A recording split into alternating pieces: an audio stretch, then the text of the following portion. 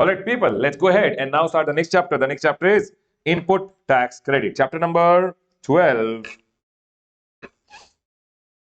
ITC. Everyone over here. We started learning GST with goods or service. Goods or service has to be supplied. Supply can be either interstate supply or supply can be either intrastate supply. Interstate supply, IGST will get levied. Intrastate, CGST will get levied. Once GST gets levied, GST should be collected and paid by a taxable person. How will he collect? How will he pay? GST is equal to value of your supply into rate of tax. Once you know the value, you'll prepare the tax invoice, credit note, debit note, and delivery challan. Now you'll go ahead and maintain them in your accounts and records, and sir, you will send the goods to the other person with the help of a e-way bill. Now what will happen? Your liability to pay will come. Liability to pay comes at the time of supply. Your liability is 1,000 rupees. How will you pay it? First of all, you will use your credit, and that is why the next chapter comes input tax credit. Use your credit. For example, I have 500 rupees credit. Remaining amount I will go ahead and make the payment. Is my point clear to all of you? So here comes the next chapter, input tax credit. Input tax credit chapter starts with section number 16, which says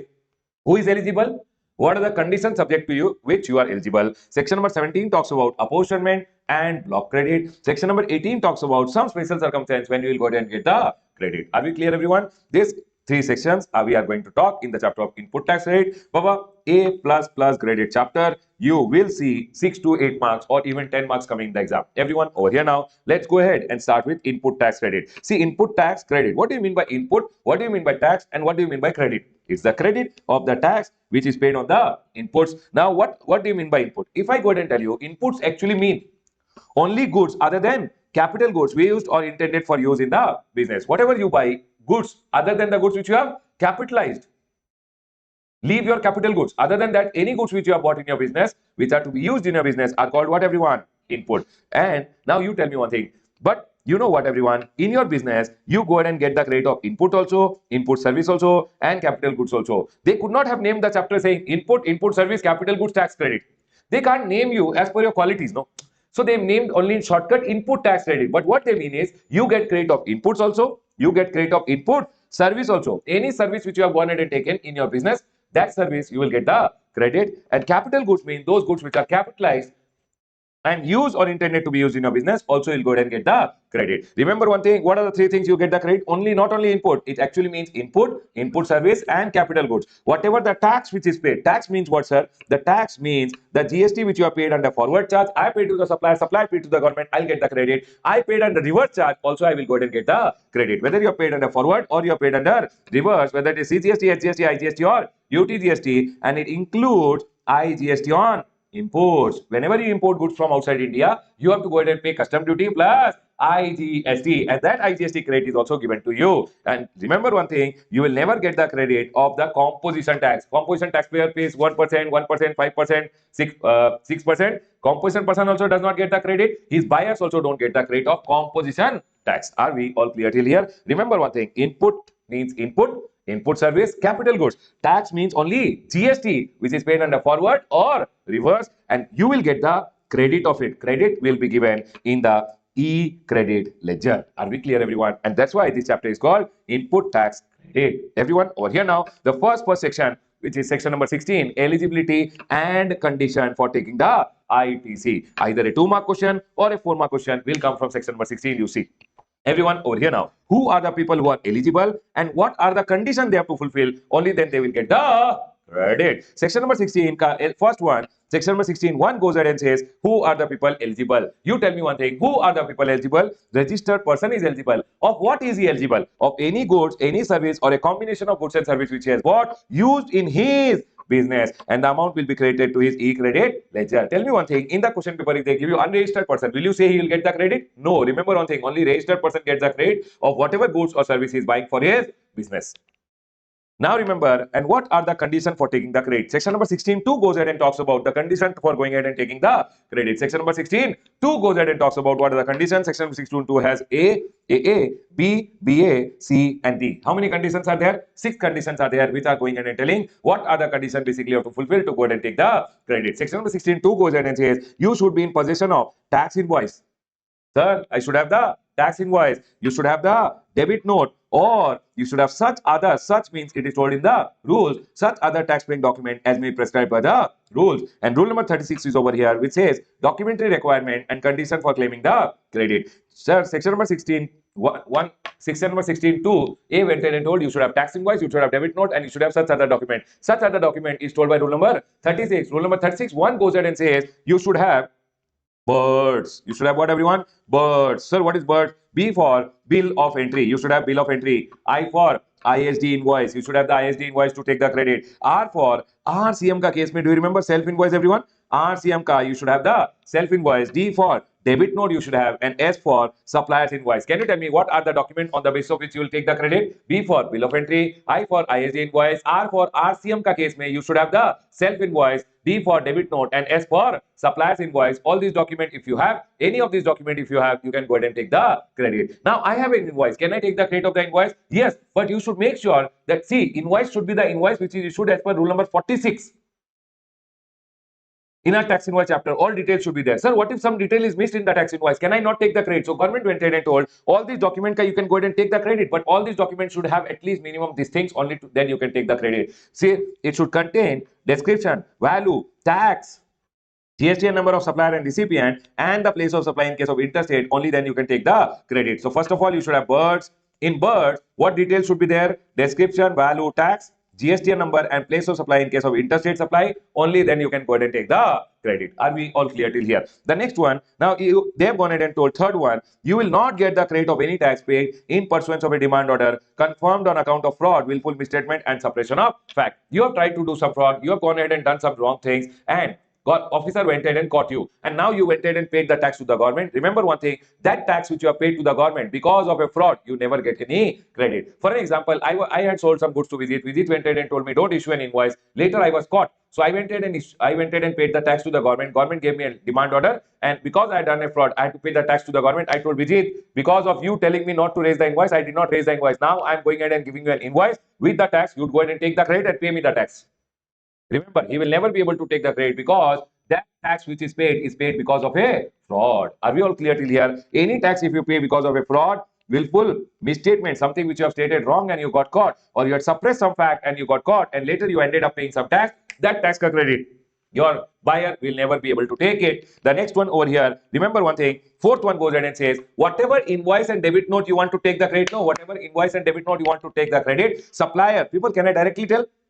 Yes, what is this point telling? No ITC shall be availed by a registered person with respect to invoice or debit note, the details of which are required to be furnished by supplier in GSTR 1 and 1A or using invoice furnishing facility, and the details of such invoices have been communicated to you in GSTR 2B. So people, if I'm going in and taking the credit of an invoice or a debit note, the supplier should have shown that invoice in GSTR 1 and the amount should be coming in my GSTR 2B. Only then I can go ahead and take the credit. Can you tell me, everyone? I went ahead and told you section number 16. Section number 16, 1, I went ahead and told you who is eligible? Registered person is eligible of the goods, services, or both, and the credit will be given in the e-credit ledger. Is my point clear to all of you? Section number 16, 2 went ahead and told what are the conditions to go ahead and take the credit. Condition may, first condition went ahead and told you should have tax invoice, you should have debit note, or such other document as told by rule number 36. Rule number 36 went ahead and told you should have birds. Then they went ahead and told description, value, tax, GST number, and place of supply should be there. Only then you can take the credit. Sir, fraud, willful misstatement, and suppression, no credit. Last one, supplier should show in GSTR 1 and the credit should come in your 2B. Only then you can go ahead and take the credit. Now, section number 16, 2 may A done. A comes over here. You know what happened? First, they went ahead and told tax invoice and debit note, you can go ahead and take the credit, right? Now, this tax invoice and debit note, see, they told supplier should show in GSTR 1 and it should come in your 2B. Only then you can take the credit. But this is told in rule. Anything told in the rule also has to be there in the act, and hence they went ahead and told the same thing. This tax invoice and debit note, you will tell I can go ahead and take the credit because it is not told in the act that I can't take it if it is not coming in my 2B. So they went ahead and wrote the same thing in A and went ahead and told the same thing. They went ahead and wrote over here the details of the invoice and debit note referred to in clause A over here have been furnished by the supplier, and such details have been communicated to the recipient in the manner prescribed. Basically, in the manner specified means it should have come to you in your GSTR 2B. Only then you can go ahead and take the credit. The same thing which was told over here in the rule has been supported by the act. You know what, everyone? Whenever the next one, you should have received the goods, services, or both. Tell me one thing. A supplier has gone ahead and supplied me. He has gone ahead and given me an invoice. I got an invoice, but I have not received the goods. I can't go ahead and take the credit. Always remember one thing. You should have received the goods, services, or both. Only then you can go ahead and take the credit. Deemed received ka concept is also fine. What do you mean by deemed received? I went ahead and told the supplier, please give me the invoice. Bill to me, but ship it directly to the other person. When the other person receives, I can go ahead and take the credit, because when he receives it, it is deemed that I have gone ahead and received it. Bill to me, ship it to him. When the other person receives, I can go ahead and take the credit. It is applicable with respect to goods also. It is applicable with respect to service also. Is my point clear to all of you? Everyone over here now, listen. Now, whenever supplier will show in GSTR1 and the details will come in my 2B, no? In 2B also there are two columns which is there. One is ITC available and one is ITC not available. One is ITC available, one is ITC not available. Remember one thing, if the amount is coming my ITC not available, sir, when will the amount come in my ITC not available? Baba, section number 38 is there. Section number 38 has gone ahead and told sometimes because of the default of the supplier, the credit will be coming in your ITC not available. But those things are yet to be prescribed, yet to be notified by the government. Are we all clear till here? And hence, as of now, remember one thing, if supplier has gone ahead and done a default, then the amount will come in your ITC not available. Now, whenever the amount comes in your ITC not available, that credit you can't go ahead and take, even though it has come in your GSTR 2B, but it should not be restricted, because if it is restricted, which is coming basically in ITC not available, you will not be able to take the credit, even though it is coming in your GSTR 2B. Is my point clear to all of you? Tell me one thing, everyone. I went ahead and told you, first of all, section number 16 over here, section number 16 2 may A, I went ahead and told you should have the tax invoice, debit note, and such other document which is there. The amount should be shown in GSTR 1 and should come in your GSTR 2B. And Baba, you know what, everyone, PA is there, which says there it should come in your 2B. In your 2B, it should not be restricted. It should not be restricted. And that is what is being told. The details with respect to supply communicated to the registered person under section number 38 has not been restricted. It means the amount which is coming in your GSTR 2B, it should not be restricted. If it is restricted, you can't go ahead and take the credit. The next point which you have already gone ahead and understood, you should have received the goods, only then you can go ahead and take the credit. Now, C point over here goes ahead and says, see people, everyone tell me one thing. The supplier should have paid the tax to the government. Supplier should have paid the tax to the government. So it says, sir, subject to section number 41, tax should be paid to the government through using your cash or credit. It means who should have gone ahead and paid the tax to the government? Supplier should have gone ahead and paid the tax to the government. But tell me one thing, sir, on the date of filing GSTR 3B, he also has to file GSTR 3B. I also have to file GSTR 3B and I have to claim my credit. Do you guys agree with me? Sir, on the date of filing GSTR 3B, no, he did not pay the tax only, but I too went ahead and availed the credit also in my GSTR 3B and I used it also. But sir, supplier on the same day had to file GSTR 3B, he did not file. But I took the credit. So government goes ahead and says, as of now, if you took the credit on the date of filing GSTR 3B, if you took the credit, it's okay, no problem. But tell your supplier to go ahead and pay the tax as soon as possible. And for that, they have gone ahead and told something. See here, everyone. Every registered person, people, you understood what I'm trying to say? My supplier is there, I'm the recipient. He filed his GSTR 1, it came in my 2B. So what I did, when I was filing GSTR 3B, I took the credit. But when he was filing the GSTR 3B, he did not file only. But I already took the credit. What to do now? Because the due dates are same, you can't keep calling everyone. And hence they went ahead and told every registered person shall be entitled to avail the eligible credit as you tell in your GSTR 3B as self-assessed, and the amount will come in your e-credit ledger. Take it. The ITC availed by registered person with respect to the supply, the tax has not been paid by the supplier shall be reversed along with interest in the manner prescribed. Tell me one thing. I went ahead and already took the credit, but my supplier did not pay the tax to the government. Then whatever credit I have taken, I have to reverse it. I have to pay it back to the government along with interest. Now you will tell me, sir, when should I pay it back? The government went ahead and introduced one rule number 37A, where government went ahead and told reversal of ITC in case of non-payment by the supplier and re-availment thereof. What government is trying to say, where the ITC has been availed by registered person with respect to invoice or debit note, the details of which has been furnished by the supplier in GSTR 1 year or IFF using invoice furnishing facility, but corresponding GSTR 3B has not been furnished by the supplier. People, my supplier went ahead and did not file his GSTR 3B, but I already went ahead and took the credit. Tell him, please file your GSTR 3B, please file your GSTR 3B, please file your GSTR 3B. If he does not file his GSTR 3B till next year September, I can keep it. Means once the year gets over, but next year September, if it does not file his GSTR 3B and pay the tax, then whatever credit I've taken, no, on or before 30th November, I should reverse it. Next year. So for example, this is the year, April till March. April May I went ahead and took the credit. Full year I can still keep the credit even though he has not filed his return. Tell him to file the return. If he files it till next year September also, I can keep the credit, no problem. If he does not file it till next year September, then on or before 30th November I have to reverse the credit. Are we all clear till here? If I reverse the credit on 30th November, no problem. If I reverse it after that, I have to reverse with interest. Sir, I reverse the credit. Later he paid the tax. I can take the credit back. Interest will not be given back. Can I go ahead, everyone? So what they are telling, where ITC availed by registered person with respect to GST in GSTR 3B with respect to invoice, the details of which has been furnished by the supplier. Supplier showed in GSTR 1, I took the credit, but corresponding 3B has not been furnished by the supplier till what date?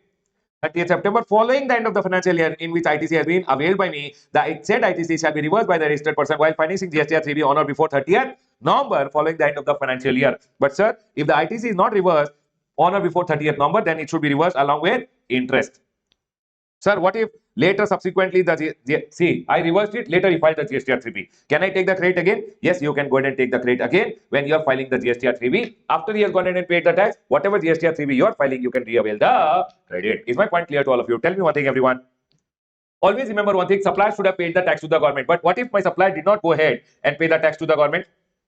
What if my supplier did not go ahead and pay the tax to the government? Still, I can keep the credit. But remember one thing, I will tell my supplier, hey, file the return, file the return, file the return. If he files the return on or before next year, 30th September, then okay, I can keep the credit, no problem. But sir, on or before 30th September, if it does not pay, then on or before 30th November, I should reverse the credit. Once I reverse the credit, if I don't reverse the credit on 30th November, after that, if I reverse, I have to reverse along with interest. Can I go ahead, everyone? After 30th November, whatever delay I do, I have to pay interest. I reversed it. Later, he files the return. I can take the credit again. That's all is told by rule number 37A. Tell me one thing, everyone. I went ahead and told you till now, section number 16. Correct, everyone? Section number 16, everyone with me. Who is eligible to take the credit? Registered person is eligible of the goods, services, or both which he has gone ahead and used for his business, and the credit will be given in your e-credit ledger. Are we all clear till here? Section number 16(2) goes ahead and says, sir, what are the conditions to go ahead and fulfill to take the credit? Number one, you should have the 2A goes ahead and says you should have tax invoice, debit note, or such other document as told in rule number 36. Correct, everyone? Rule number 36 says you should have birds. Correct, everyone? Birds may description, value, tax, GST number, and place of supply should be there. Fraud, willful misstatement, and suppression, no credit. GSTR 1 may supply should show, and it should come in your 2B. Only then you can go ahead and take the credit. A went ahead and told, sir, supply should show in GSTR 1 and it should come in your 2B. Again, BA point went ahead and told, in 2B, it should not be restricted. Then we went ahead and told, A ke baad, B also came over here. You should have received the goods, services, or both. Only then you can go ahead and take the credit. Deemed received concept is also fine. It means he gave me the bill, but shifted to the other person. When he receives it, I can go ahead and take the credit. The third one over here is, tax should be paid by supplier to the government. Sir, what if my supplier did not pay the tax to the government? Still, you can keep the credit till next year, 30th September. If he pays the tax, very good. If it does not pay the tax on or before 30th September, then whatever credit you have taken, you have to reverse it on or before 30th November. Are we clear, everyone? And D point over here, tell me one thing. Supplier paid the tax to the government. If I want the tax, no. Always remember, in my GSTR 3B, I should claim it. Supplier will pay the tax. You will get the credit in your e-credit ledger only if you ask for it. So always remember one thing, everyone. You should have filed the return. Supplier should pay the tax and return should be filed by recipient, which is basically you should have filed your GSTR 3B. Only then you will get the credit. Is my point clear to all of you, everyone? So remember one thing, everyone. This is what you have gone ahead and return should be filed by the recipient. Only then you can go ahead and take the credit. Are we all clear till here, everyone? The next one over here is section number 16 may some provisos are there. For example, I went ahead and told one person to go ahead and supply goods to me. He went ahead and gave me one tax invoice, but for that tax invoice, 3 times the goods are coming. The goods are coming in lot or installment. First lot came in January, second lot came in February, third lot came in the month of March. Tell me one thing, I received the invoice in the month of January only, but I'm receiving goods in lots. Can you tell me when will I get the credit? On the receipt of the last lot, I can go ahead and take the credit. If goods are against an invoice, means one invoice was there, but goods are received in lots or installment, the registered person will be entitled to take the ITC on the receipt of the last lot or the last installment. One more proviso is there over here, which goes ahead and says, if your supplier has gone ahead and supplied you, everyone tell me one thing, is payment a prerequisite to take the credit? Is paying the supplier a prerequisite to take the credit? No, I never went ahead and told you that you should make the payment to the supplier only to take the credit. Correct, everyone? I never went ahead and told that you should have made the payment to the supplier only then you can go ahead and take the credit. I never told you. Do you guys agree with me? But if you don't pay your supplier within 180 days from the invoice, then whatever credit was given to you, you have to go ahead and reverse it. Remember one thing, to take the credit, payment is not a necessity. You can go ahead and take the credit. But remember one thing, if you have gone ahead and taken the credit of an invoice, please make the payment of that invoice within how many days? 180 days. If you don't make the payment of the invoice within 180 days to your supplier, then whatever credit you have taken has to be reversed along with interest. What they are going ahead and telling everyone over here, it says payment to the supplier should be done within 180 days from the date of invoice, that is value plus tax. If you don't pay, then whatever ITC you have availed, you have to reverse along with interest in the manner prescribed. And manner prescribed is rule number 37. Rule number 37 goes ahead and says reversal of ITC. In case of non-payment of consideration, you should pay or reverse an amount equal to the ITC availed in respect of the supply proportionate to the amount which you have not paid. Sir, what if I made half payment to the supplier? Then half credit need not be reversed. Half credit amount which you have not paid, with respect to that, whatever is the GST, you have to reverse it. It says along with interest under section number 50, while furnishing the GST 3B for the tax period immediately following 180 days from the date of invoice. So, for example, you have gone ahead and received one invoice in the month of January. Everyone, 1st of January, you went ahead and received one invoice. 180 days gets over on 30th of June. This invoice was in the month of January. January means 20th February, you went ahead and took the credit. Correct, everyone? Now, 30th June, 180 days got over. You did not make the payment to the supplier. Once 180 days got over, June ke baad, what is the GST 3B? July, you are going to file the GST 3B. When you file the GST 3B, whatever ITC you have gone ahead and availed, you have to go ahead and reverse it. Along with interest under section number 50. And you know what? Interest under section number 50 comes only if you have gone ahead and used the credit. If you have not used it, there is no interest payable. Can I go ahead, everyone? Everyone over here now, listen to me very carefully. People, and there is no reversal. Means, sir, I went ahead and took the credit. I did not make the payment to the supplier. Still, I don't have to reverse the credit in 3 scenarios. Number 1, supplies on which tax is payable under RCM. Tell me one thing. I paid the tax under RCM. I can keep the credit. There is no reversal even if I don't pay the supplier. Government says, Ramesh, you paid the tax. You take the credit. Even if you don't pay the supplier, let him go to hell. We don't care.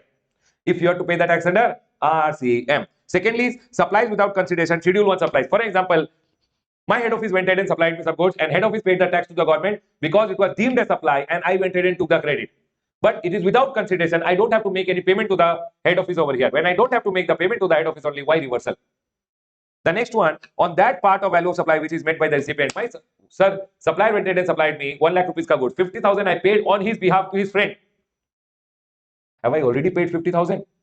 Yes or no? 1 lakh rupees ka supply, I already paid how much? 50,000. So remaining 50,000 which I have not paid him, only on that reversal will come. Everyone over here now, ITC can be taken again. Tell me one thing, everyone. I went ahead and got one invoice. I took the credit. Within 180 days from the date of invoice, I did not make the payment. So I reversed the credit. Later, I made the payment to the supplier. Can I take the credit again? Yes. ITC can be taken again when the payment is made to the supplier. There is no time limit to regain the credit. Section number 16(4), we say that 30th number on annual return ka actual date of filing annual return, whichever is earlier, you can go ahead and take the credit. All those are not applicable in case of retaking the credit, regaining the credit. Are we all clear with this point, everyone? Tell me one thing. Section number 16(3) goes ahead and says now, registered person, if you go ahead and claim the depreciation on the tax component, if you go ahead and take the depreciation on the tax component, don't take ITC. For example, I bought one goods for 1 lakh rupees. 1 lakh rupees I paid 18,000 rupees GST. Then 18,000, either I can depreciate or 18,000 I can take the ITC. It says registered person if claiming depreciation on the tax component of capital goods and plant and machinery under income tax, no ITC on the tax component. You can't take the credit if you have claimed depreciation on the tax. Section number 16(4) says maximum time limit to take the credit with respect to any invoice or any debit note is what date, everyone? 30th day of November or actual date of furnishing annual return, whichever is earlier. Tell me one thing. I went ahead and got one invoice. I got one invoice. I kept the invoice and sat on it. Later I found it. Can I go ahead and take the credit? Baba, whenever you find the invoice, you can go ahead and take the credit, but the maximum time limit to go ahead and take the credit with respect to an invoice of a year is next year, 30th November, annual return ka actual date of filing, whichever is earlier. Sir, with respect to an invoice, I got a debit note next year. Remember, invoice and debit note, there is no link. It means invoice ke liye, invoice ka next year 30th November annual return ka actual date, which was earlier, you can take the credit. If I received invoice related one debit note in the next year, that next year when I received the debit note of that ka next year, 30th November annual return ka actual date, which was earlier, I can take the credit with respect to that debit note. Is my point clear to all of you, everyone?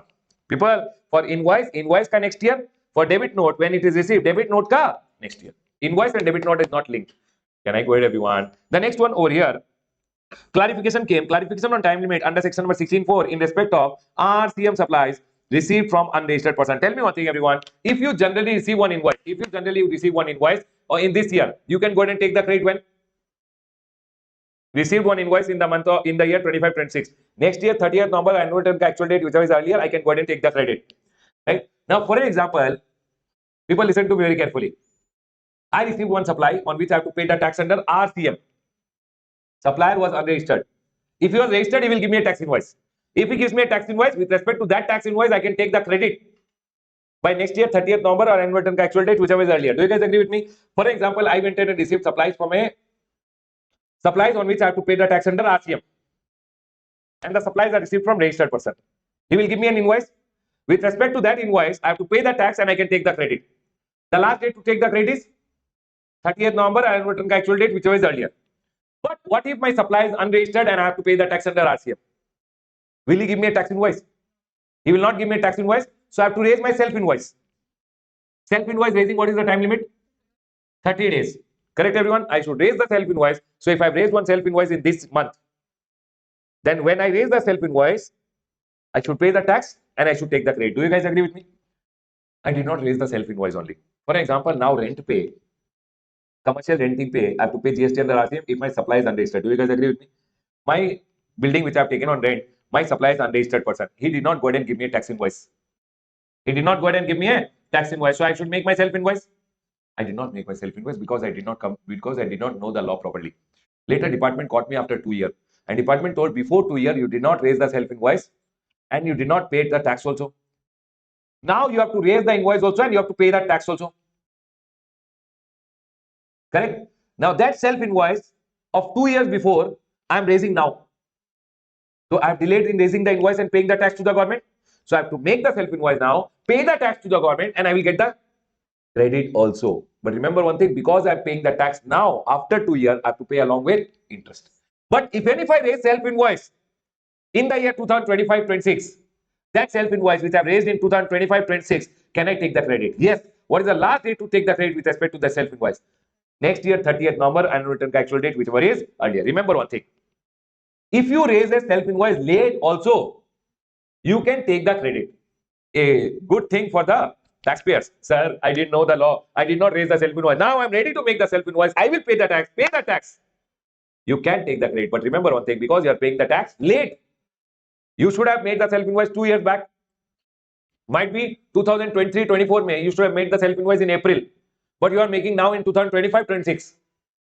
23-24 gone, 24-25 gone. 2 years you have gone ahead and delayed. For 2 years you have to go ahead and pay the interest because you did not make the self invoice on time. Hurry everyone.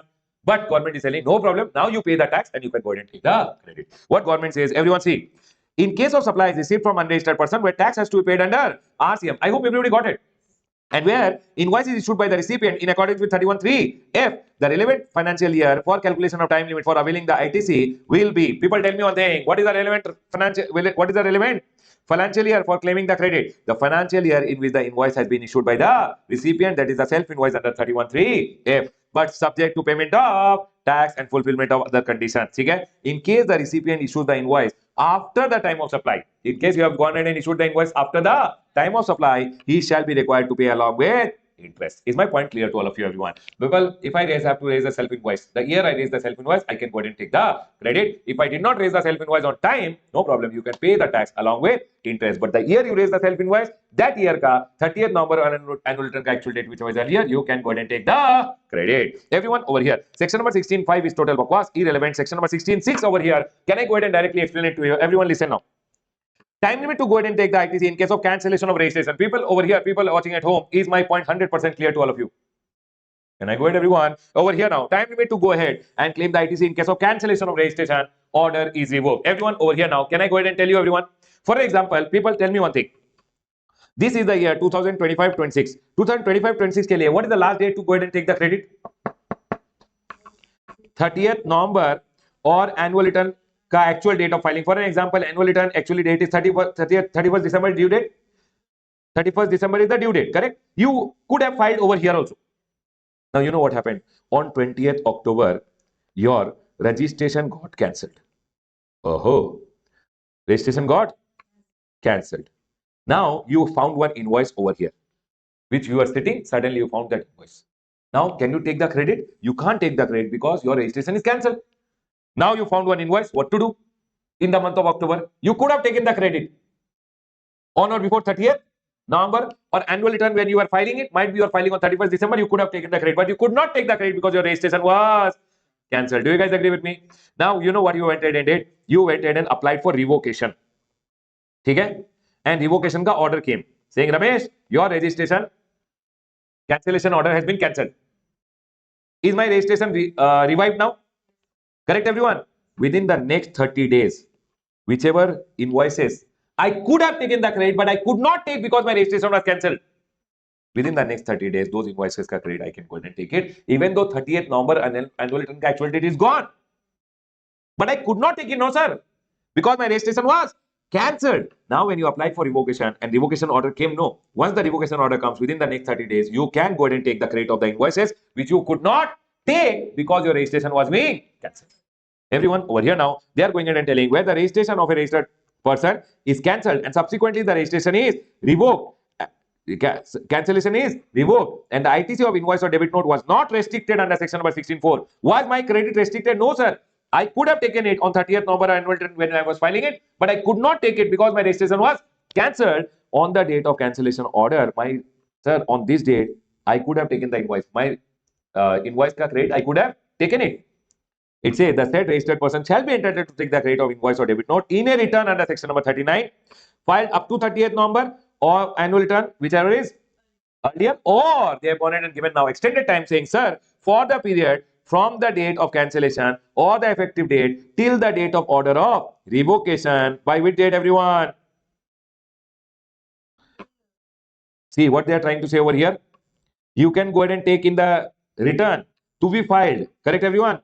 In a return under section number 39, which you for the period from the date of cancellation till the effective date of cancellation, or as the case may be till the date of revocation. Tell me one thing, from the date of cancellation till the date of revocation, whatever returns you are going to file now, they are going and telling you can go ahead and take the till the order of revocation. This return you will go ahead and file within the next 30 days. So when you are filing the return, you can go ahead and take. So basically, after this revocation order, you will go ahead and file all the pending returns, correct? In that return, you can go ahead and take the credit which you could not take due to cancellation. Is my point clear to all of you? Everyone over here now, and they're telling where the return was filed within 30 days from the date of order of revocation or cancellation of registration. People, once the revocation order comes, you should file all the which return, everyone? Pending returns within the next 30 days. In that return, you can go ahead and take the credit of the invoice which you could not take because your registration was cancelled. Shall I explain again or got it, everyone? Baba, let's go ahead. Everyone over here now, clarification on ITC availment. Can I go ahead and explain it to directly? This is an amendment ka part, but tell me one thing. For an example, I went to Maruti Suzuki in Maharashtra. I am a showroom in Karnataka. Maruti Suzuki ka factory I went to in Maharashtra, and I am in Karnataka. Sorry, I am in Karnataka showroom. Maharashtra factory. I went to the factory. Factory me I went in and told I want 100 cars. They told, sir, 100 cars will give you delivery at the factory gate. They gave me the delivery at the factory gate only. Now the goods are going to come to my office in Karnataka, showroom in Karnataka, but it's going to take time, right? So can I go ahead and take the credit when I have not received the goods yet? But they gave me the goods outside their factory gate. When they gave me the goods outside their factory gate, is it deemed to be received? Is it received by me? Yes. Even though not received at my factory, when they say you should have received the goods, if it's an X factory contract, X works contract, which is basically the goods are handed over to you outside the factory only, can I go ahead and take the credit? They went ahead and told everyone over here. Clarification on ITC availment under section number 16.2b. Section number 16.2b says you should have received the goods. In respect of goods delivered by the supplier at his premises, at his place of business under X work contract. So, Baba, the factory delivered the goods to me at their factory gate and told you take it now. From there, transportation will take time. So, should I wait for the credit only when the goods come to my factory, or I can take the goods ka credit when I have received the goods at the factory gate? They have gone ahead and told over here whether ITC can be availed by the dealer only after the vehicles are physically received by the automobile dealer in their business premises, or ITC can be availed on the date when the vehicles are billed to the dealer and handed over to the transporter by the original equipment manufacturer at his factory gate. Means Maruti Suzuki went ahead and gave me the goods outside their factory gate. Can I go ahead and take the credit there only, or I should actually receive the goods in my factory? They went ahead and told ITC can be availed on the day the vehicles are built and handed over to the transporter by the original equipment manufacturer, here Maruti Suzuki, at his factory gate. No ITC if goods are diverted for non-business use, or if goods are lost, stolen, destroyed, written off by way of gift or free sample. That is all total bakwas. But tell me one thing, when he has handed over the goods to the transporter saying transporter X work, now at the factory gate he has handed over the goods to the transporter saying my work is done. Whose responsibility is transportation? My buyer. So can the buyer go ahead and take the credit? Is it deemed that I have received the goods? Yes. When he has handed over it to the transporter, it is deemed that I have received the goods and I can go ahead and take the credit. But just imagine on the way when it was coming, lost, goods lost, ITC lost. On the way when it was coming, you entered and gifted it to your girlfriend. When the way goods are gifted, gone. ITC also gone. Can I go ahead, everyone? I'll do one thing, everyone. This was a part of the amendment. I'll close my revision on section number 16. Baba, in section number 16, no, anything can come. I'll tell you one thing. In our registration chapter, we have learned violation of section 16. Section 16 and their rules. Registration cancelled. Remember one thing, what I taught you section number 16. Now, if you violate the provision of section number 16 and you take the credit, your registration gets cancelled. See, Baba, in your exam, section number 16, they can tell you about this rule number 37, one small question can come. Okay? About this 180 days, one small question can come. They can talk about this goods received in lots, wala one point they can ask. This ITC depreciation taken, ITC can't be taken. Sir, what is the maximum time limit? They can ask you one question. This self-invoice pay, they can ask you one question. Baba, anything can come from this. This works contract, so again, important point. So anything can come, Baba. I don't want you guys to leave one single point from section number 16. Right, everyone? Closing my revision on section number 16. Now comes section number 17, everyone. Section number 17 goes ahead and talks about apportionment of credit and block credit. Everyone listen to very carefully. First of all, they are talking about apportionment of credit and then they are going to talk about block credit. Sir, section number 17 has 17.1, 17.2, section number 17.3, section number 17.4. Block credit is section number 17.5 and then we have section number 17.6. Section number 17.1 goes ahead and says, if you buy something which are going to use for business purpose also and non-business also, you can take the credit only with respect to what, everyone? How much is attributable to your business purpose? Sir, if you are going ahead and buying something to make what, everyone? Taxable supply, including what? Zero rate supply. Baba, zero rate supply, even though those supplies are exempt in India, but still it will be treated as zero rate supply and it is considered as if it is a taxable supply. Are we all clear till here, everyone? So taxable supply including zero rate supply and exempt supply, you will get the credit only with respect to what, everyone? Taxable supply including zero rate. Now, sir, if I'm using something personally for business, non-business, how much credit should I take? If I'm using something for my taxable and exempt, how much credit I should take? And that is what they have gone ahead and told. How much credit you should take and how much credit you should not take is told by section number 17.6, which is method of apportionment. How much credit you should be taking and how much credit you should not be taking is to be prescribed by the government. And government went ahead and prescribed that rule number 42 and rule number 43, which is the manner of distribution of ITC with respect to input and input services. And rule number 43 is manner of distribution of ITC with respect to capital goods. If you have gone ahead and used input and input services commonly, how to distribute the credit? If you have used capital goods commonly, how to distribute the credit? So everyone over here now, let's talk about rule number 42 and rule number 43. Rule number 42 goes ahead and talks about manner of apportionment of ITC with respect to input and input service. Rule number 43 goes ahead and talks about manner of apportionment with respect to capital goods or goods used commonly, which is basically capital goods which are used commonly. Rule number 42 goes ahead and talks about input and input services. See, Baba, rule number 42 says whenever you go ahead and get invoices with respect to all the inputs from your client, see, first of all, you should go ahead and total the invoices ka credit. That is known as what, everyone? Total credit. Out of total credit, everyone listen to me very carefully. We are trying to apportion the credit. Correct, everyone? Whatever is business, non-business, taxable and exempt. Out of that business purpose we are taking and taxable supply we are taking, exempt supplies and non-business purpose we have to remove it. Do you guys agree with me, everyone? So for example, my client went ahead and gave me these invoices. Out of this, I am going to say, oh sir, number one, personal purpose ka invoice, remove it. You can't take the credit. Correct, everyone? Secondly, sir, exempt supply related invoices, you can't take the credit. Sir, block credit, you can't take the credit. Whatever amount of invoices are remaining, the credit in this is called credit. Out of this, sir, these invoices, no, they relate to taxable supply, sir. Keep it in the side. These invoices which are there, no, sir. Out of this, some things are business purpose, non-business purpose, taxable and exempt. So we go ahead and call this. For example, oh, sir, this is also taxable only. Keep it on the side, no problem. Sir, these invoices are relating to business also, non-business also, taxable also and exempt also. What to do? Apportion. Remove non-business purpose, remove exempt supply related. This also you can go ahead and take the credit. Is my point clear to all of you? Tell me one thing, everyone. Your client went ahead and gave you these invoices. Your client went ahead and gave you these invoices. You should first of all go ahead and write down the total credit which is there, which is known as what, everyone? T. For example, I went ahead and told the total credit over here is 1000. Okay? 10,000. Out of this, sir, personal purpose invoice, remove it. Sir, 1000 rupees was the credit, remove it. Secondly, exempt supply, 1000 rupees credit, sir, remove it. This invoice, sir, this invoice of credit is block credit, remove it. How much is the remaining amount, everyone? 7,000, no? Take the credit in the e-credit ledger. 7,000, take the whole credit. I took the credit. Now, out of this, I have to find out what is the hodgepodge. Means in which invoices are used for business, non-business, taxable and exempt commonly. Sir, all these invoices, no, they are relating to taxable only, sir. Have I taken the credit of everything? Yes. These are relating to taxable. Keep it on the side. Now, this is invoice relating to business, non-business, and also one more invoice is there, taxable and exempt also. For example, one more invoice.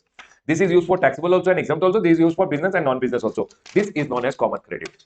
This is known as what, everyone? Common. So, out of this, for example, 5,000 rupees ka invoice are relating to taxable. So, how much is the common credit, everyone? 2,000. Out of 2,000, how much is relating to exempt supply? How much is relating to non-business? Remove it. So, 5,000, which is there over here, 2,000, which is there over here, multiplied by exempt supply divided by total turnover. You will get supposedly 500 rupees over here. Remove this 500. Done. Now, 2,000 which is there, non-business purpose you don't have turnover. Everyone, does non-business purpose have turnover? No. So, one deemed figure of 5% is told to be removed. So, remove 5%. What is remaining is your common credit, say credit which you are eligible. Do you guys agree with me? Is this credit eligible credit? But you have already taken the credit of this. So, do one thing, whatever you have removed it, no, these two you put in the output tax liability. Is my point clear to all of you? Can we go ahead, everyone? So what they have gone ahead and told, see, first of all, T will be there, the total credit. Do you guys agree with me? Out of that, personal purpose, thief number 1, thief number 2, exempt supply, thief number 3, block credit. What is remaining is your credit. Out of credit, whatever is your taxable supply, remove it. Out of credit, whatever is your taxable supply related, you remove it. What will remain is your common credit. Common credit say, remove the exempt supply related based on the common credit multiplied by turnover divided by total turnover.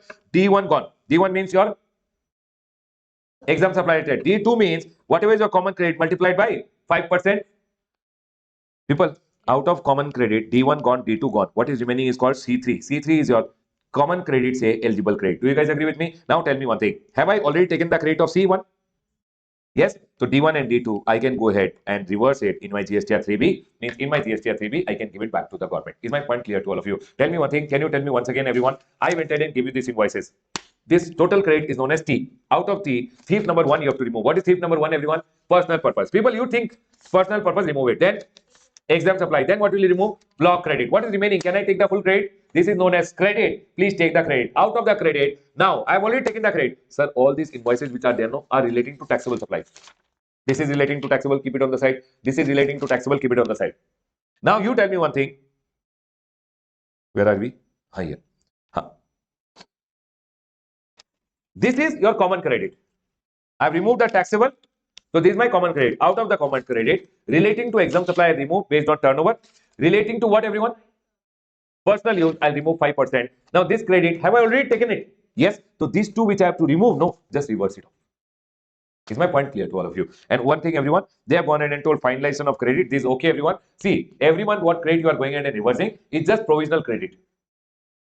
What you are reversing, everyone, every month, D1 and D2. Every month you are going ahead and reversing, that is just provisional. In the year end, what you have to do, whole year ka common credit multiplied by exempt turnover divided by total turnover, and whole year ka common credit multiplied by 5%. Are you clear, everyone? That is called the final reversal to be done. But whole year you reversed already 5 lakh. Finally, it came that for the whole year, see, monthly you total, it came 5 lakh. For the whole year, it should have been 6 lakh. So you have to reverse 1 lakh rupees extra. What they are going and telling, D1 and D2. D1 and D2, final amount which is there is supposedly 6 lakh. What you have gone and reversed already every month, it is only 5 lakh. Then 1 lakh is the extra amount which you should reverse on or before 20th of November. Remember one thing, from the 1st of April, because your turnover already was there with you on 31st March, 1st of April, you should have reversed it. If you don't reverse on 1st of April, once the year gets over, then you have to reverse along with interest. Are we all clear till here? Everyone? And sir, what if I reverse more or year only? Year end pay it came less, then differential you can go and take in your e-credit lecture. Everyone over here, please tell me, is this point clear to all of you? Yes, sir? Clear? Chalo, next. People, remember when you are taking E by F, in E by F, central excise duty, state excise duty, VAT and CST is not to be included. Exempt turnover divided by total turnover when you take, exempt turnover divided by total turnover, in exempt and total turnover, don't take what, everyone, central excise duty, state excise duty, VAT and CST. Everyone over here now, the next one is rule number 43. Rule number 43 goes ahead and talks about credit with respect to what, everyone? Capital goods. I want to go ahead and explain this with the help of directly one normal thing. Everyone listen to me very carefully. For example, this is your month of July. Everyone over here, listen to me very carefully. This is your month of July. July May, you went ahead and bought one asset number 1, which is used for business purpose. Can I take the ITC, everyone? ITC will go in the credit ledger. Do you guys agree with me? Secondly, I bought one capital goods, which I am using for non-business purpose. Can I take the ITC? No. Thirdly, I went ahead and bought one asset which I'm going to use for my taxable supply. Can I take the ITC?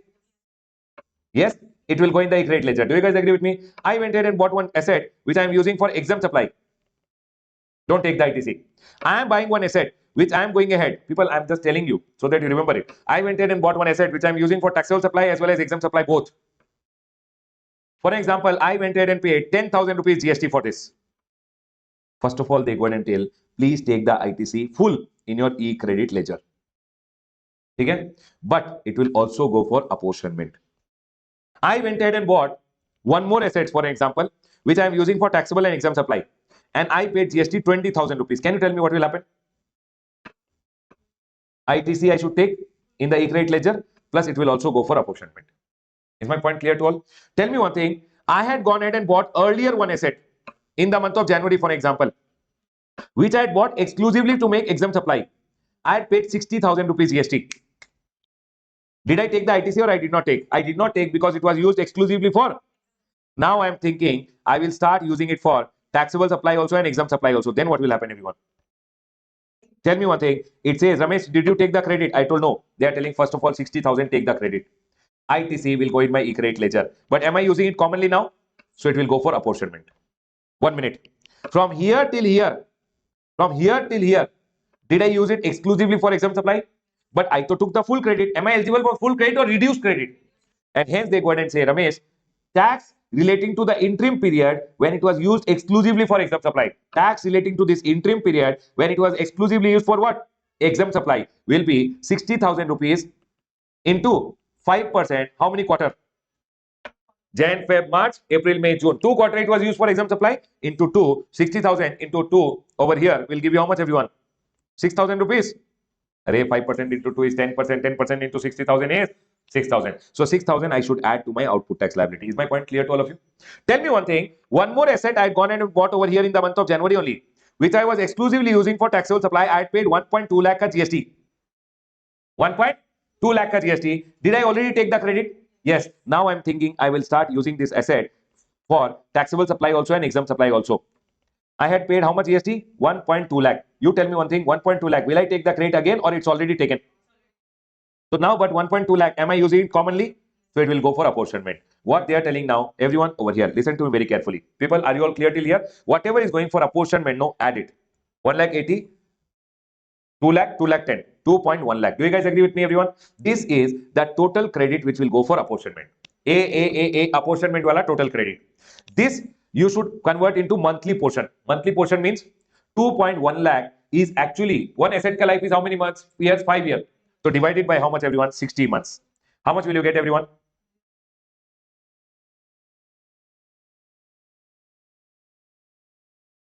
How much? Hey Baba, 2,10,000 divided by 60 quickly. 3,500. This is your monthly portion. This month, the credit is how much, everyone? 3,500. Do one thing. Tax relating to exempt supply will be nothing other than 3,500 into exempt turnover divided by total turnover. If exempt turnover is supposedly 1,000, total turnover is supposedly 3,500. Correct, everyone? How much credit to be reversed? 1,000. Just put it in your output tax liability. So can you tell me, everyone, is this point clear to all of you? And everyone, nothing. They have told Ramesh, listen, everyone, I'll tell you once again. Here, this is all my asset. Taxable supply asset, I can take the full credit, no problem. Exempt supply asset, don't take the credit. Exempt supply, don't take the credit. Block credit, don't take the credit. This asset I have used commonly. Take the full credit first.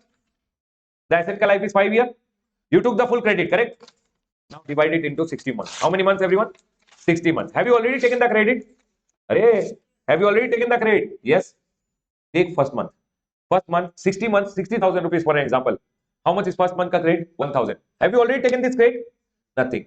1,000 rupees into exempt turnover divided by total turnover. Exempt amount, you reverse it. Put it in the output tax liability. Is my point clear to all of you? Second month, again, what will you do? Take it. This month, 2,000 rupees exempt supply. Total turnover also 2,000. Full is exempt turnover. What to do? Full amount, reverse it. Third month, no exempt supply. I have already taken the full credit. There is no reversal. Fourth month, 50% is exempt supply. 50% to be reversed. Not reversed, put it in the output tax liability. Is my point clear to all of you? Can I go ahead, everyone? Everyone over here now, I hope this point is clear to all of you. People watching at home, people over here, is this point clear, everyone? See, they have gone ahead and told, see, whatever is non-business purpose, what is the exempt supply, don't take the credit. Correct, everyone? Whatever is your non-exempt supply, means taxable supply, including zero rate, that credit can be taken. Sir, then whatever is the common credit, take it as A. A will become what, everyone? TC. TC divided by 60 months will give you monthly portion. Monthly portion into exempt by total turnover will give you tax relating to exempt supply. Is my point 100% clear to all of you?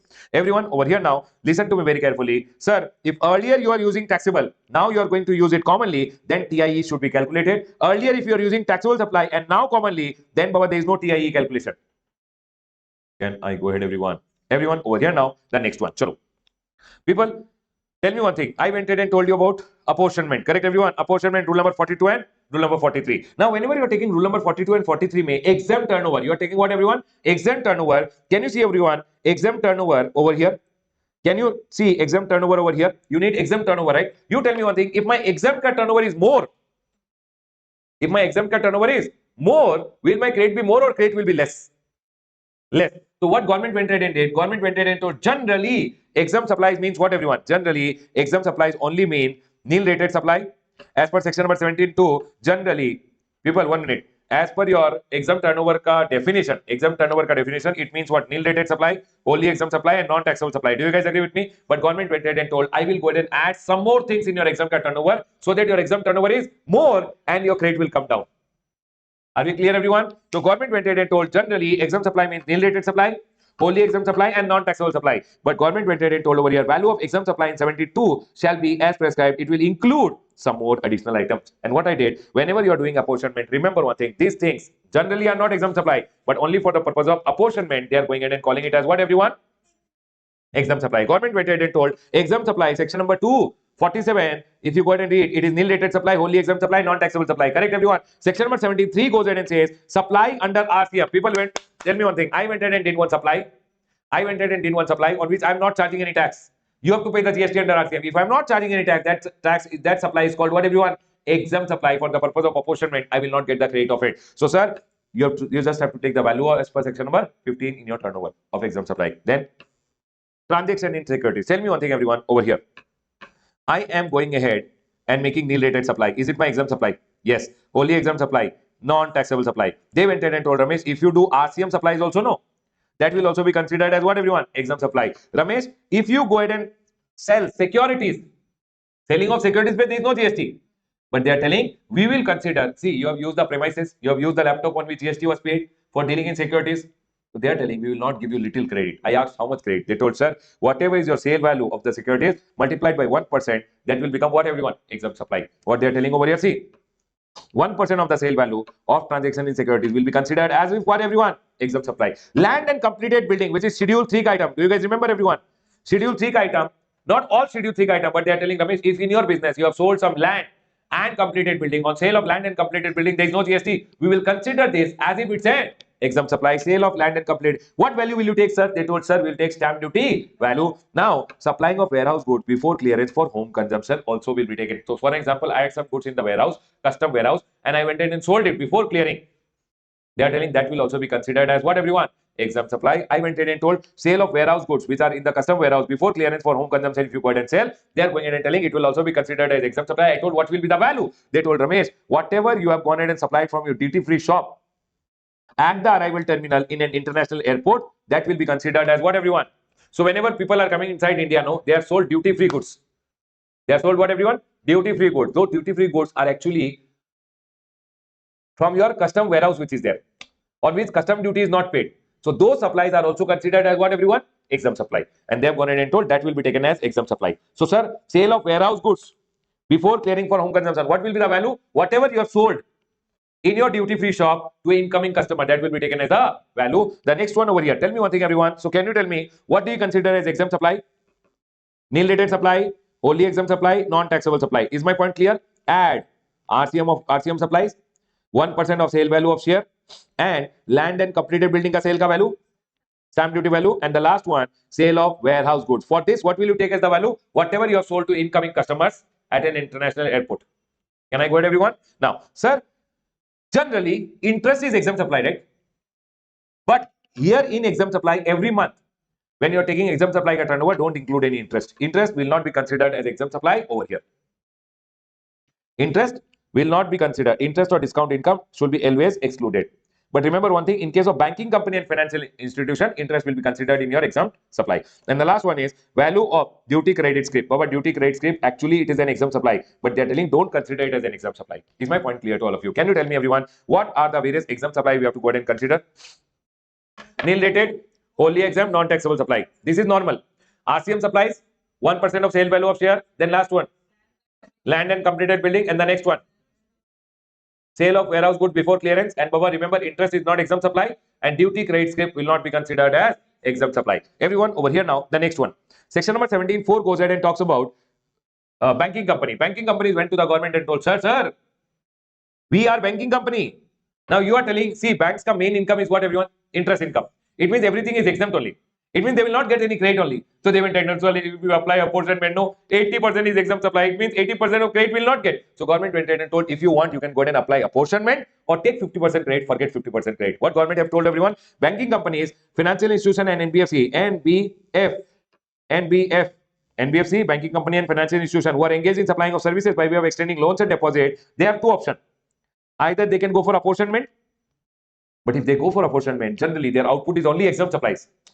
People, for banking companies, always remember one thing. For banking companies, interest income is considered as exempt supply.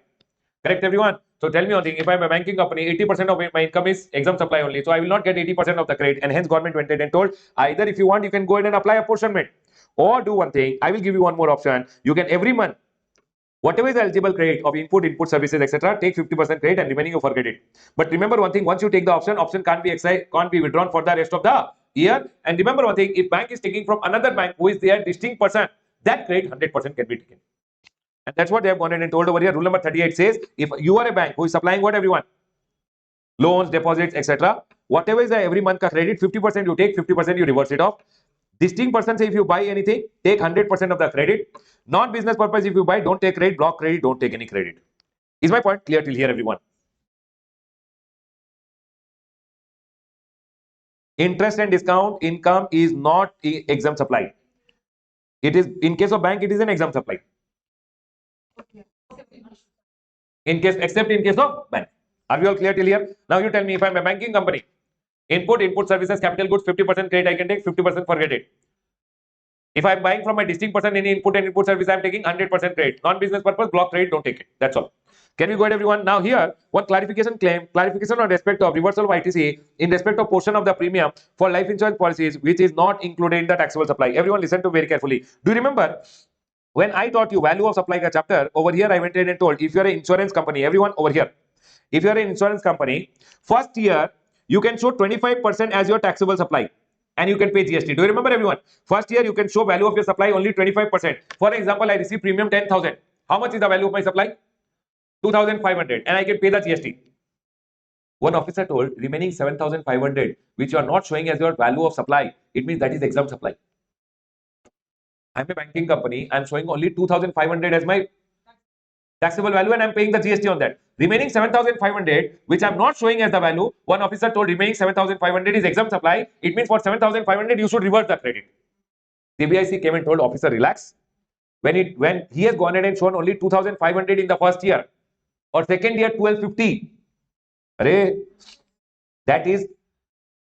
that does not mean the remaining will be treated as if it is exempt supply. That's all is the clarification which was given over here, and hence there will be no reversal of credit which will be required for all these insurance companies just by going ahead and saying, sir, because you treated 2,500 as your taxable supply, 7,500 becomes exempt. No, they went ahead and told, see, the amount of premium for life insurance not included in the taxable value under rule number 34 cannot be considered as pertaining to non-taxable or exempt supply, and hence there is no reversal required as per the provision of rule number 42 or 43, read with what, everyone? Section number 17, 1 and 2 in respect of the said amount. So my question to all of you, I have received a premium of 10,000 rupees. 2,500 is considered as my taxable supply. Remaining 7,500, which will you go ahead and consider an exempt supply and reverse the credit or not required? Not required. That's all they've gone ahead and told. Is my point clear to all of you? This was a clarification which was given. We are done with section number 17.1, 17.2, 17.3, 17.4 and 17.6, which goes ahead and talks about apportionment. Now the next one is block credit, section number 17.5. Tell me one thing, what did I tell you till now? Section number 17, section number 17.1, if you are using something for business and non-business purpose. Section number 17.2, if you are using something for taxable supply and exempt supply. Section number 17.3, what do you mean by exempt supply? Section number 17.4, banking company, take 50% credit, forget 50% credit. Correct everyone? Or they can go for apportionment. Section number 17.5 talks about block credit, which we are going to discuss now. These two, how to do the apportionment is told by section number 17.6, rule number 42, and now section number 17.5 goes ahead and talks about block credit, which is the next chart. Please come to your block credit, everyone. People, now the next one is block credit. A graded, Baba. You will see one point on block credit in your big question, which is there. Very, very important block credit. Everyone over here now. Block credit, it says, sir, what are the things on which credit is blocked? Remember one thing. Unless blocked, all credits are allowed. If you are going ahead and using something for your business, unless it is specifically blocked over here, all the credits are always allowed. Sir, what are the things which are blocked? They have gone ahead and told motor vehicle. If you go ahead and buy a motor vehicle, might be you bought a two-wheeler, four-wheeler, etc. for your business. Remember one thing, motor vehicle for transportation of person. People, is transportation of goods ka motor vehicle blocked or not blocked? Not blocked. Because they have gone ahead and told motor vehicle which is used for what everyone? Transportation of person is blocked, which has an approved seating capacity of less than equal to 13, including the driver. Tell me one thing, I bought a motor vehicle for transportation of goods. Allowed. I went ahead and bought a motor vehicle which is for transportation of person only, but seating capacity is 20. Allowed. Can we go ahead everyone? They have gone ahead and told motor vehicle number 1, number 2 transportation of person ke liye, number 3 the seating capacity is only 13. All these 5 cars, 5-seater car, 7-seater car, 10-seater car, 12-seater car, 13-seater car, those credits are blocked. Can I go ahead everyone? Next. But then they have gone ahead and told even though credit is blocked, but there are some exception when used for making taxable supply, namely further supply of such motor vehicle. You tell me one thing, I went ahead and bought a car, I am selling the car, can I take the credit? Tell no, yes, no. I bought a car to sell a car. Can I take the credit? Yes. I went ahead and bought a car to give a car on rent. Can I take the credit? Yes. They have used the word further supply, and further supply means sale, transfer, barter, exchange, lease, rental, license, disposal, everything. I bought a car to sell a car. Can I take the credit? Yes. I bought a car to lease a car. I can take the credit. I bought a car to rent a car. I can go ahead and take the credit. They have gone ahead and told one circular is there over here. People, tell me one thing. I am one company. I went ahead and bought one motor vehicle, which is a demo vehicle. They have told I bought a demo vehicle which I am using in the course of my business to show it to people so that I can sell such kind of car. Can I take the credit of the demo vehicle? They went in and told, see, when we use the word, we told further supply of such motor vehicle. It means I am telling not this motor vehicle is only told. Such kind of motor vehicle are being sold. For example, in my business, we are a car dealer. Car dealer went ahead and bought one i10 car from the main factory saying, sir, I will use it as demo vehicle so that such kind of car only I can sell. So I will show i10 car, people will use it, test is a demo, and such kind of motor vehicle I will go ahead and sell further. Can I go ahead and take the credit of the motor vehicle? Yes. They went ahead and told circular ITC of demo vehicle available to dealer engaged in further supply of such motor vehicle. Might be the demo vehicle you are not selling, but such kind of vehicle you are selling. Hence, you can go ahead and take the credit of the demo vehicle. Everyone, one circular I have gone ahead and given over here. Clarification on ITC availment of demo vehicle. Everyone over here now, listen. This whole circular I have written. Availment of ITC on demo vehicle, which are motor vehicle for transportation of person, seating capacity less than equal to 13, when used for making further supply of such motor vehicle. Usage of the word such motor vehicle indicates the intention of the lawmaker to exclude the motor vehicle itself. Motor vehicle which itself is further supplied, and the motor vehicle which is used for the purpose of further supply of such types of similar types of motor vehicle. And hence, if you are supplying such similar types of motor vehicle also, that motor vehicle which you are using as demo vehicle also you can go ahead and take the credit. Thus, ITC in respect of demo vehicle is not blocked under section number 17.5. Whether the ITC is available on demo vehicle which are used by dealer for transportation of employees. I am not using the demo vehicle for showing it to customer. I am using it for my own purpose of business. Then it's a motor vehicle used for the purpose of business. You will not get the credit. Remember one thing, it cannot be said to be used for making further supply of such motor vehicle, and therefore the ITC will be blocked. The next issue over here is authorized dealer merely acts as an agent and invoice is directly issued by manufacturer to the customer. You know what everyone, I am a commission agent. Company, manufacturing company directly issue the invoice to the customer. I don't go ahead and further sell it. I am an agent. You know what, I from the company I bought one i10 car. All the customer who come, no, I show it to them. If the customer agrees, no, company directly does the billing to the customer. Who am I? Commission agent.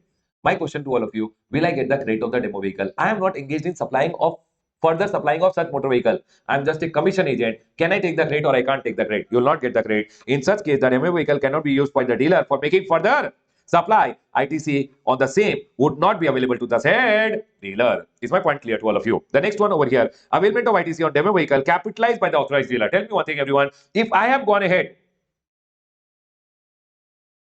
motor vehicle, I have capitalized it. ITC I have not capitalized. Motor vehicle, I have capitalized it. Can I take the credit? Yes. Array, motor vehicle for me is for everyone. Motor vehicle is what? Capital asset. He will capitalize it. Does it impact my ITC availment? No. If I am an authorized dealer who is engaged in further supplying of motor vehicle, I bought a motor vehicle from the company. Can I go ahead and take the credit? Yes. And can I capitalize it? Yes. It is not your regular expense. It's your not your P&L item. It's your capitalized expense only. Capitalization of demo vehicle does not affect the ITC element. However, registered person should not claim depreciation on the tax. What if I capitalize along with the tax component? Then I'll not get ITC. If capitalized demo vehicles are sold, then Baba, you have to pay the tax as per section number 18(6), which is over here. That sir, if any asset on which you have gone ahead and taken the ITC and later it is sold, then people, in case supply of capital goods and plant and machinery on which ITC has been taken, when you are going in and selling, you have to pay the reduced amount of ITC, which is ITC minus 5% or tax paid on transaction value, whichever is. Remember everyone, if you have gone ahead and taken ITC on an asset and later you go ahead and sell it, you have to pay the tax amount reduced by 5% per quarter or the tax on transaction value, whichever is higher. Everyone over here now, let's go ahead. Sir, tell me one thing, everyone. Motor vehicle for transportation of persons, sitting capacity less than equal to 13, including the driver, credit is blocked. But if I am using it for further supply, can I take the credit? If I am using it for transportation of passenger, not person, passenger who pay fare, I'm a cab driver, can I take the credit? Yes. Or if I'm using it for training on Baba, if I'm using for training, can I take the credit? Yes. So FTT ke liye I can go ahead and take the credit. Further supply, transportation of passenger and training. I'm a driving school, can I go ahead and take the credit? Yes. Now they went ahead and told the next one, A, vessel and aircraft. You know the ships and aircraft which are there. Ships and aircraft. Always remember one thing, ships and aircraft ka credit is blocked. They block the whole thing. Whether it is for transportation of person or it is transportation of goods, both are blocked. But then they went ahead and told, except when it is used for making what, everyone? Taxable supply, which is further supply you are doing, or transportation of passenger you are doing, or you are giving training in driving, navigating ship or flying aircraft. Again, you are giving training. Then you can go ahead and take the credit. And you know what? Because they had blocked the whole vessel and aircraft, they went ahead and told it will be allowed if you are using it for transportation of goods. Is my point clear to all of you? Tell me one thing, everyone. Now, vessel and aircraft. I bought a ship or aircraft. Mukesh Ambani bought a ship or aircraft. Is the credit allowed or blocked? Blocked. Remember one thing. But if I'm using it for transportation of goods, goods allowed. I bought a ship to sell a ship. Allowed. I bought a ship to rent a ship. अरे further supply के लिए तो always allowed, transportation of passenger के लिए always allowed, training के लिए always allowed. Is my point clear to all of you? Vessel and aircraft also further supply, training and transportation of passenger is always allowed. Further, because they had blocked the entire thing, they went in and told if it is bought for transportation of goods also, it will be allowed. Is my point clear to all of you? The next one, tell me one thing, everyone. You always have to remember one thing, this and this. If the main vehicle is blocked, that vehicle ka sir is also blocked. Sir means servicing, insurance and repair and maintenance. Sir is also blocked. Servicing, insurance and repair and maintenance is also blocked. But main vehicle pe credit is allowed. For example, I bought a truck for my factory. Main vehicle pe credit is allowed. Sir ka credit is also allowed. Servicing, insurance and repair and maintenance pe whatever GST paid, credit will be always allowed. Remember, they are telling sir ka credit is blocked. But then exception is when motor vehicle, vessel or aircraft are used for specified purpose, means you are using for further supply, transportation or training. Then can I take the credit of sir, everyone? Yes. Remember one thing, when received by a taxable person who is engaged in manufacturing of motor vehicle, vessel or aircraft, you tell me one thing, I am over here. I am a, see people, what they are telling, when motor vehicle, vessel or aircraft is used for specified purpose, means if I am using it for further supply, transportation of passenger and training, can I take the credit of sir? Yes. Then they are telling if you are into manufacturing of motor vehicle, vessel or aircraft. For example, I am Tata's, we are manufacturing the cars. For those cars, if I go ahead and take any repair and maintenance, any servicing, any insurance, can I take the credit? Yes. Because for me, those are not cars, those are goods. Can I go ahead, everyone? Everyone over here now. The next one, where received by a taxable person, if I am going into receiving sir, servicing, insurance, repair and maintenance, and I am into general insurance services in respect of such motor vehicle, vessel or aircraft. For example, I am an insurance company. I have done the insurance of a car. That car met with an accident. I got the servicing done. Servicing bill came to me. Can I take the credit? People, I insured one car which is sitting capacity 13, for example, or 12. I insured the car. Anything happens to the car, car will go to the service center. Service center will give me the bill. Can I take the credit? Yes. For this also, there's a circular which is there over here. I'll go ahead and quickly tell you. Everyone over here now. Clarification in respect of ITC by insurance company on expenses incurred for repairing a motor vehicle in case of reimbursement mode of insurance settlement. See, one type of mode is your car met with an accident, you give it directly to network garages. Network garages means which the insurance company is connected to. You give the car to those network garages, company code directly the bill will come. You don't have to do anything. You can take your car and go. In this scenario, the bill comes directly in the company's name. Company can go ahead and take the credit. Are we all clear, everyone? One more system is, for an example, everyone listen to very carefully. This is one insurance company. Insurance company insured one car, one person ka car. Okay? This car met with an accident, so the car went to the service center. The service center which is there is not this company ka service center. They are not connected to that. You got the servicing done in any other center. This car's repair center went ahead and gave you the bill. You gave it to the insurance company and they gave you reimbursement. That is called a reimbursement mode. If here's a direct bill comes to them, then they can go ahead and take the credit. What if the bill comes to me and I go ahead and give the bill to them and then they reimburse me? Then they reimburse. In that scenario, the bill which I give to them, can they go ahead and take the credit? Is my point understood by all everyone? Tell me one thing. If the service center directly gives the bill, can they take the credit? Yes. What if I give the bill and they reimburse it to me? Here they have gone ahead and given some clarification. Yes, ITC is available to insurance company in case of reimbursement mode also. What is the extent of ITC available to the insurer in case of two separate invoices are issued by the garage, one to the insurance company for approved claim, another for any excess? For example, this car repairing ke liye I actually paid 1 lakh, but out of this insurance company is paying me only 60,000. So how much credit can insurance company go ahead and take? Only 60,000 ka whatever GST is there. Do you guys agree with me? For that, I will take two invoices. First invoice 60,000 I will get, and repair wala will give me 40,000 ka invoice. For 60,000 invoice which they are reimbursing, the insurance company can take the credit. What they are not reimbursing, there will be no credit given to the insurance company. It says ITC of the insurance company only on invoices issued to it subject to reimbursement. If they don't reimburse, no credit. What is the extent of ITC available in case single invoice is issued covering full amount and insurance company reimburses only approved claim? For example, I got only 1 lakh ka one invoice. I gave the full invoice to them, but they reimburse only 60,000. They can take the credit only with respect to 60,000, whatever is the GST. Separate invoice. How much invoice they got, that credit they can take. One invoice, how much they reimburse, only that much amount they can go ahead and take the credit. Everyone over here now.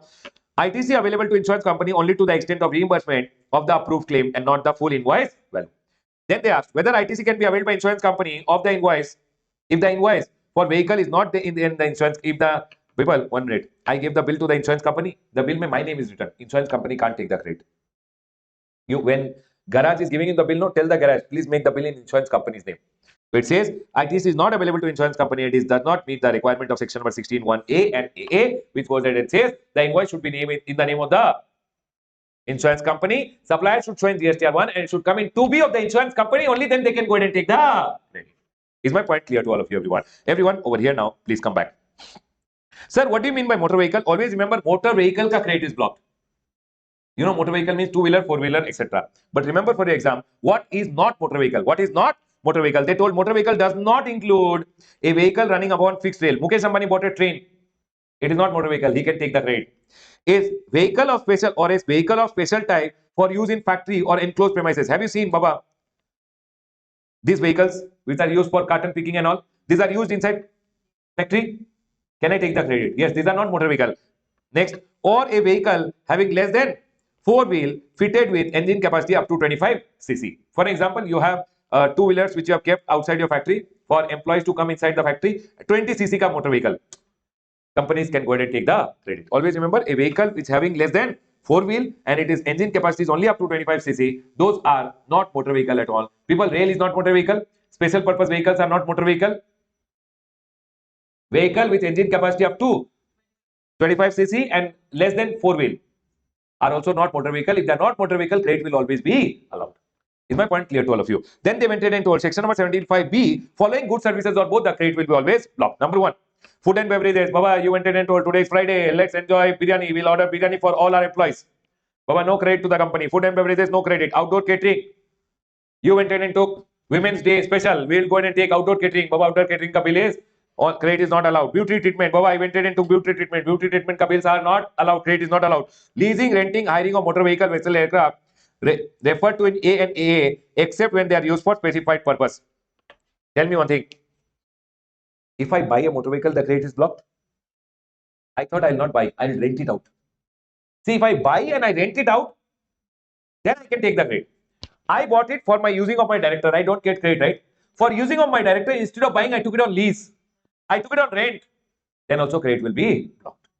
People, can I tell you one thing? When I buy it to further sell, to lease, to rent, is the credit allowed? If I buy it for using for my own person, is the credit allowed or blocked? Blocked. Wherever buying pay credit is blocked, if you take it on lease, rent or hire, then also credit is blocked. Where is buying pay credit allowed? When I rent it, lease it or sell it further, right? Instead of buying, I took it on rent and given on rent. I took it on lease and given on lease. I took it on hire and gave it on hire. Credit will be allowed. If I buy for my own purpose, credit is blocked. If I lease, rent, hire for my own purpose, also credit is blocked. If I buy for giving on rent, lease, allowed. Instead of buying, if I take it on rent or lease, to give it on rent or lease, credit will be allowed. Is my point clear to all of you, everyone? The next one over here is, people tell me one thing, leasing other item like machines, any problem? No problem. Leasing, renting, hiring of motor vehicle for your own use, credit is blocked. Correct, everyone? If I go ahead and lease one machine, is any problem there? No problem. They are telling leasing of other machines, etc. ITC is always available. Health insurance, the credit is always blocked. Cosmetic and plastic surgery, the credit is blocked. Life insurance, health insurance, credit is always blocked. Tell me one thing, everyone. These are the general things which they went ahead and told. The credit is always blocked. Generally, the credit is always blocked. But same category, the credit will always be allowed. What do you mean by same category? I am supplying food and beverages. If I buy food and beverages, I will get the credit. I am giving health services. I took health services ka service. I can take the credit. I am plastic surgeon. I took another person's plastic surgery ka help. I can go ahead and take the credit. I am a life insurance company. I took another person's life insurance ka reinsurance. I can take the credit. Everyone, sub category same category or subcontracting, food and beverages wala to another food and beverages wala, he can take the credit. Caterer to another caterer, this caterer can take the credit. Subcontracting credit is always allowed.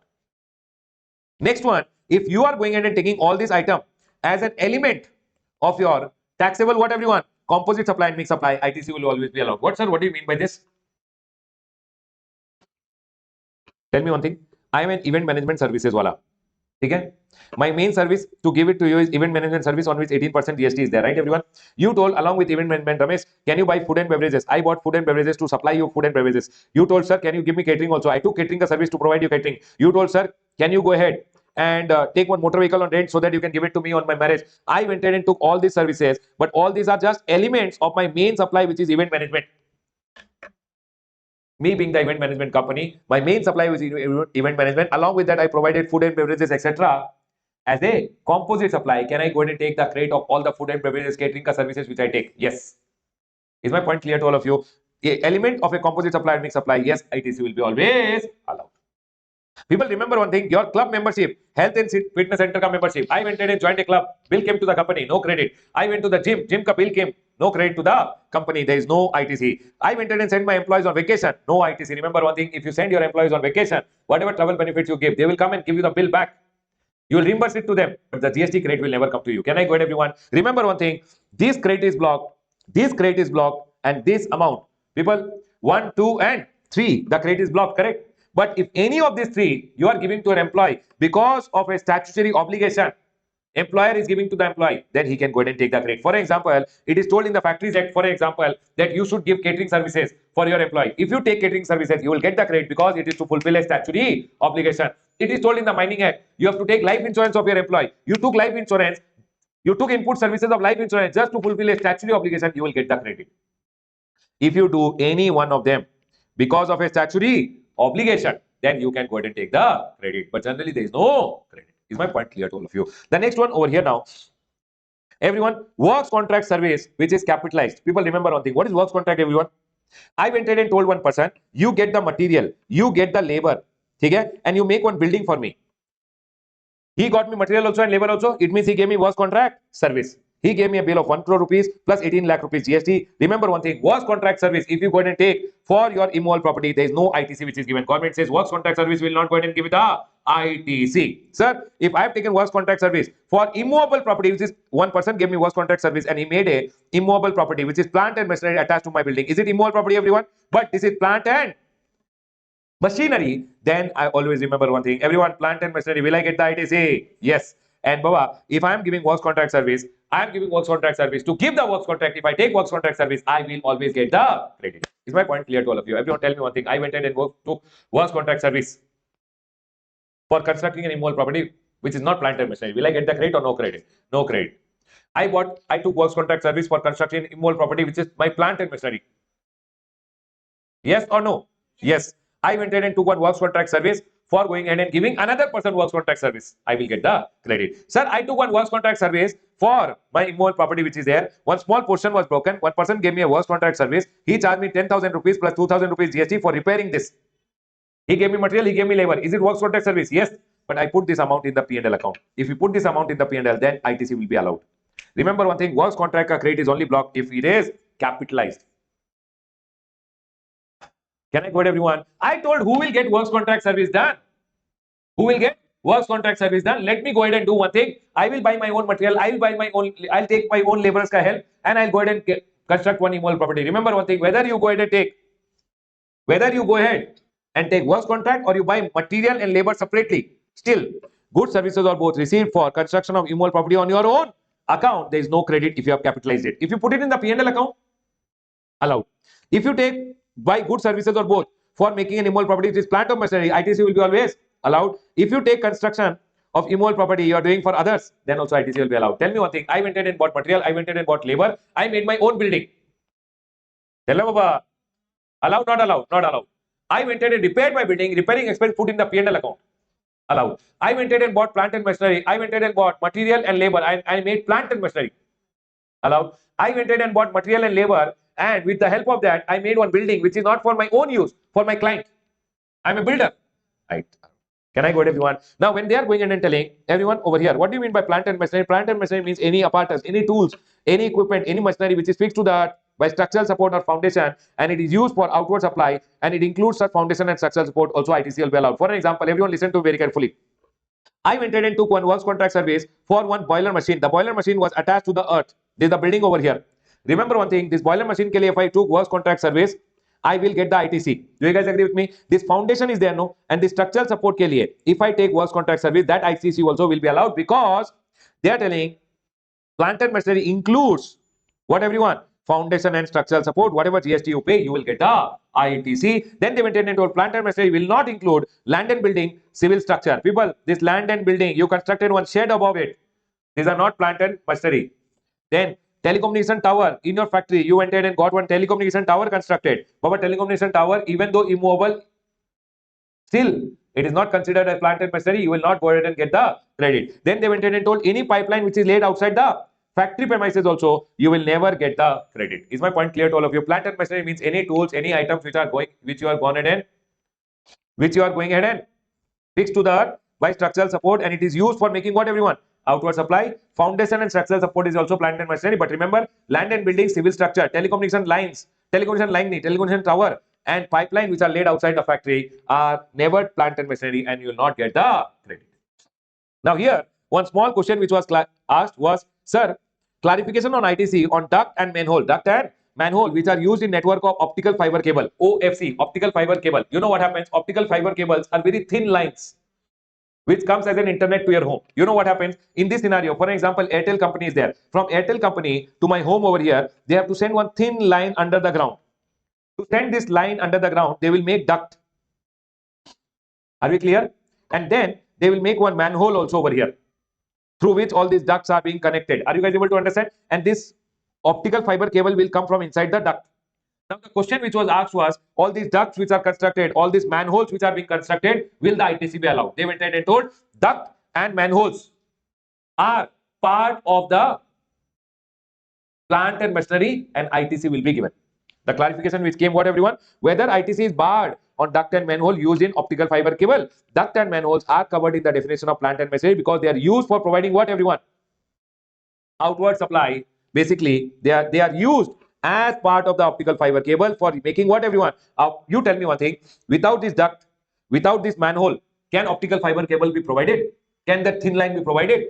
So basically, it's a part of the plant and machinery only, and they are going ahead and telling it is used for making what? Telecommunication, transmission of telecommunication signal from one point to another. Moreover, they have not specifically been excluded from the definition. From the definition, they have excluded what? Pipeline. It is not pipeline, it's a duct and manhole, and hence they went ahead and clarified. It is clarified that ITC availment is not restricted in respect of duct and manhole used in optical fiber cable.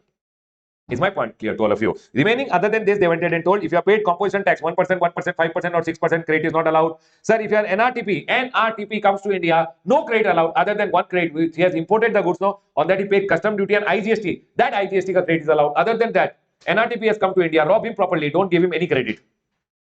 Can I go ahead, everyone? The next one, sir, if you have gone ahead and done any CSR activity के लिए whatever goods you have bought, whatever GST paid, government says do full CSR, don't take any credit. Then, sir, I've gone ahead and bought something for my personal purpose. Baba, I bought one mixer grinder from my home. Don't take the credit. Goods lost, stolen, destroyed, written off, disposed of by way of gift or free sample. Government says these are thief cases. People say, sir, gifted one sari to their wife and they're telling, sir, goods lost. Government says no problem. You're telling goods lost, ITC lost. Goods stolen, ITC stolen. Goods gifted, ITC gifted. Goods eaten by rat, ITC eaten by rat. Remember one thing, everyone. You will never get the credit of the goods lost, stolen, destroyed, etc. Now, the next one over here. If you have paid tax in accordance with section number 74, which is basically because you have gone ahead and done it earlier, it used to say evasion under section number 74, 129 and section number 130. Now 129, 130, etc. has been deleted. They have written only section number 74. If you have gone ahead and done any fraud, because of that demand order was given under section number 74, you paid the tax, that tax ka grade will not be given. This is total thief. You were trying to do a fraud and you got caught. So I'm calling you a total thief, complete thief. Are we all clear till here, everyone? People, this is all about block credit. Sir, how do we remember this from an exam point of view? Remember one thing, everyone. Sir, see, this guy needs little plastic surgery, little beauty treatment you give him, little health services also he needs. Correct, everyone? He took a motor vehicle, vessel or aircraft. He went to the fitness center. Fitness center, credit or no credit? From the fitness center, he went to club. Club, credit or no credit? No credit. From the club membership, he took, correct? After that, he became one bodybuilder. Going to gym, going to club, he became a bodybuilder and he started doing conflict. Conflict means he's fighting with people now. See, for construction. Okay, everyone? Construction means works contract or construction means own construction. Remember one thing, if it is capitalized, construction is capitalized, there is no credit. C for composition tax. Composition tax, there is no credit. Can I go ahead, everyone? O for outdoor catering. No credit. NRTP. No credit. Other than goods, imported. F for food and beverages. No credit. LI for life and health insurance. No credit. C for CSR. No credit. T for travel benefit. No credit. If you are a thief, sir, goods lost, ITC lost. Goods stolen, ITC stolen. Or you are a total thief. Total thief means complete thief. You have paid the tax under section number 74 because of a fraud, then that credit is never to be given to you. Is my point clear to all of you, everyone? We are done with our block credit over here. A++ from exam point of view. Just give me a second, everyone. This point is clear. We'll go ahead and close my revision on the chapter of on section number 17 over here. Tell me one thing. Section number 17, what? Business, non-business, you'll get the credit only relating to business. Taxable exempt, you'll get the credit only relating to taxable. 17.3, exempt supply definition. Section number 17.4, banking company, either do apportionment or take 50%, forget 50%. 17.5, block credit. Section number 76, apportionment method, which is prescribed by the government, rule number 42 and rule number 43. Are we all clear till here, everyone? Now, the next section which we are going to talk is section number 18, everyone. Now, the next section is section number 18, everyone. Section number 18 goes ahead and says, people, in special circumstance, also credit will be given to you. Credit in special circumstances. Listen to me very carefully. Section number 16 and section number 17 are A graded.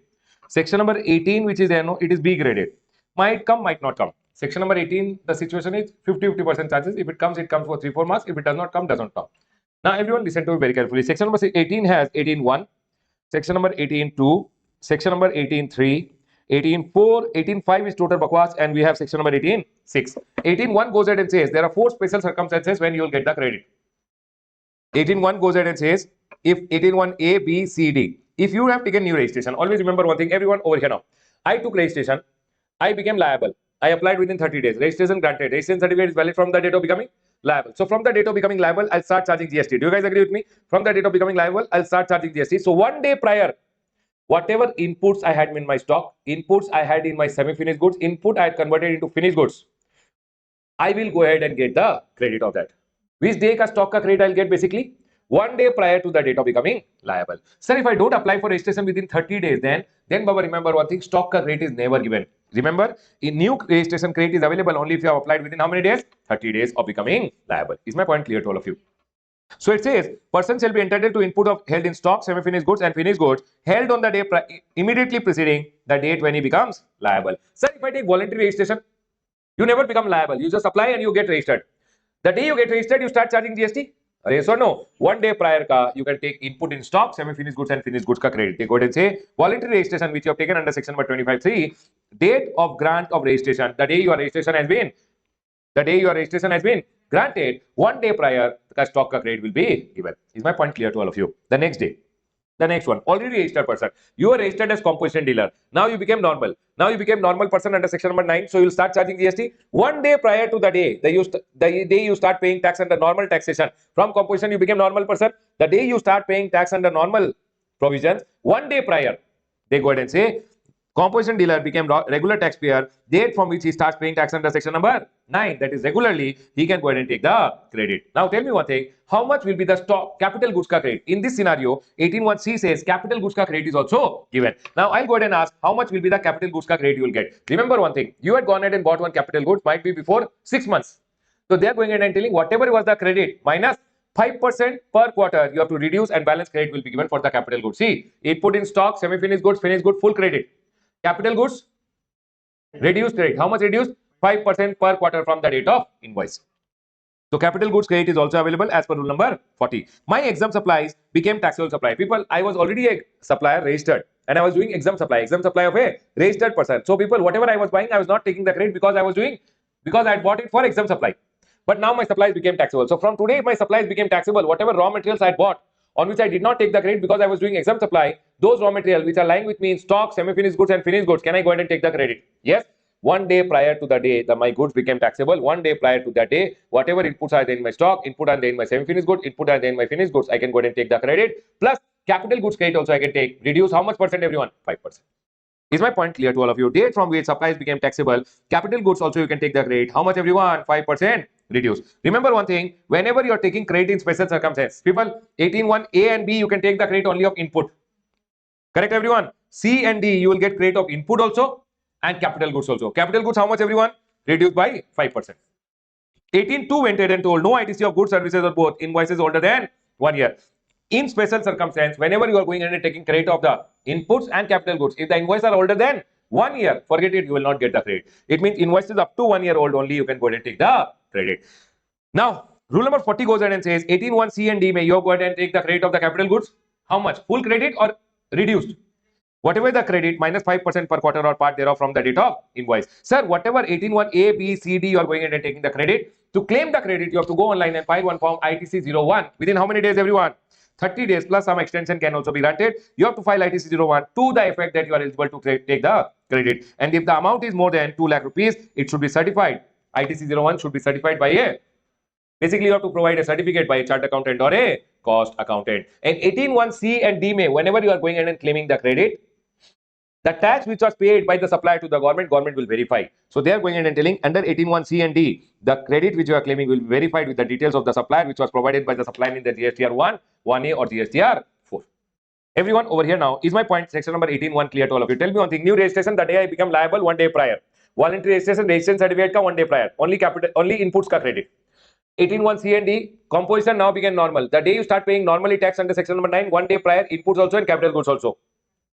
Exempt supplies of a registered person became taxable supply. So 1 day prior, the day your supplies became exempt supply to taxable, 1 day prior, whatever inputs were there, you will get the credit, and capital goods also you will get the credit. Inputs full credit, capital goods reduced. Is my point clear to all of you? Section number 18(3) goes ahead and talks about in case of change in constitution of a registered person, ITC can be transferred. You tell me one thing, I went ahead and transferred my business to you. Can I transfer my credit to you? Yes, when I transfer the business to you, you will have to take, transferee has to take registration under section number 22(3) and I can go ahead and transfer my credit to you. I just have to go online, file one form ITC 02 and the credit will be transferred to you. That's all, everyone. They have gone ahead and told over here, whenever sale, merger, demerger, amalgamation, lease, transfer of business including death is happening, you are allowed to transfer your credit which remains unutilized in your e-credit ledger. Rule number 41 says just go online, file ITC02. The buyer will go ahead and accept it and the credit will be transferred to his e-credit ledger. Remember one thing, whenever you're going ahead and apportioning the credit, for example, I demerged one part of my business. How will I go ahead and apportion the credit? How much ever asset I have transferred to the another business, that much credit I can go ahead and transfer. For example, before demerger,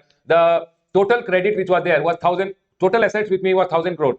I demerged only 200 crore ka asset I gave to the other company which was demerged. How much, in what ratio I will transfer the credit? 8:2. 1000 crore ka asset was there. 800 crore ka asset I gave. 200 crore ka asset I went ahead and transferred to the demerged entity. So how much credit will I transfer to the demerged entity? 8:2 ka ratio. In case of demerger, ITC apportionment in the ratio of the assets of the new units. No time limit to file the declaration. How to transfer the credit by filing the declaration? There is no time limit to file the declaration to transfer the credit, but chart accountant or cost accountant certificate is mandatory irrespective of the amount. And always remember one thing, rule number 41A goes ahead and says, supposingly in the same state I have taken a separate registration. Earlier I had only one registration, so one e-credit ledger. Now I have taken a separate registration, so I have to go ahead and transfer the credit. Do you guys agree with me? How will I transfer the credit? They go ahead and told, if you are transferring your credit to your distinct person who has taken separate registration within the state, go online and file ITC02A. Rule number 41A says, transfer of ITC to distinct person also in the ratio of the asset. Separate registration you have taken in the same state. Just go online, file ITC02A. Within how many days, everyone? 30 days. Now here there was some question which people went in and asked relating to demerger. Everyone over here now, relating to demerger, some people asked some question. Government went and clarified. ITC apportionment in this base in business reorganization, demerger ka case. Now here people went in and asked, sir, for an example, I have one entity A and now I have gone ahead and done demerger to entity B. Now what happened? In entity A was there in the state of Karnataka also and Tamil Nadu also. Here the assets were 100 crore. Here the assets were 50 crore. Out of this, we transferred supposingly 60 crore rupees ka assets. And out of this, we transferred 40 crore rupees ka asset. Everyone. Now tell me one thing. How much is the asset? Total asset 150 crore. How much is the total transfer? 100 crore. It means actually, if you see all India basis pay, I have transferred 33.33%. Everyone. All India level pay 150 crore. How much asset transferred? 33.33%. Huh?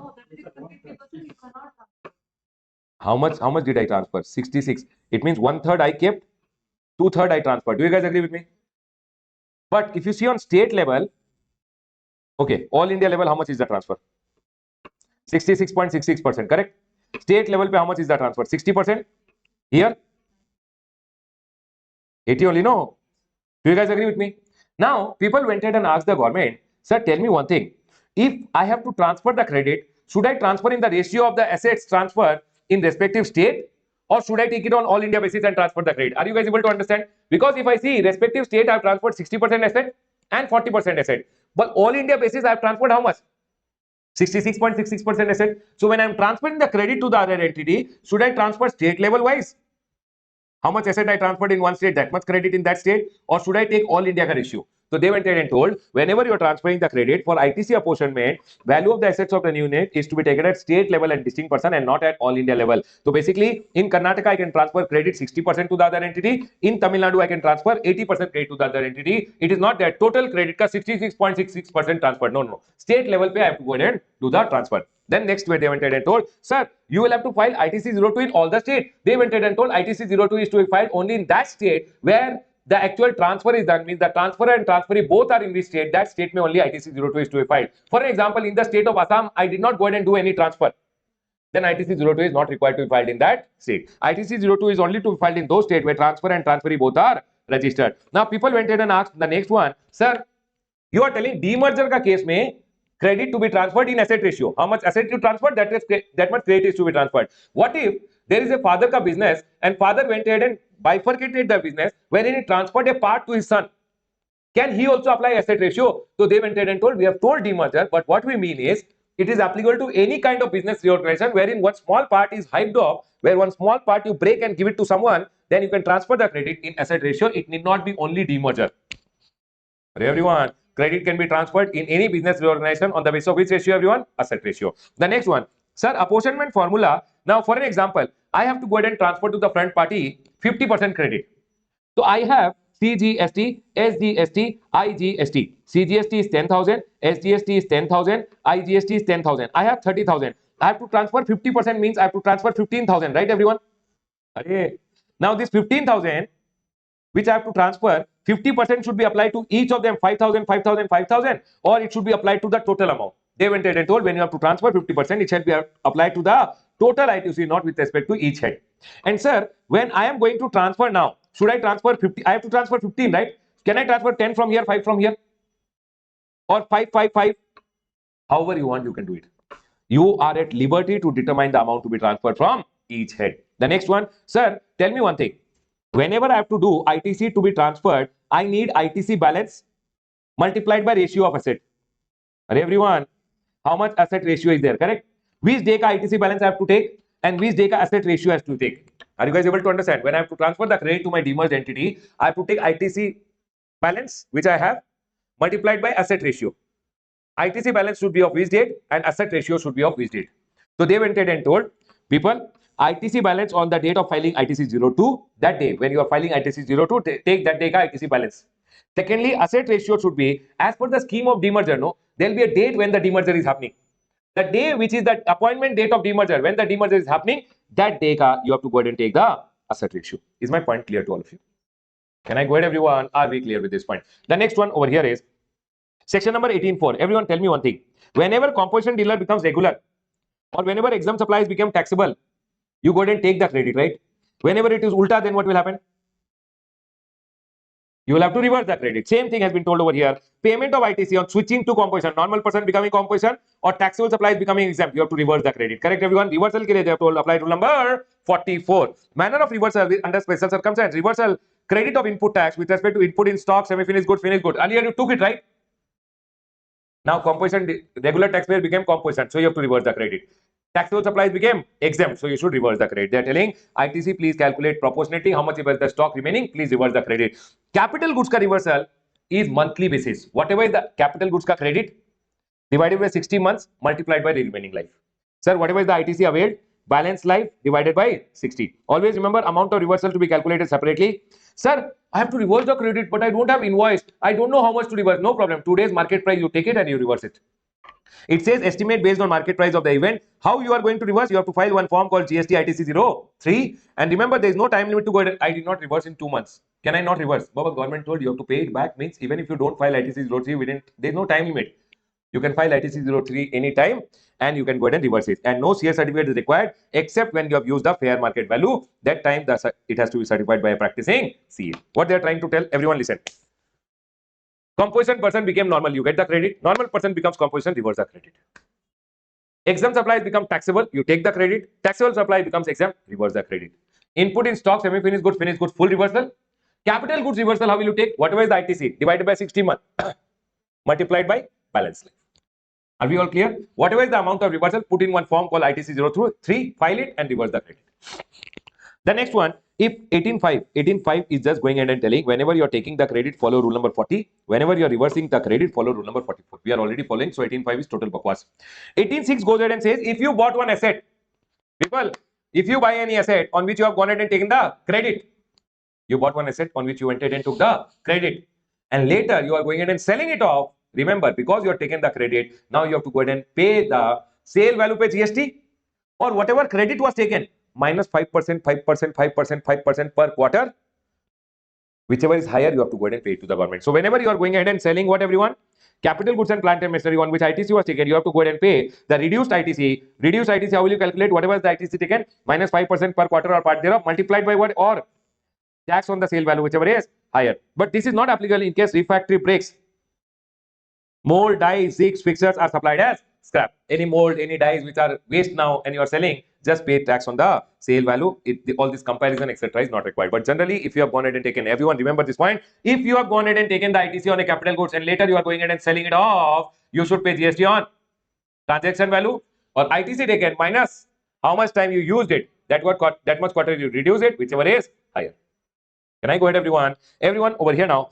Free gift and sample. Tell me one thing, everyone. If I buy mobile and I gave mobile as gift, is it supply? Permanent transfer of business asset on which ITC has been taken, it will become a supply. If it is a supply, ITC will be allowed.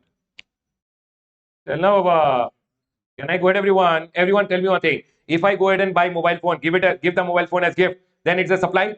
If it is a supply, ITC will be allowed. Correct, everyone? I went ahead and bought parts. From the parts, I made mobile phone. Mobile phone given as gift, it is not a supply. If it is not supply, ITC will be blocked. Remember one thing, if free gift and sample activity is a supply, then ITC allowed. But if giving activity is not a supply, then ITC will be blocked with respect to input services used to the extent of such distribution. Tell me one thing, everyone, if I'm giving buy one, get one free, is the other one actually free or it is actually composite supply? Will I get all the ITCs? Even the one which I've gone ahead and given free? Yes. So they have gone ahead and called buy one, get one, buy more, save more discount. ITC is always allowed with respect to input service and capital goods. There is nothing which is actually given free. The next one over here, ITC on molds and dies sent by original equipment manufacturer free of cost to component manufacturer. Everyone over here now. One is a component manufacturer, one is an original equipment manufacturer. For example, LG is there. LG has gone ahead and contacted one guy and told, I want parts. I want parts of my television which I'm making. He told, okay, sir, I will buy the mold. I will make the parts and give it to you at 100 rupees. Later, he could not find the mold in the market. So LG bought the mold and LG gave the mold to him free of cost. Now what he did, because it was 1 lakh rupees ka mold, he went ahead and told, out of 1 lakh rupees ka mold, I will make 10,000 unit. It means 10 rupees per mold. So I will go ahead and give you these goods at 90 rupees only. My question to all of you guys, in this scenario, first of all, is it LG's responsibility to buy the mold or it is not his business to buy the mold? It is not his business, but he went ahead and bought the mold, which is not in the course of his business, and hence he will first of all not get any ITC. Secondly, when this component manufacturer supplied the item, no, his value of supply will not be 90, his value of supply 10 rupees will be added and it will become 100 because it was obligation of the supplier to buy the mold given by the recipient, and hence the value was actually reduced by him. It should be added back. And hence his value of supply will be 100 rupees. Everyone over here now. Okay, I'll ask you one more question. For example, one component manufacturer is there. I am the original equipment manufacturer. I told I will buy the mold. I will give it to you free of cost. And he went ahead and told, okay, I will charge you 80 rupees only. In this scenario, if I buy the mold, the contract is like that only. I will buy the mold. I will give it to you free of cost. You give me the component. He gave me the component. What will be his value of supply, everyone? 80 only. In this scenario, nothing will be added. Because the contract was what? I will buy the mold. Can I take the ITC also? Yes.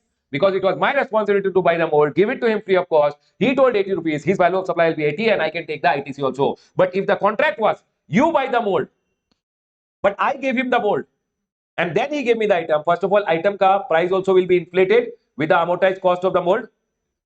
Secondly, I will not get the credit also. Is my point clear to all of you? They have gone ahead and told over here, if contract was for supply of component using mold and die of the component manufacturer, but original equipment manufacturer gave it, then amortized cost of the mold will be added to the value of the component and ITC also will be reversed by this guy. ITC has to be reversed because it is not in the course of his business. But if contract was for supplying of component using mold and die of whom?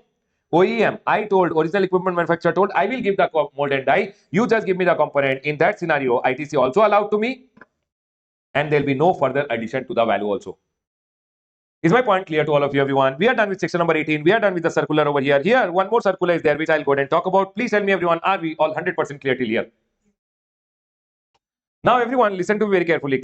Clarification on availment of ITC in respect of warranty, replacement of repair parts, repair service during warranty. What they are going and telling during the warranty period, if there is any parts and repairs which are done, whether supplier is required to reverse ITC in respect of such replacement of goods or its parts. For example, I am the manufacturer.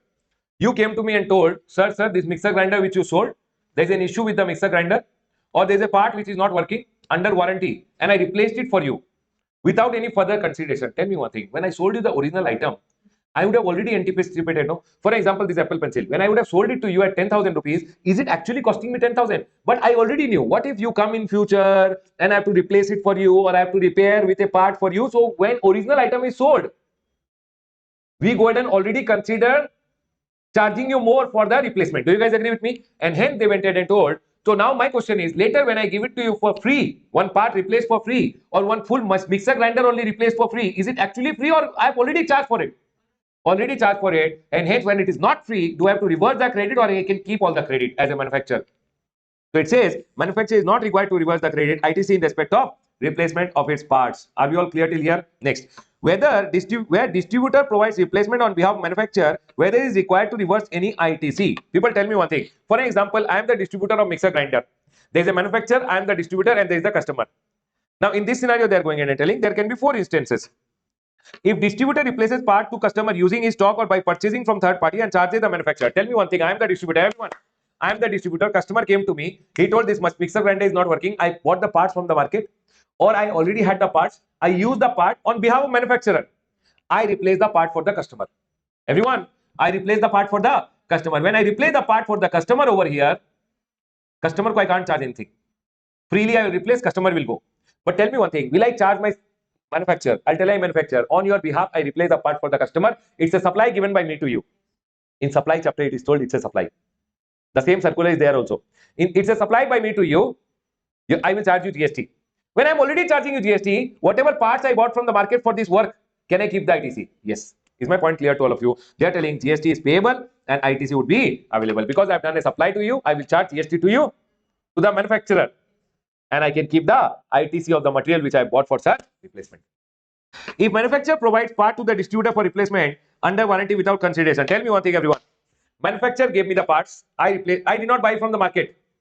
Manufacturer sent me the part. I replaced the part for the customer. Customer went happy home.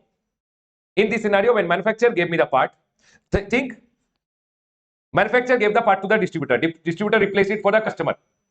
My question over here, can the manufacturer keep the ITC of the part given to the distributor free of cost for replacement? Yes, because nothing is free of cost. When it was given to the distributor, it was already charged in the original sale. And hence manufacturer can keep the ITC of the part which was given to the distributor for replacement. Can I go ahead, everyone? GST is payable. No further reversal of ITC is required to be done by manufacturer in respect of the parts. No. If distributor replaces the part to customer from the supply already received. For example, manufacturer had sent me 10 mixer grinder already. Tax invoice given, sold already.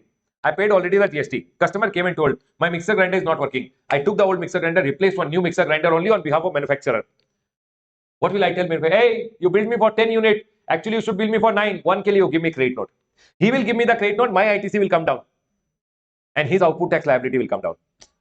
He has not sold me 10 units. Out of 10, the one I gave to the customer, but he billed me for 10. For 1, he will give me a credit note. My ITC will come down. His liability will come down. Manufacturer come. Can I go ahead, everyone? So it says the manufacturer may issue a credit note and adjust his liability subject to the condition that distributor reverses the ITC against the part so replaced. Tell me one thing. Customer came to me. I told the manufacturer, hey, manufacturer, send me the part. I will replace it for the customer. Manufacturer sent me the part by delivery challan. I replaced it for the customer. Any problem? No problem. If distributor replaces the part from supply already received, manufacturer then provides replacement through delivery challan. There is no GST payable, no reversal of ITC required. Is my point clear to all of you? Tell me one thing. I already had 10 parts. Out of the 10 parts, I went ahead and used one part for replacing it for the customer. Manufacturer told no credit note and all. I'll send you one more item with delivery challan. He sent me one more item. No adjustment required to be done by me, or he is also not required to do any adjustment. The next one over here. Sir, if distributor provides free warranty to customer but charges the manufacturer, people tell me one thing. For all these free warranties which you have done for the customer, whom will I charge? I'm the distributor. I'll charge the manufacturer. I'll charge the manufacturer. It's a supply of service for which I'll charge the GST and I'll pay to the government. Supply of service, GST is payable by distributor and manufacturer can go ahead and take the ITC of the same. The same circular which is there is also there in your supply chapter, everyone. In supply chapter, I've gone ahead and told you this circular you will go ahead and study once you have done with ITC chapter. Everyone over here. GST on warranty replacement of parts in your supply chapter, page number 4. See, there they told about ITC. Here they are talking about supply. It says GST on warranty replacement of parts and repair services during warranty. Manufacturer provides directly or distributor does it on behalf of manufacturer. Tell me one thing. I did it for the customer. I did warranty replacement. Now here it says or manufacturer directly replace the part for the customer. My question to all of you, when it is given free of cost and nothing is charged, is there a supply by the distributor to customer or manufacturer to the customer, or there is no supply? For example, you came to my shop. I am the distributor or I am the manufacturer. I went in and repaired the part free of cost for you, did not charge you anything. If I don't charge you anything, is there a supply by me to you or no supply? No supply. So they are telling the value of original supply of goods likely included the cost of replacement or repair to be incurred. Correct, everyone? Because when I done the original supply, I had already considered that in future I might go ahead and repair it for you. So they are telling replacement or repair without further charging, no further GST is payable. If I don't charge you, I don't have to pay any GST. But if I charge you, I'll have to pay the GST, whether I'm the distributor or the manufacturer. If we charge you, we have to pay GST. If we don't charge you, no GST. Can I go ahead, everyone? The next one. Is there any supply between distributor and manufacturer when distributor provides replacement to customer on behalf of manufacturer? I'm the distributor, manufacturer is there. On manufacturer's behalf, the distributor is going ahead and giving warranty to the customer. Tell me one thing. Customer came to me, I did the replacement free of cost. I did for the customer free. But do you think I will not charge the manufacturer? I'll tell any manufacturer, your customer came. I did the repair free of cost for him, but I will charge you. When I charge him, GST will always be payable. See, there can be four instances. If distributor replaces part to the customer using his stock or by purchasing from third party and charges the manufacturer. I bought the part from the market and I charge the manufacturer. I told, hey, I bought the part from the market and I replaced it for the customer. Now you have to give me this part ka cost and whatever is my service cost, give me 500 rupees. Will I charge GST? Yes, it is. GST is always payable. Second one over here, if manufacturer provides part to distributor for replacement under warranty without any consideration. What are they telling? If manufacturer provides part to distributor, he gave me the parts. He told you don't buy from the market. You take the parts, you replace it for the customer. I replaced for the customer. I did not charge anything to the manufacturer. He gave me the part, I replaced it. Any supply of goods by me to him or nothing? He gave me the part, I replaced it for the customer. Any supply of goods by the manufacturer to the distributor to the manufacturer? Nothing. But is there a supply of service? When I did the replace, you gave me the part, I replaced it. For that service, I will charge you. That's a supply of service. Is my point clear? But there is no GST payable on the replacement of parts which is there. Because parts ke liye I did not charge anything to the manufacturer. He gave me, I replaced it. If distributor replaces the part to the customer from the supply already received, I already received 10 items. Out of that one item, I used it and replaced it for the customer. In this scenario, manufacturer had already given me invoice for 10. Now he will issue me a credit note. Yes or no? My ITC will come down. His output tax liability will come down. Tell me one thing. The manufacturer may issue credit note and adjust his liability. Sir, if distributor replaces part for the customer, I got 10 units. Out of 10 units, I used 1 unit and replaced it. Later, he sent me 1 more unit with a delivery challan. He replaced the unit. So in this scenario, manufacturer then provides replacement through delivery challan without any consideration. No GST payable. On those goods, there is no GST. But whatever service I have given, that is a supply of service. If I charge him anything, then that's a supply of service. People, is my point clear to all of you? Can I tell you one thing? If distributor charges the manufacturer for goods, it's a supply of goods, GST is payable.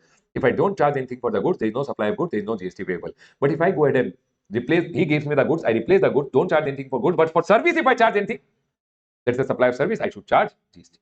My point clear to all of you. Next. Sir, if distributor provides free warranty to customer, but charges manufacturer, it's always a supply of service and GST is payable by the distributor. Is my point clear? I will go ahead and charge him and I'll pay the GST to the government. Sir, extended warranty. Everyone over here. I wanted and bought a mobile phone. Along with the mobile phone, I took extended warranty. Composite supply, taxable at the rate of principal supply. I took mobile phone from uncle and I went ahead and bought mobile phone from uncle. Extended warranty, I went to apple.com and bought it. Separate supply. Apple will charge GST on the warranty and uncle will charge GST on the mobile phone.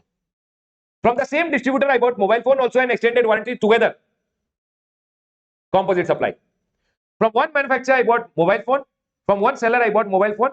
From another online seller, for example, apple.com, I bought extended warranty. Separate supply.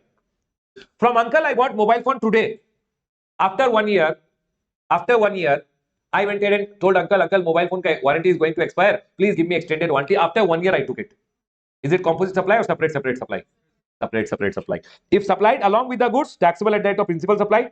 If supplied by different person from the original supplier or supplied any time after original supply, it's a separate supply of service and separate GST will be payable. Is my point clear to all of you, everyone?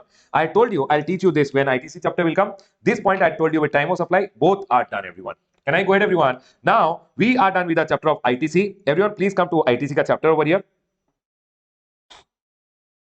Besides this, one Safari Retreat ka case law is there, which is there for your here. Sir, plant or machinery, Safari Retreat ka case law is there, which is there in your book, but I don't find it very relevant because the government have now gone ahead and deleted it off. Okay? So I'll not go ahead and discuss that. Everyone over here now, we are done with your complete ITC ka chapter. People, A graded chapter, would you like to mark some important points? 16, which I have gone ahead and told you, please don't leave any points and go from section number 16. Very, very important. Okay? You can't leave any point because from anywhere anything can come. 17 which I told you, no, in that block credit is A graded. You will see one question, big question ka part will come as section number 17.5. Rule number 42 and 43 B graded, might come, might not come. ठीक है? This banking company C graded, 1/3 chances of coming. Section number 17.3 C graded, 1/3 chances of coming. All of them के लिए in the Q&A material questions are there, please do. Section number 18 I have told you B graded, might come, might not come. The rest are circulars which are there. Circulars, these all have come in the last attempt. All these were new changes.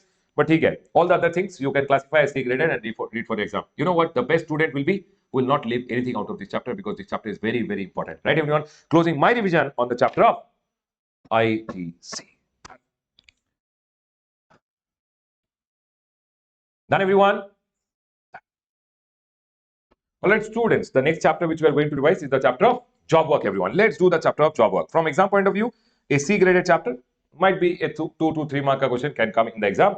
Let's go ahead and take a quick linking. We started learning GST with goods or service. Goods or service has to be supplied. Supply can be either interstate supply or supply can be either intrastate. Interstate supply, what will be levied? I GST. Intra, what gets levied? C GST. Once GST gets levied, GST should be collected and paid by a taxable person. How will he collect? How will he pay? He will calculate GST is equal to value of supply into rate of tax. Once you know the value, you will prepare the tax invoice, credit note, debit note, and delivery challan. Now you will go ahead and maintain them in your accounts and records, and you will send the goods to the other person with the help of e-way bill. Now your liability to pay GST will come, and liability comes at the time of supply. You will go ahead and use your input tax credit. Now listen to me very carefully.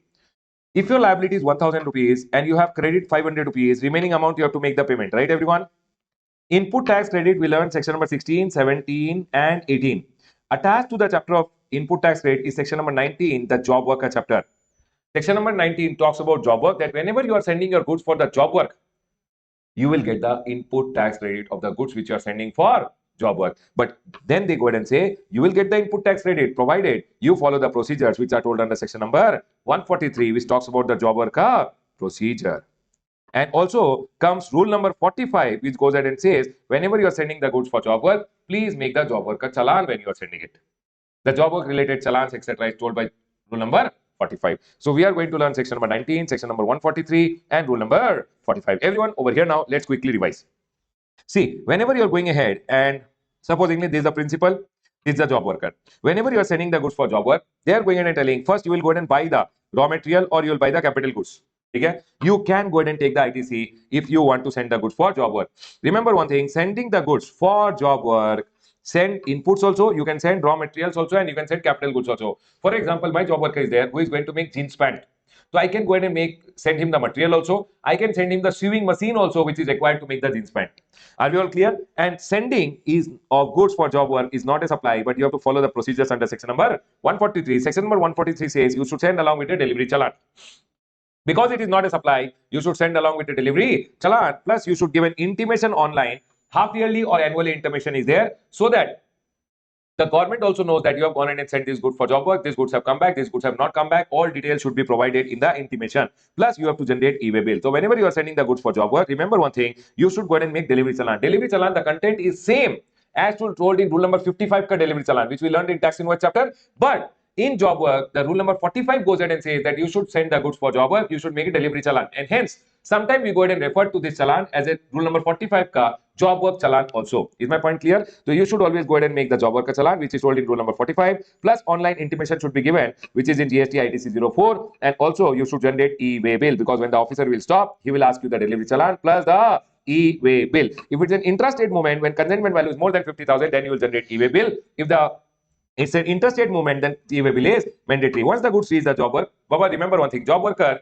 if his turnover, Baba, job worker, always remember one thing, job worker is registered or unregistered, depends on his turnover. If his turnover is up to 20 lakh or 10 lakh, then he's unregistered, otherwise the job worker will be registered. Baba, the main principle over here is, once you have sent the goods for job work, no, the goods should reach the job worker, he should do the job work, and the goods should come back to you within 1 year, capital goods should come back to you within 3 years. Are we all clear till here? Now, sir, can I do like this, that he has gone ahead and sent me the goods, I have sent it to him, correct? Can I tell you, give the bill to me, but ship it the goods directly to the job worker? Yes, that is also possible. Remember one thing, I can take the bill only from him and I can tell him to directly ship the goods to the job worker. That is also possible. In that scenario also, principal can go ahead and take the ITC when the job worker receives the goods.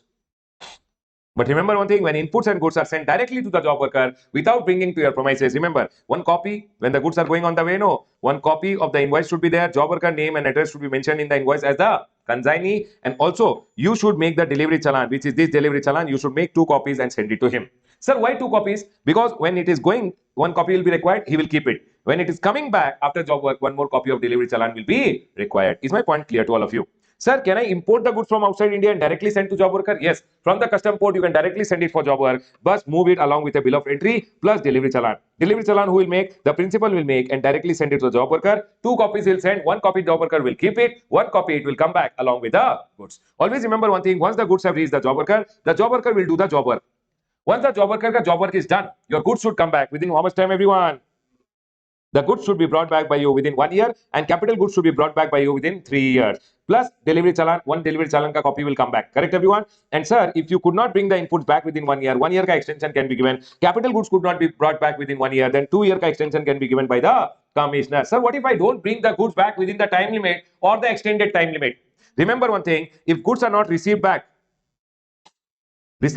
or you don't directly supply it from there. I'll talk about the direct supply later. Then remember one thing, within 1 year or 3 years, if you don't receive the goods back or from there you don't sell it off, then from within 1 year from the date of dispatch, if I had sent it, people listen to me very carefully.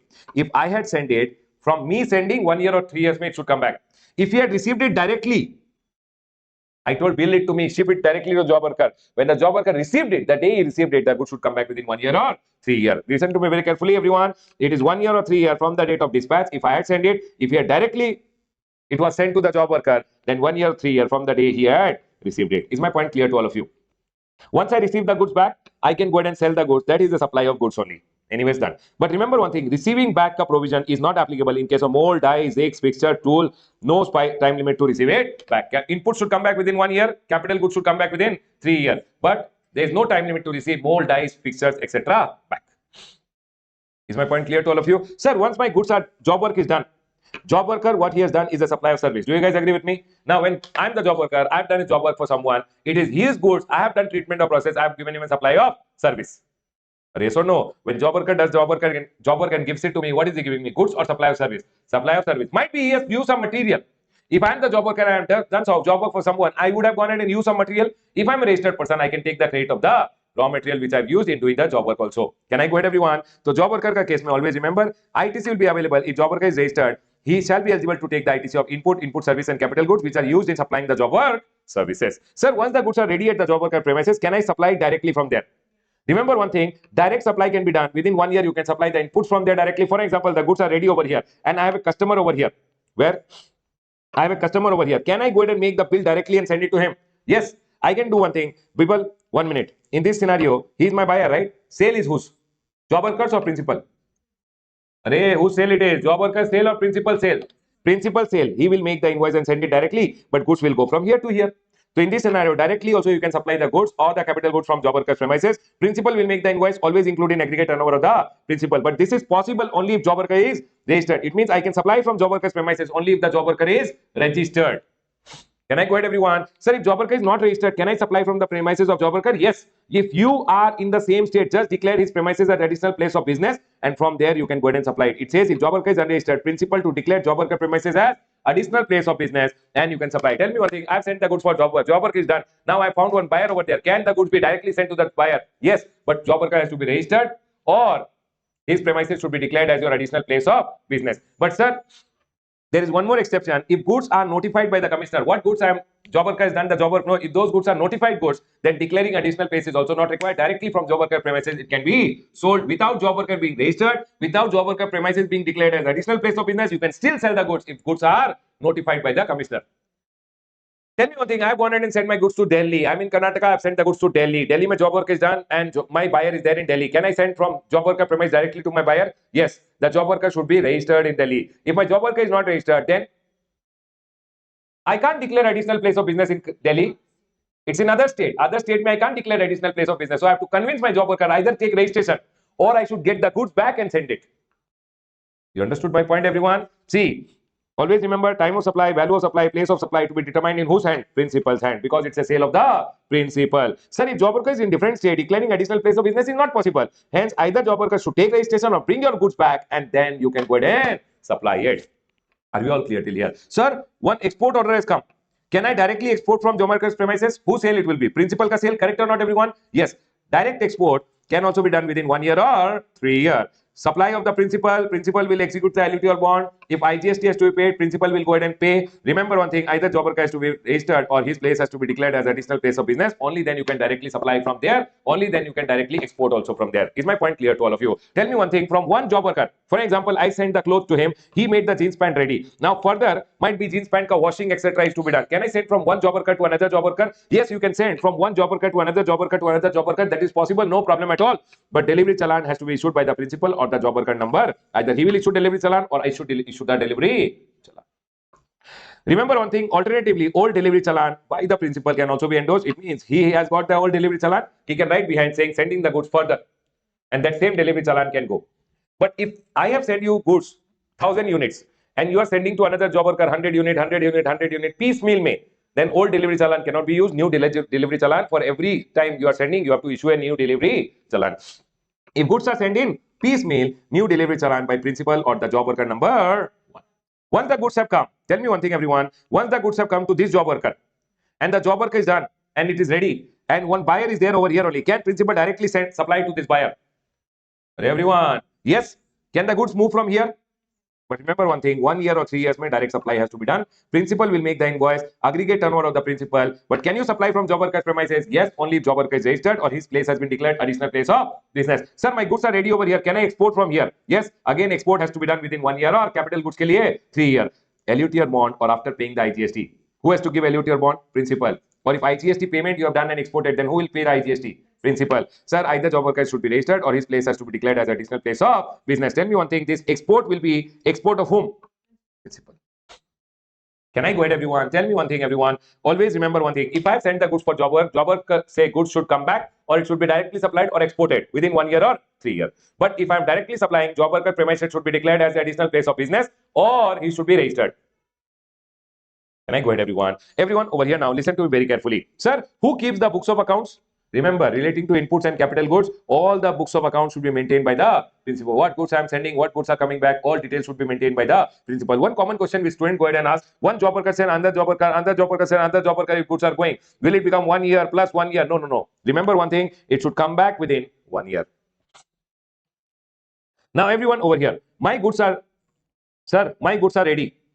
My goods are ready. After my goods are ready, if goods are not received back or directly supplied from there within 1 year or 3 years from the date of dispatch or the date of direct sending, remember it will be deemed supply when the goods or input or capital goods were sent out. So if I've gone ahead and sent the capital goods to you today in the month of April and within 1 year means by next year April, if the goods don't come back, then I have to go ahead and assume that it is a sale. It's a sale when the goods were sent. 1 year before ka sale, you are going to pay the tax. Now you have to pay along with interest at the rate of 18%. Is my point clear to all of you? The next one over here, principal has to go ahead and raise the invoice and declare in GSTR1 and the GST has to be paid along with interest. Is my point clear to all of you? Now everyone, when the job work will be done, scrap will be generated.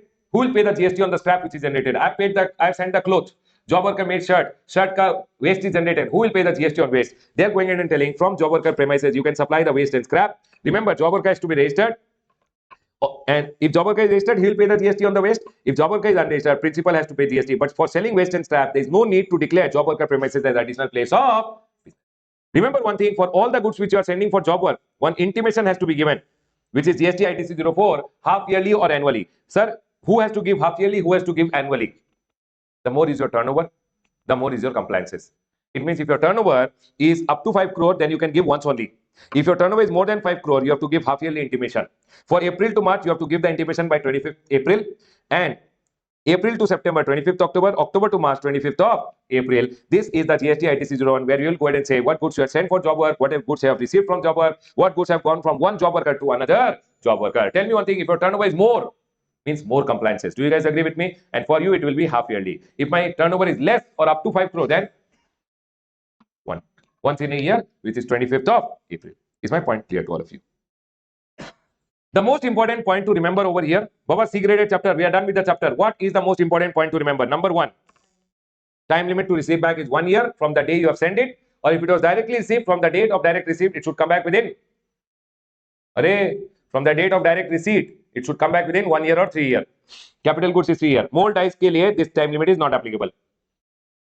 Waste and scrap, what is the treatment? If job worker is registered, he will pay the GST. If job worker is not registered, principal has to pay the GST. ठीक है? That's all, everyone. Job work is always a supply of service. Remember, job worker will always take registration only when the turnover process 20 lakh or 10 lakh in M square NT. Tell me one thing. I am using your material, making the job work, doing the job work and giving it to you. It's a supply of service. I am using my own material, making the item and then supplying. You gave me material, I did treatment or process on your goods. Might be doing the treatment or process, I would have used my little material. Still it is supply of service. Okay? I only bought the raw material, I only did the treatment or process, and then I'm going in and supplying. It is a supply of goods. If I do treatment or process on your goods, for example, you send me the jeans pant, I did the treatment, listen to me very carefully, you send me the jeans pant, I did the treatment or process, made the jeans pant ready. It's a supply of service. While doing the service, might be I would have used some little material, thread, etc. from my end. Still, it's a supply of service. I use my cloth only. I only made the jeans pant. Everything I use mine and I'm supplying the jeans pant then. Supply of goods. Can I go ahead, everyone? Are we all clear till here? I'll close my revision on the chapter of job work.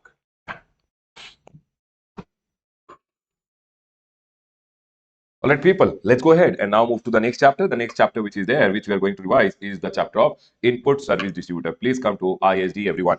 The next chart of ISD. Sir, can you give us a quick linking? We started learning GST with goods or service. Goods or service has to be supplied. Supply can be either interstate supply or supply can be either intrastate. Interstate supply, IGST gets levied. Intrastate, CGST and HGST gets levied. One GST gets levied.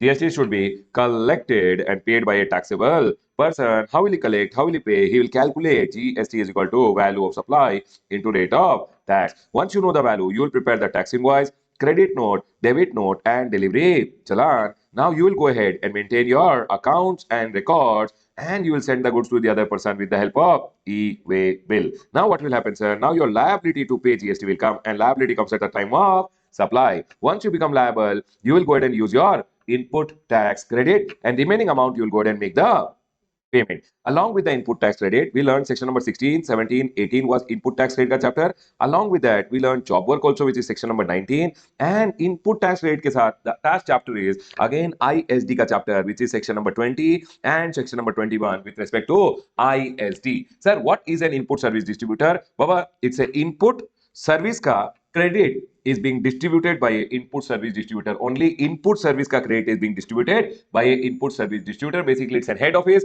which receives the bill for the services which are received by the branches and goes ahead and distributes the credit to the branches. So we call it input service distributor. But remember, inputs ka credit it does not distribute. Capital goods ka credit it does not distribute. It distributes only credit with respect to input services. So basically, what is an ISD? First of all, remember one thing. If you as a head office want to distribute your credit, you have to take compulsory registration. For an example, Mumbai mein Reliance head office is there, which has taken ISD registration, which is a compulsory registration, saying, sir, we have gone ahead. And so for an example, the head office has gone ahead and tied up with a company called Pogo for going ahead and providing advertisement services. So Pogo will provide advertisement services to head office. Basically, actually the services will be provided to whom, everyone? The branch offices, but the bill came to the head office. Now head office is going in and telling, I have some input services credit which is lying with me, which relates to the branches. So here government went ahead and told, okay, fine, if you get a common bill which is with respect to the services received by the branches, you can go ahead and distribute the credit to them by taking the registration as ISD. So for an example, over here, Reliance head office is there. Reliance head office went ahead and received one invoice for the advertisement services. So what will the advertisement services company wala do? They will go ahead and advertisement services wala will issue a tax invoice. Tax invoice as per section number 31 read with rule number 46. Normal tax invoice will be issued, and if he is within the same state, he will give a bill charging CGST, SGST. Other state, then he will give a bill charging IGST. Now this branch of this head office goes ahead and says, I have gone ahead and received one invoice which I want to distribute the credit to my branches. Now remember one thing, ISD will always go ahead and distribute the credit to the branches. Whenever it wants to distribute the credit, it will go ahead and issue what, everyone? ISD invoices to its branches. Now you have to understand one thing. For an example, one invoice has been received. one invoice has been received, which is an exclusive service. But head office has gone ahead and received one invoice, and the credit relates to only one branch. So the distribution should be done only to that recipient. If head office has received one invoice and the credit relates to two branches, then distribute the common credit is relating to for more than one branch, then distribute among such recipients. Such recipient means if 2 or 3 branches, distribute to 2 or 3 branches. If head office has received one common credit which is attributable to all, means all the branches, then distribute among all. Now you tell me one thing, one bill has come and the credit relates to only one branch, distribute to that particular branch. If credit relates to all the branches, distribute to all the branches. If credit relates to only two branches, then distribute to only those two branches. What will happen? No, basically these branches will have output tax liability. When they will distribute the credit, the input tax rate can be used to make the payment of the output tax liability. Is my point clear to all of you? Now, one thing you should always remember, if they have gone ahead and issued them an invoice charging CGST and SGST, what specialty of ISD is, if it is distributing in the same state, for example, ISD in Maharashtra and this first branch office is also in Maharashtra. Sir, first of all, you have to remember, it can distribute the credit to the branches which are under the same PAN only.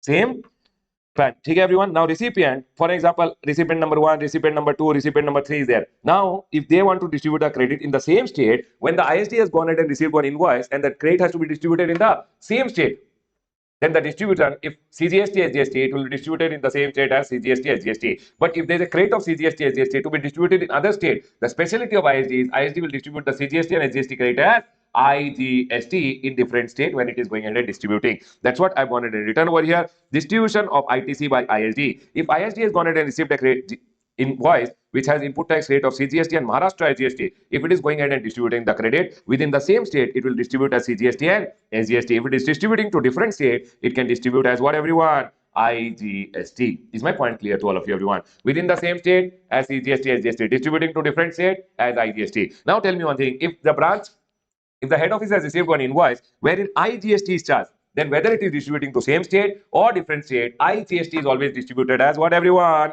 IGST. Now, sir, whenever the distribution has to be done, in what ratio the distribution of the credit will be done? They have gone ahead and told, please remember, the distribution ratio is always based on the turnover in the state in the preceding financial year. Whatever is the turnover of all the branches in the preceding financial year, of all the 3 branches, you have to go ahead and take. Sir, for example, last year to this branch was not there only, then take last quarter ka turnover and do the distribution. Are we all clear? Your first preference is always last year. If last year is not there, last quarter. Sir, if last quarter is not there, they have not gone ahead and told anything that. But in your exam paper, don't worry about it. They will go ahead and give you a turnover, use that and do the distribution. But always the first preference will be given to last year and then last quarter when details of all the turnover of all the recipient is available. Remember one thing, whenever you take the turnover of all the recipient, don't include any central excise duty, state excise duty, VAT and CST. Please exclude them. Are we all clear till here, everyone? So what, sir, how will the distribution of credit be done? See, whenever they receive one invoice, they will issue ISD invoice, leading to increase in the credit. Do you guys agree with me? Whenever ISD receives one invoice, ISD will distribute the credit by issuing ISD invoice. Whenever ISD receives one debit note, because of debit note, the credit will go up. It receives a debit note, the credit will go up. It will distribute as ISD invoice only. ISD never issues ISD debit note. ISD will always issue ISD invoice. When ISD goes, somebody issues a credit note leading to his credit to come down. When somebody issues me a credit note, my credit will come down. I will go ahead and issue ISD credit note. So can you tell me, everyone, ISD has only 2 weapons. One is to increase the credit, ISD invoice, and to reduce the credit, ISD credit note. So I've gone ahead and written, when supplier will issue tax invoice, ISD will issue ISD invoice. When supplier will issue debit note, ISD will issue ISD invoice. When supplier will issue credit note, ISD will issue ISD credit note. Is my point clear to all of you? Now here they have gone ahead and told, sir, whenever ISD will issue an ISD invoice or ISD will issue ISD credit note, it will go ahead. The credit note or that in ISD invoice is issued as per section number 20, read with rule number 54. Do you remember rule number 54.1? I went and told you special circumstance, BG Prime Minister, we had gone ahead and learned. In that, rule number 54.1 was there, which talks about the ISD invoice. What are the components of ISD invoice? Now, you will go ahead and make the ISD invoice. ISD files GSTR 6. In that, it will go ahead and show, and the credit will go to the front party in their GSTR 2A or 2B.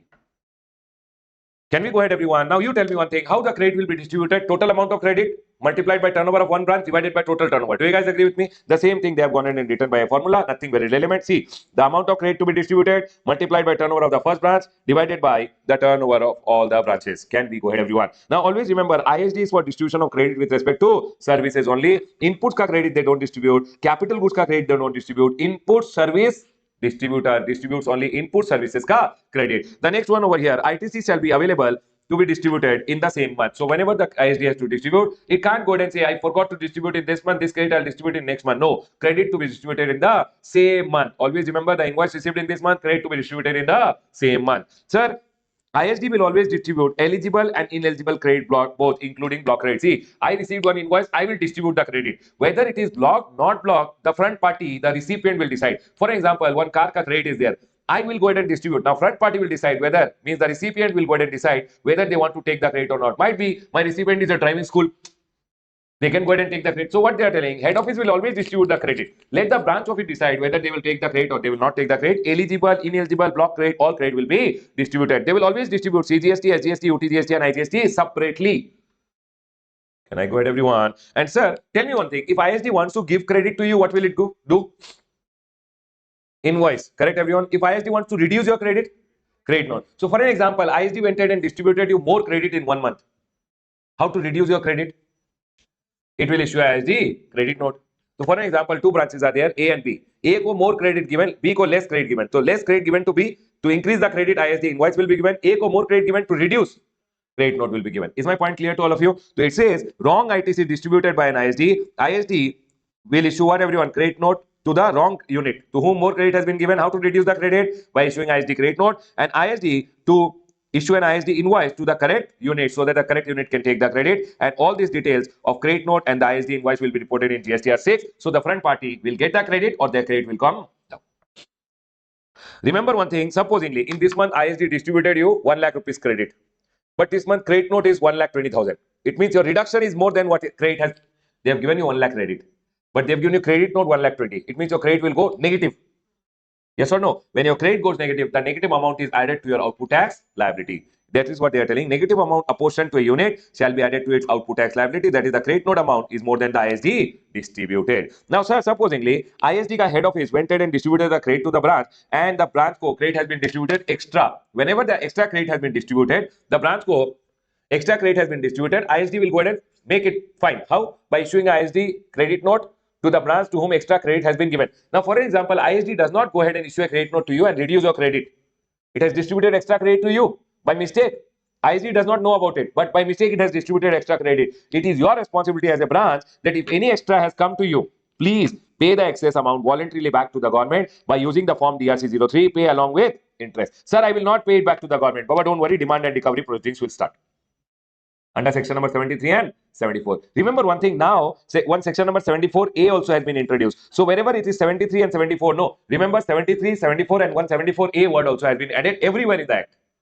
Can we go ahead, everyone? So by chance I miss writing anywhere also, you remember it is section number 73, 74 and now 74A also section has been introduced in demand and recovery chapter. Can we go ahead, everyone? Now, sir, what about pen? Sir, see, I will be going ahead and you will recover from me if I don't pay the extra. What about ISD? Because ISD has distributed extra by mistake, government is telling ISD also will be penalized under section number 122 in your offences and penalty chapter, 10,000 rupees or the excess amount distributed, whichever is higher, penalty will come on the input service distributor.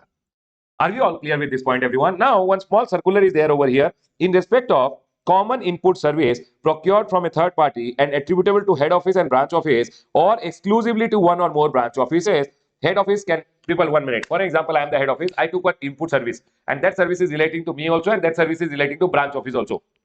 Now, here the question which come was, sir, does the head office has to mandatorily go ahead and take ISD ka registration and distribute the credit to the branch? So for example, 1 lakh rupees ka one service taken. That service was with respect to the head office also and branch office also. 50% service was 50% service was taken by head office, 50% service is relating to branch office. But one common bill came to the head office. Now, can head office distribute the 50% credit to the branch? Yes or no? Yes. So 1 lakh rupees ka.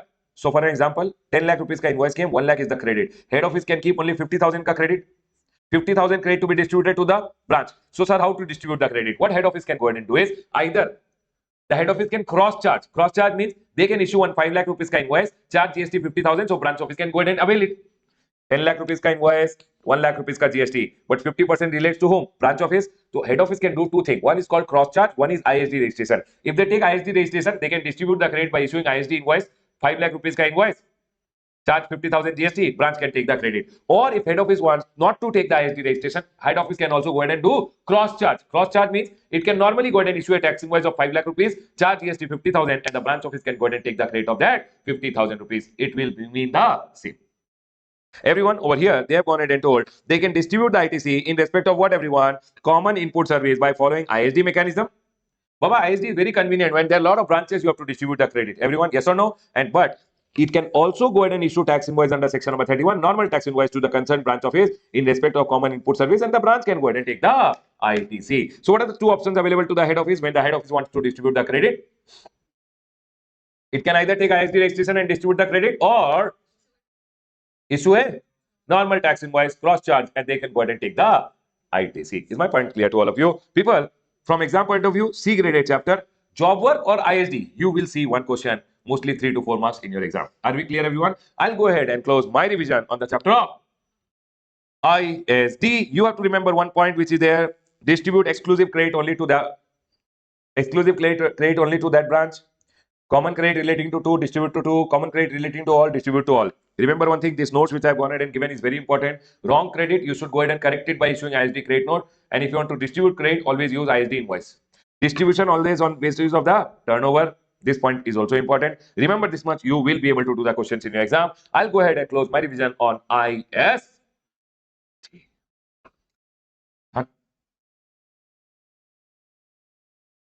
All right, students, let's go ahead and now move to the next chapter. The next chapter is payment of tax. Everyone over here now, let's go ahead and take a quick linking. We started learning GST with goods or service. Goods or service has to be supplied. Supply can be either interstate supply or supply can be either intrastate. Interstate supply, I GST gets levied. Intrastate, C GST gets levied. One GST gets levied. GST should be collected and paid by a taxable person. How will he collect? How will he pay? He will calculate GST is equal to value of your supply multiplied by the rate of tax. Once you know the value, you should prepare the tax invoice, credit note, debit note, and delivery challan. Now maintain all of them in your accounts and records and send the goods to the other person with the help of e-way bill. Now what will happen? Your liability to pay will come. It comes at the time of supply. You are liable to pay 1000 rupees for example. Now you will go ahead and use your input tax credit which is there. Once you go ahead and use your input tax credit, remaining amount you have to go ahead and make the, you'll have to go ahead and make the payment. And here comes the chapter of payment of tax. The remaining amount you have to go ahead and make the payment. Are we all clear till here? Baba, payment of taxes, if you understand it like this, everyone listen to me very carefully. Whenever a person goes online and he takes registration, he becomes a registered person. Are we all clear till here? Whenever you become a registered person in GST, no, GST portal gives you 3 accounts. GST portal gives you how many accounts? 3 accounts. All the 3 accounts, one account is known as e-liability ledger, one account is known as e-credit ledger, one account is known as e-cash ledger. Always remember, in your liabilities, one debit will be there, one credit will be there. Credit ledger, one credit, one debit will be there, one credit, one debit will be there. Is my point clear to all of you? Now listen to me very carefully. All these ledgers work based on your GSTR 3B. You are based on your GSTR 3B, basically on your return. How you fill the return, these ledgers get filled. Everyone over here now. So for an example, everyone tell me one thing.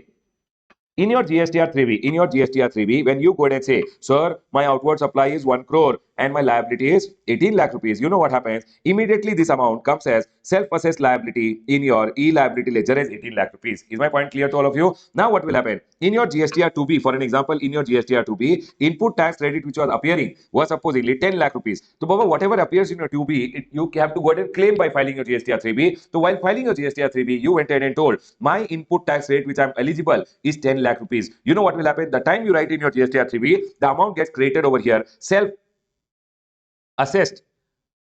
ITC, which will be 10 lakh rupees over here. Is my point clear to all of you? Then one button comes over here which says set off your liability against your credit. The time you click this button, no, what will happen? From here, the amount will go saying e-liability ledger 10 lakh rupees we are going in and transferring, and e-credit ledger say 10 lakh rupees will come over here. How much more you need, everyone? 8. So you will use your bank account. You will not throw cash on the government and say take cash 8 lakh. No. You have to convert your bank money into e-cash. You have to deposit over here. How much, everyone? 8 lakh rupees. And now you have to transfer this to your e-liability ledger saying 8 lakh I am transferring from here. So first money came from here. Then money will come from here 8 lakh rupees. Your liability will become 0. So basically 8 lakh to be paid. 8 lakh paid in cash. Liability became 0. Then one button will come. File the return. You have to file the return. Is my point clear to all of you? So tell me one thing, in your liability ledger, what are the things that will come? One is your liability will come over here. How to pay liability? Use your credit and then use your cash. The same thing I've gone ahead and drawn over here, that whenever a taxable person becomes liable, either voluntarily or he takes registration, then Baba, on the gst.gov.in portal will go ahead and give him three accounts. One is known as a e-liability ledger, one is known as a e-credit ledger, one is known as a e-cash ledger. The format of liability ledger is given in PMT01. Credit ledger format is given in PMT02 and cash ledger format is given in GST PMT05. Sir, in your liability ledger, one debit, one credit will be there. In your credit ledger, one credit and one debit will be there. Here also one credit and one debit will be there. Now, sir, in your liability ledger, what are the things that gets debited? First of all, whatever is the tax payable towards Tilu. Baba, remember one thing, there are 5 things which I go ahead and say TIPLO. I go ahead and talk about tax. I go ahead and talk about interest. I go ahead and talk about penalty. I go ahead and talk about late fee. And we'll also be talking about any other amount which is there. Sir, can you tell me what do you mean by tax? Tax means the GST which is payable. Sir, what is interest? If you don't pay the GST on due date and you're delayed payment of what? GST, you have to pay what? Interest. Sir, penalty is for anything which you have done wrong. Any violation of the act or rules, you have to pay penalty. Sir, late fee is for late filing of return. Late payment of tax, interest. Late filing of return, late fee. And any other amount means any other amount which is payable other than this 4 will be called as what, everyone? Any other amount. Now, what they are going in and telling, if any tax, interest, late fee or any other amount is payable as per return. For example, in my return, I told I have to pay 18 lakh rupees. In my GST 3B, that amount will come and sit over here. Okay, sir. Any amount of tax, interest, penalty or any other amount payable as determined by proper officer in any proceeding. Proper officer went ahead and gave you a love letter. You have to pay 10 lakh rupees. Demand order has come. Or as ascertained by the said person, means you only ascertained. Sir, previously I did not pay 5 lakh rupees tax. Now I found out that I have to pay 5 lakh rupees tax. And you went ahead and filled DRC 03 and self-voluntarily you are paying. That amount also comes and sits in your e-liability ledger. If you don't make these payments on time, one interest can also accrue. Then amount of interest that may accrue from time to time might be 2 lakh rupees ka interest has come. How much is your total liability, everyone? 18 lakh, which is your self-assessed liability. Demand order has come 10 lakh. 2 lakh rupees is your interest. So how much?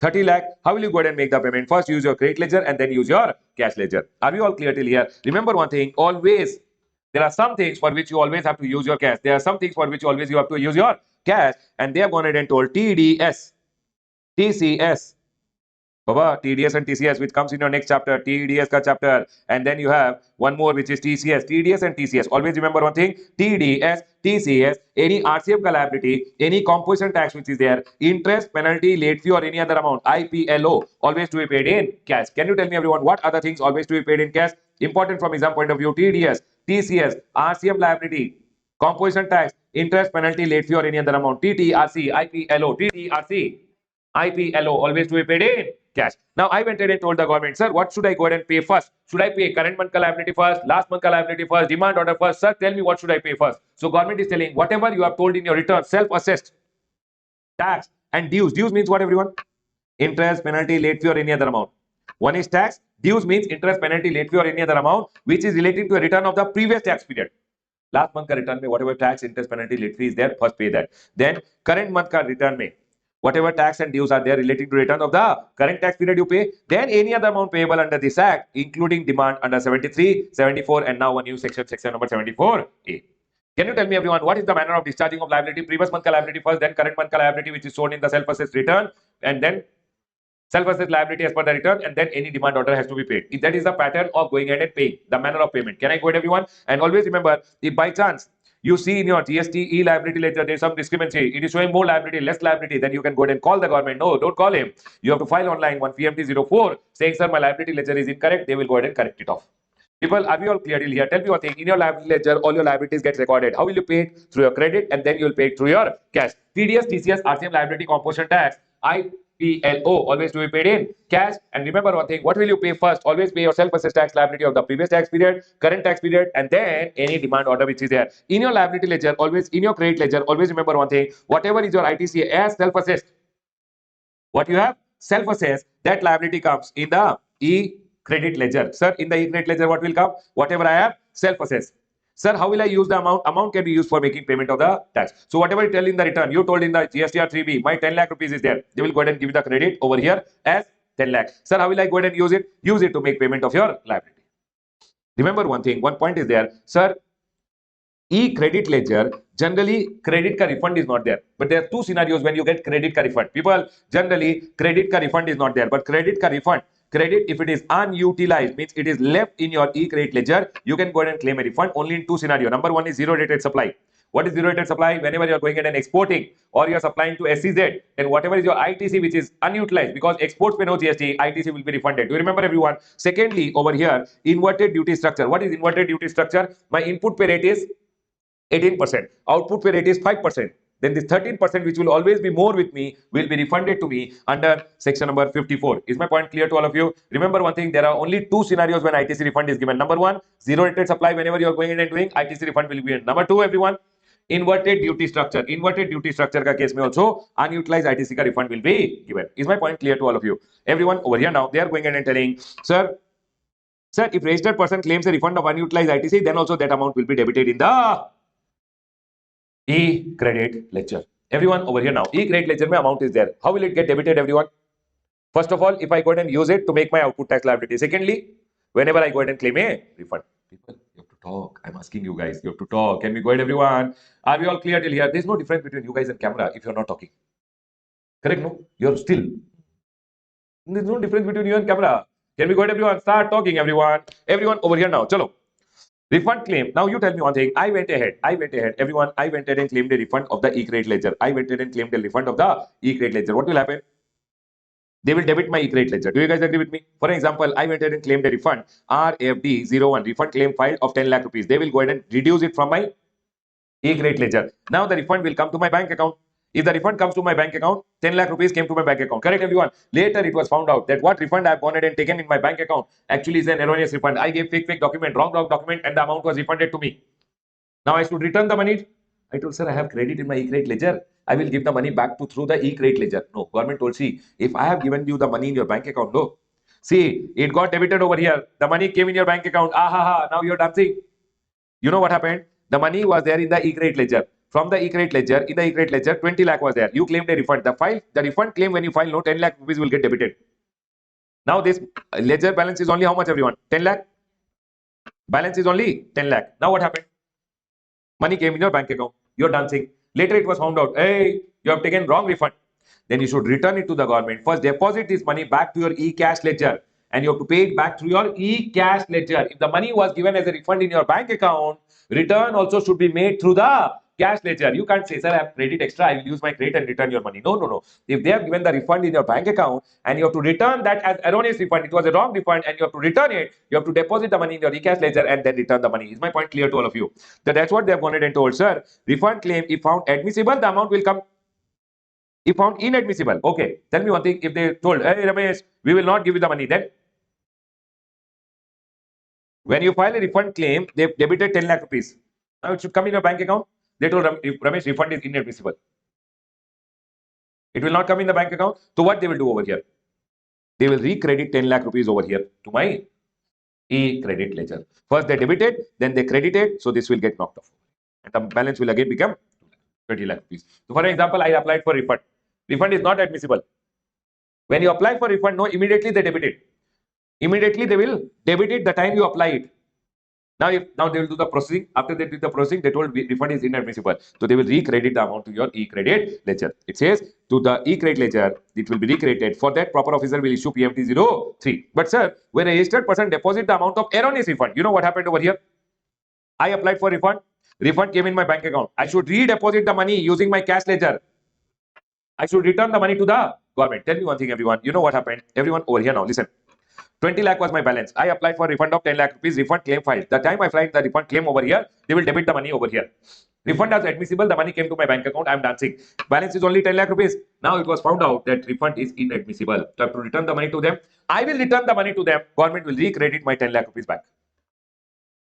Are you clear till here? And hence what will happen? My balance will be restored. This 10 and 10 gone, and my balance will become how much, everyone? 20 lakh rupees. They have gone ahead and told where registered person deposit the amounts of erroneous refund sanctioned under 54.3 or under rule number 963 along with interest and penalty through DRC 03. You return the money by using what, everyone? E-cash ledger on his own or on being pointed out an amount equivalent to the erroneous refund which you deposited by the registered person shall be recredited to the e-credit ledger by the proper officer. For that, officer will issue PMT03. People, tell me one thing. They debited my e-credit ledger. Refund inadmissible. They did not give me only. If they don't give it to me, no problem. First they debited, now they will recredit it. If they had already given me, then first I should return it to them by using my cash ledger, and then they will put it back in my e-credit ledger saying your e-credit balance which we had gone ahead and debited, we are recrediting. That's all they have gone ahead and told over here. The next one over here, what is the manner of utilization? People tell me one thing, I have output tax liability which is there. How will I go ahead? What will I go ahead and use? Sir, for IGST payment, should I use IGST? Should I use CGST? Should I use SGST? What is the manner of utilization? If you have output tax liability, what credit should be used first? So they went ahead and told, always remember one thing, manner of utilization. Very, very important from exam point of view. Every question you will require this manner of utilization to make the payment. Are we all 100% clear till here? What is the manner of utilization? They went ahead and told Ramesh, listen. First of all, always use your ITC of IGST. What will you use, everyone? IGST to go ahead and make the payment of IGST.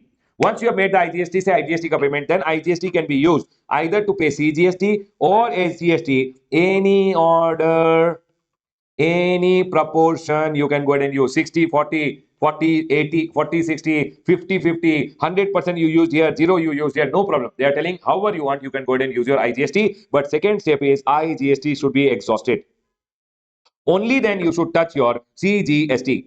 Are we clear? CGST can be used to pay CGST and then it can be used to pay IGST. Fourthly, you should go ahead. First, IGST to IGST, IGST to CGST or SGST. IGST should be exhausted. Then you should use your third step. I went ahead and told CGST should be used for CGST, then CGST should be used for IGST. Then you should use your SGST to pay what everyone? SGST. Then you should use your SGST to pay IGST. CGST to SGST or SGST to CGST is not possible. Remember this thing, everyone. I've gone ahead and written the same thing over here. IGST first for IGST, then IGST for CGST or SGST. Remember, any order, any proportion. Then IGST should be exhausted. Then you use CGST to CGST, CGST to IGST, SGST to SGST, SGST to C to S or S to C is not possible.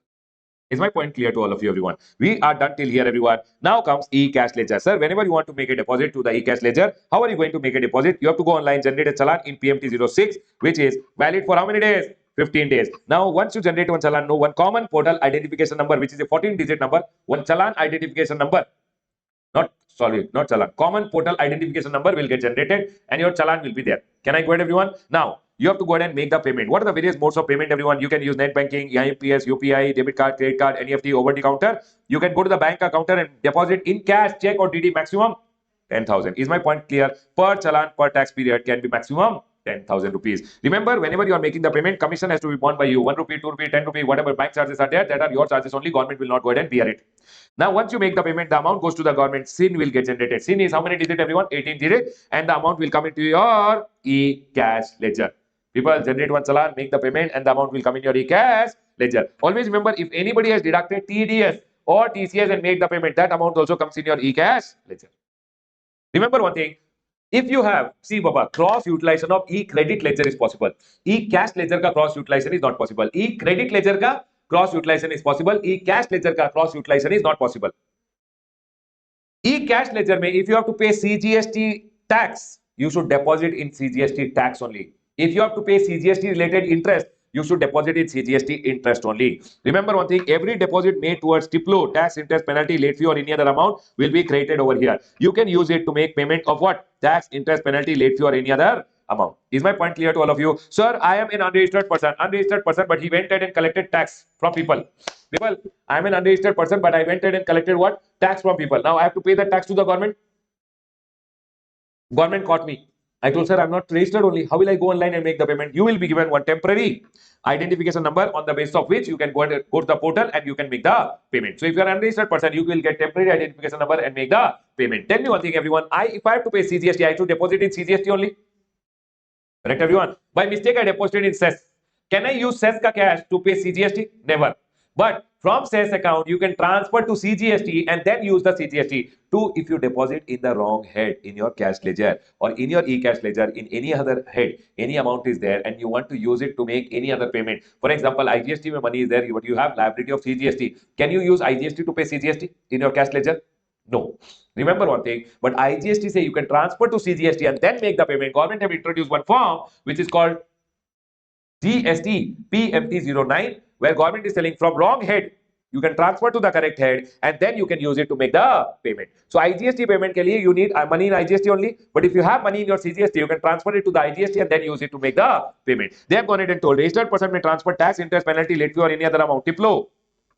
From e-cash ledger to the e-cash ledger of IGST, CGST, etc. use PMT09. Sir, can I transfer tax interest penalty to my distinct person also? If I have money in my e-cash ledger and my distinct person is there in the same state or other state, can I transfer? No, you can't transfer credit. But you can transfer cash. Credit only one time is allowed within the state in special circumstance. If I take same statement, separate registration, then one time you can go ahead and use GST ITC 02A to transfer credit to your branch. Everyone, in the same state, if you take separate registration, you can go ahead and transfer the credit to your branch. Do you remember, everyone? But otherwise, credit cannot be transferred, but cash can be transferred to your branch office within the state or outside the state also. You can use the same PMT09, but you can transfer only to their CGST and IGST. Everyone, are we all clear till here? Tell me one thing, everyone. If I have to pay IGST, can I use IGST only? Yes. But if IGST amount is not there, CGST amount is there, can I transfer to the IGST and then use it? Yes. Which form I have to use? GST PMT09. Now from CGST, if I am transferring to IGST, no, government is telling from CGST head, will imagine we have given you a refund and you had actually deposited over here only. What government is telling? Sir, such transfer from e-cash ledger shall be deemed to be a refund, and when it is going to the other hand, no, we will deem that such transfer to the e-cash ledger is deemed to be a deposit. So from here, refund is given and you have deposited over here, it will be deemed like that.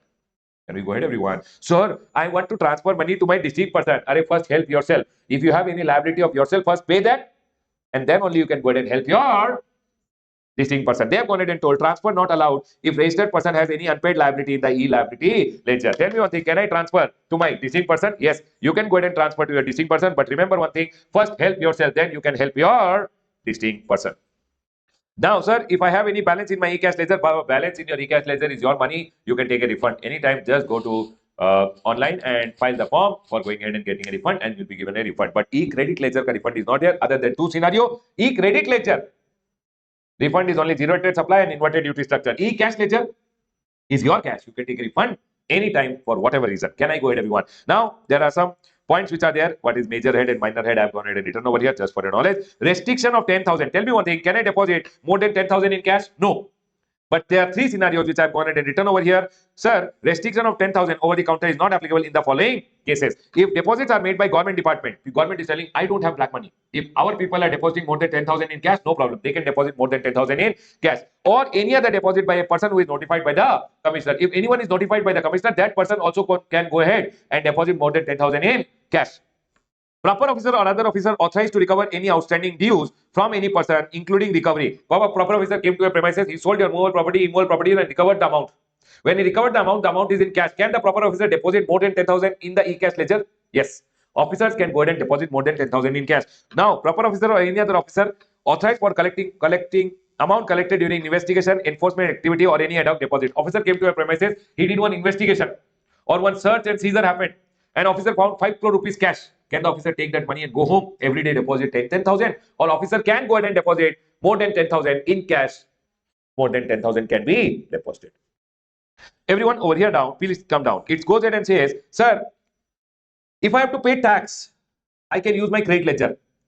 Whether the tax is self-assessed tax or tax because of a demand order, doesn't matter. Tax can be paid using your e-credit ledger, whether it is your return-based tax or it is demand order ka tax. If the officer has given you a demand order, in that he has demanded a tax, can you use your e-credit ledger? Yes. Output tax as self-assessed or as a result of proceeding can be paid through your e-credit ledger, but tax only can be paid through your credit ledger. E-credit ledger cannot be used for making payment of RCM liability, interest, penalty, late fee, because e-cash ledger has to be used for TDS, TCS, RCM liability, composition, IPLO. So for all these, can you use credit ledger or can't use? Can't use. Next, e-credit ledger cannot be used for making payment of erroneous refund when the refund was sanctioned in cash. Aha, government gave you a wrong refund in your bank account. Baba, that money came in your bank account, please deposit in cash and pay through cash ledger only. You can't use your credit ledger. This is one total bakwas. They have gone ahead and told international money transfer can be used by whom? OIDR or online money gaming wala, but it is yet to be notified. So basically OIDRs and online money gaming, when they have to deposit the money in their cash ledger, how can they deposit the money in their cash ledger? Government told you can use international money transfer also, but it will be from a date which is to be notified. So total bakwas. Everyone, please come down.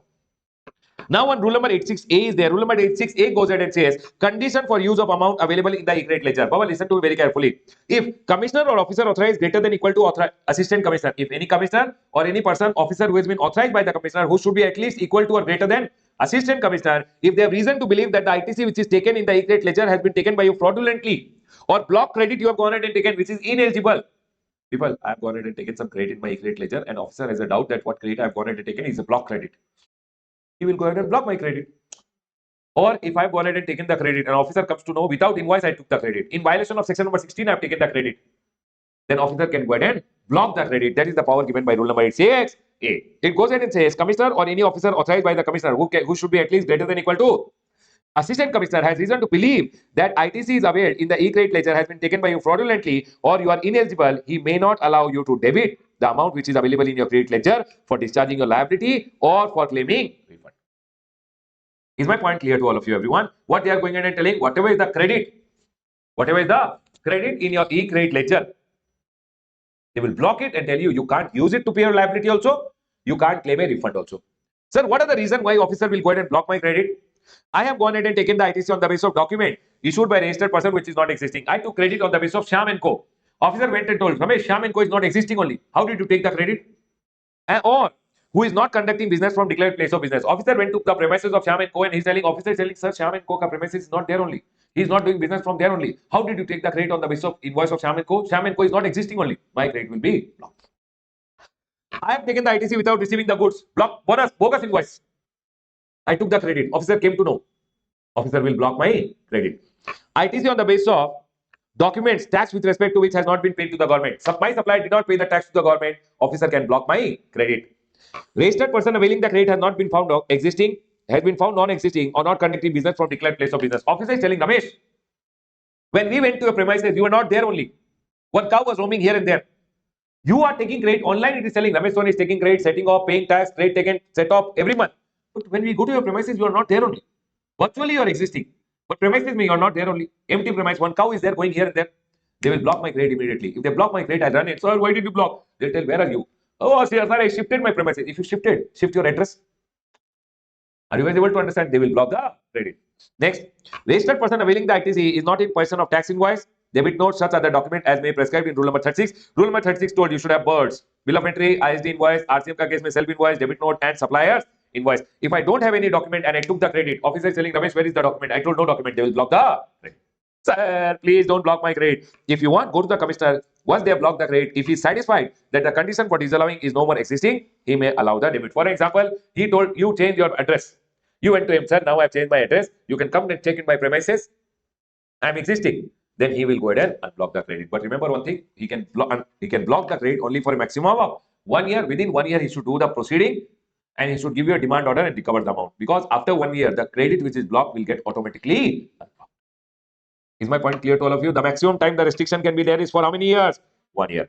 The next one, rule number 86B. Is my point clear to all of you? Rule number 86A. Rule number 86B went ahead and told, now, Baba, all these bogus people were there, no, bogus supplier. What they used to do, they used to buy bill, they used to sell the bill. Buy bill, sell bill. Buy the bill, sell the bill.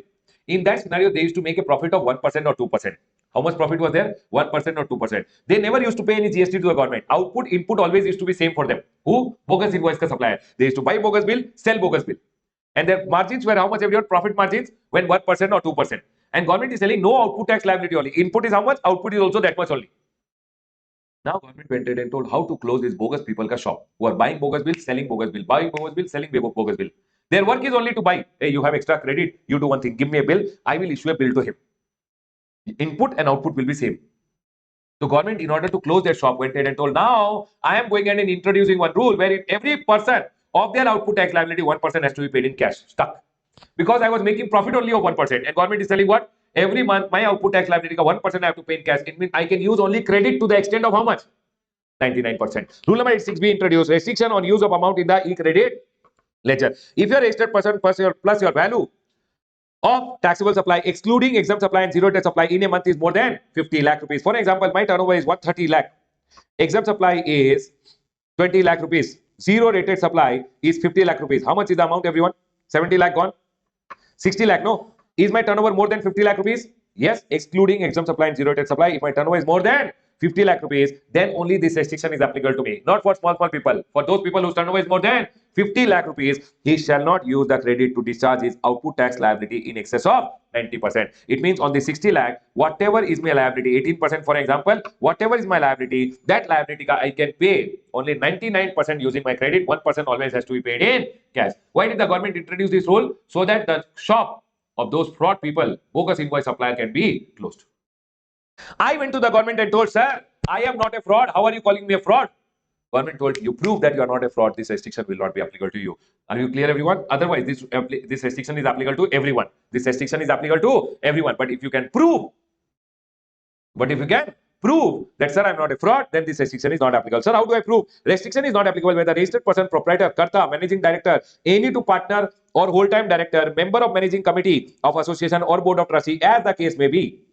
In case of registered person, proprietorship, proprietor, karta, managing director, any two partner or partnership firm, all these people, if they have gone ahead and paid what everyone, more than 1 lakh rupees income tax in the last 2 financial year for which the time limit to file income tax return has been expired. It means in the last 2 years, if I paid income tax more than how much? 1 lakh rupees, then I'm a good boy, because fraud people will never pay income tax more than 1 lakh rupees. So if I have paid income tax more than 1 lakh rupees in the last 2 financial year for which the return filing due dates are already gone, those 2 last year ke liye, if I paid income tax more than 1 lakh, it means I'm a good person. Restrictions are not applicable. Can I use 100% of my credit? Yes. Secondly, if you are a person who has received a refund more than 1 lakh rupees in the preceding financial year on account of unutilized IDC. Can you tell me unutilized IDC refund can be given only in zero rate supply? Secondly, inverted duty structure. Inverted means your input is more, output is less. Then the differential will be refunded to you. Sir, I have been given refund by the government more than 1 lakh rupees in the last year. How can I be a fraud? Because government, when it is giving a refund, no, it will go ahead and do Aadhaar authentication. Government has already verified me. So for me, restriction is not applicable. Secondly, if registered person has discharged output tax liability through e-cash, more than 1% of the output tax liability applied cumulatively up to the said month. For an example, everyone over here now. In the month of April, I had one output tax liability of 10 lakh rupees. How much should be paid in cash? How much should be paid in cash? 1%. Everyone, 1% means how much? 10,000 rupees. But I did not have credit only. I had credit only 9 lakh. How much did I pay in cash? 1 lakh. Is my point clear to all of you? Next month, my output tax liability in the month of May, everyone listen carefully, was 10 lakh rupees. Okay, everyone? Can we go ahead? Tell me one thing. Now, if you see cumulatively, how much is my output tax liability? 20 lakhs? Oh, actually, this rule is not applicable for small amount. No? Okay. I'm not talking about turnover. Assume that the turnover is already more than 50 lakh. This is the liability amount. Correct, everyone? Assume that my turnover is already every month is more than 50 lakh rupees. This is the liability amount. Can I go ahead, everyone? In liability, I should pay 1% in cash, but I have paid more. Can I go ahead, everyone? Now, in this month, if you apply cumulatively, it is 20 lakh. 20 lakh means 20,000 should be paid in cash. Yes or no? But have I already paid cumulatively more than 20,000? So this month, I don't have to pay cash. If I have 10 lakh, I can use my full credit. Third month, for example, my output tax liability is 20 lakh rupees. How much is the cumulative output tax liability? In the current month, how much is the cumulative? 40 lakh. 40 lakh ka 1% means 40,000 to be paid in cash. But how much is already paid in cash? In this month, I don't have to pay anything in cash. I can use my full credit. You have to see the situation always cumulatively. Can we go ahead, everyone? The next one over here is, sir, if registered person is a government is telling our people are not fraud. If we are government department, public sector undertaking, local authority or a statutory body, then also this restriction is not applicable. Sir, please. You are telling I have to use 1% in cash, sir. You see my situation. I'm not a fraud. I'm not falling in any one of this. But sir, I'm not a fraud. Please allow me to use my full credit. If you want, you can go and speak to the commissioner or the person authorized by the commissioner, and they can remove the restriction after such verification and safeguard as they may deem fit. People, rule number 86A goes ahead and says, if they want, they can block your credit. Rule number 86B goes ahead and says, whatever is the liability of that 1% should always be paid in cash, provided you are a registered person whose turnover in a particular month is more than 50 lakh rupees. Is my point clear to all of you? And 50 lakhs always you should exclude what? Exempt supply and zero rated supply. Now, the last section over here, people listen to me very carefully. What we just now went ahead and revised is section number 49, which talks about payment of tax, read with rule number 85, 86, 87, and then we learn rule number 86A and rule number 86B. Now, the next section which is coming in this chapter is section number 50, which goes ahead and talks about interest. Everyone, section number 50 goes ahead and talks about what, everyone? Interest on delayed payment of tax. If you fail to pay the tax due, you should pay along with interest at the rate of 18%. What they are telling, if you fail to pay the tax due on the due date, for example, this month ka return ka due date is next month 20th, you did not pay on 20th, you paid on 30th. Did you delay by 10 days? You have to pay along with interest at the rate of 18% is what they are trying to say. Interest shall be on the tax which is paid by debiting e-credit or cash. Cash. Interest shall be calculated from the day succeeding the due date. People, on how should you calculate? Rule number 88B goes ahead and says manner of calculation of interest. Where supplies made during a tax period are declared in the month in the return for the said period after the due date, except after commencement of proceeding, the interest shall be calculated on the tax which is paid by debiting e-cash ledger, and the period of delays beyond the due date, interest at the rate of how much, everyone? 18%. Any balance already lying in the e-cash ledger shall not be taken into account for interest calculation. Everyone, I'll go ahead and quickly tell you. For example, this is the month. Everyone listen to very carefully. This is the month of April. My liability to be paid on 20th of May. 20th of May. Correct, everyone? What is my, for example, I'm filing April month ka GST 3B. Okay, everyone? April month ka GST 3B. My output tax liability was 10 lakh rupees. My input tax credit which was there was 5 lakh rupees. I am going to pay how much in cash? 5 lakh rupees. You know what happened, everyone? I did not go ahead and file my return over here. And I filed my return on 30th of May over here. GSTR 3B actually filed over here, where I told my output tax liability for the month of April is 10 lakh, input tax credit is 5 lakh rupees, and remaining 5 lakh rupees I am paying in cash. Can you tell me, everyone, interest will come for this much delay at the rate of 18% for on which amount? 10 lakh or only on 5 lakh? Tell now, Baba. Interest will come on which amount, everyone? 10 lakh or 5 lakh? 5 lakh. Is my point clear to all? Whatever amount you are paying by debiting your e-cash ledger. For example, you know what happened? On 20th of May, actually I did not have 5 lakh, but I had 2 lakh rupees with me. So I deposited in my e-cash ledger 2 lakh rupees, and actually I had to pay only 3 lakh. But without paying the tax, you can't file the return. So I could not file the return, but I deposited 2 lakh in my e-cash ledger. Now when I'm going in and filing my return, I will use my e-cash ledger of 2 lakh rupees, and net I will go ahead and actually deposit in my e-cash ledger only how much, everyone? 3 lakh. So can you tell me, everyone, now interest will come on 2 lakh rupees or only on 3 lakh? 5 or 3? 3. Remember one thing, if you have deposited any amount over here which is still lying till the date of filing the return, it means on that amount you don't have to pay any interest, and now interest will come only on 3 lakh rupees because 2 lakh was already deposited on the due date. That's what they are trying to say. Now you tell me one thing, everyone over here now. For example, this is the month of April. Everyone over here, this is the month of April. April month ka GSTR 3B to be filed on 20th May. 3B of the month of April. Output tax liability of the month of April, I went ahead and showed 10 lakh rupees. Input tax credit of the month of April, I went ahead and used 5 lakh rupees. Net amount in cash, I paid 5 lakh rupees, and I filed my return. Return already filed. Later, I went ahead and found out, oh no, one invoice is there on which I was sitting and I forgot to show in my return only. You understood? I kept one invoice, sat on it and forgot to show in my return. Oh, now what will I do? April month ka return to already filed. Now that invoice which belonged to the month of April, when I was filing May month ka return on 20th of June, which is May month ka GSTR 3B, April month ka liability I showed. Output tax liability, for example, this month ka one liability of 10 lakh I missed showing. I am showing 10 lakh rupees ka liability over here. This is April month ka liability. Do you guys agree with me? But I am using May month ka input tax credit. I had May month mein input tax rate of 10 lakh and I paid 0 to the government. Government is telling, beta, you think we are fools over here. Actually, this amount should have been shown over here. And you should have paid over here on 20th May. But you are going ahead and telling, I forgot. Then so everyone will forget. And you are paying this liability in the month of June. Did you delay in the payment? Yes. But I will tell, sir, I used my credit. Baba, April month ka liability. How can you use May month ka credit? Okay, you use it. But I want interest on this 10 lakh rupees from here to here. Is my point clear to all of you? You should have paid in the last month and you are paying now. You have to pay interest on the gross. Is my point clear to all of you? Tell me one thing, everyone. This month ka liability shown in this month ka return only. Return is filed late. Interest will come on gross or net? Net. And net ka net also. Net may, if any cash was there already, reduce that and net ka net quick interest will come. Can I go ahead, everyone? Next one. Sir, if this month ka liability, I showed him next month ka return. Use next month ka credit. Government says, beta, now I will not take interest on net, I will take interest on gross. They have gone ahead and told over here, see. Sir, where supplies made during a tax period are declined the return for the same period. After the due date, then remember one thing, interest shall be always on debiting e-cash ledger. But in any other case, interest will always be calculated on gross liability from the due date till the date of payment. Tell me one thing, the due date was here. You are making the payment here. Interest will come on the gross liability over here. Is my point clear to all of you, everyone? People, please tell me, are you guys clear with both of them?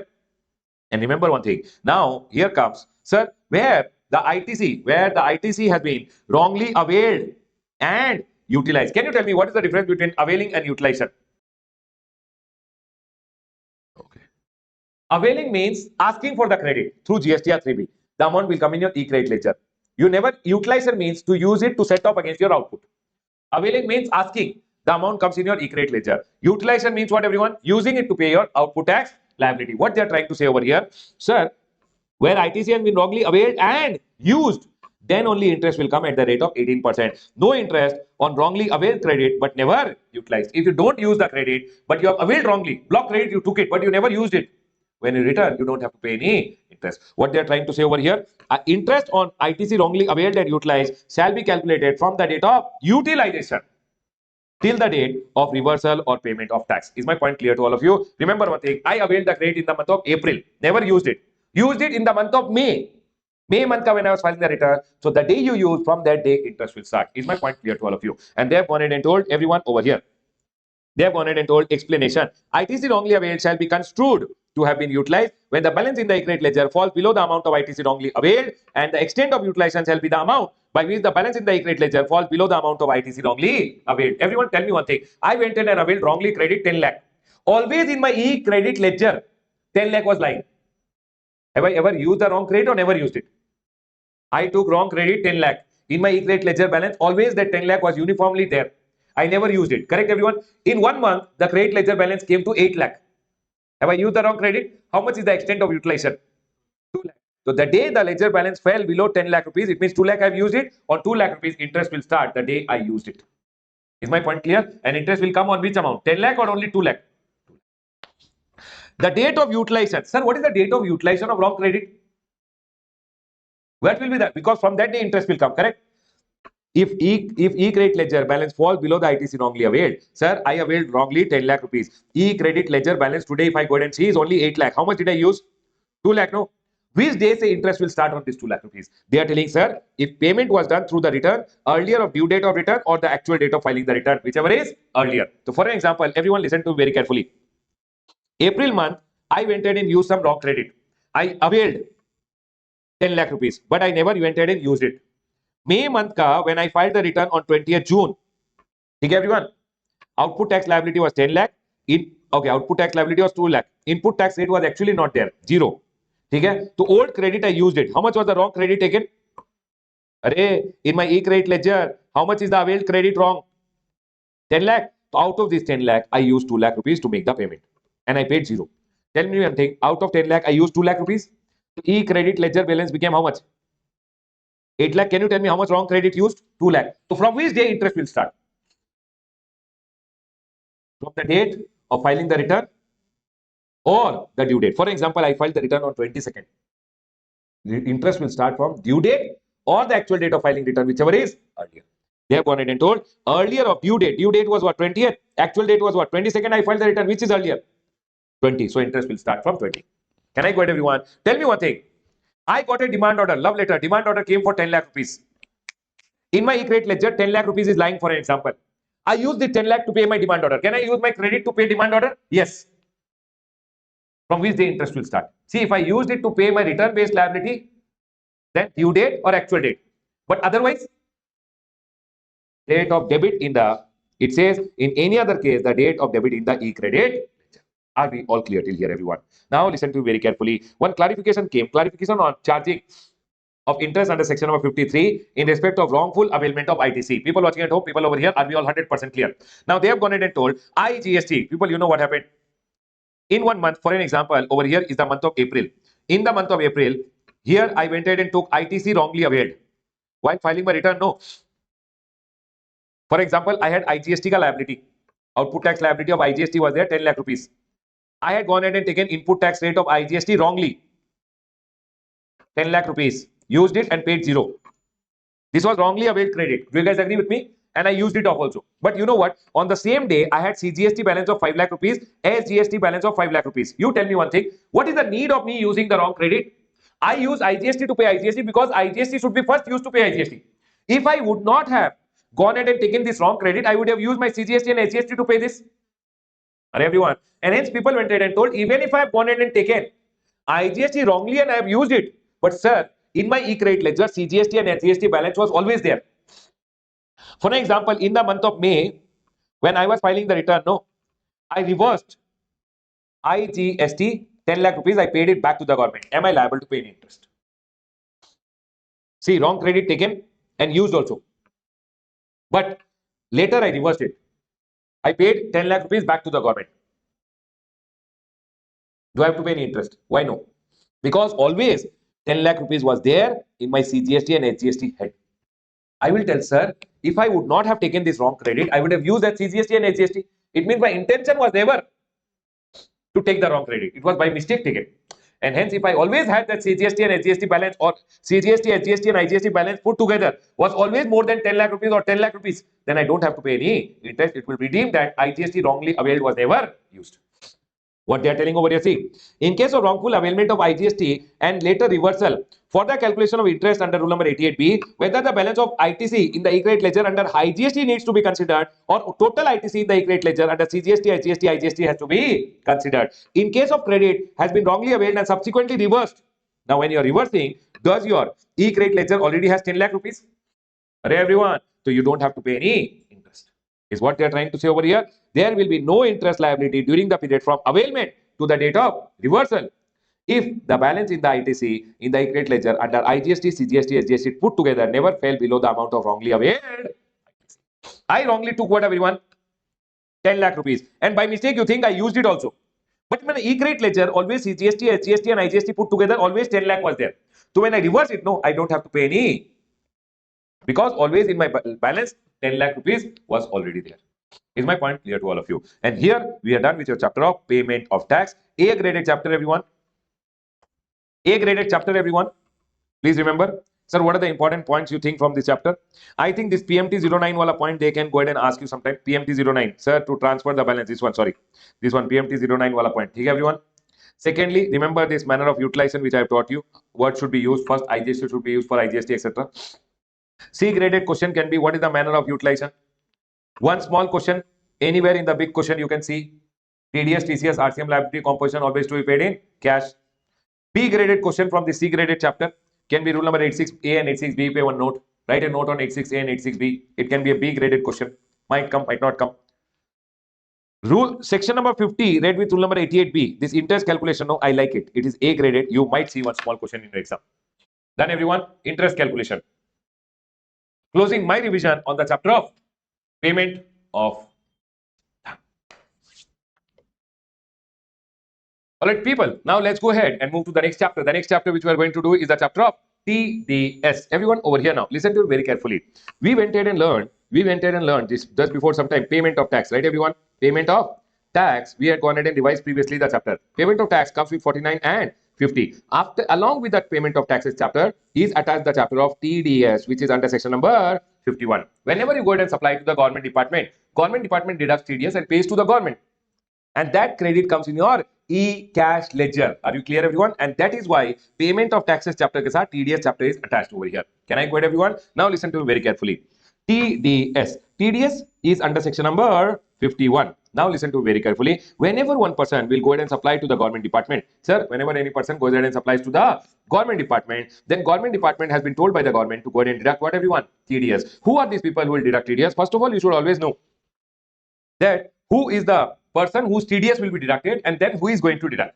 Sir, first of all, a supplier has to be a registered person. A supplier who is a registered person, if he goes ahead and supplies to whom? Government department. Supply ka value is more than 2,50,000, excluding taxes, means your taxable supply of goods and service is more than what, everyone? 2.5 lakh. Then Baba, if you have supplied to the department of government, sir, to whom have you supplied? Who will deduct TDS? Remember one thing. First of all, who is the supplier? Registered person, and the supply ka value is more than 2,50,000. Are we clear, everyone? Excluding taxes. Then Baba, when he has gone in and supplied to government department will deduct TDS. Who is the government department over here? They are telling who are the person who are liable to deduct TDS. Always remember one thing. If it is department or establishment of central government, state government, local authority, any governmental agency of government and supplied, or any person or category of person who are notified by the government on recommendation of council, they will go ahead and deduct what, everyone? TDS. Now, who are the people who are notified by the government? Number one, Department of Central Government, State Government, Local Authority, Governmental Agency, and number four is the notified category. In notified category, they have gone ahead and notified any authority, any board, or any other body. Authority, board, or any other body which is set up under an act of parliament or state legislature or which is established by the government. Means the authority, board, or any other body can be set up under an act of parliament or it can be set up under the act of state legislature or it is established by the government, and in that the equity and control is more than 51% with the government. Basically, it's a governmental authority, governmental body, or any other body, then they have to deduct TDS.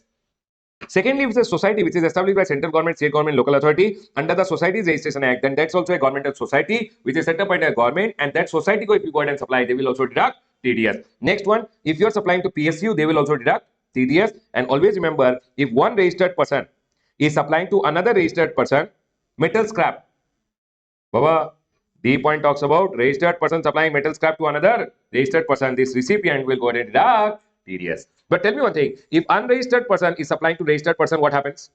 RCM. For everyone. But if registered person is supplying to another registered person, FCM will come, but FCM will come over here. Excuse me.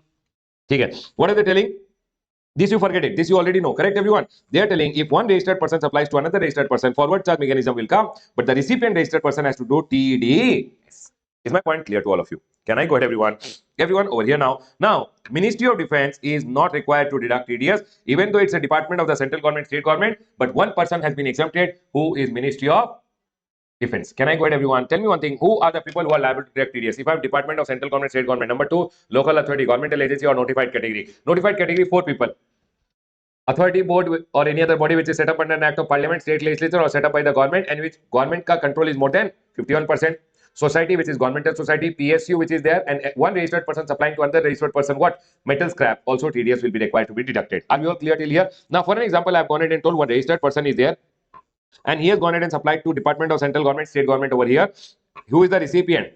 He has to take, first of all, compulsory registration as a TDS deductor. Do you guys agree with me? He has to take compulsory registration. Now, he will be the deductor. He has to deduct TDS on the invoice value minus GST. For example, one invoice has been done over here, 3 lakh plus GST over here. Now, on which amount TDS will come? Only on the 3 lakh rupees. Remember one thing, TDS is always 1% CGST, 1% SGST. If it's an intrastate supply, then on this amount, the TDS to be deducted by the government will be how much, everyone? 1% CGST and 1% SGST. If it's an interstate supply, 2% IGST will be deducted. So, sir, on 3 lakh rupees, the TDS to be deducted is 6,000. Remaining amount which is there, the government department 2,94,000 plus GST 54,000, 3,48,000 will be paid by the government department to this guy.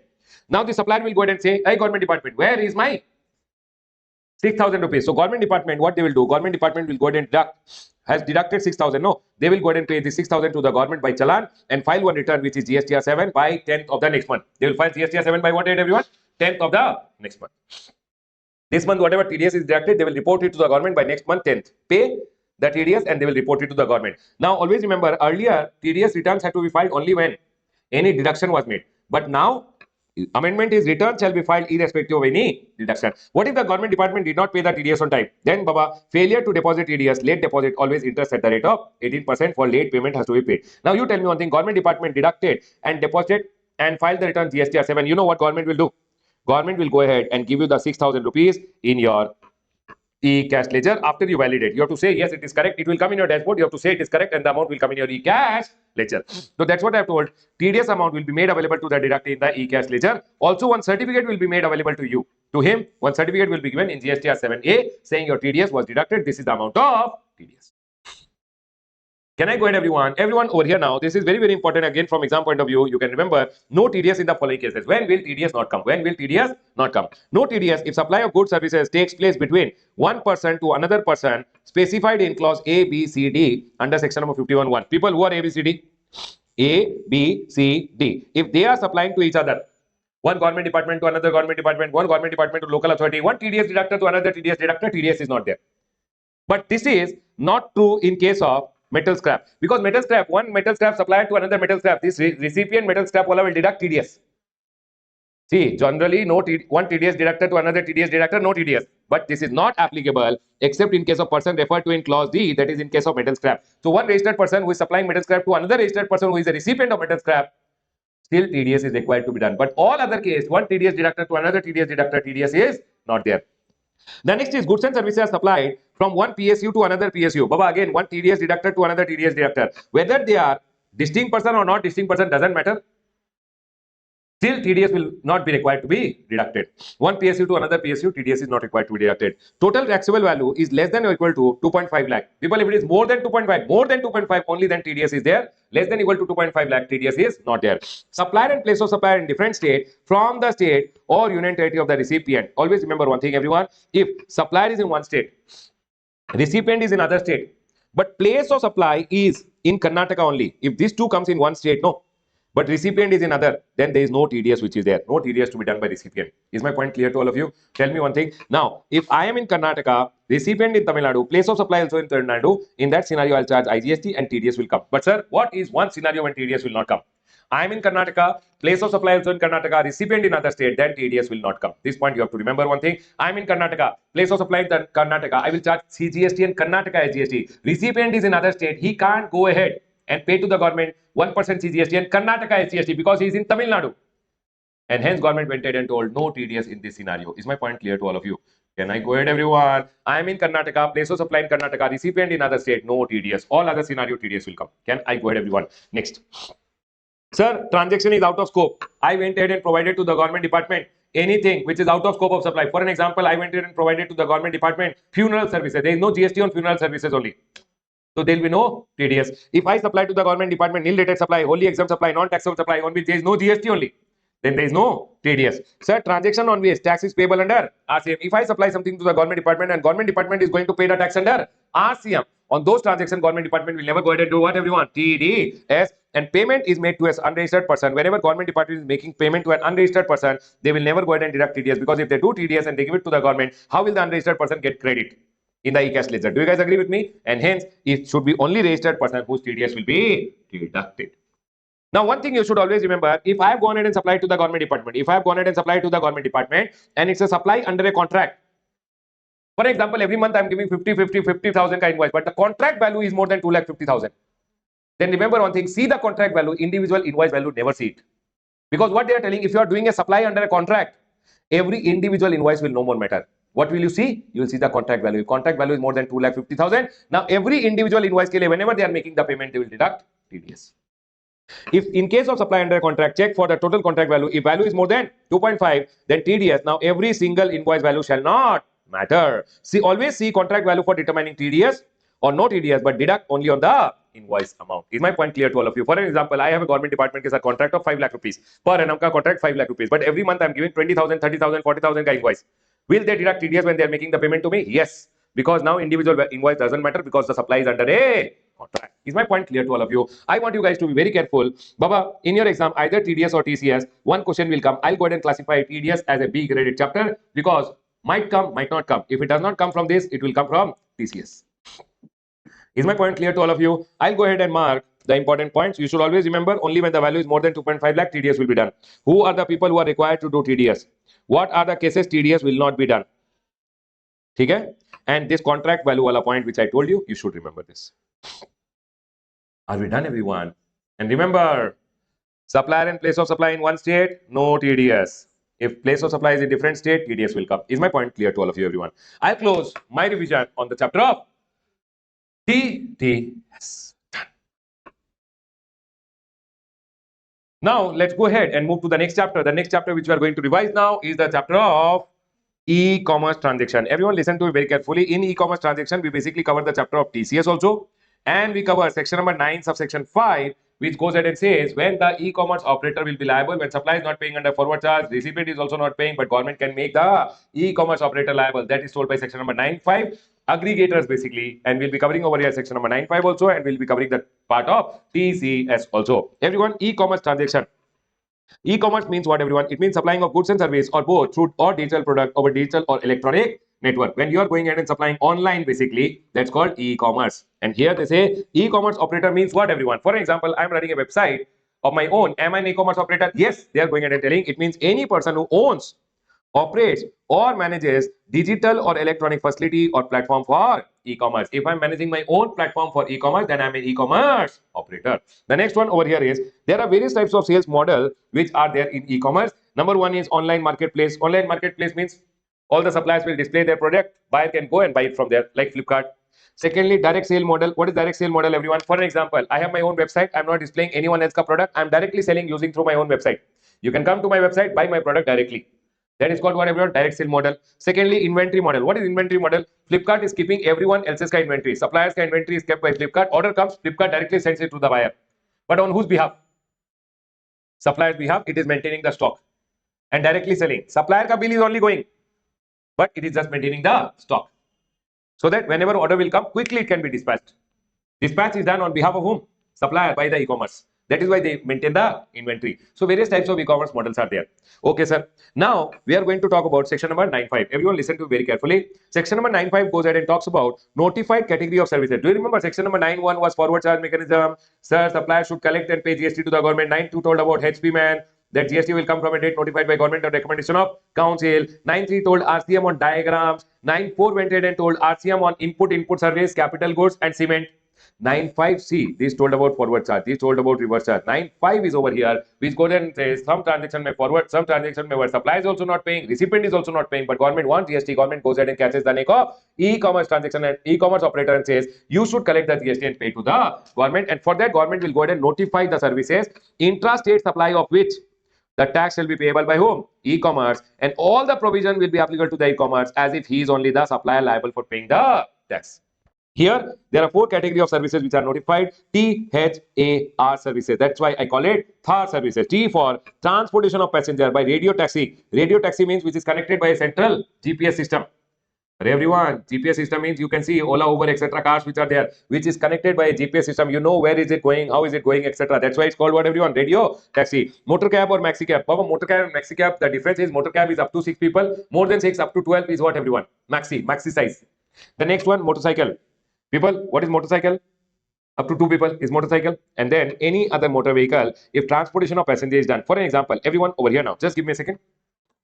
Everyone over here now, transportation of passenger. For an example, you know Ola, Uber, etc. Right, everyone? In Ola, Uber, etc. what happens? They are transporting the passenger, but actually the supplier is the taxi driver. Recipient is you. Neither the supplier is paying nor you are paying. So government went ahead and told in this scenario what will happen, sir. Whenever there is any transportation of passenger which is provided through a e-commerce operator, remember one thing, you will go online, you will go ahead, you will book your cab wala will go ahead and give you the service, but e-commerce, he will not be liable to pay GST. E-commerce operator has to collect the GST and e-commerce will pay the GST. Always e-commerce operator pays GST under section number 9.5. Whether supply is registered or unregistered doesn't matter. Can I go ahead, everyone? Secondly, they went ahead and told transportation of passenger by omnibus. Omnibus means any bus which is there basically, except where the person supplying the service is a company. Everyone listen to very carefully. In the second one, for example, you went to Red Bus. You wanted to go somewhere, you went to Red Bus. Red Bus directed it to a supplier. Supplier came and gave you the service. If the supplier is a company, then supplier pays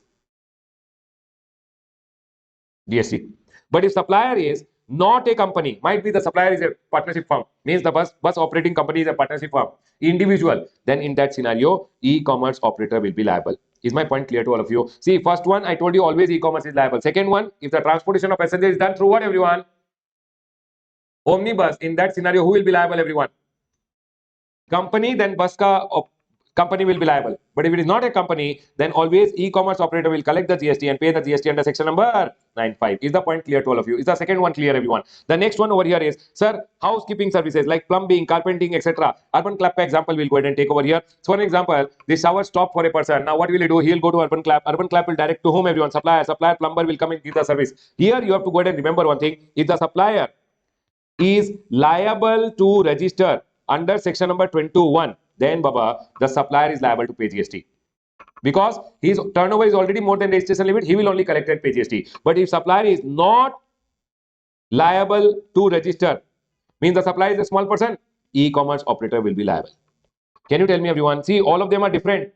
In this housekeeping services like plumbing, carpenting, etc. Always remember one thing, e-commerce will pay GST under section number 9.5. It will collect and it will pay only if the supplier is not a registered. Basically, he is not liable to register under section number 21. If he is not liable, then e-commerce pays. If he is liable, he will only collect and pay. Next, everyone. The next one over here is accommodation services in hotel, in guest house, campsite, meant for residential or lodging purpose. Always remember one thing. For example, OYO is there. One person went over here. People, what they are telling over here? One person went to OYO. OYO went ahead and directed to a hotel. Hotel went ahead and provided the service. Hotel went ahead and provided the service. In this scenario, who will be paying the GST? If supplier, again, I will go ahead and copy paste this over here also. Which one? This one. They are going ahead and telling in accommodation service also, if you think it's a big hotel wala who is already registered, then he will pay. If the hotel wala is not liable to register, then e-commerce operator has to collect the GST and e-commerce operator will pay GST under section number 95. The next one over here is in-house. Remember, in housekeeping and accommodation, I already told you, e-commerce operator shall not be liable if supplier is liable to register. Is my point clear to all of you? People, first one, transportation of passenger by radio, taxi, motor cab, maxi motorcycle, auto rickshaw, etc. Who will be liable? E-commerce operator always. In second one, omnibus ka case mein, if bus operator is a company, they will be liable, otherwise e-commerce. Accommodation and housekeeping services. Accommodation and housekeeping service always who will be liable? Supplier is liable to register, supplier liable, otherwise e-commerce will be liable. The next one over here, restaurant services. For example, one who is this? What do you name? Kripa went to Zomato. She wanted to eat some food. The order came to a restaurant. Restaurant wala provided the food. Who will be the person who will be liable? Always remember, supplier registered, unregistered doesn't matter. In this scenario also, e-commerce only will collect the GST under section number 95 and pay the GST to the government. Is my point clear to all of you, everyone? They have gone ahead and told, in case of restaurant services, always remember e-commerce will be liable, but whether supplier is registered, unregistered doesn't matter. But one exception is there over here, except in case of restaurant or eating giant located in specified premises. Everyone, what do you mean by specified premise? See, if specified premise means one restaurant is there, then that restaurant is liable. Otherwise, who is liable? E-commerce operator. Now, what do you mean by specified premise? This definition has now been amended. Earlier, it used to be only the first point which was there. Now they have added 2 more points over here. Let's understand. It says a premises from where supply has provided in preceding financial year hotel accommodation services having value of supply of a unit more than 7,500 per unit per day or equivalent. What do you mean by per unit per day more than 7,500? Room charges are more than 7,500 or equivalent. Equivalent means equal to 7,500. No. 7,000 above 7,500 or dollar equivalent to rupees 7,500 or pound equivalent to, see, when somebody comes to stay in the hotel, they might pay in dollar, pound, etc. also. So they are telling room charges should be more than 7,500. More than 7,500 in rupee or rupee equivalent dollar, pound, etc. also. But the accommodation service ka rate should be more than 7,500. Is my point clear to all of you? Of any unit. So for an example, I'll tell you over here. Everyone listen to very carefully. This is Taj. Taj group of hotel ka per room ka charges is 5,000, 7,000 and one room ka charge is 8,000. Is any room ka charge is more than 8,000? Now Taj ke inside one restaurant is there. The restaurant ka name is Blue. You know what happened today? I went ahead and decided I want to eat from a good restaurant, 5-star restaurant. So I went to Zomato. Zomato directed me to this restaurant. Restaurant went ahead and supplied me the food. In this scenario, this restaurant, because it is located in a premise where the hotel accommodation ka charge is more than 7,500, this premise will be called as what, everyone? Specified premise. Is my point clear to all of you? And in this scenario, who will be liable? Not the e-commerce. This person only has to pay the GST. In this scenario, e-commerce operator will not be liable. Is my point clear to all of you? What is a specified premise? A premise where hotel accommodation ka charge of any room is more than how much, everyone? 7,500. Is my point clear to all of you? Yes, sir, this point is clear. Now, this point, though, it was there earlier also. Now, they have added 2 more points. A premise from which a registered person has filed a declaration on or after the 1st January and not later than 31st March of the preceding financial year, declaring the said premises to be a specified premise. Everyone listen to very carefully. So for an example, 1st January up to 31st March, I will get time. For example, this is the year 25-26. For this year, if I want myself to be a specified premises and I want to pay the GST, I don't want e-commerce operator to pay, then from here to here, I should go online and declare myself as a specified premise. Online, the option will be available from which date, everyone? A registered person has filed a declaration. You have to go online and declare yourself as a specified premise on or after 1st January and not later than 31st March, declaring the premises to be specified premise. It means I should declare myself as a specified premise. If I declare myself as a specified premise, then I'll be a specified premise. Can I go ahead, everyone? They are telling if anyone wants, they can go online and declare themselves as a specified premise. They are telling or again, a premise for which a person has applied for registration, have filed a declaration within 15 days of acknowledgement for registration, declaring premise as specified premise. What they are telling, I have already applied for registration. Might be now. It is 1st January to 31st March is already gone. Now I'm in that year 2025-26. I'm not yet registered. In between the year, I became liable to register. Then I went ahead and applied for registration and I got an acknowledgement. Once I get the acknowledgement for registration, no, within 15 days, I should go online and tell that I am a specified premise. Then only I'll be a specified premise and I have to pay the GST under I have to myself pay the GST. E-commerce operator will not pay. People, if I'm already registered, then 1st January to 31st March, I'll have the window open to declare myself as a specified premise. Okay, everyone. If I'm not registered, then once I become liable to register and I apply for registration and get an acknowledgement, then within 15 days, I can go online and declare myself as a specified premise. Then I'll be a specified premise.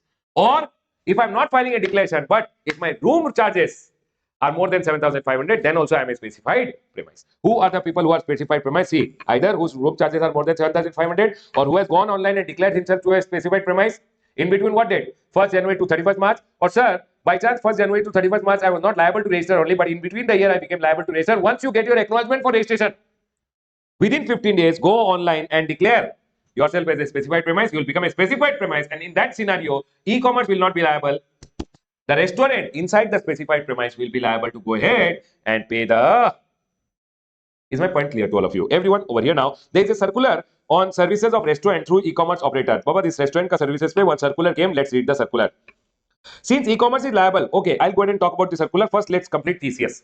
We'll need TCS ka point also over there. First, let's complete TCS. Everyone tell me one thing. I went ahead and told you section number 9.5. Correct, everyone? In section number 9.5, what services I told you? Transportation. In transportation, two. One is motor cab, maxi cab, radio taxi, then any other motor vehicle which is there. And I told you transportation by whom, everyone? By bus.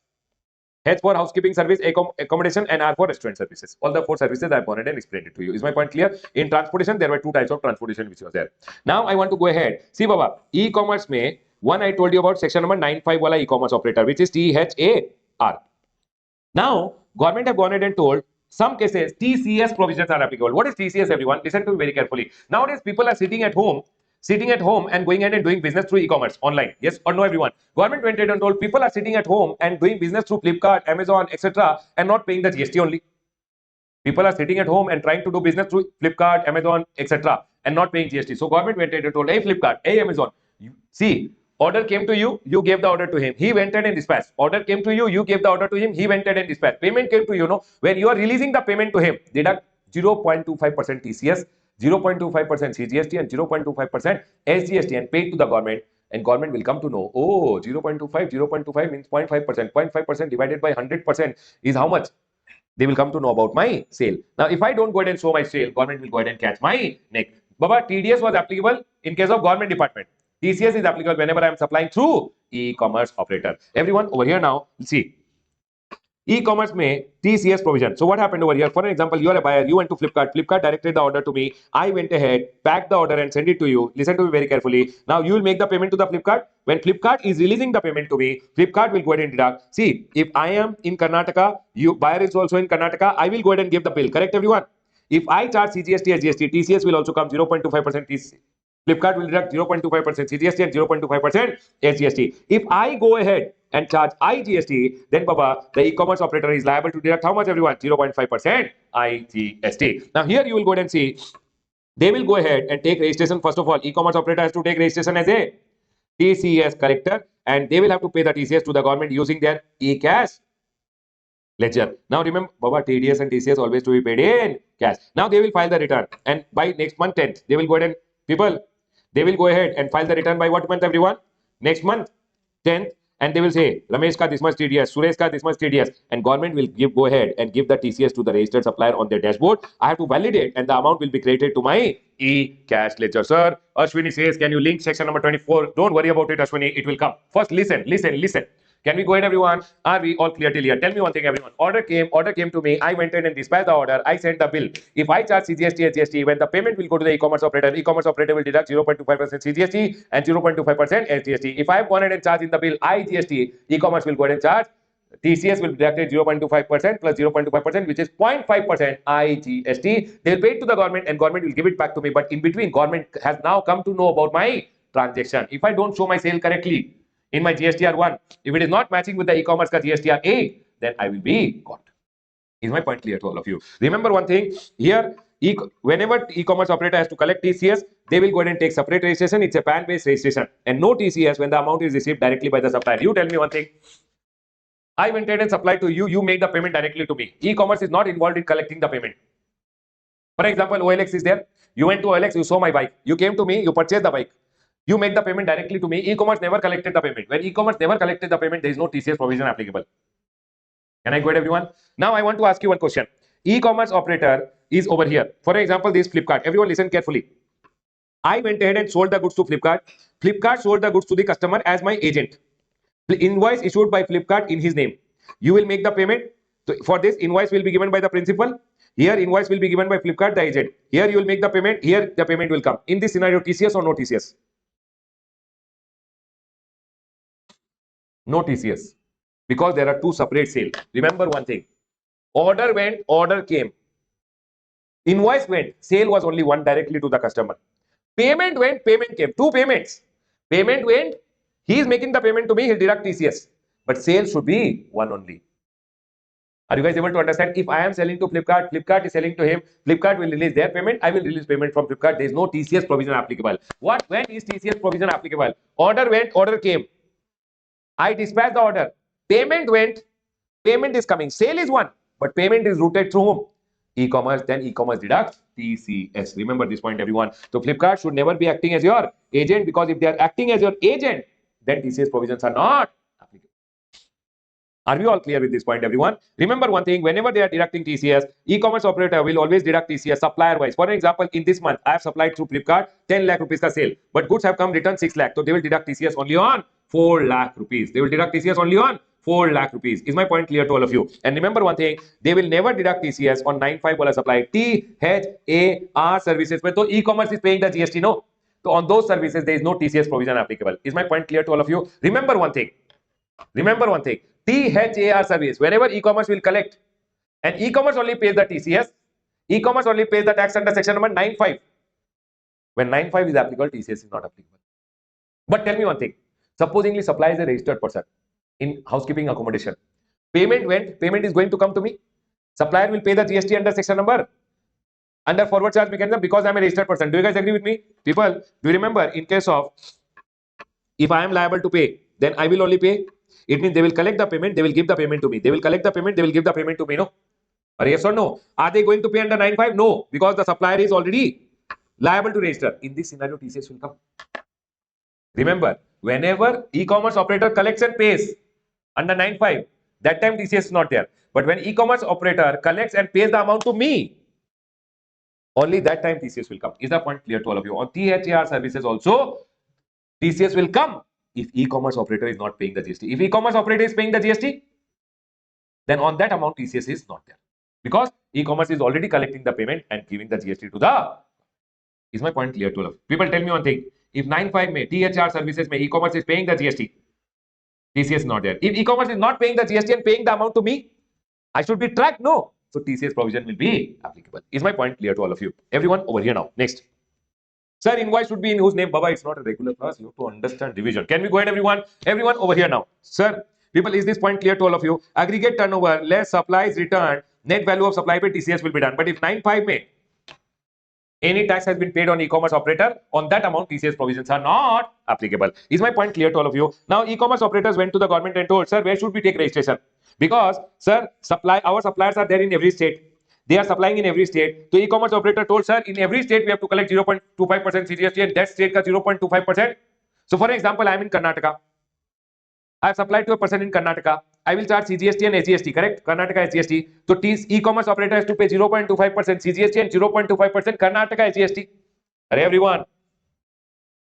In TDS chapter, the government told no TDS, but in TCS chapter, government never told that. And government told what, you know, Flipkart, Flipkart, you have to take registration in all the state, because provision of deducting TCS will come in all the state, because your suppliers will be there in all the state. Hence, government told in each state or union territory, as obligation of collecting would be there for every inter or intra-state supply. Now, everyone listen to me very carefully. Sir, we did not go ahead.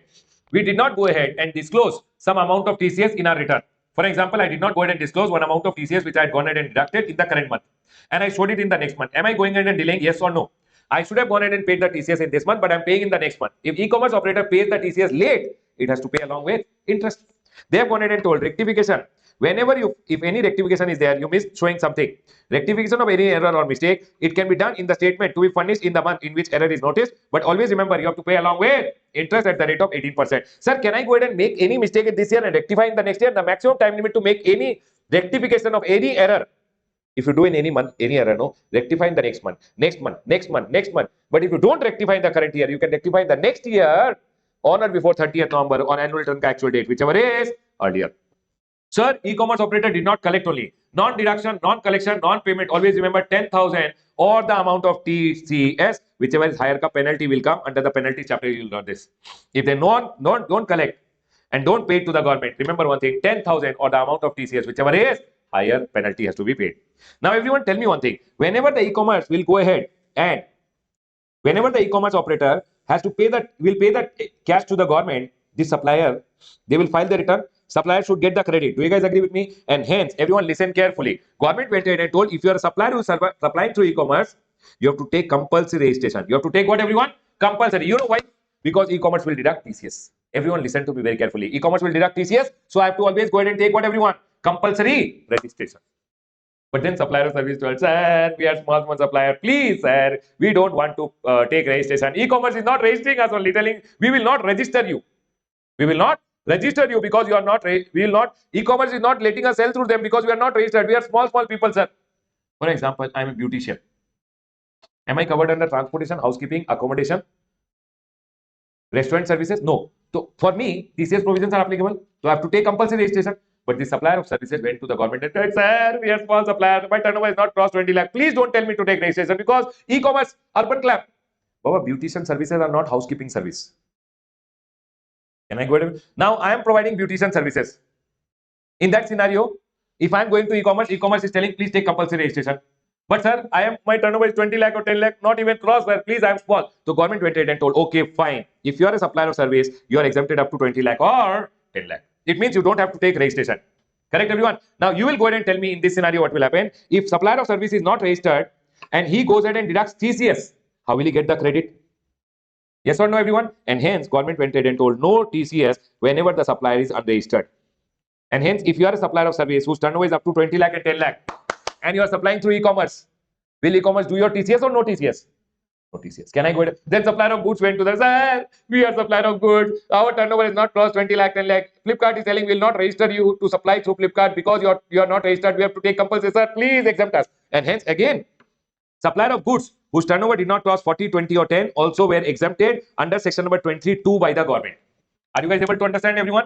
Now you tell me one thing. If I am a supplier of service, I am also exempted. If I am a supplier of goods, I am also exempted. If I am exempted, then e-commerce will not go ahead and deduct my TCS also. Now I am going to go ahead and link it to your registration chapter over here. Listen to me very carefully. In registration chapter, we had gone ahead and learned that if you are a person who is supplying through e-commerce, if you are a person who is supplying through what? E-commerce. Listen, first of all, the e-commerce is required compulsory registration. Secondly, if you are a person who is supplying other than 9.5, 9.5 के लिए तो you already know.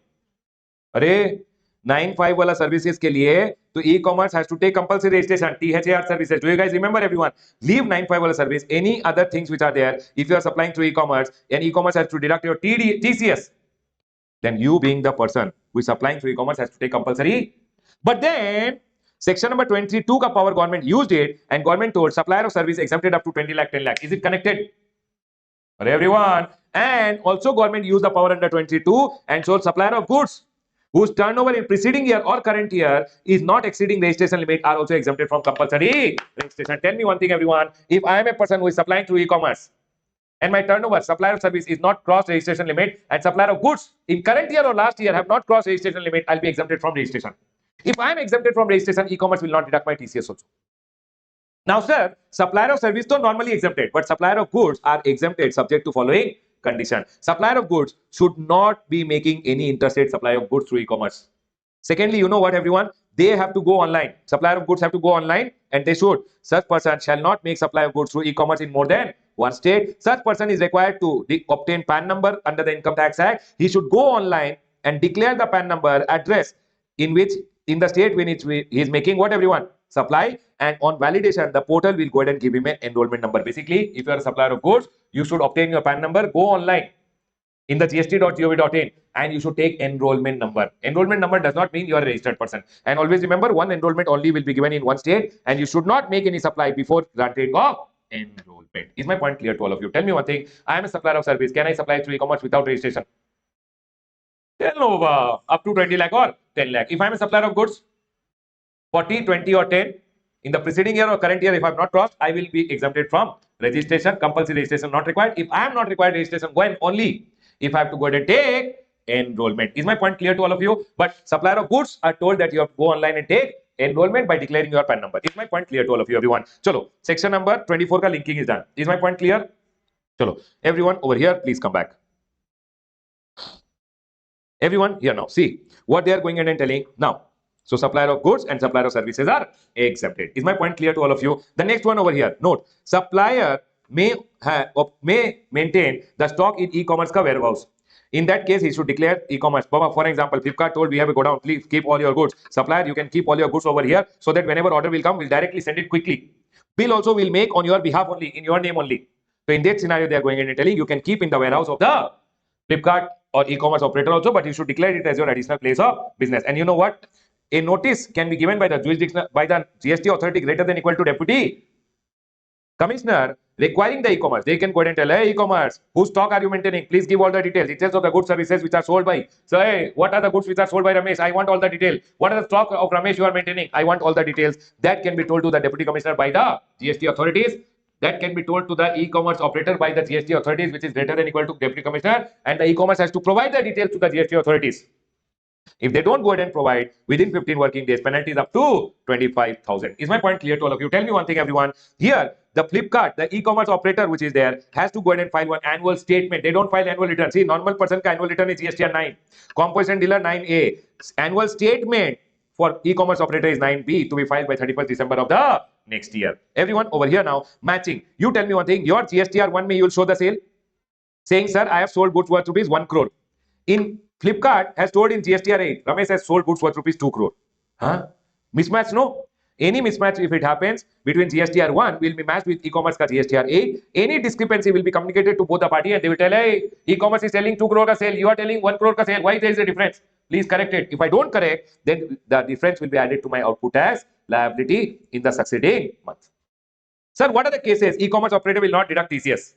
Remember one thing, if the transaction is out of scope of supply, people, a transaction on which GST is only now there, no TCS under GST. Transaction on which GST is to be paid under RCM. I have gone ahead and done some supply where buyer has to pay GST under RCM, then no TCS. Secondly, transaction which is nil rated, wholly exempt, non-taxable, no TCS. Sir, supply is unregistered, then no TCS. 95 wala supply, THAR services. Baba, transportation, housekeeping, accommodation, restaurant, is TCS provision applicable or not applicable? If e-commerce is paying the GST, no TCS. If e-commerce is not paying the GST and the amount is coming to you, TCS. Can I close the discussion, everyone? Now, you know what, everyone? They have gone ahead and told. People tell me one thing. Now, they have gone ahead and told special procedure to be followed by e-commerce with respect to supplying of goods through them by composition taxpayer. Everyone, I would like this to be linked to the composition ka chapter. Everyone listen to very carefully. In composition chapter, I went ahead and told you, if you are a composition dealer, you cannot supply services through e-commerce. Can you supply goods through e-commerce? Can composition dealer supply goods through e-commerce? Yes. Remember one thing, a composition dealer can supply the goods through e-commerce, but you know what will happen? E-commerce has to make sure that it should not allow any interstate supply by the composition dealer, because composition dealers are not allowed to supply interstate. E-commerce should take care of these parts. What is the special procedure to be followed by the e-commerce operator? E-commerce should make sure that it is not allowing the composition dealer to make any interstate. E-commerce should collect TCS, because composition dealer is registered person, he will get the credit. So e-commerce should collect TCS and pay to the government, and e-commerce should furnish the details of the supplies which are done by the composition dealer in their GSTR 8. So basically, e-commerce operator should pay the GST to the government, and government will pay the GST to the composition dealer. Is my point clear to all of you? Now, sir, what are the special procedure to be followed by e-commerce whenever the supplies are done through whom? Unregistered people. Do you remember supplier of service and supplier of goods who are unregistered also can supply through e-commerce? Everyone, in that scenario, what is the special care the e-commerce should take care? E-commerce operator should allow supply of goods only when enrollment has been allotted to the said person. Baba, supplier of goods have to take enrollment. So e-commerce will make sure that you have enrollment, only then you can supply through e-commerce. Secondly, it will not allow any interstate supply by you. Thirdly, it will not collect TCS because you are not registered and it will not pay it to the government. And fourthly, but whatever sales you have done, no, it will report it to the government in GSTR 8. What are they telling? E-commerce shall furnish the details of the supplies in the GSTR. Is my point clear to all of you? Everyone over here now, one small circular is there which goes ahead and talks about TCS applicability in multiple e-commerce operator. Everyone listen to me very carefully. For an example, there is one e-commerce ka website, there is another e-commerce ka website. This is e-commerce website which has all the buyers. Which has all the buyers. This is e-commerce platform which has all the sellers. Everyone, for example, we'll keep buyer this side and seller this side. This e-commerce has listed all the sellers. Everyone over here now. This e-commerce has listed all the sellers. This e-commerce has listed all the buyers. Now listen to very carefully. You went ahead and placed an order over here in one website. This website redirected the order to another website where all the sellers are there. The order came to the seller. The seller packed and sold the goods. He will make the payment to him. He will make the payment to this e-commerce. This e-commerce will make the payment to him. Now e-commerce number 1, e-commerce number 2. Who will deduct TCS? So they went ahead and told the seller side e-commerce who is ultimately releasing the payment to the seller will do TCS. People, are you guys able to understand? You place the order on one website send the order to another website is ultimately making the payment to the supplier. Who will deduct TCS? First website or the second website? Second one. Is my point clear? They have told where multiple e-commerce are involved in a single transaction and where supplier side e-commerce himself is not the supplier. I'm not the supplier. I'm just redirecting the order. TCS is to be done by supplier side e-commerce who finally releases the payment. Now, second one, everyone over here now. You went online to a website which is an e-commerce ka website. The e-commerce ka website directed the order to another e-commerce ka website.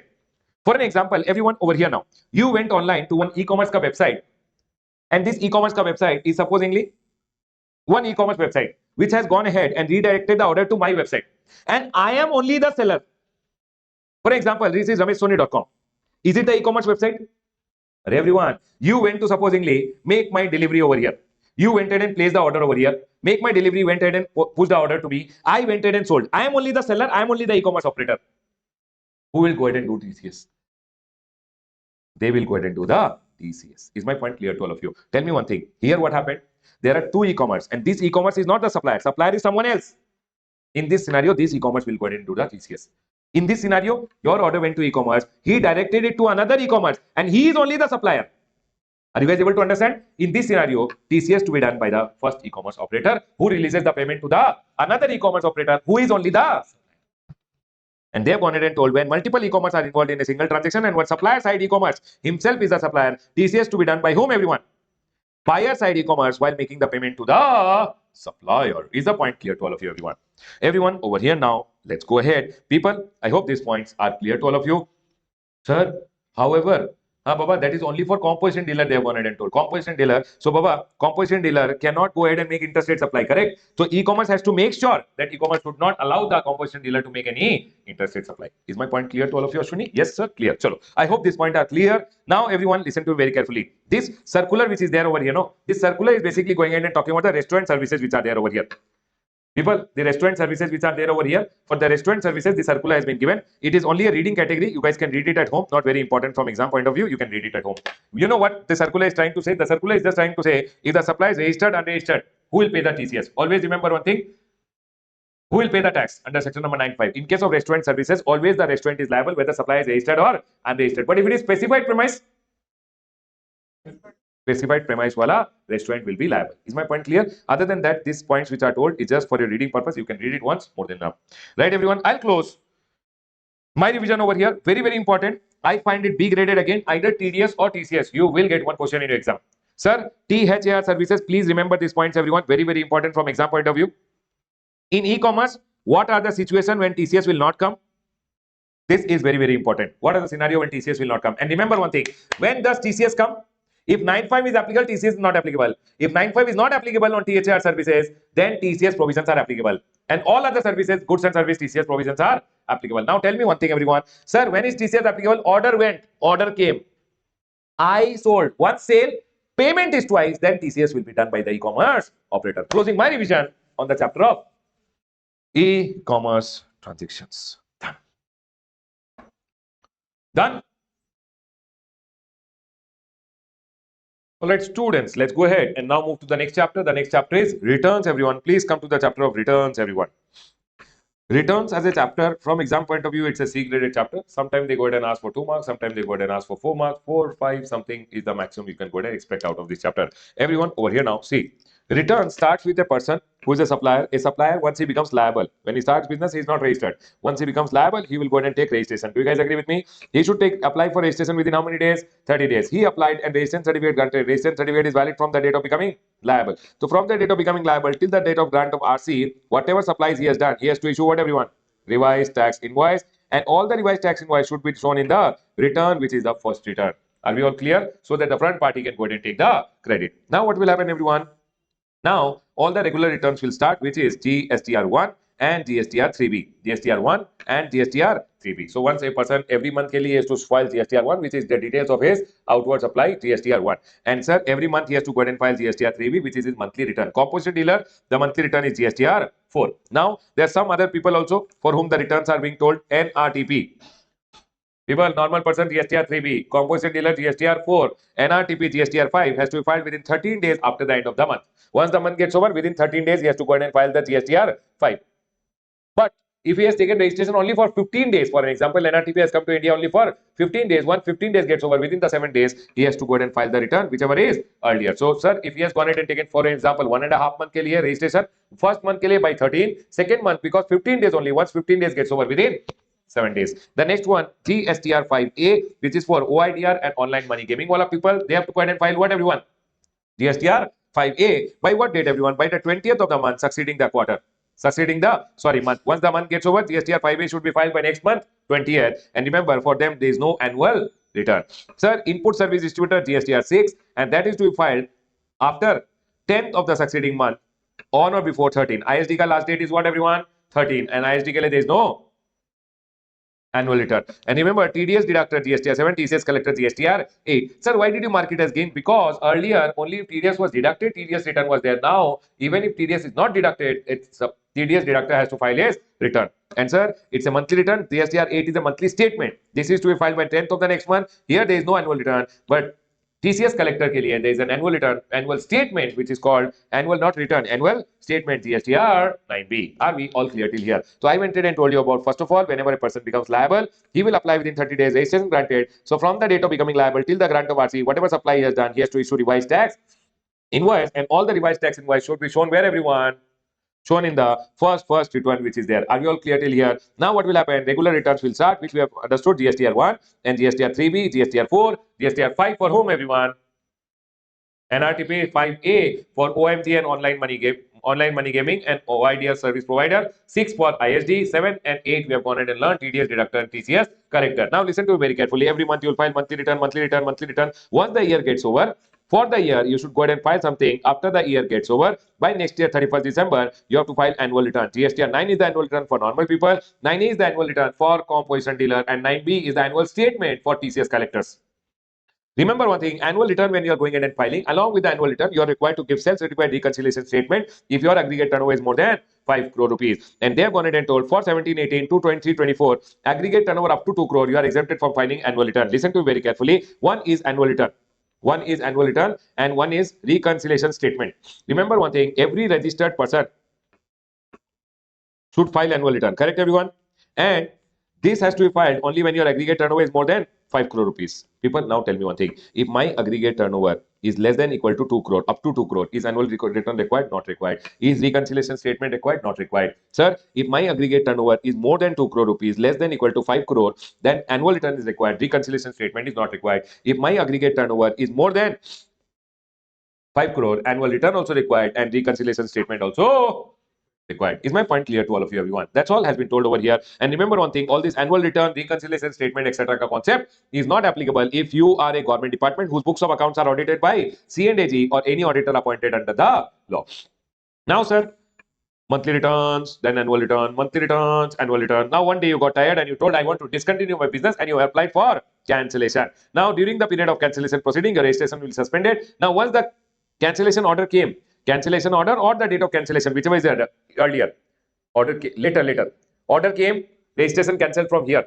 From here, within the next 3 months, you should tell a bye-bye, file all the taxes, etc., and tell a bye-bye, which is called a GSTR 10, a final return, a bye-bye return to GST. Can I go ahead, everyone? So I went ahead and told you, everyone listen to me very carefully. I went ahead and told you GSTR 1, statement of outward supply, GSTR 2, inward supply, purchase का return, but it is not there anymore. GSTR 2 is not there. Instead, GSTR 2A and 2B has been introduced, which I'll talk later. GSTR 3B, I told you, normal return. GSTR 4, composite dealer का return. GSTR 5, NRTP. GSTR 5A, online money gaming and OIDR का return. 6, ISD. 7, TDS deductor, TCS collector. 7 is TDS deductor, 8 is TCS collector.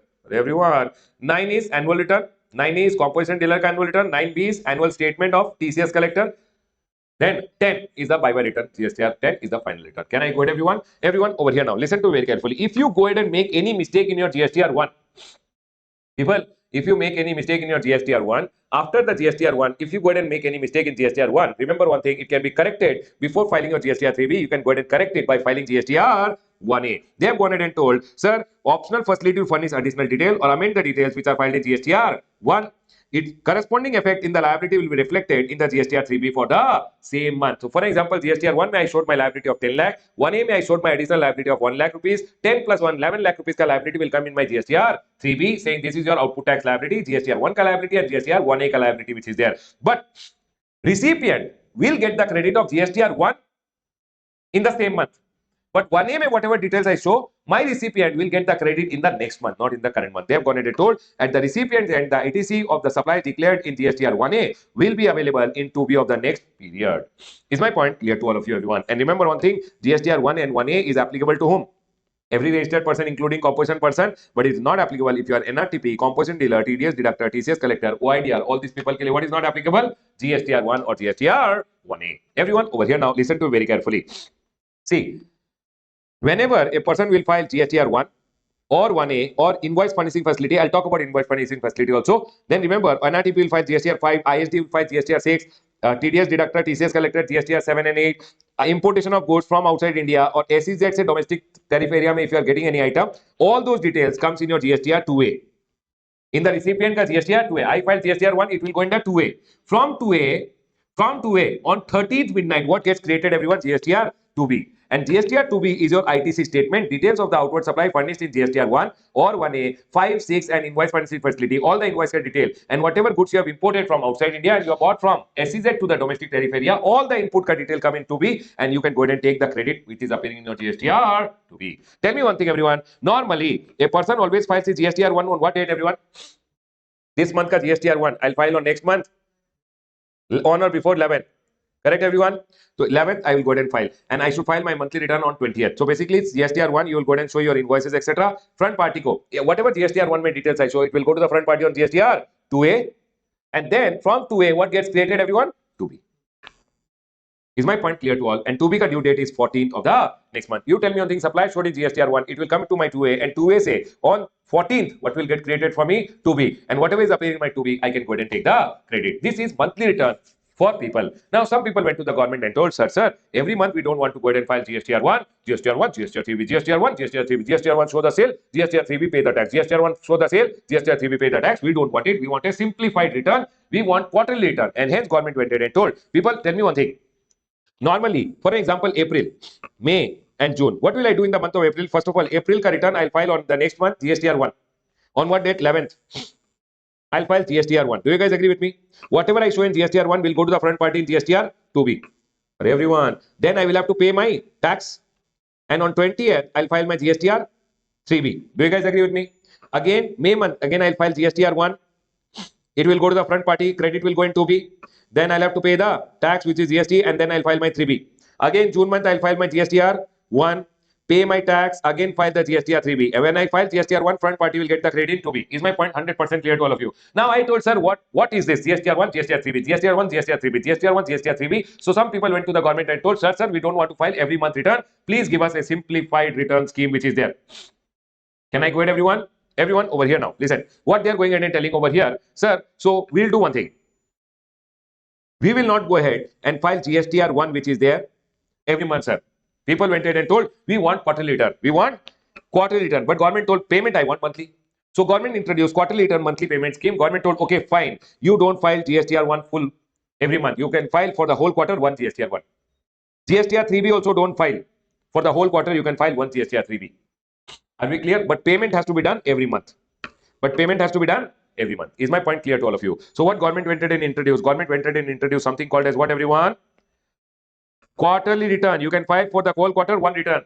For the whole quarter, one GSTR 3B, one GSTR 1. But payment has to be done every month. So government went ahead and introduced QRMP scheme. But this QRMP scheme is available to you only if your last year ka turnover, except OIDR, because OIDR ke liye QRMP scheme is not there. So normal people ke liye QRMP scheme is there who are filing GSTR 1 and GSTR 3B. If your preceding financial year ka turnover is up to how much, everyone? 5 crore, you will be eligible for QRMP scheme. In the current financial year, you will be eligible for which scheme, everyone? QRMP scheme in the current financial year. So if my preceding financial year turnover is up to 5 crore rupees, then in the current financial year, I can go for which scheme, everyone? QRMP scheme. Now listen to me very carefully. So for example, 21-22 over here, in the 21-22, first quarter I'll be eligible, second quarter I'll be eligible, third quarter, what if my turnover crossed? Then that quarter also I'm eligible. But next quarter I'll become ineligible. My question to all of you, 22-23, am I eligible? Not eligible. Not eligible because last year turnover is already more than 5 crore. Always remember one thing, QRMP scheme can be taken GST and wise. For example, I have 3 registration number. One can be under QRMP scheme, one might not be under QRMP scheme. It is okay. And always remember one thing, once you go ahead and take the option, it shall continue unless you go online and revise it. It will always continue under QRMP unless you go online and revise it. Sir, can you tell me for one quarter, for example, April, May, June, till when can I opt for QRMP scheme? 2 months prior, you can go online and apply that this quarter ke liye I want QRMP scheme. 2 months prior, you can go online and opt, or once the quarter has started, within the next 1 month also you can go online and opt. So 2 months prior or 1 month later, within this time, if you go online and you opt for QRMP scheme, then for this quarter, April to June, you can come under QRMP. 2 months prior to the starting of the quarter. Once the quarter starts within 1 month, you have the option available. You can go for QRMP scheme. Now tell me one thing. In QRMP scheme, what will happen? First of all, this 11th date will become 13th. Instead of 11th, the date becomes what, everyone? 13. And instead of monthly return 20th, it becomes 22nd and 24th. 22nd is for the upper part of India. 24th is the lower part of India. Like that, they've gone ahead and bifurcated based on state. Some state ke liye 22nd, some state ke liye 24th. Everyone over here now, listen. Now you will tell me, sir, if I am not going ahead, if you are going ahead and telling please file the return quarterly, means I will not go ahead and file GSTR 1, I will not file GSTR 1, correct? How will the front person get the credit? If the front person wants credit every month? Yes or no, everyone? And hence government went ahead and told, okay, fine, Ramesh, you do one thing. I will give you an online facility called invoice furnishing facility. You can furnish only those invoices, the details of which the front person wants the credit. And you can furnish here also invoice furnishing facility you can use. You can furnish only those invoices of which the front person wants the credit. It means I'll furnish only B2B invoices which the front person wants the credit. Is my point clear to all? For April month, B2B invoices I can show in invoice furnishing facility, front person will get the credit. May month, I'll furnish the invoice furnishing facility and details will go to the front person and he'll get the credit. Do you guys agree with me? What about the B2C supplies over here? That you will go ahead and show in the, so April month ka B2C, May month ka B2C invoices and June month ka B2B invoices as well as B2C invoices, we'll go ahead and show it in the GSTR 1. Or might be, here I have not gone ahead and shown some B2B invoices because the front person did not want the credit. Then all the remaining invoices details you can show in GSTR 1 and the front party will get the... Is my point clear to all of you? Tell me one thing, everyone. April, May, June, I will file GSTR 1, front person get the credit in 2B. Correct, everyone? GSTR 1, front person get the credit in 2B. GSTR 1, front person get the credit in 2B. Then I pay the GST tax, and I pay the tax. Then I file 3B, and 3B every month. Correct, everyone? This is your monthly return, monthly tax payment. Do you guys agree with me, everyone? But if I go for QRMP scheme, then what will happen, everyone? I will not file GSTR 1, I will not file GSTR 1. I will not file 3B, I will not file 3B. But if I don't file GSTR 1, how will the front person get the credit? I have to use invoice furnishing facility. I have to use invoice furnishing facility. Can I go ahead, everyone? So whatever B2B invoices I'll show, front person will get the credit. Whatever B2B invoices I'll show, the front person will get the credit. Here I can show whatever is the remaining invoices for the quarter and the front person will get the credit. Is my point clear to all of you? And sir, invoice furnishing facility or GSTR 1 ka due date for here will be 13th of the next month. Can I go ahead, everyone? And GSTR 3B, the due dates are 22nd and 24th. Is my point clear to all of you? Sir, okay. You will not file your GSTR 3B, right? Then, sir, how to calculate the tax? Because every month when you file GSTR 3B, you calculate my output is this much, my input claim is this much, and balance I will pay. But, sir, you are telling you make the tax payment without filing 3B. How is it possible? How will I go ahead and calculate the amount of tax? And hence, government went ahead and told, see, first of all, remember, whenever you should have filed all your return on the date of exercising the option to opt for QRMP scheme. Whenever you are going for QRMP scheme, no, you should first file all your pending returns. Only then QRMP scheme will be allowed to you. You can opt for the QRMP scheme. Now, once I have gone ahead and opted for the QRMP scheme, quarterly return, but payment has to be done monthly, right, everyone? So April के लिए I have to make the payment by next month 25th. What is the due date for payment under QRMP scheme, everyone? 25th of the next month. May month के लिए I have to make the payment by 25th June. For the whole quarter, whatever is the pending amount, I can go ahead and make the payment when I'm filing my return GSTR 3B. Is my point clear to all of you? But sir, they went ahead and introduced. They told sir, I told sir, if I am first time coming under QRMP scheme, everyone listen to very carefully. I told sir, I am coming under QRMP scheme for the month of April, May and June. April, May and June. April, May and June. I am coming for the QRMP scheme for the first time. How do I, what is the payment I should do? 25th May I have to make the payment. 25th June I have to make the payment. And then when I am filing GSTR 3B, which is 22nd or 24th, depending on my state, when I am filing my 3B, I have to make the payment. Can you tell me, sir, how much do I make the payment? So government will say, first time you are coming under QRMP, right? So in the month of March, how much did you pay when you filed your 3B? You told your output tax liability is suppose in 10 lakh, the input tax credit is 5 lakh, and you paid in cash how much? It means every month on an average your payment is how much? 5 lakh, no? So do one thing. Here you pay 100%, 5 lakh rupees. Here also you pay 5 lakh rupees. It means whatever you had paid in the last month, pay 100%, pay 100%, and then when you are filing 3B, no, for the whole quarter, do the exact calculation. Your output tax liability suppose in 20 lakh rupees. Your input tax rate for the whole quarter is 15 lakh rupees. Remaining amount to be paid in cash is how much? 5 lakh. Oh, but I already paid 10. So what will happen? You can take 5 lakh rupees ka refund. Are you guys able to understand? For example, for the whole quarter, your input tax rate turned out to be only 8 lakh. How much is the remaining payable? 12 lakh, no? But already paid in cash is how much? 10 lakh. So you just have to pay 2 lakh rupees now.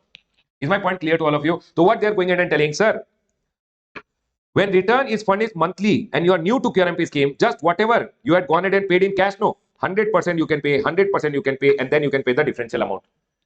People tell me one thing. Now I am under QRMP scheme, right? How much did I pay in cash? 12 lakh rupees, no? For the whole quarter, how much was the actual cash ka payment to be made? 12 lakh, no? Listen to me very carefully. Now, April, May and June. April, May and June, I am under QRMP scheme. For the whole quarter, I paid in cash how much? 12 lakh, no? Now, can you tell me July related, August related, and September? August and September. Can you tell me July ke liye I have to make the payment on 25th August? August ke liye I have to make the payment on 25th September? And then, once the quarter will get over, I have to make the payment on 22nd or 24th. Do you guys agree with me? So can you tell me, for April, May, June, if I made 12 lakh rupees payment for 3 months, 1 month ka payment should be how much here? 4 lakh. But they went ahead and told, it means 33.33%. They told Ramesh, simply out of this make 35% payment. Again, next month you make not 33.33%, make 35% payment. Whatever you have paid in the previous quarter, you can pay 35%, and then pay the balance. Can you tell me, everyone, of 12 lakh, 35% is how much, everyone? 4.2. So 4.2, and then when you are filing your GSTR 3B for the whole quarter, July, August, September, you told my output tax liability is 15 lakh rupees. Input tax rate is supposedly 1 lakh, 14 lakh to be paid. You have already paid 4.2, 8.4 lakh. Remove it, and remaining amount you can go ahead and make the payment over here. Is my point clear to all of you? Tell me one thing, everyone. If I'm new under QRMP, whatever I had paid in the last month, 100%, and then the actual. If I'm already under QRMP scheme, next quarter, how much will I pay? Whole quarter, whatever I have paid, of that 35%, and then the balance. Is my point clear to all? This is the Dean method which has been given by the government. Government went ahead and told Ramesh, if you can follow fixed sum method. Just pay, listen, 25th, 25th, and then 22nd, 24th, right? Remember, monthly payment to be done, no? After considering any e-cash or e-credit ledger, just make 35% of the previous quarter which you had paid in cash. And then you can make the differential payment. No interest to be paid. Any short paid, etc. Interest only if you are not made the payment on due dates, then only interest is there. Otherwise, sir, what if I paid only supposedly 4.2 lakh, but actually for July liability is 10 lakh? No problem. Because you followed government ka method. Government told last quarter what you paid, of that just pay 35, and then they pay the balance. Even if first month you paid 4.2, but your liability was 100 crore, doesn't matter, because you followed the government ka method and made the payment. Is my point clear? And then they went ahead and told over here, sir, what is this 100%? Last month ka 100% balance, or last quarter ka 35% balance. I don't want to follow this. then no problem. You can make your actual liability ka calculation, calculate actual every month, calculate actual ITC and make the payment. Calculate actual and make the payment. But remember one thing, if by chance your actual payment may, or any problem was there, no, then gone. From that day, your interest will come till the date of filing GSTR 3B. Is my point clear to all of you? So for an example, everyone, I've given one example. Tax paid in the quarter January to March was this. Now you are April to May, April and May. How much will you pay? This was for the quarter, right? So you can pay 35%, 35%, 35%, and 35% in the month of April also and in the month of May also. Sir, what if last return filed was monthly and I'm new to QRMP scheme? It was paid for the month, right? 1 month if you are paying this much, April and May ke liye also pay exactly the same amount. 100% and 100%. Can I explain again or got it everyone? People, tell me one thing. If you are a person who is going under QRMP scheme, first of all, your aggregate turnover in the last year should be up to everyone 5 crore rupees, and GSTR 3B, the due date will be 22nd and 24th. April, May, June. First 2 months you can use invoice financing. Lastly, for the quarter you can file GSTR 1. Remember, in this when you are using invoice financing facility, that's an optional method only to prescribe which invoices? B2B invoices. Can I go ahead everyone? Here till 13, and for this also till 13. Here you'll show B2B invoice. Here you'll show June month ka B2B, B2C, April and May ka B2C. And B2B, whatever remaining invoices are there. But remember, in QRMP scheme, you can show only maximum invoices up to what value? 50 lakh. The front person will get the credit, how much everyone? In GSTR 2A, and his 2B will get created. Is my point clear to all of you? Everyone tell me one thing. Now, government have gone ahead and told, we can go ahead and block your GSTR 1. You know what people are going ahead and doing? They are filing GSTR 1, not filing GSTR 3B. Government is telling, Beta, if you go ahead and file your GSTR 1, not file your GSTR 3B, then next month I'll block your GSTR 1. So what are the cases when your GSTR 1 can be blocked? Cases when registered person is debarred from furnishing GSTR 1 or using invoice furnishing facility. A registered person is not allowed to furnish details in GSTR 1 if he has not furnished GSTR 3B for the preceding month. Tell me one thing, everyone. If I go ahead and write over here April month and May month. April month I filed GSTR 1, but I did not file my GSTR 3B. Next month I can't file my GSTR 1 because last month GSTR 3B is not filed. The next one over here is a registered person with aggregate turnover up to 5 crore in the preceding financial year and opt for quarterly return will not be allowed to furnish GSTR 1 or use IFF if he has not furnished GSTR 3B for the preceding tax period. For example, preceding quarter was April, May and June. Here you filed IFF, you did IFF, you went ahead and passed on the credit, you filed GSTR 1 and you passed on the credit. Correct everyone? But when time came to file GSTR 3B, you did not file it. Then remember one thing, next quarter is July, right? July, August, September. Here you can't do IFF also and you can't file GSTR 1 also. All the three will be blocked for you because last quarter ka 3B is not filed. People, this is for monthly return people. Last month GSTR 3B not filed. Next month GSTR 1 blocked. Last quarter GSTR 3B not filed. Next quarter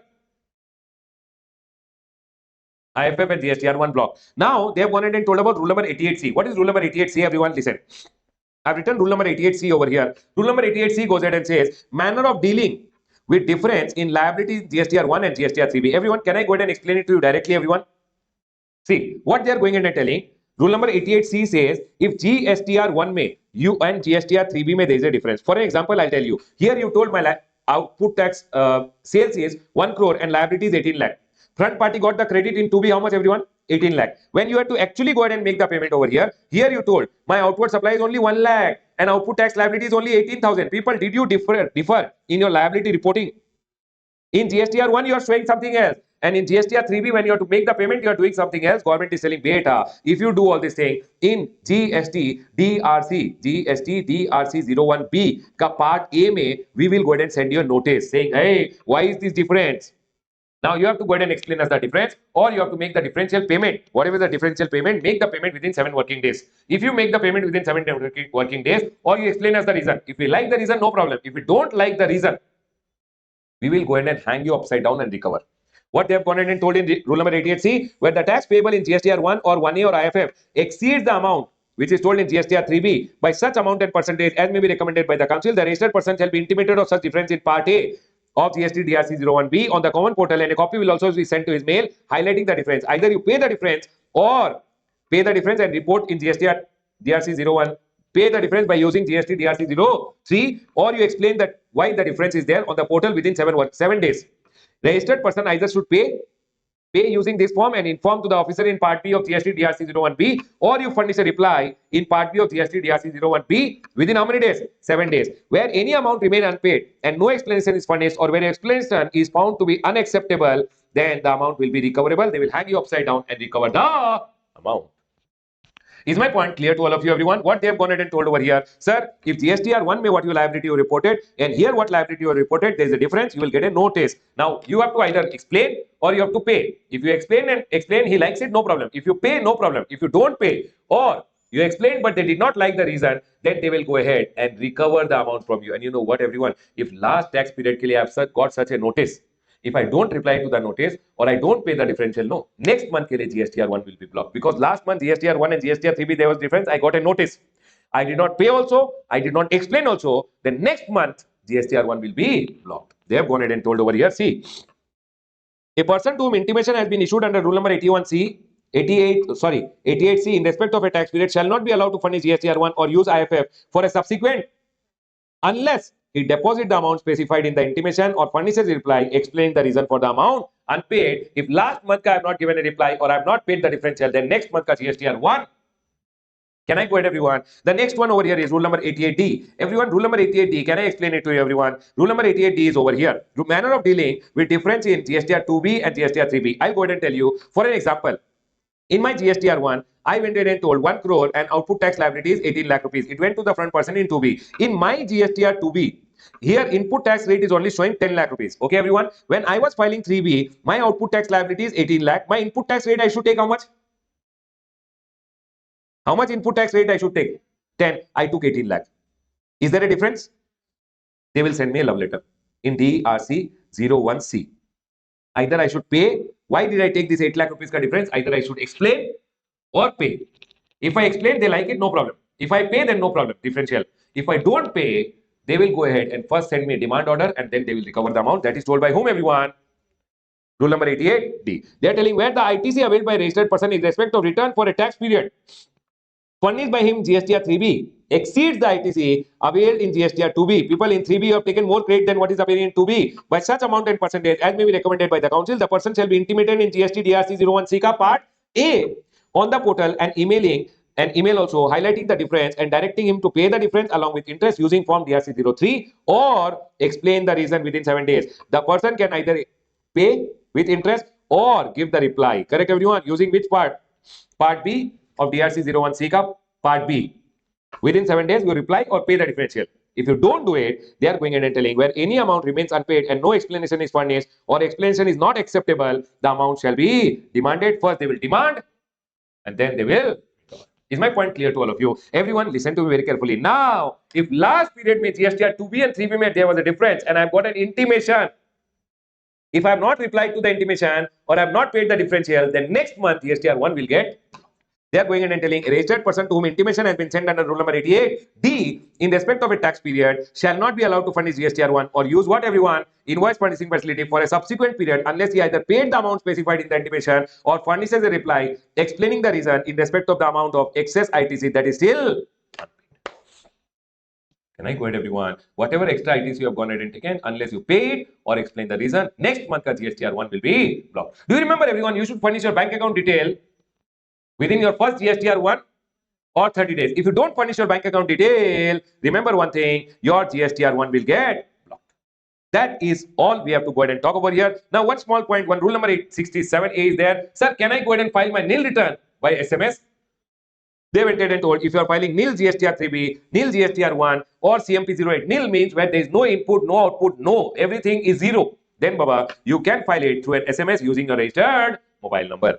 Now, people, over here, there's a late fee which is there. Sir, if I don't file my annual return on time, is there a late fee? Baba, always remember annual return ka late fee was rupees 100 per day up to maximum 0.25% of the turnover. Now they have reduced it. They have told if your registered person ka turnover in the current year for which annual return is to be filed and you have delayed it and your turnover is up to 5 crore, then it is rupees 25 per day and maximum will be 0.02% of the turnover in state. Can I go ahead, everyone? Sir, if my turnover is more than 5 crore up to 20 crore in the current year when I'm filing the annual return and I've delayed it, then Baba, rupees 50 per day up to a maximum of 0.02% of the turnover. And sir, but if your turnover is more than 20 crore, it is not reduced, it is the same 100 rupees per day and maximum is 0.25% of the turnover in state or. Remember, this amount is under CGST Act, same amount is payable under SGST Act also.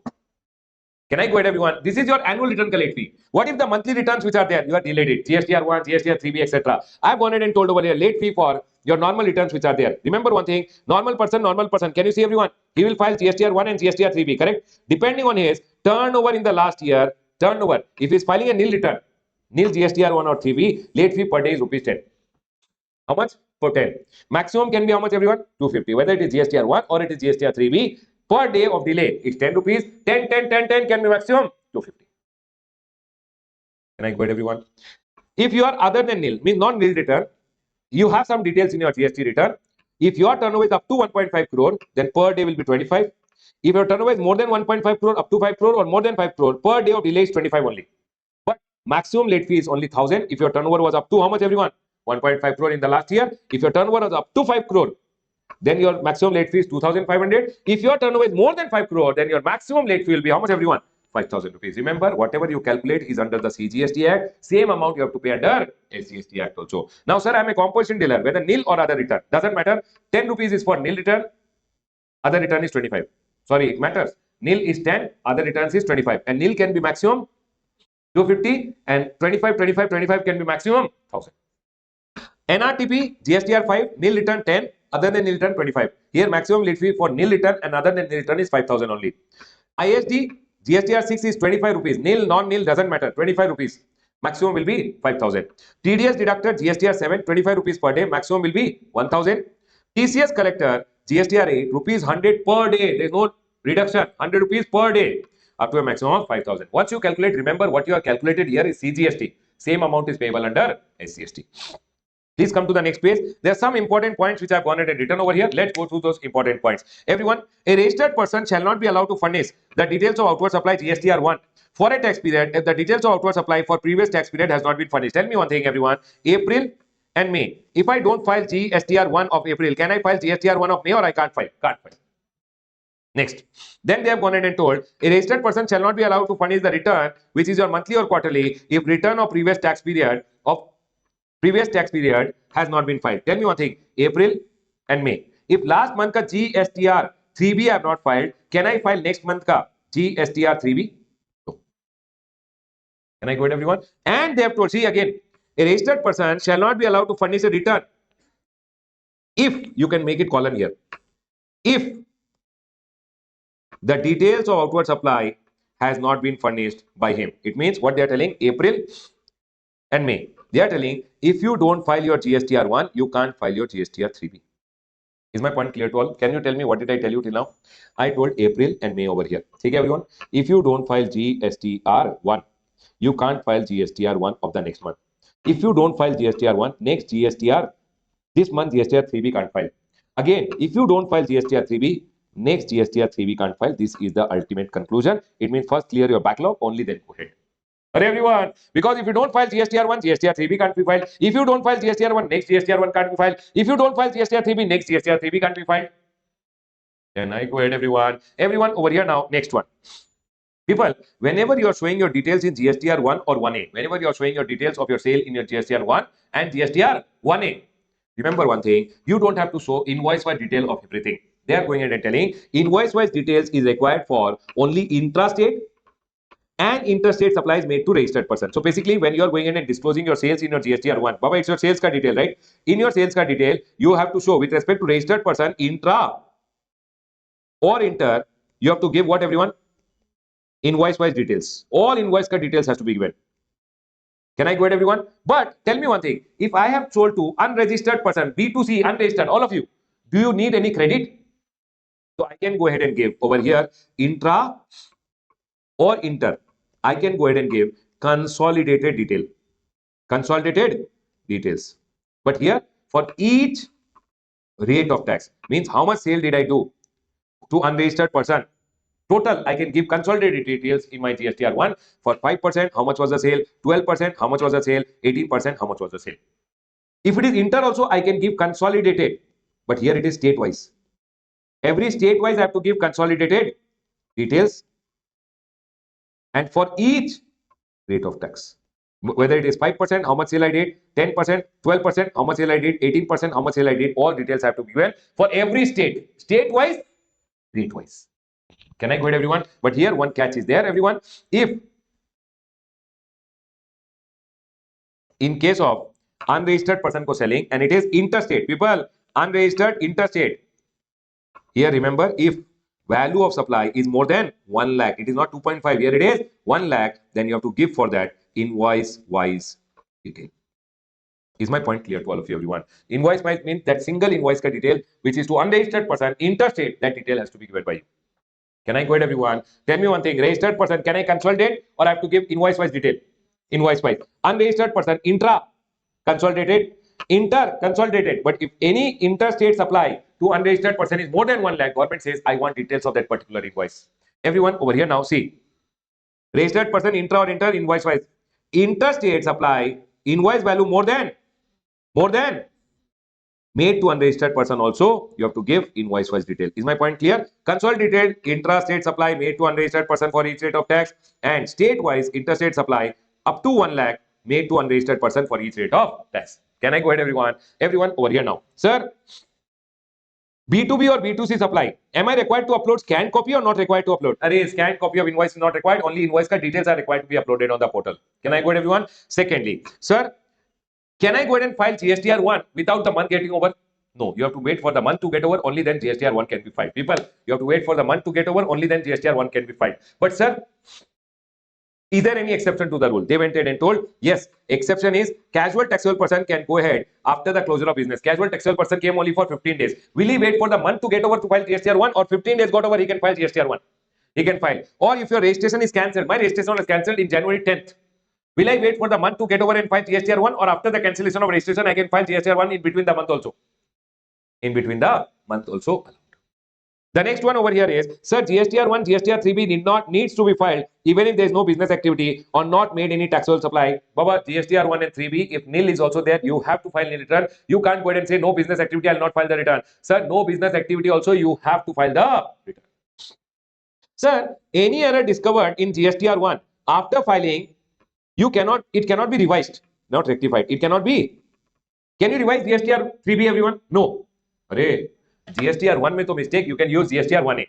But GSTR3B mein, if you have done a mistake, you have to correct it only by furnishing the correct details in next month ka GSTR3B ka amendment table. If any mistake you do in GSTR3B, you have to correct it by showing the correct detail in GSTR3B of the next period. But can I show it next to next period? Yes, next to next period. What is the last date to go ahead and correct the mistake which you have done in your GSTR3B? Which return? Always remember, there is no mechanism to file revised return. However, the error can be rectified by giving the appropriate detail in where, everyone? Amendment table in the GSTR3B. How also no rectification can be made after what date, everyone? 30th November following the end of financial year or date of furnishing annual return, whichever is. People, I did one mistake in GSTR3B. Can I correct in next GSTR3B? Yes. Can I correct in the next GSTR3B? Yes. Amendment table you can use and you can correct. But sir, what is the last date to go ahead and correct? Next year, 30th November or annual return ka actual date, whichever is earlier, on or before that date, whichever GSTR3B you are filing, you should go ahead and correct your mistake.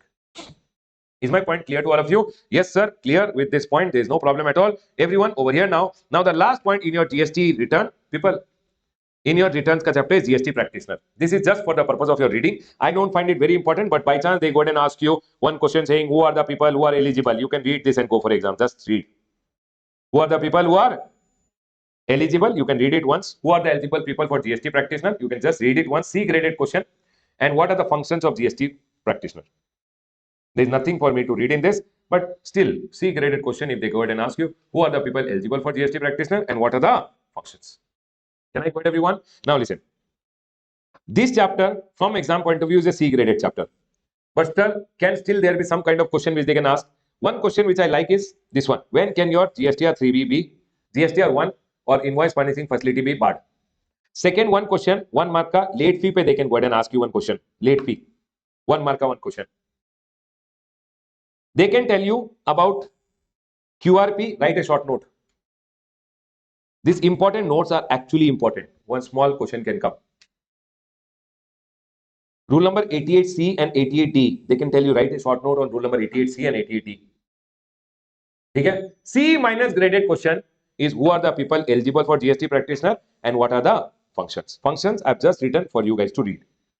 Can I go ahead, everyone? These two are just for your reading purpose. Read it once. Can I go ahead, everyone? Sir, can you still tell us once functions of GST practitioner? I'll tell you. A GST practitioner only rejects. Rejects means R. R for return filing is his work.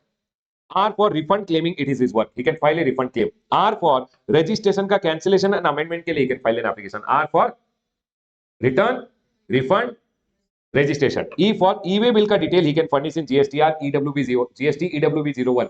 He can furnish that detail. J for job work का ITC 04 which is there, that details he can furnish. E for enrollment. You remember enrollment? Enrollment which is taken under 58 Baba by transporter, owner, operator of warehouse. They have to take enrollment. Those people का enrollment का amendment etc. can be done by whom? GST practitioner. C for composition का case में to get inside composition and to get out you have to file CMP 02 and CMP 04.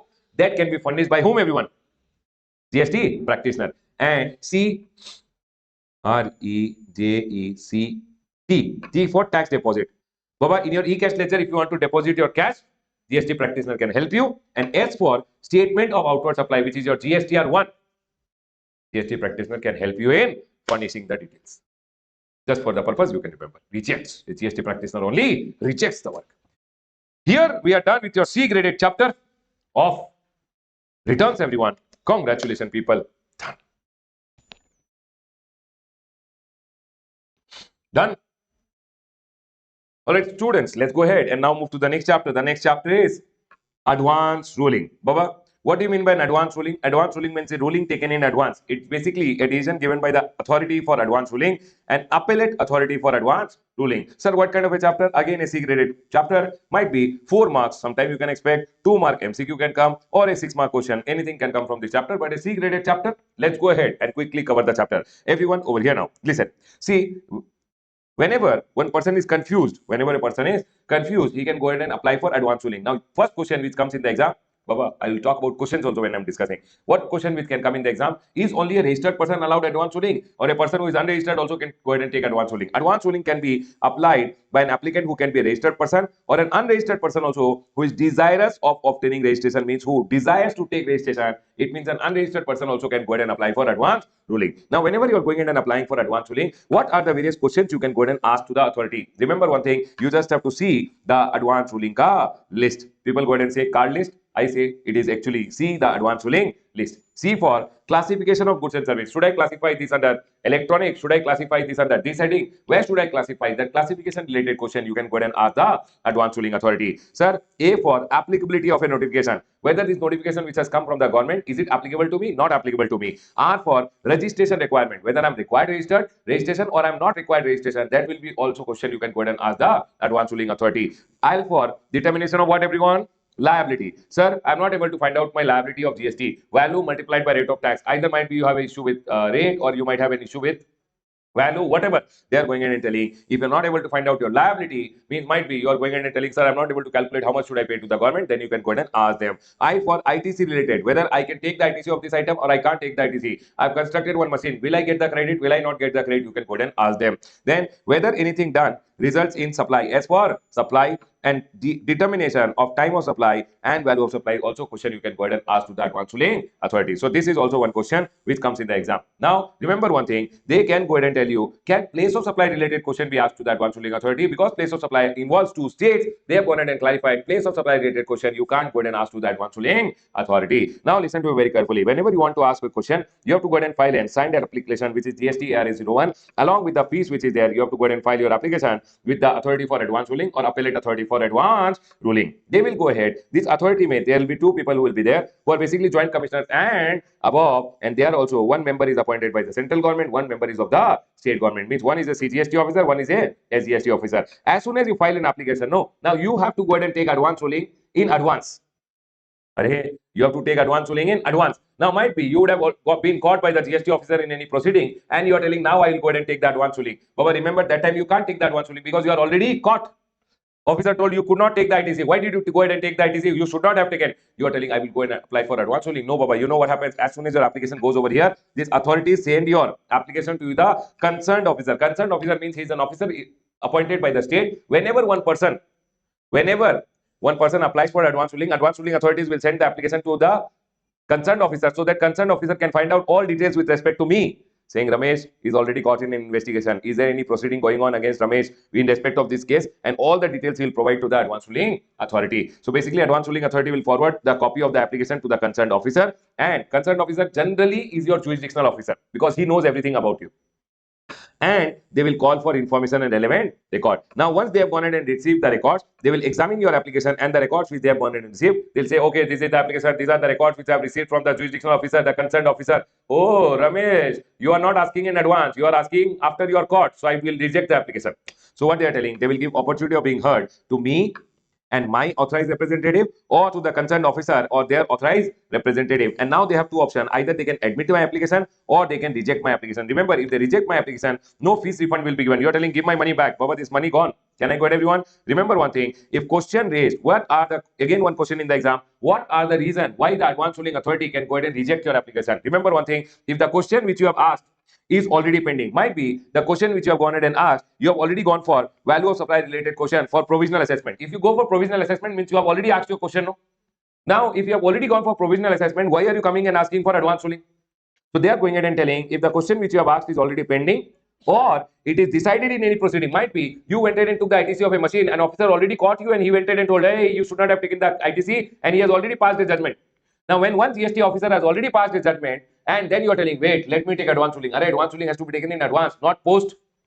Any problem? Can I go ahead, everyone? And hence they are telling, if any question which you have raised is already decided in any proceeding in case of the applicant, then Baba, if your question is already asked or already decided, then God, they will give you opportunity of being heard, and they will reject the application, specifying the reason why they are rejecting your application, and they'll give you a copy to you and your jurisdictional, basically to the concerned officer also they will give a copy. Sir, if they admit my application, what will happen? They will tell, Ramesh, you are asking about ITC, please get us the machine ka pictures which you are asking about ITC. Please get us the whole pictures which are there. Please get us the bill. All other details they will go ahead and ask me. Examine further material, evident material details which are examine the further material which is placed by the applicant, or the authority might have sent their person to go ahead and take the pictures in my premises obtained by the authority. Now, so people, if they admit my application, what will they do? They will further go ahead and examine the application. They will further go ahead and ask me all the details, etc. They will ask me the detail, or they will send their person to take the details and come. And now, once they have gone ahead and obtained everything, they will give me and my authorized representative, or the concerned officer and his authorized representative, opportunity of being heard. Once that is done, if they have a difference in opinion, he is telling ITC can be taken, he is telling ITC can't be taken, difference in opinion is there, they will write down the difference and they will say, we can't give the judgment, we'll refer the case to the appellate authority for advance ruling after stating the point of differences. Sir, if they don't have any difference in opinion, both of them are telling ITC can't be taken, for example, they will pronounce the advance ruling within 90 days of the application, and once the advance ruling is pronounced, they will send a copy to the applicant and his concerned officer. Now, either the applicant can be aggrieved, or if I am happy, the concerned officer will be aggrieved. Whoever is aggrieved, they will have to send one. If you want, you can go ahead and further appeal to the appellate authority for advance ruling. Everyone over here now, you will go ahead and further appeal to the appellate authority for advance ruling, wherein you have to give an application, ARA 02 plus 10,000 rupees ka fees under CGST, same amount payable under SGST. If department is aggrieved, department can go for an appeal. Remember one thing, either of you, when you go for appeal, 30 days plus 30 days extension can be given. Department ke liye application is ARA 03 and no fees is required. Sir, do we have to remember form number? Not required. If you remember, okay. If you don't remember also, okay. Can I go ahead, everyone? Now, once your application goes to the appellate authority for advance ruling, they will also give opportunity of being heard to you and the department. And once they go ahead, either after listening to you guys, if they want, they can confirm the old advance ruling which was given by them, or they can modify the advance ruling which was given by them. Is my point clear to all of you? Next, remember one thing, they will also pass their order within 90 days of reference or application. See, when they had a difference of opinion, they referred it, or when we applied, they are telling once application has come, they will give their advance ruling within how many days, everyone? 90 days. And remember, whenever they pass the advance ruling, they will give a copy to me, my concerned officer, my jurisdictional officer, and the appellate and the authority for advance ruling. Now, sir, what if they have a difference in opinion? If they have a difference in opinion, Baba, advance ruling cannot be given. Remember one thing, no further appeal can be done. In your case, advance ruling cannot be given. Is my point clear to all? You told, hey, who will go to all these kids at authority for advance ruling? I'll directly go to appellate authority for advance ruling. That is not possible. Direct appeal is not possible. First, you have to go to authority for advance ruling. Their order ke against you can go and further appeal. You can't go for an appellate authority directly. Can I go ahead, everyone? Appellate authority for advance ruling, you can't go directly. Now, everyone over here, Sir, appellate authority for advance ruling went ahead and passed one order, and there's an apparent mistake which is there. Copy paste mistake is there. Can they go ahead and rectify their mistake? Yes, the rectification of mistake can be done within 6 months from the date of order. But always remember, if they have gone ahead and rectified the order, and because of that your output liability has gone up or your input tax rate has come down, they will always give you an opportunity of being heard. Can I go ahead, everyone? The next one is very, very important. Remember one thing, applicability of advance ruling. For an example, I have gone ahead and taken advance ruling with respect to a classification of goods. Now remember one thing, can my friend apply my advance ruling if he is doing the same goods are being supplied by him? No. Remember, advance ruling is given in person, for the person. It is not given in general for everyone. Now, if I have gone ahead and taken advance ruling, it will be binding on me and my jurisdictional officer with respect to me only. Under my jurisdictional officer, if my friend is there who is supplying the same item, still it will not apply to them. It will not be binding on both of them. If they want, if the officer wants, officer can question him. Can I go ahead, everyone? So advance ruling is given in person, for the person. It is not given for everyone. It says, but sir, if applicability of advance ruling is binding only on the applicant and his concerned or jurisdictional officer in respect of the applicant only. And sir, is advance ruling taken once valid forever? Yes, unless there is a change in law, fact, and circumstances supporting the original advance ruling. Remember this word, sir, is advance ruling valid forever? Yes, but unless there is a change in law, fact, and circumstances. If law, fact, and circumstances changes, old advance ruling will become invalid. Next, sir, I took advance ruling by fraud. Wrong document I gave. When they asked me photograph, I took neighbor's photograph and gave. Then, Baba, in this scenario, they are going ahead and telling whatever details they ask you. If you have gone ahead and done a fraud and taken advance ruling will be void ab initio. Means from the very beginning, it will be assumed that the advance ruling is what? One more question which is there, what are the powers of authority for advance ruling and appellate authority for advance ruling? Number one, they can discover and inspect. They can come for an inspection in your place. Secondly, means you told I want IDT of this machine. They can tell we are coming for an inspection. Secondly, enforcing attendance of any person. They can call any person. They can summon any person and examine him on oath. They'll tell him, hey, swear and tell me what you are telling. Is it right or wrong? Please take swear. Okay? They can issue commission orders and compel the production of books and other records. They can tell, I want books of accounts. Please go ahead and give it to me. They have all the power of a civil code under the Code of Civil Procedure.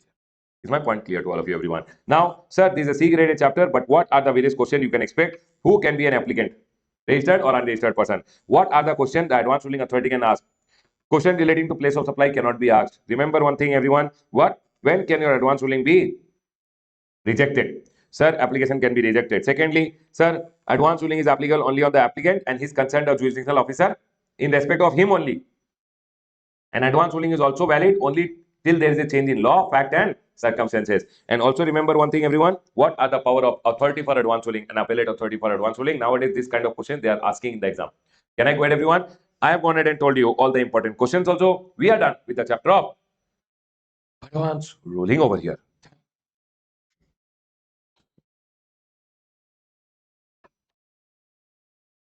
All right, students, let's go ahead and now move to the next chapter. The next chapter is assessment. Sir, what do you mean by assessment? Assessment means determination of tax liability. Basically, sir, when you are trying to find out your tax liability, that is known as what, everyone? Assessment. Sir, what kind of chapter? I'll classify as B graded chapter. Sometime a 4 mark, sometime a 6 marks can come in the exam. But the least can be a 2 mark MCQ, but it's a B graded 50% chances of coming. Let's go ahead and now do the chapter of assessment. Section number 59, it starts with section number 59, goes up to section number 64. Everyone over here now, the first assessment which is spoken over here is self-assessment. Before I go ahead and do this, sir, can you give us a linking of the chapter? Everyone listen to very carefully. We started learning GST with goods or service. Goods or service has to be, supply can be either interstate supply or supply can be either intrastate supply. Interstate supply, IGST gets levied.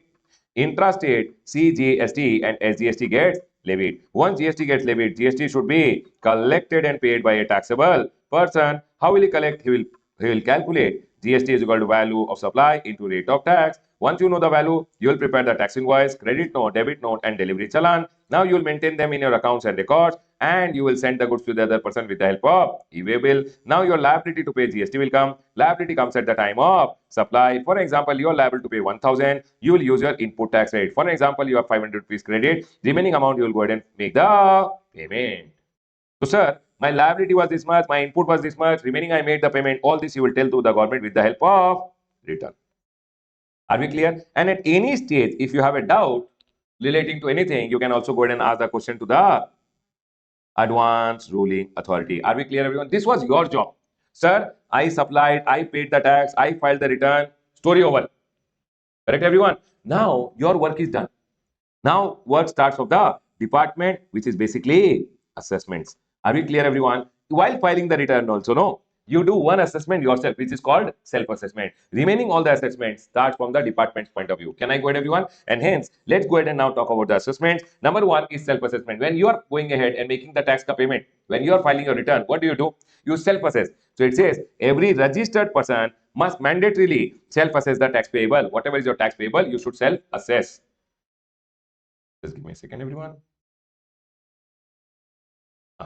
Okay, you should always self-assess the tax which is payable, sir. Then you should always furnish your return under section number 39. Basically, what they are telling, every month a person should go ahead and see what is his output, what is his input. He should set off, pay the balance, and he should go ahead and file his return. That's called what, everyone? Self-assessment. The next one over here is provisional assessment. Baba, very, very important, provisional assessment. Listen to me very carefully. Remember one thing, provisional assessment cannot be done by the proper officer on his own. You have to apply for provisional assessment. You have to apply for provisional assessment. So remember one thing, but under customs, no.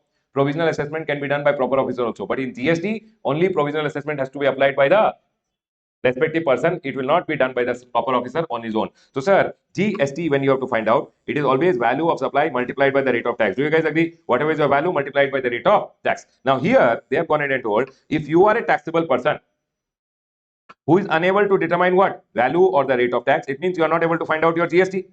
Either value is a problem or rate of tax is a problem. Then they are going in and telling you have to request the proper officer in ASMT 01. Don't have to remember form numbers. You just have to report, ask the officer, give an application in prescribed form. You can write in your exam, prescribed form. Can I go ahead, everyone? So what they are telling you have to request the proper officer in ASMT 01 for provisional payment of tax.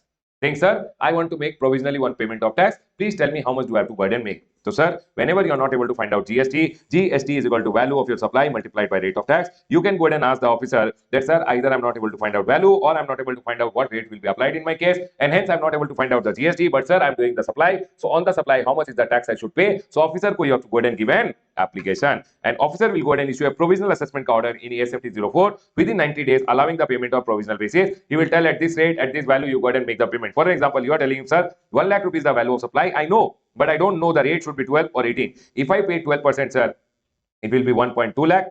10 lakh pay. 10 lakh is the value of supply into 12% means 1.2 lakh, but otherwise it is 1.8 lakh. Should I pay 1.2 or 1.8? Officer will go ahead and tell you, okay, fine, you pay 1.2 lakh. For that, he will go ahead and issue a order, which is called a provisional assessment ka order. Within how many days, everyone? Once you give the application, within 90 days, he will go ahead and give a provisional assessment order. Once he goes ahead and gives a provisional assessment order, no, after that, he will go ahead and finalize the assessment. Now, he's just provisionally told you. But remember one thing, when he tells you provisionally that you can pay 1.2, what if on finalization of assessment it came 1.8, and hence always he will tell for the differential amount, I want a bond. That, sir, I agree that at the time of finalization, if anything extra is payable, I will go ahead and pay. That bond you have to go ahead and make on execution of bond in ASMT 05, along with what, everyone? Security, which is a bank guarantee of the 25% of the amount of bond. So this car 25% you have to give a bank guarantee also. Everyone over here now. Now, once he has gone ahead and given the provisional assessment order, provisionally you have paid the tax. But sir, when will finalization happen? They are telling final assessment order within 6 months from the communication of provisional assessment. People tell me one thing. I went in and applied for provisional assessment. Once you give application, within 90 days they will give you provisional assessment order. Once provisional assessment order has come, within how many months? 6 months they are going ahead and giving final assessment order. If they could not give within 6 months, then they are going ahead and telling further extendable by 6 months. By whom, everyone? They have gone ahead and told additional commissioner or joint commissioner who will go ahead and extend, everyone. Additional or joint commissioner will further extend the time limit by another 6 months. If they don't go ahead and do the final assessment till here also, then commissioner can go ahead and extend the time limit by further 4 years. Here, commissioner can go ahead and tell you, commissioner for further period of 4 years, and then the final assessment will come. Now, for example, final assessment happened when they had gone ahead and told you you have to pay GST, which is at 18%, 1.8 lakh, 1.8 lakh. But can you tell me, everyone, I have gone ahead and paid only 1.2 lakh here. Everyone. So they are telling 1.2 lakh you have paid, remaining 60,000 you have to go ahead and pay now along with interest. Is my point clear to all of you? For example, here they had gone ahead and collected 1.8 lakh for me. Now, finally it came 1.2, so 60,000 will be refunded. It can be either I have to pay or it might be a refund also which can come. Remember one thing, whenever final assessment is more than provisional assessment, you have to go ahead and pay the tax along with interest at the rate of 18% from the day after the due date till the date of payment. For example, you had gone ahead and done one supply. Everyone listen to me very carefully. In the month of January, 20th February, you went ahead and paid the tax, which is 1.2 lakh over here. But actually, later on final assessment, it turned out that the tax should have been 1.8. So people, here you paid how much short? 60,000 short. Now from here till the day you go ahead and make the tax ka payment, the differential 60,000 ka payment, you have to go ahead and pay interest. It was a month of supply of the month of January. For that, you have gone ahead and paid the tax 1.2, but you should have paid 1.8 as per final assessment, and 60,000 rupees, which was the due date to make the tax ka payment. From there till the day you actually paid, you have to go ahead and pay interest every day calculation. Very, very important interest calculation. Please do one question from your book. One question has to be done. Okay, everyone. Now you have to file an application after you have gone ahead and made the differential tax ka payment along with interest. Once you go ahead and make the tax ka payment, no, please go to the officer, tell him, hey, my bank guarantee, please release it.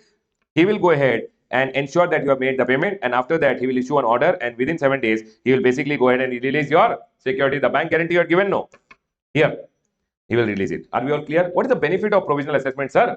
Benefit of provisional assessment is shortfall you paid, short tax you paid, any short tax which you pay 10,000 or the short tax paid, whichever is higher, ka penalty is there. But provisional assessment ka benefit is because you had got provisional assessment done, they only had told you paid this much. Later it turned out to be more. They will not go ahead and levy any penalty, but only interest has to be paid. Sir, what if there is a refund? Provisionally I paid 5 lakh. Actually it turned out final assessment only 4 lakh. I paid 1 lakh more. 1 lakh you can take a refund, but here interest will come under section number 56. Refund application has to be filed. What they are going ahead and telling you know what happens, everyone? If finalization happened and there is a refund, if final assessment order came and there is a refund, then remember one thing, you have to apply. Once you apply, if they give you the refund within 60 days, then no interest. They will not give you any interest.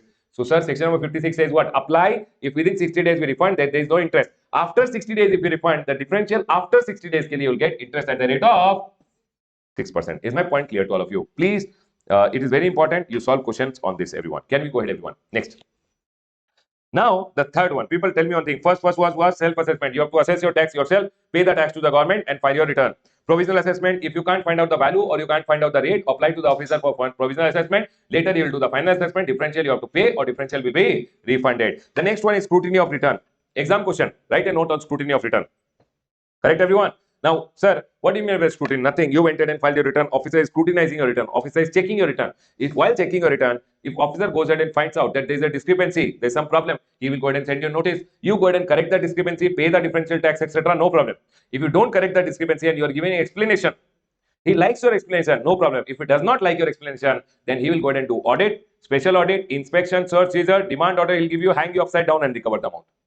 Are we all clear till here? See, everyone, what they are telling. What is scrutiny? You have to file the return. Return has been furnished by you.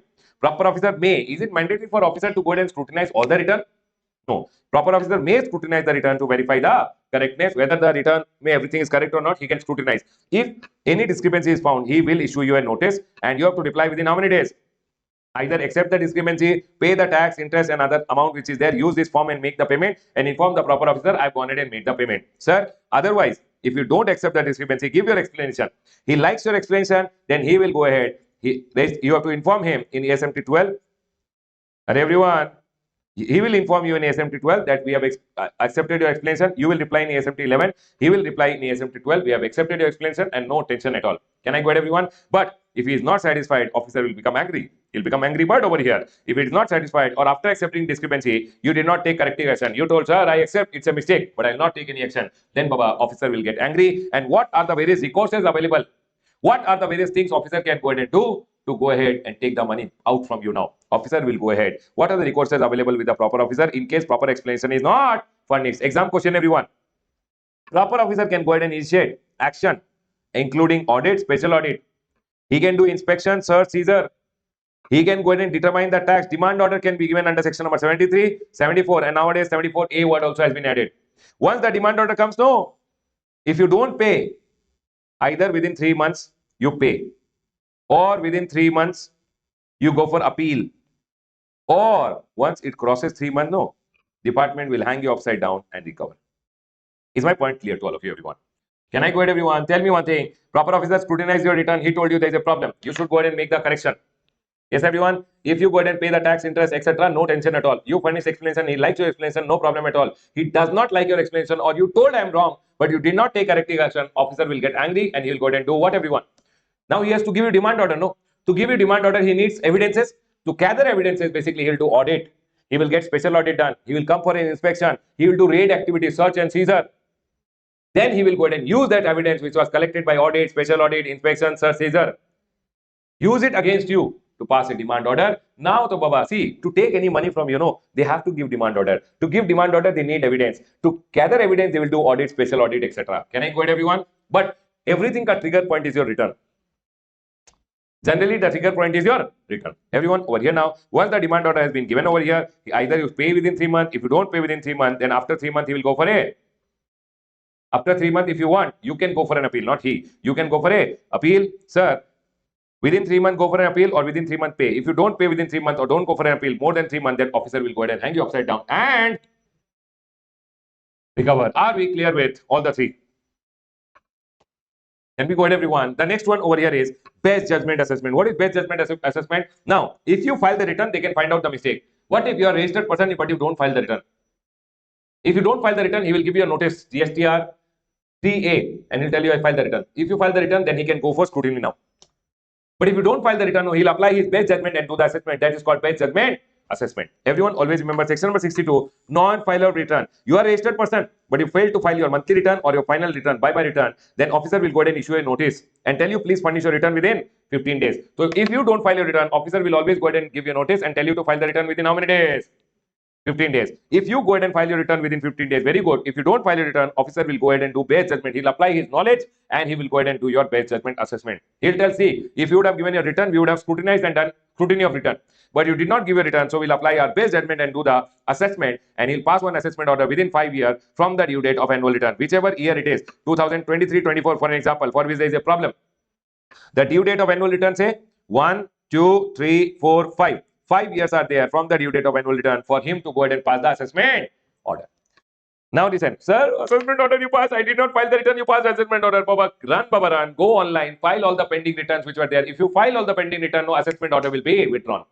Deemed withdrawal of assessment order, if registered person furnishes a valid return means you pay your tax and you file the return, then within how many days? 60 days of the service of the assessment order. The day you receive the assessment order, run, within 60 days, file your return and assessment order will be withdrawn.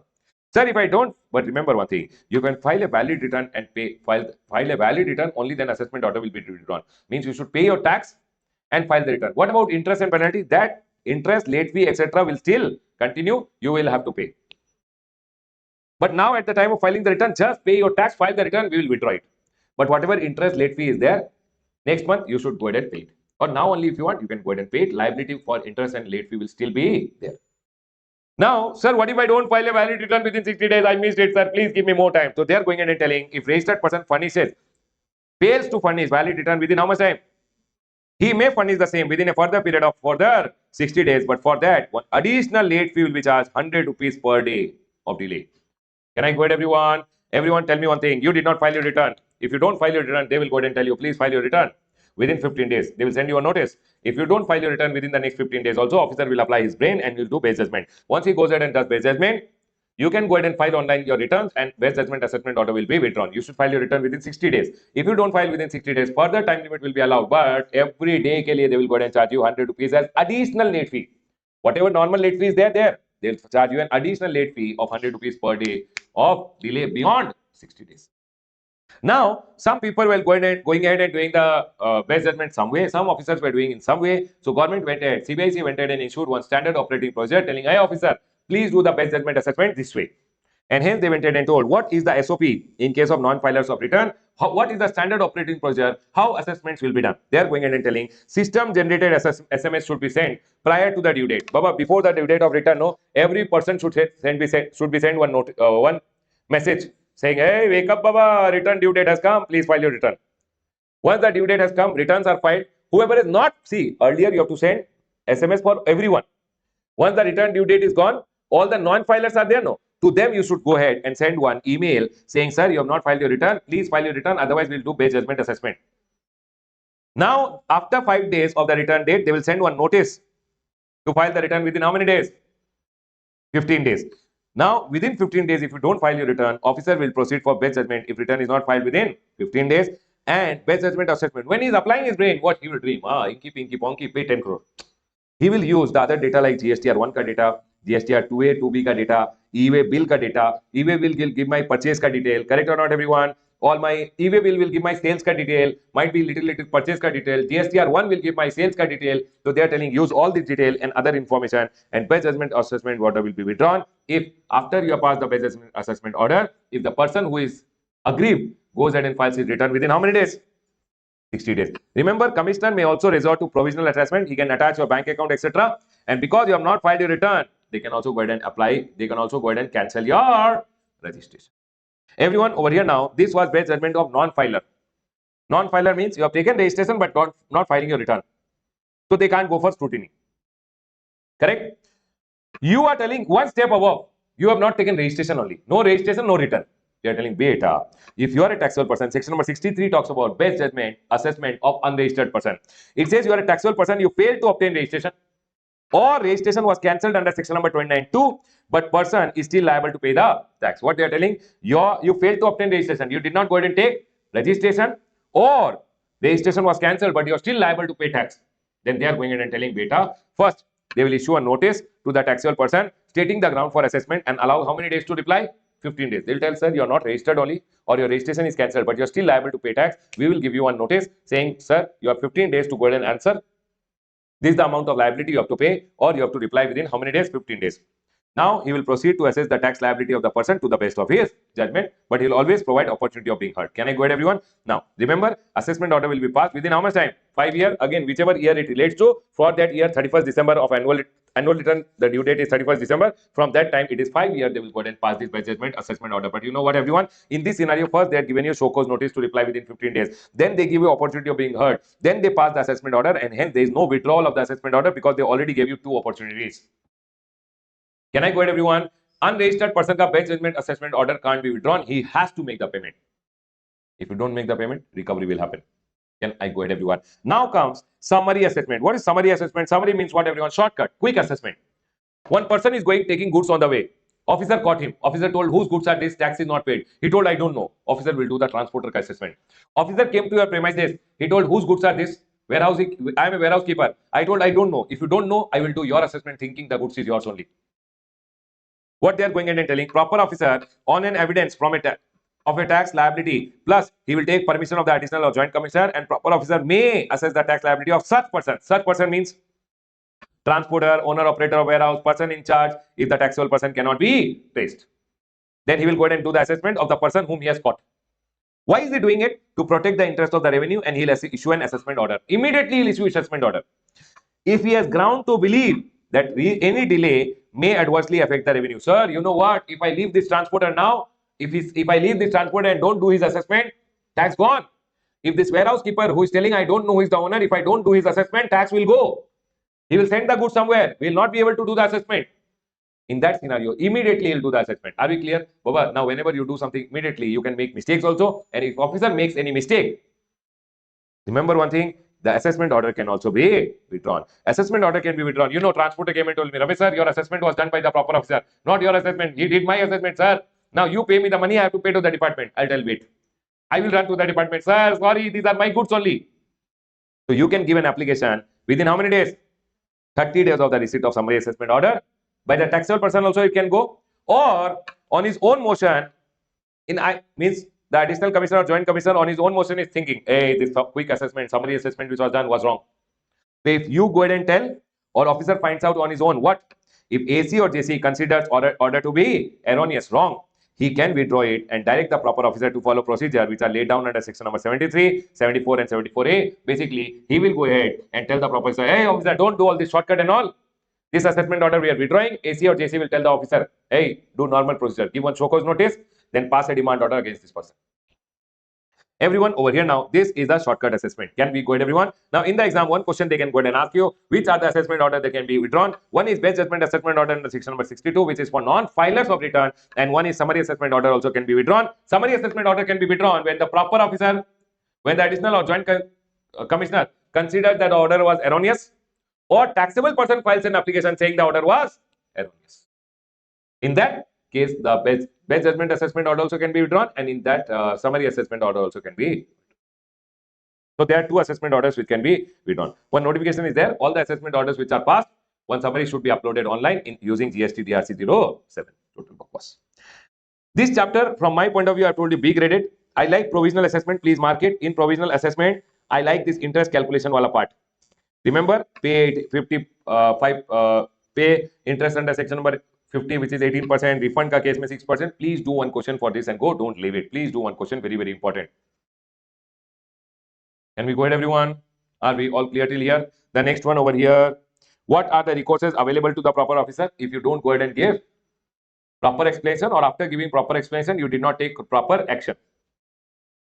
They can ask you write a short note on best judgment assessment of non-filers. Write a short note on best judgment of unregistered person. You have to write the complete note over here. Can you guys see? They can tell you write a short note on summary assessment, and they can also tell you what are the orders that can be withdrawn.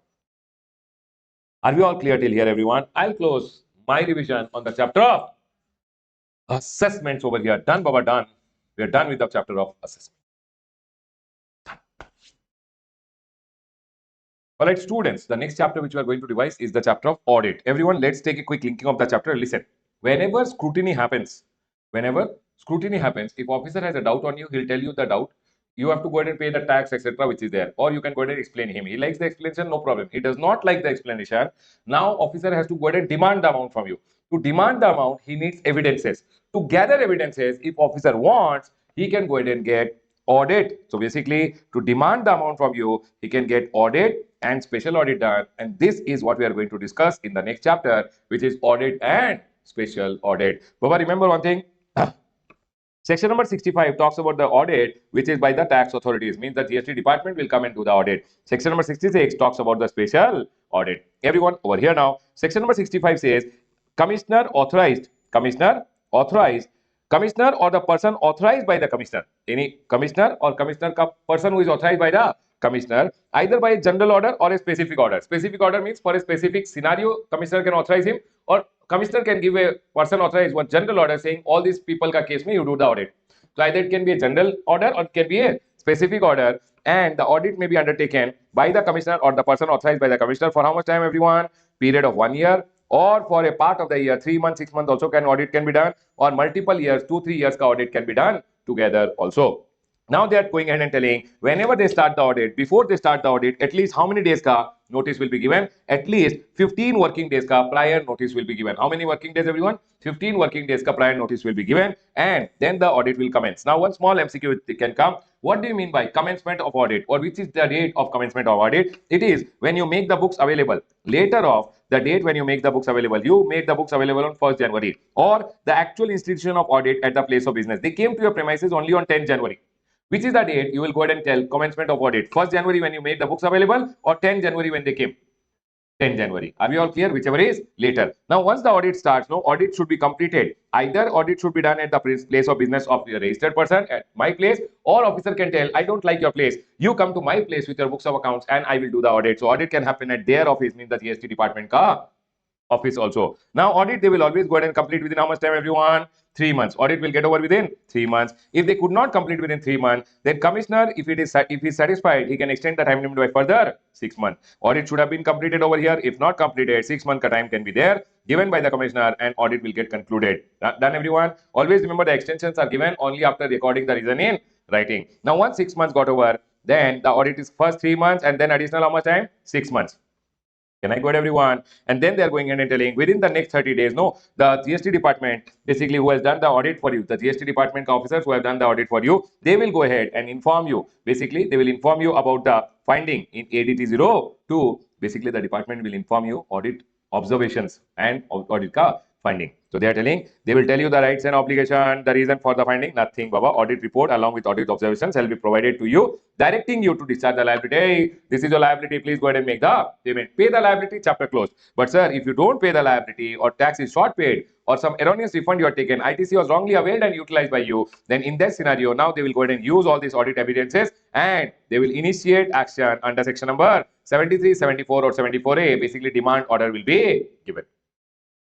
Can I go ahead, everyone? The next one. Now, next one is section number 66, which talks about audit by the special audit, which is there. Special audit. Now, officer was doing a scrutiny, officer was doing any inquiry, or officer was doing investigation or any other proceedings. Okay? And now, This officer, who is officer greater than equal to assistant commissioner, he is of the opinion that the value which you have declared is not correct, or the credit which you have taken is not within normal limit. See, Baba, output tax liability, which is value of supply into rate of tax, correct everyone, minus input tax credit will give you a net liability. Is my point clear to all of you? Now tell me one thing, if value has not been declared correct, value is declared correct, output will be less. Value is declared not correct, then output will be less, then your net liability will be less, government will get less. Do you guys agree? Or if credit availed is not within limit, if credit is taken more, then also liability will be less. And hence they are going ahead and telling whenever value is not correct or ITC is not correct, then in that scenario, the assistant commissioner can go ahead and tell, hey, Ramesh, you get your audit done from the chartered accountant or cost accountant who is nominated by the department.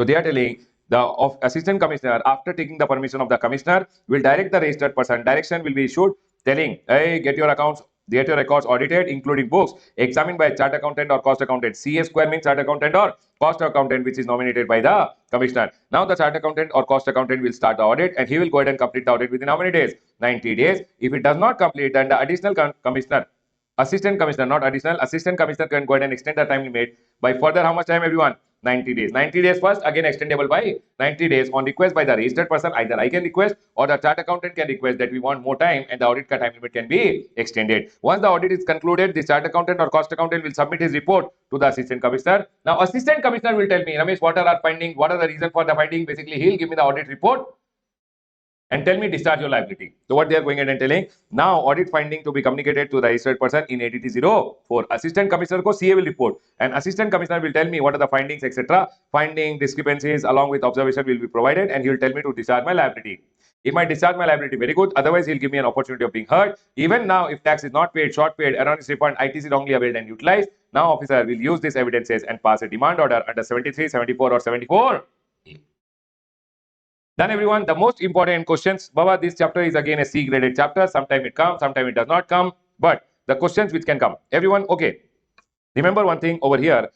Sir, the chart accountant or cost accountant in special audit is nominated by commissioner and paid by the department. It is paid by the department. Exam question, what are the different types of audit? One is audit under section number 65, audit by department. One is special audit, which is audit by chart accountant or cost accountant nominated by the department. Now, one question which they can go ahead and ask you, what are the obligations of a taxable person when he receives the notice of audit? Means, what are my obligations? Or it can be other way around. My obligations are the rights of the GST officer. So it can say, what are the rights of the GST officer during audit? Registered person should provide, or authorized officer may require. Either I should provide or he will tell me I provide. What? I should provide him necessary facility to verify books of accounts and other documents. I should not tell him, go sit in the godown, go sit on the floor. I should provide him necessary facility to do the audit. Secondly, also furnish such information as he may require and render assistance for timely completion. When the GST officer comes to my place of business, I should provide him necessary information. Whatever he is asking for, I should not give him gossips. Whatever he is asking, I should provide necessary information and also provide him assistance for timely completion. So that he can complete the audit on time, I should provide him assistance. These are my obligation and these are the rights of the officer. Either way, they can go ahead and ask you the question. What are your rights, or what are your obligation, and what are the rights of the GST officer during audit? People, C graded question. What are the most important point they can go ahead and ask you about the right, your obligation and department ka right? They can tell you write a note on audit. They can tell you write a note on special audit. They can tell you what is the date of commencement of audit. They can tell you, sir, when can the assistant commissioner ask for special audit? When value declared is not correct and credit is not within normal limit, means you have taken more credit. They can also tell you, sir, please explain the different type of audit. Who can conduct the audit of the taxpayer? One is audit by department, one is special audit. Are we done, everyone? These are the various types of questions which can come from this chapter. I'll close my revision on the chapter of audit, everyone. Remember one thing, advanced ruling, assessment and audit. Either of the three chapters say 5 to 6 marks will 100% come in the exam. You have to be very careful. I'll close my revision on the chapter of audit, everyone. Done. Now, the next chapter which we are going to revise is the chapter of inspection, search, seizure and arrest. Everyone, this chapter ka linking again comes from the chapter of assessment where scrutiny was happening. You remember, everyone, now officer wants to go ahead and give you a demand order. When officer wants to give you a demand order, to give demand order, he needs evidences. So for that, he might get audit, special audit done, or he can get inspection, search, and seizure also done, gather evidences, and then go ahead and give you a demand order. Always remember one thing, it is not necessary because of a scrutiny only inspection, search, seizure will happen. Inspection, search, and seizure might happen after the scrutiny also, or it can happen independently also. So now we are going to go ahead and discuss inspection, search, seizure, and arrest. Always remember one thing, nowadays the ICI ka target is C graded chapters. There are questions which are coming from C grade chapter. Last attempt, I remember section number 72, the last section which is there over here, people never bothered about it. They asked question on this for 3 marks. You getting my point? Last attempt, audit, the chapter which people are not bothered, only they went ahead and asked a question. So you can't leave any chapter and go, any chapter, anywhere question can come. Can we go ahead, everyone? Now, inspection, search, seizure, and arrest. Inspection, search, seizure, and arrest. We'll start with section number 67, which is there. Then section number 68 and up.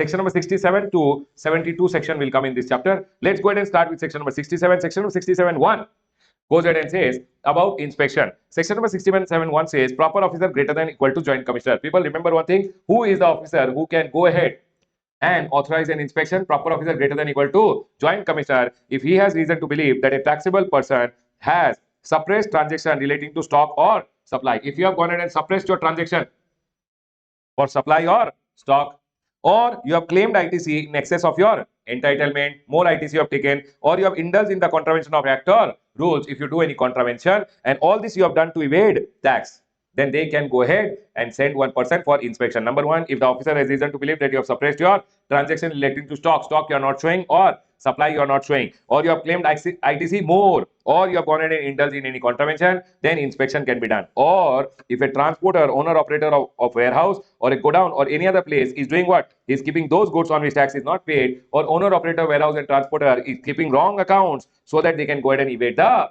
tax, then Baba, in that scenario, the proper officer greater than equal to joint commissioner will go ahead and issue an INS 01 to his subordinate and tell him, go do the inspection and come back and give me the report whether everything is fine in his premises or he is doing something wrong. The proper officer may authorize INS 01 may any officer to inspect the place of business of the taxable person or transporter or owner, operator of warehouse or godown or any other place. Now here the two questions which can come is, number one, who can go ahead and authorize inspection? Proper officer greater than equal to joint commissioner. What are the reasons when inspection can be done? Remember one thing, if taxable person has suppressed, all these things you have to write, and if transporter, owner, operator has gone ahead and kept wrong books of accounts, etc., if you write this much, you will be able to get 3 marks. Now, after the inspection has been done, the proper officer, the person who came to my premises, he went to the officer, joint commissioner, and he told, sir, there is something wrong in Ramesh's premises, or might be without inspection only. If they want, they can come for search and seizure. So remember one thing, search and seizure can happen because of inspection also, or might be otherwise. If department got one intelligence information, Ramesh premises may, he has gone in and done lot of fraud activities, etc., then also they can come for directly raid Baba, search and seizure can happen. Are we all clear till here? So search and seizure can happen after inspection, or it can happen otherwise also. And they are going in and telling, if proper officer greater than equal to joint commissioner has reason to believe, proper officer greater than equal to joint commissioner has reason to believe that there are some goods which are in your premises which are liable to be confiscated. DBT, documents, books and things have been secreted in any place which are relevant for the proceeding, then Baba, they will come for search and seizure. So basically one officer will come to inspection to your place if he thinks that there is something wrong. There are goods which you have kept which are liable to be confiscated, tax not paid goods.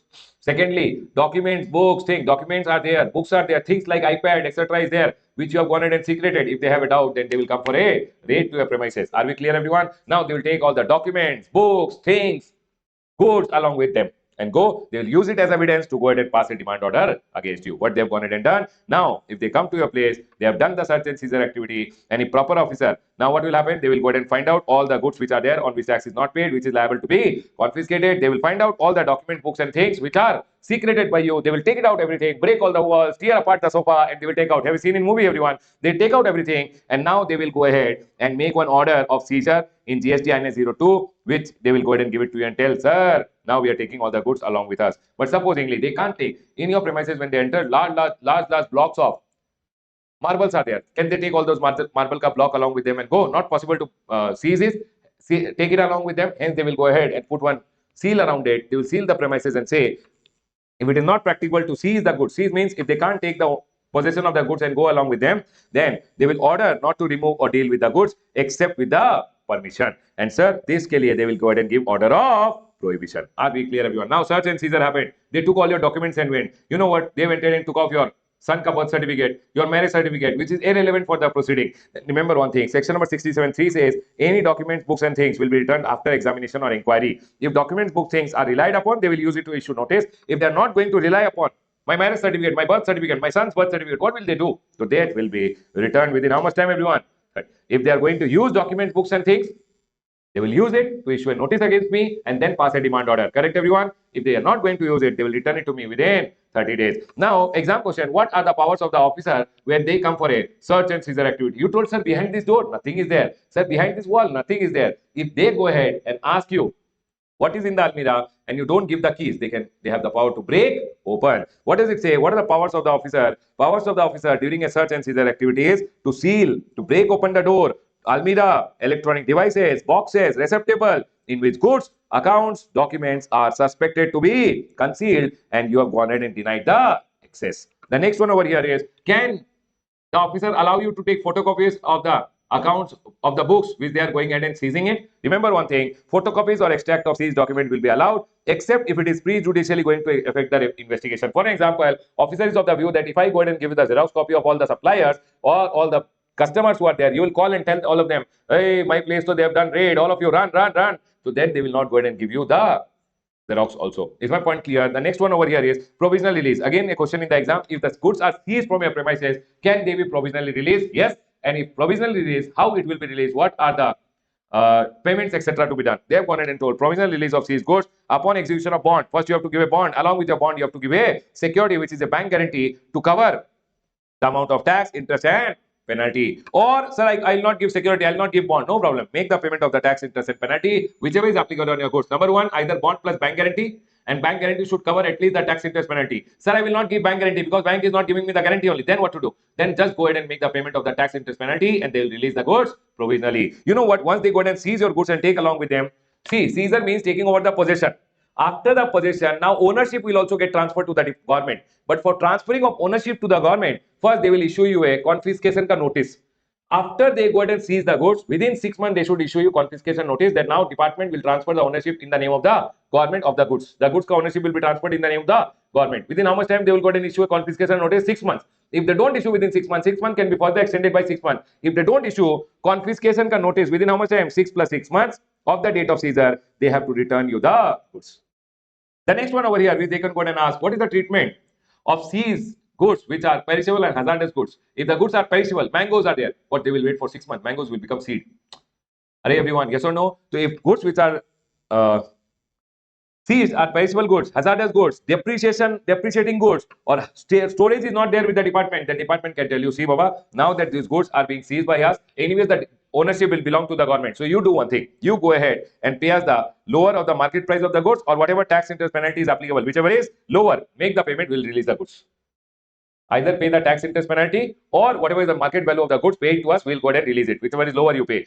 If you fail to pay, the proper officer will dispose the goods, things, and the amount realized will be adjusted to a tax, interest, penalty or any other amount. Any other amount means whatever is the departmental expense for selling the goods, seizing the goods, transporting the goods, all expenses will be deducted and remaining amount will be paid to you.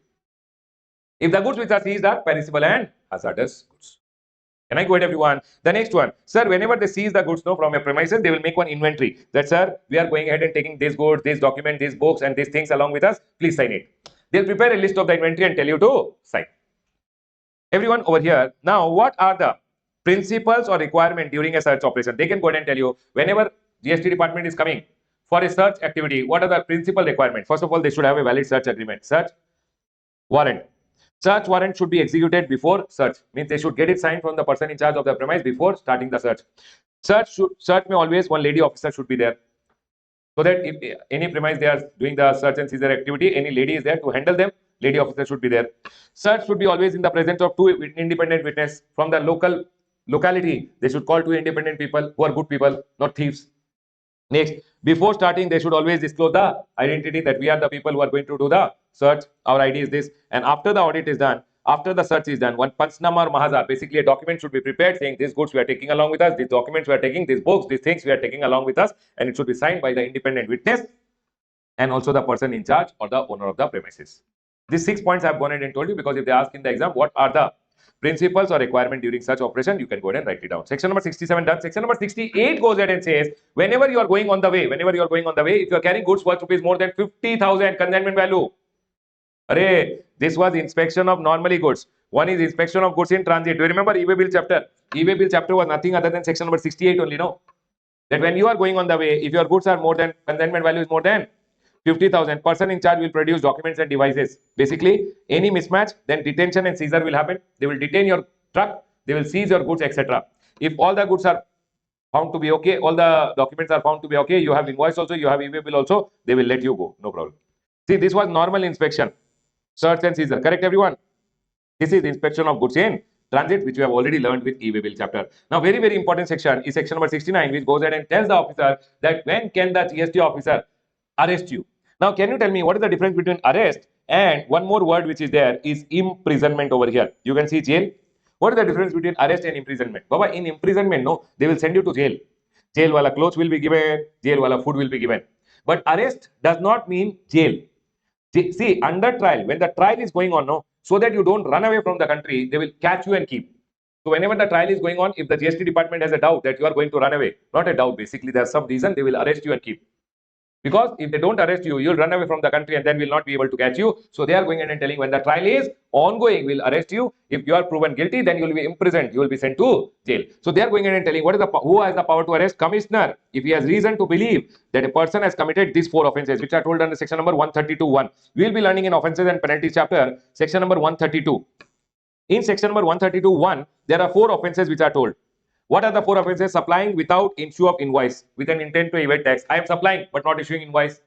Or issuing invoice or bill without supply in violation of the provision of the act leading to wrongful amendment or utilization of ITC. I am issuing bogus invoice. See, one, I am supplying without any invoice. Secondly, I am giving invoice, bogus bill, but I am not supplying. Thirdly, I took ITC using such bogus bill. Somebody gave me and I am taking credit on the basis of bogus bill, or I am taking credit without any bill only.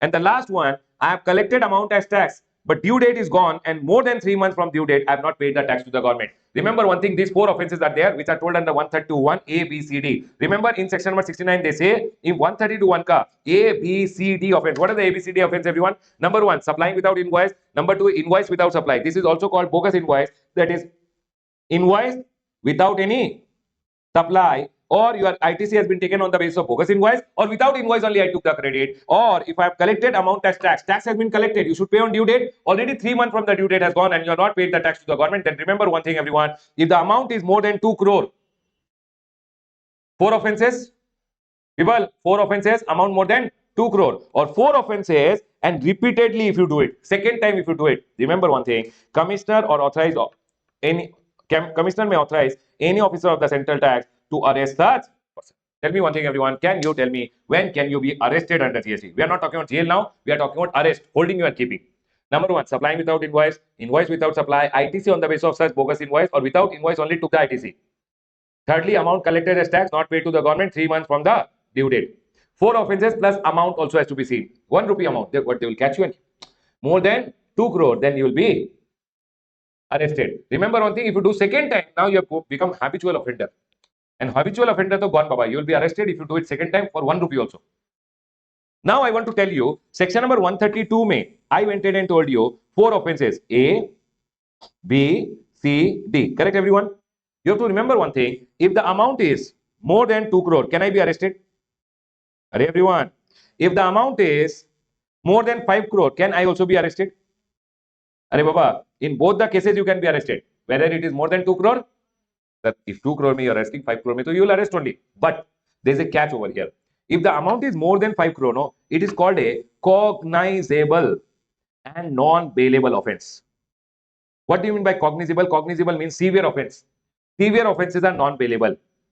Are we clear? It means these are severe offences which are not bailable. The arresting officer will not go ahead and tell you the bail amount, pay the bail and will release you. No. In case of a severe, which is a cognizable offence, where bail is not given by the arresting officer, you will be presented before magistrate.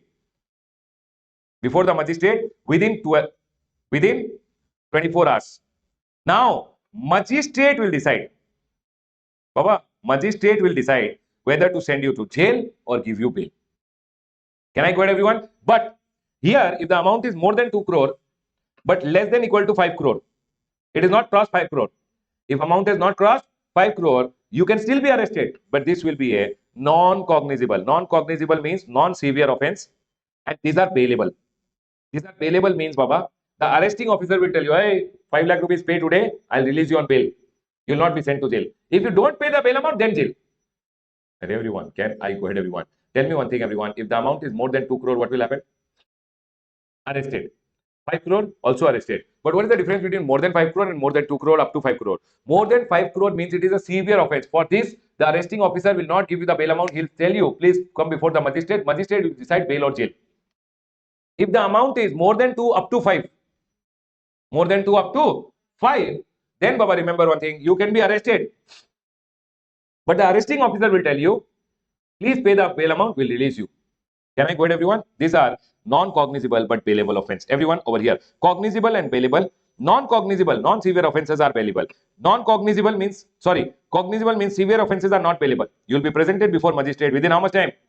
24 hours. Non-cognizable and bailable, non-severe offences are bailable. For this, the ACDC will decide the bail amount. The assistant commissioner or deputy commissioner will tell you, this is the bail amount, pay the bail and we'll release you. Remember, the assistant commissioner or the deputy commissioner shall have the same power as officer in charge of a police station. Baba, because when this bail, jail will come, no. You need police officer, no. ACDC is telling, we are only the police officer here in GST. Can I go ahead, everyone? We have the same power as that of a police officer in charge of a police station.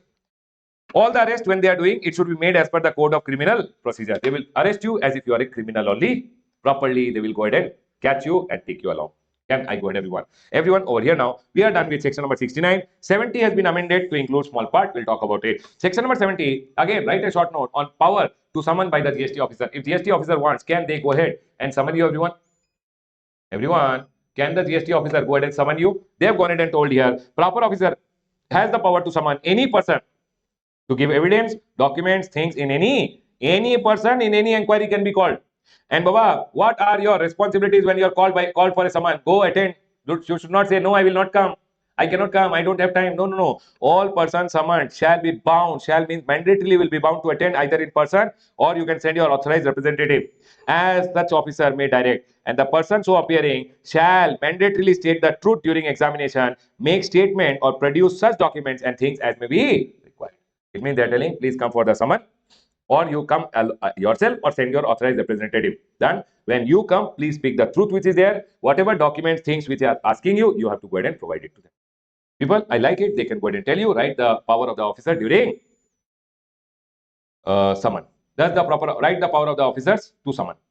Can I go ahead, everyone? Next. Section number 70 done. 71. Access to business premises. Everyone listen to me very carefully. This GST officer, no, he came to my premises with a INS 01 to inspect the premises. I sent my dog behind him.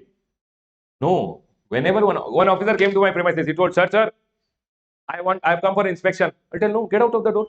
Can't do that. Why? Because a proper officer who is coming to a premises, he has power to what, everyone? Access your business premises. It says officer or authorized officer by the proper officer, who is basically officer authorized by the proper officer greater than equal to joint commissioner. Joint commissioner will go ahead and authorize the officer, and that officer shall have access to inspect your books of accounts. So, for an example, in my premises one day, one GST officer came.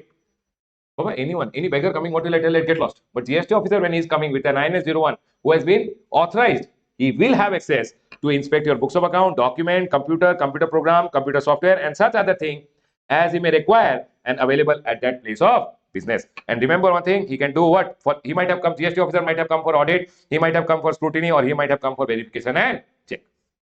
But if he wants, he can demand some things also. And person in charge on demand by the proper officer, or might be special, this normal officer has come for audit, or special audit ke liye chartered accountant has come. Whenever they ask, you have to make available record as prepared by you and maintained along with trial balance, audited annual financials, cost audit report, income tax audit report if any, and any other relevant record within how many days? 15 days of demand. What they are telling everyone? See, again, one note, they can tell you, write a short note and access to business premises. You have to say, any officer who is authorized by the proper officer greater than equal to joint commissioner, whenever they go to the premises, they will have access to the business premises.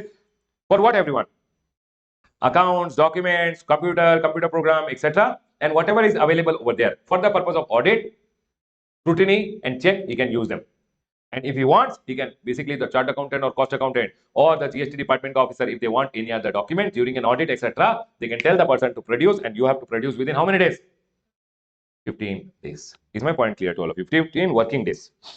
Now, this was the question which came in the last attempt, wherein they went ahead and told who are the other officers who have to assist the GST officer in discharging their duties. Baba, a GST officer might need, see, when GST officer comes to a premises, no, for inspection, search, seizure, they will always get one police officer along with them. What if you are a don and you tell the officer, I will hit you?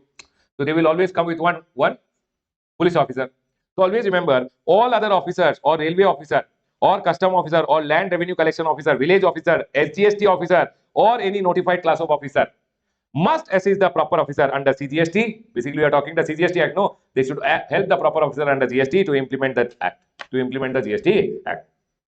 Can you tell me who are the officer? Police officer, railway ka officer, custom ka officer, land revenue collection officers, village officer, and SGST or UTGST officer or any other officer notified should help the GST officer in going ahead and implementing the GST Act. Rail mein my goods are going. If the proper officer calls the railway officer, please don't give the delivery of the goods because tax is not paid on those goods. Railway officer should not give the delivery of the goods. That is how they should assist the proper officer in carrying out the implementation of the. This chapter is again a C-graded chapter, but exam questions which can be asked. What are the cases when inspection can happen? Correct, everyone? Secondly, what are the principles during search operation? What are the powers of the officer during search and seizure activity? How should perishable and hazardous goods be dealt with? Write a note on access to business premises. Write a short note on summon. Proper officer's power to summon. Who are the other officers who have to assist the proper officer? And most important of all, what are the cases when you can be arrested? Write a short note on arrest, or they can give you practical question and ask you when in this scenario can the person be arrested. These are some of the important questions. Although a C-graded question chapter, but 3 marks to 5 marks, anything can come from this chapter. 3 marks is the minimum which I believe they can ask you. So again, I'll tell you, your advanced ruling, assessment, audit, inspection, search, seizure and arrest, 100% you will get a question. Can I close my discussion, everyone? I'll close my discussion on the chapter of inspection, search, seizure and arrest. Done.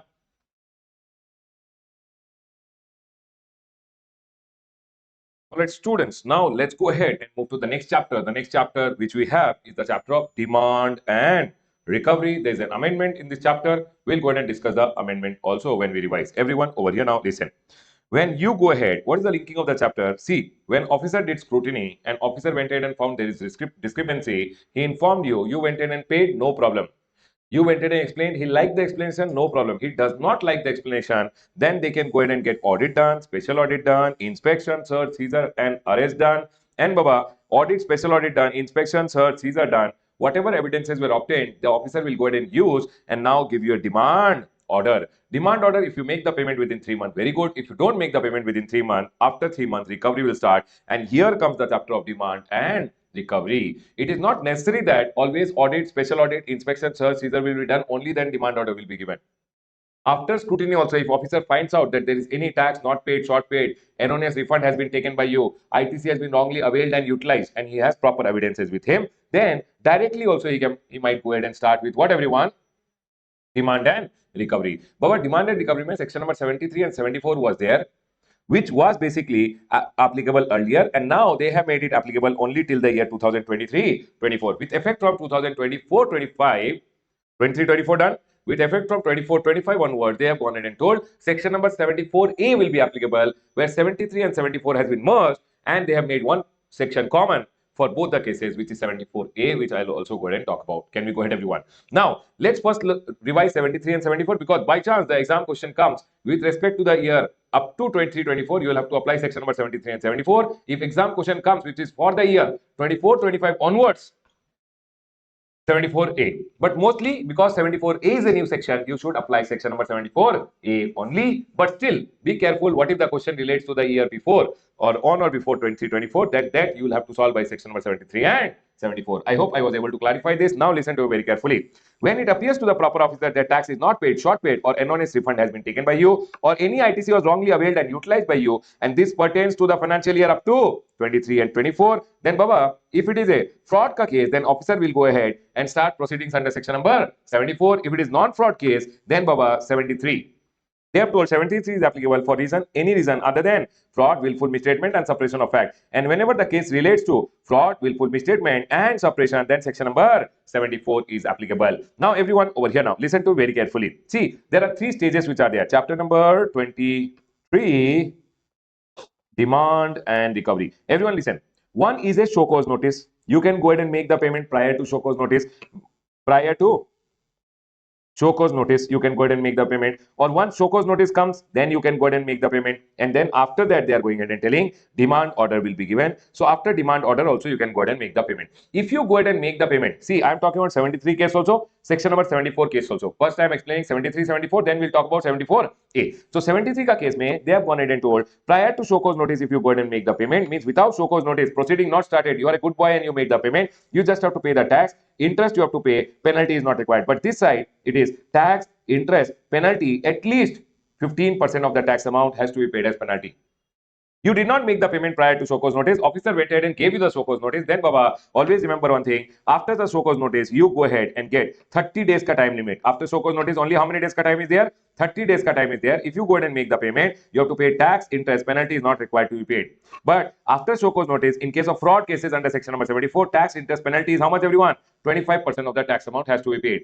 Sir, after 30 days, voluntary payment of show cause notice can't be done. Now what will happen? Demand order will come. If demand order comes and you make the payment, in case of non-fraud case, you have to pay tax, interest, penalty will be just 10% of tax amount or 10,000, whichever is higher. This is the amount of penalty which has to be paid in case of non-fraud. But fraud cases, you will have to pay. Fraud cases again are given 30 more days ka time after the demand order also. If they pay, they have to pay tax, interest, penalty will only be 50% of the tax. If they pay after 30 days, it will be tax, interest, penalty, which is 100% of the tax amount penalty has to be paid.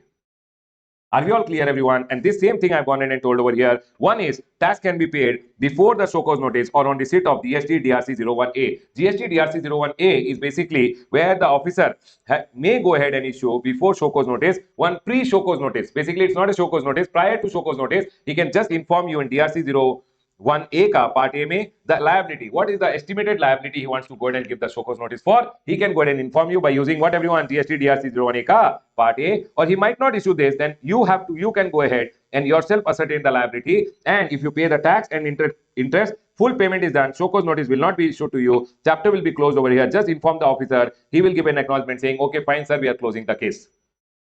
But if you go ahead and make part payment, tax, interest ka part payment is done, or you are telling I will not make the payment, I will give my submission, then you can use part B of GST DRC 01C, part A, sorry, GST DRC 01 part A and part 01A ka part B you can use. Part A mein to he'll tell you, part B you can use and you can give your submission.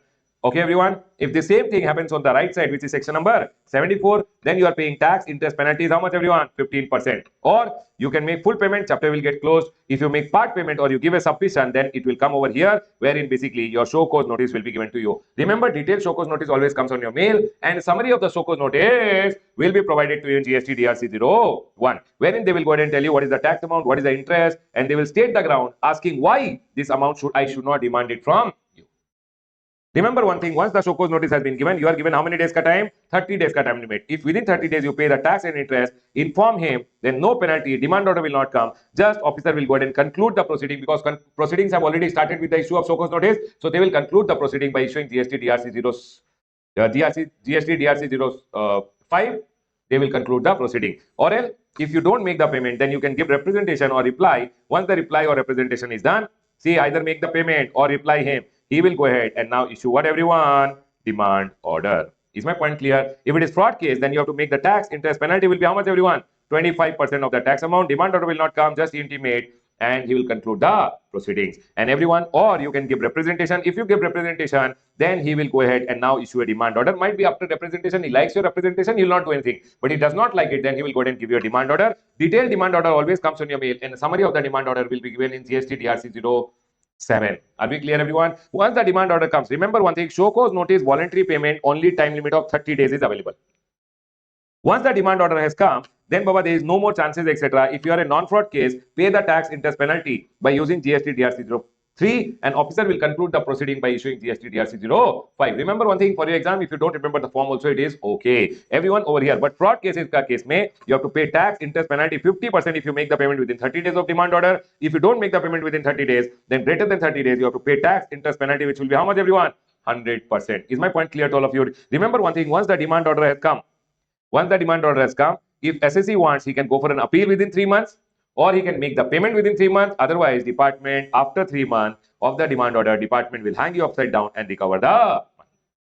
Now, always remember one thing, there's a time limit to go ahead and issue show cause notice and demand order under section number 73 and 74. I've already told you the penalty amount, correct everyone? This side, there's only penalty after demand order, which is 10% or 10,000, whichever is higher. Here, penalty before show cause notice is 15, after show cause notice is 25, after demand order is 50% and 100%. Can I go ahead, everyone? Now, we have to understand what is the time limit to issue show cause notice and demand order. Can they give you a show cause notice and demand order after 100 years? No. So the time limit to go ahead and issue show cause notice and demand order, over here they have gone ahead and told. Remember one thing, the time limit to go ahead and pass a demand order is always 3 years. In case of non-fraud case, fraud cases, it is always 5 years from the due date of annual return for the relevant financial year. So for example, this is the year 2017-18, 17-18 ke liye due date of annual return. Everyone over here now. For example, if I go ahead and tell you 2017-18, 17-18 ka 31st December 2018, if it is extended due date, you have to take extended due date. I'm normally taking the due date of annual return. From here, the demand order will be given within how much time, everyone? 3 years. The maximum time limit to issue demand order is 3 years. And they have gone ahead and told demand order to show cause notice. The minimum distance should be 3 months. It means, can you tell me what is the maximum time limit to go ahead and issue show cause notice over here? The maximum time limit to issue is 1 year, 2 years, and 9 months. Because, Baba, demand order should be issued within 3 years. Show cause notice and demand order minimum distance should be 3 months. So, show cause notice should be issued within 2 years and 9 months. Is my point clear to all of you, everyone? Can I go ahead, everyone? Everyone over here now, listen. Now, sir, what is the same case was of a fraud? In fraud case, always remember one thing. For example, this 2017-18 and this is 31st December 2018. From here, 1 year, 2 year, 3 year, 4 year, and 5 year is given in case of what, everyone? Fraud case. So, demand order should be issued over here, and fraud, to explain, you might take some time, and hence show cause notice to demand order should be at least 6 months, because after show cause notice to give representation, you might take time, and hence minimum distance should be how much, everyone? Minimum distance should be at least 6 months. It means in case of fraud case, the demand order, the show cause notice should be issued within 1 year, 2 year, 3 year, 4 years, and months. Is my point clear to all of you, everyone? That's all I've gone ahead and told over here. In case of demand order, it is 3 years and 5 years. In case of show cause notice, it is 2 years, 9 months, and 4 years, 6 months. Sir, remember one thing, generally it is due date of annual return, say, annual return ka due date say how many years? 3 years or 5 years. But erroneous refund ka case mein, that year the erroneous refund was received, from that time it is 3 years or 5 years. Or from the date of erroneous refund, it will be 3 years or 5 years. Sir, what if 3 years or 5 years may all these proceedings are not done? It will be deemed that all proceedings have been concluded in respect of that case. There will be no other proceedings that will be done. Now remember one thing, one small statement I have gone ahead and told over here. Baba, for an example, officer went ahead and issued you a show cause notice for 2017-18. He was doing the proceeding. While doing the proceeding, he realized that for the next year also he should give you a show cause notice. For the next to next year also you have done the same mistake. You have not charged, instead of 28, you have charged 18%. So for the next year also show cause notice should be given. For the next to next year also show cause notice should be given. So instead of going ahead and giving you again detailed show cause notice, he can just go ahead and give a statement saying for the year 18-19, for the 19-20, this is the amount which is there. So instead of going ahead and giving you show cause notices for additional period, only a statement can be given in GST DRC 02 for any additional period which is not covered in the show cause notice. Service of statement will be deemed to be service of the show cause notice. However, the ground should be same. Here he has gone ahead and told for the year 17-18, instead of paying 28%, you have paid only 18%, 10% shortfall.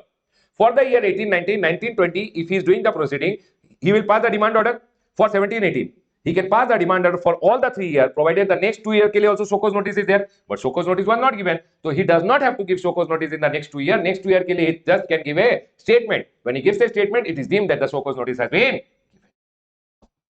Did you guys get my point, everyone? Can we go ahead, everyone? In this chart, the most important point over here to remember is, what is the time limit, everyone? 3 years and 5 years. Show cause notice, the time limit is 2 years, 9 months. And here, 4 years, 6 months.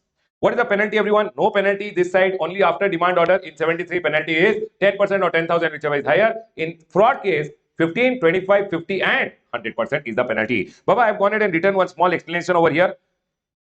Once they have gone ahead and passed the demand order, all the proceedings shall be deemed to be concluded. It means against you there will be no other proceedings under any other section. If 73 and 74 proceedings are already done, then they will not go ahead and do any other proceedings under you against you other than 132, means jail, so they will send you.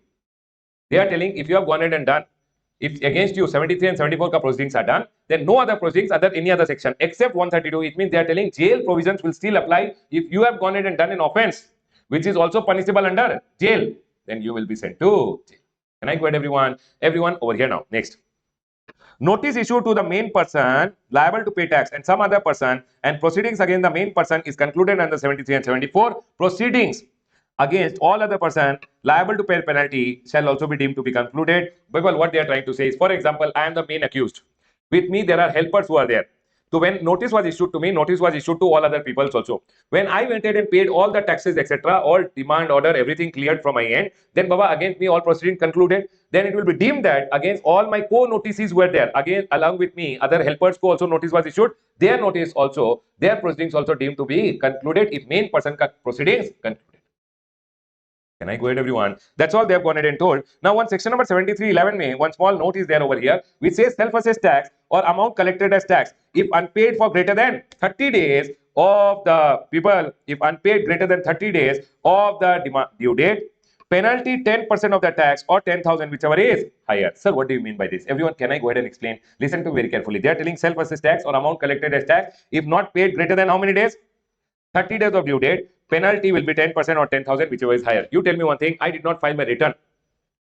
It's more than 30 days. Can this penalty be imposed? No.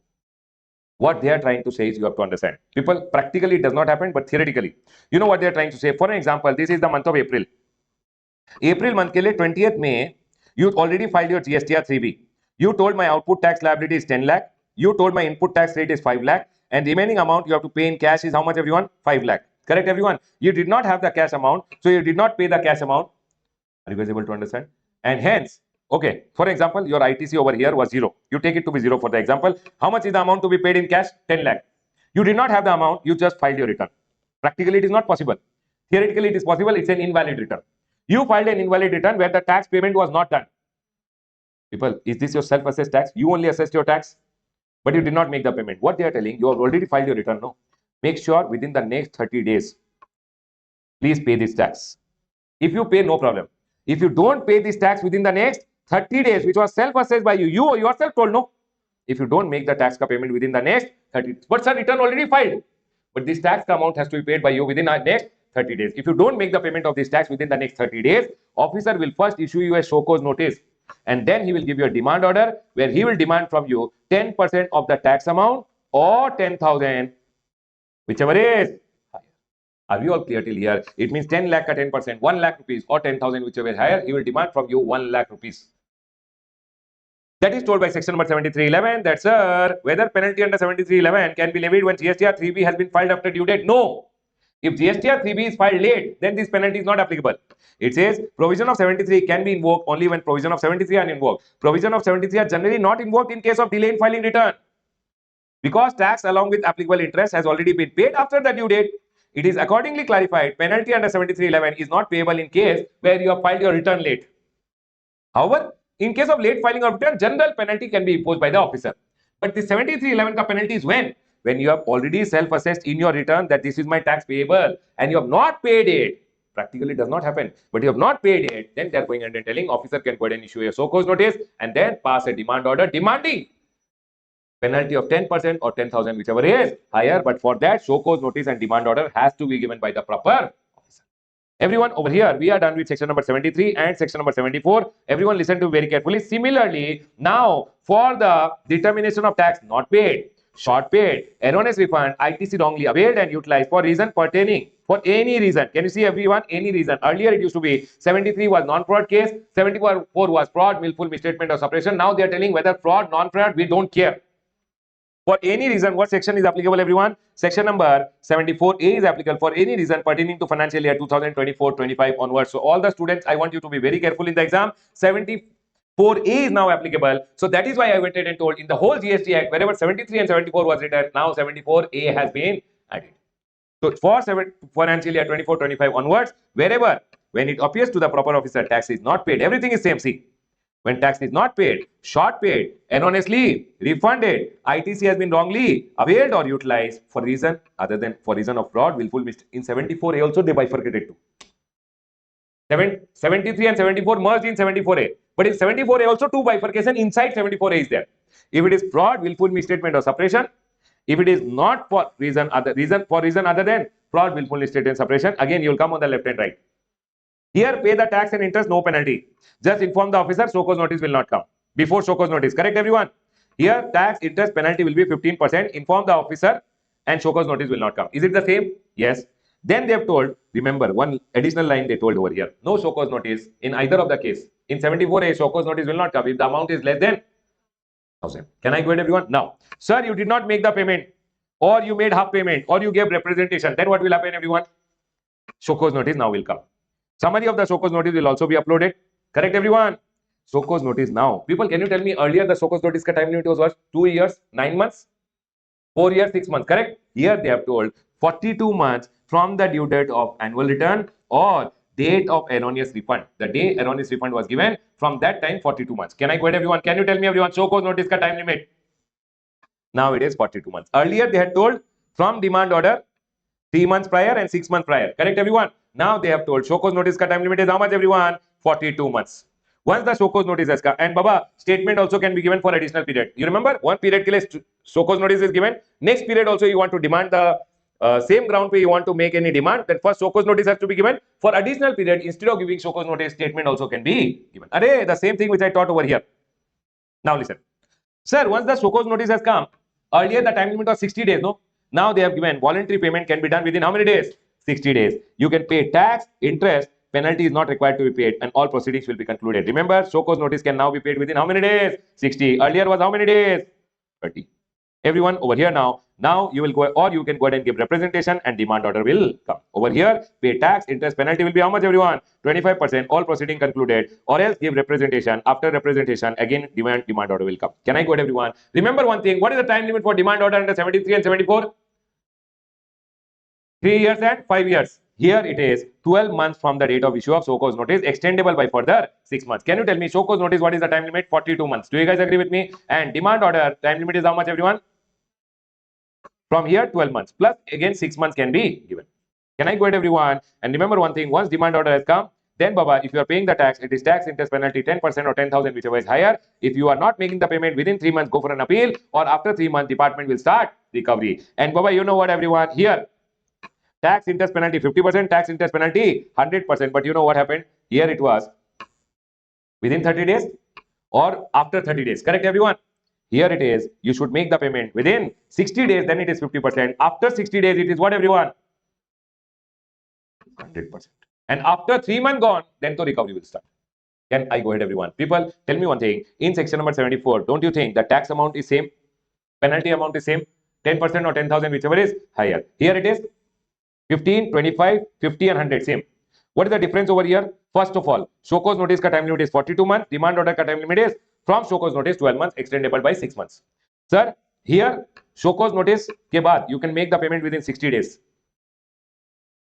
Voluntary payment of show cause notice can be made not after, within 60 days. Can I go ahead everyone? And here, sir, once the demand order has come, 30 days has now become 60 days. You will get 50% of the tax has to be paid. After 60 days, so 100% of the tax has to be paid. Remaining everything is same. For a fact, all these provisions which you have gone ahead and learned, no, all these provisions all are applicable for section number 74A also. All the provisions which we have gone ahead and understood are applicable for section number 74A also. Is my point clear to all of you everyone? Now we'll go ahead and move to section number 75, general provision. Please tell me everyone, is 74A clear to all of you? Very, very, very important from exam point of view everyone. Demand and recovery from this time, for this time in the exam is A graded everyone. You will see one small question from demand and recovery. Everyone, can we go ahead? And mostly that question should be from section number 74A. Everyone over here now we have section number 75 which talks about general provision. Number 1 everyone, period of stay always to be excluded while calculating show cause notice and demand order. People, now I'll talk show cause notice and demand order ka time limit. The show cause notice is 42 months from annual return or erroneous refund. Demand order from show cause notice is 12 months, further extendable by what everyone? 6 months. Remember one thing, Baba, I'm not talking about 73 and 74. Now 73 and 74 is gone. I'm talking about 74A, 42 months, and from here it is 12 months plus extendable by 6 months. Correct everyone? Now, what if I did not give the show cause notice within 12 months? You can't go ahead and pass 42 months. You can't go ahead and pass the show cause notice at all. What if 42 months I was about to pass the show cause notice, but court had put a stay for 6 months? Then 6 months I'll be given extra. These 6 months when court had put a stay, that will be excluded while calculating the time period of 42 months. Is my point clear to all of you, everyone? They have gone ahead and told the next one. If 74(1) is not sustainable, proper officer will determine the tax deeming the notice to be 73(1). Baba, this was told with respect to this one. Earlier, if proper officer had gone ahead and passed a demand order, show cause notice under 74, and then he went ahead and passed a demand order also under section number 74. You went to the appellate authority, appellate tribunal, court, and you told court, I am not a fraud. And court issued direction to the officer telling, hey, officer, now go ahead and pass a fresh demand order. So whatever show cause notice was already issued, no, that show cause notice was deemed to be a show cause notice under section number 73. New show cause notice was not required.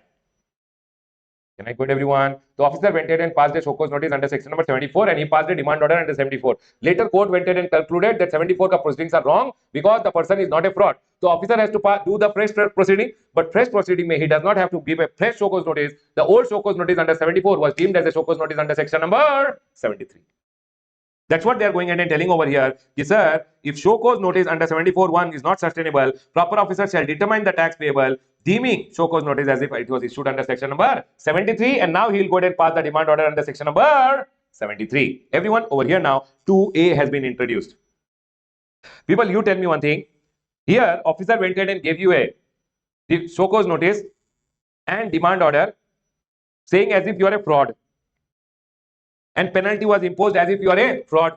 You went to the appellate authority, appellate tribunal or court.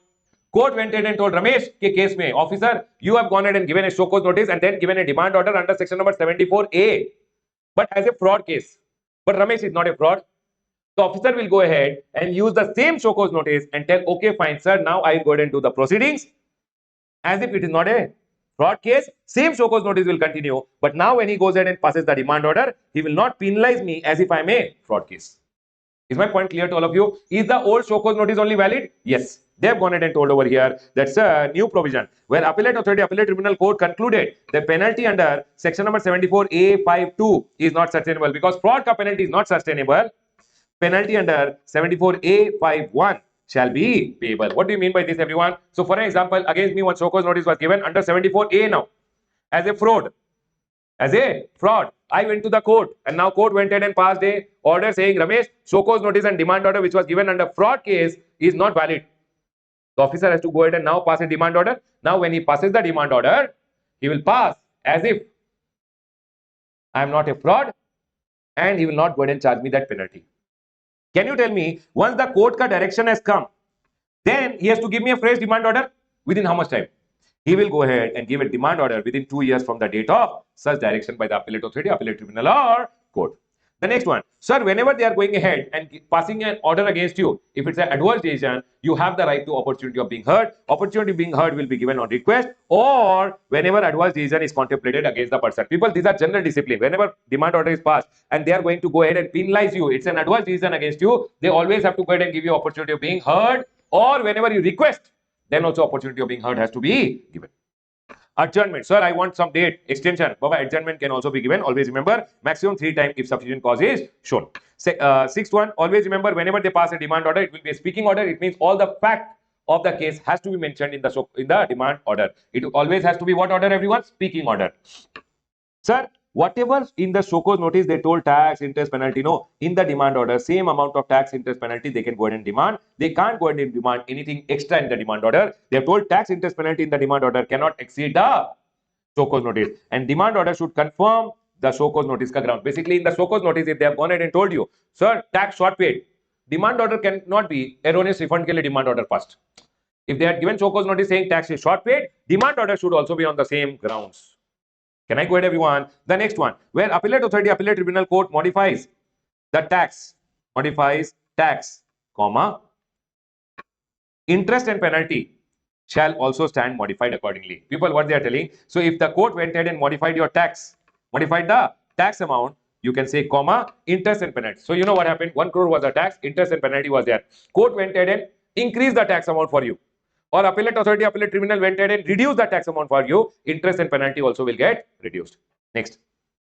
Sir, In the demand order, they forgot to write interest amount. Remember, if they don't write interest also, interest is always payable by default. Interest is always payable even if it is not mentioned or specified in the demand order. Sir, if they don't pass the demand order within 3 years or 5 years, or now the time limit is what, 12 months?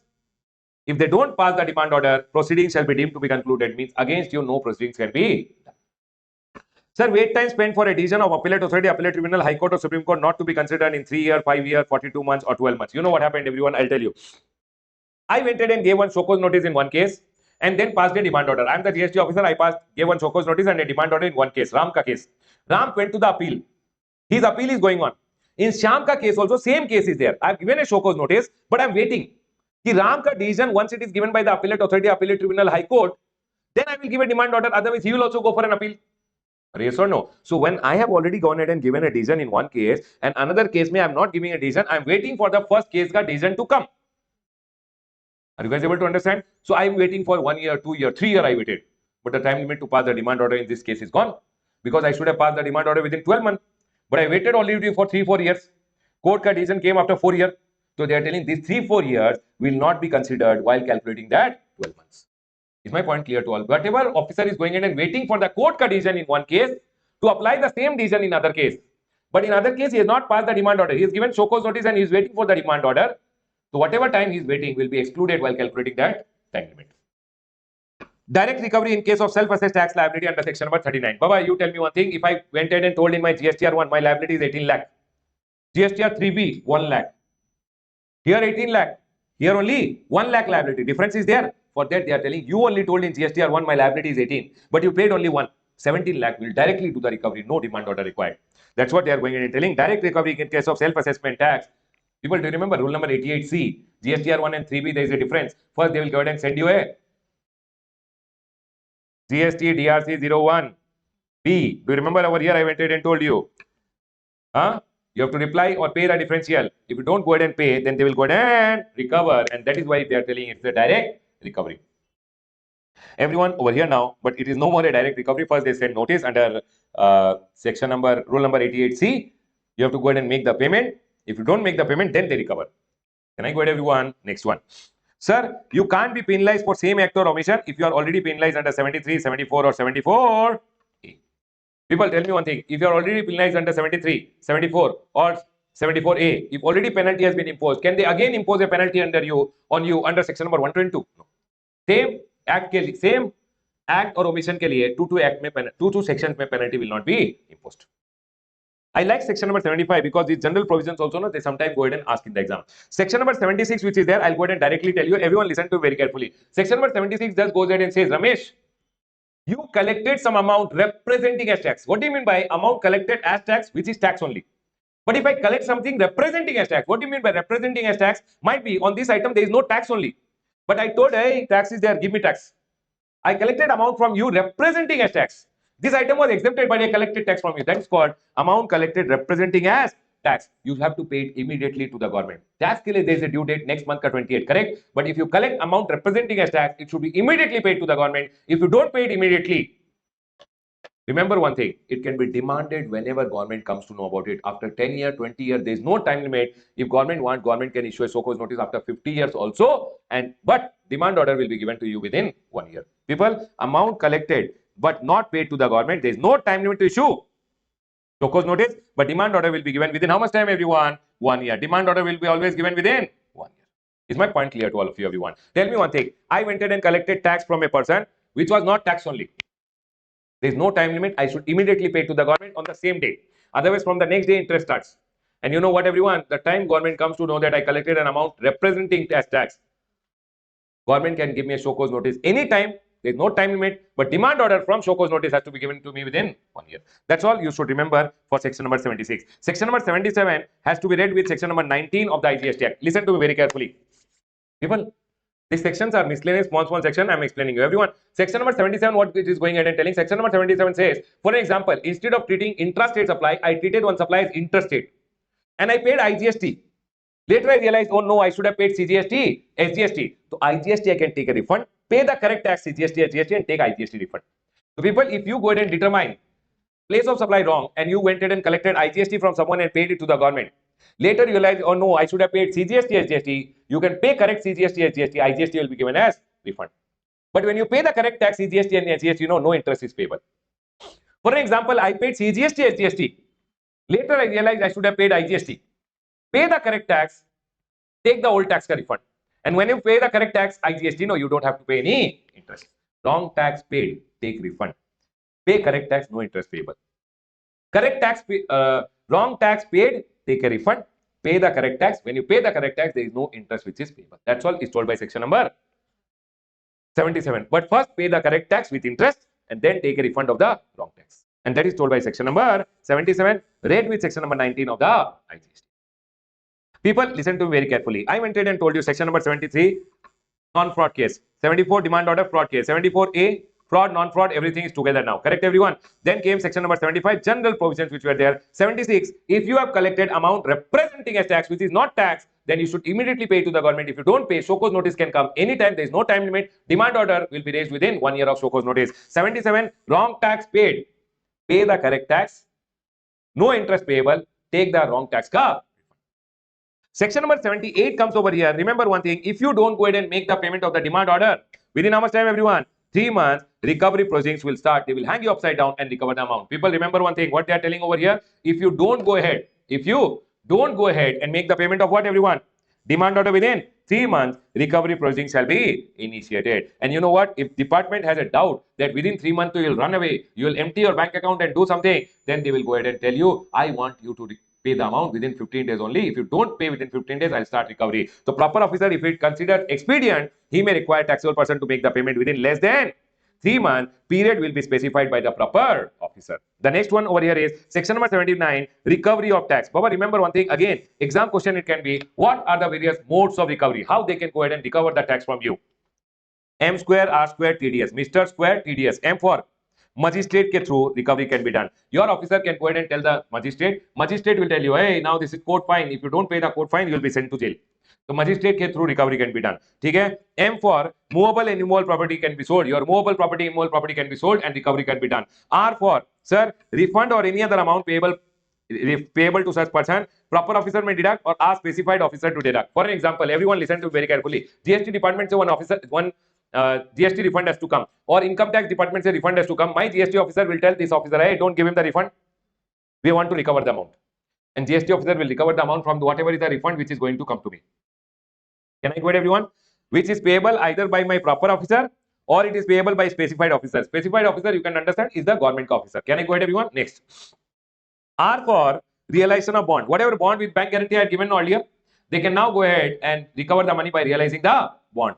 T for third party ke through they can go ahead and do the recovery. For example, I have to receive money from Shyam. I'm Ram over here. My GST officer can tell Shyam, hey, give the money to the department. Don't give it to Ramesh. They can recover from whom, everyone? Third party. Sir, D done. D done. D for district collector. My GST officer can call the district collector and tell, hey, please go and collect the money from Ramesh. Now district collector will come to my home or office and he will collect the money from me as land revenue. Land revenue ka arrears. If I don't pay the land revenue, gone. That is why they are going and telling they can tell the district collector. And as for selling of goods, when my goods are going on the way, no, GST officer will catch my goods. He will seize my goods and sell off my goods. Detention and selling of goods. People, can you tell me what are the modes of recovery? Magistrate ke through recovery can be done. M for magistrate. M for movable and immovable property. T for R for realization of bond. R for refund ka adjustment can be done. T for third party ke through. D for detention. D for district collector. And S for selling of goods. Is my point clear to all of you? Remember one thing, whenever any recovery has to be done, CGST and SGST commissioner both will not come and catch my head, neck. Means GST department ka CGST also came, SGST department, no. SGST department will recover it from you and they will remit the amount to the CGST department. Sir, if partial recovery is done, state government ka people came and did partial recovery. What about the central government? Will state government keep all amount or they will distribute among themselves as brother and sister? State government, if they collect the amount, state government will distribute to the central government as brother sister. Sir, can the recovery be done from my distinct person? Yes, Baba. If any recovery has to be done, this recovery can be done from your distinct person also. The third one over here, sir, I want some installment. I want some more time. If you want, you can go ahead and ask for installment also. People, you can file an application DRC 20 and commissioner may extend the time limit for payment. Can I go ahead, everyone? Or he can allow maximum installment of how much, everyone? See, either he can give you some more time or he can give you installment. Remember, self-assessed tax, no installment. You have gone ahead and told you in a return, GSTR1, my liability is 18 lakh, but you paid only 1 lakh. They will recover from you 17 lakh. For that recovery, there is no installment available. 17 lakh has to be paid immediately. And they are telling installment facility is always subject to interest under section number 50, means interest at the rate of 18% has to be paid. 18% per annum. And remember, if you default in payment of any installment, immediately installment facility will be withdrawn. You were given installment also you defaulted. Immediately they will go ahead and withdraw the installment facility and total amount will become recoverable. Remember, for beggars, there is no installment if amount is less than 25,000. Remember this point, 1 mark MCQ can come. Installment amount, people, okay, installment not allowed if amount is less than 25,000. Sir, when they went ahead and gave me a demand order, no, I transferred all my property. Remember one thing, transfer of property to be void. When any amount has become due from a person, for example, on me demand order has come, and you know what I did? I created a chart. I mortgaged my property or I part with my property with an intention of defrauding the government revenue. They are telling such transfer will be void. But you know what, everyone? I did the transfer with bona fide intention. Plus, for adequate consideration in good faith. Sir, I have done the transfer so that I can pay the department ka money. I sold my land so that I can pay the department ka money. In good faith, if you have gone ahead and done, for adequate, correct consideration you have transferred, then it is okay. Plus, without notice of pendency of, sir, I didn't know only. I had to pay such amount to the department. Or, without notice of such tax or amount payable by the said person. Sir, I didn't know that I had to pay such amount to the department. Or, if I go ahead and transfer the property with whose permission, everyone? Proper officer's permission, then also transfer will not be void. Otherwise, such transfer will be always. Everyone over here now, section number 82 says, for an example, one person ka GST dues are there and the company is going into liquidation. Remember one thing, always GST department will stand first and recover the dues. Unless that company pe IBC is applicable. If on the company IBC is applicable, insolvency and bankruptcy code, then IBC may whatever is told is applicable. Section number 82 will not be applicable. Section number 82 says always the tax GST to be first charged on the property, means whenever taxable person or representative amount payable is GST dues, government shall stand first charge on the property. It means who will first charge on the property? Government, which is GST department will stand first and take its due. But it is subject to IBC. So on a company, if insolvency and bankruptcy code is applicable, whatever is stored in IBC, that will be applicable. Section number 82 will not be applicable. If on a company, insolvency and bankruptcy code is not applicable, then section number 82 is applicable. It goes ahead and says GST department will stand and first recover, have the first charge on the property. Section number 83 over here goes ahead and says provisional attachment of property. What is provisional attachment, everyone? Government knows that if any amount has to be recovered from you, demand order is already given. Now what will you do? You'll start emptying your bank account. You'll start selling your car. You'll start selling your more property, immoral property, and you'll run away. So government can attach your bank account, seize your bank account, seize your properties and keep. What they are telling over here, if proceedings are initiated under chapter number 12, 14, 15, basically under assessment chapter, demand and recovery chapter, inspection, search, seizure and arrest proceedings have already been initiated, and commissioner is of the opinion that to protect the interest of the revenue, attachment of property is important. He's telling, sir, against this person assessment, best judgment assessment, summary assessment order has been passed, or demand and recovery demand order has been given, or sir, against this person inspection, search, seizure activity is going on, and he's of the opinion that person, commissioner is of the opinion that person will go ahead and withdraw his money and run away, sell his property and run away. Then what they can do, of commissioner will go ahead and record his opinion. Why he is of the opinion that attachment is necessary, and he will go ahead and pass an order of the details of the property. He'll put, sir, which property I want to attach. Attach means seize. Seize means he will not allow you to basically withdraw money from the bank account, to transfer the property. All this is called what, everyone? Attachment. So what they are telling, he will pass one order, DRC 22. And you know what, everyone? He will send a copy of the order to the revenue department, to the transport authorities. Hey, Ramesh ka car, don't let him transfer it to anyone. Bank authorities, Ramesh ka bank account say don't allow him to withdraw money. And also he will send the details to the person whose property is attached. To my bank and also to me, the order ka copy will be sent. Now what will happen, everyone? Now I will have to go ahead and file an objection in DRC 22A if property is not liable to be attached. Once I go ahead and file my, sir, please don't attach my property. File an objection. If objection is filed, he will give you an opportunity of being heard, and after that, if commissioner is satisfied, he will release the property, or if he is not satisfied, the attachment will continue. It means you can't transfer your mole property, you can't transfer your immoral property, you can't go ahead and withdraw money from your bank account.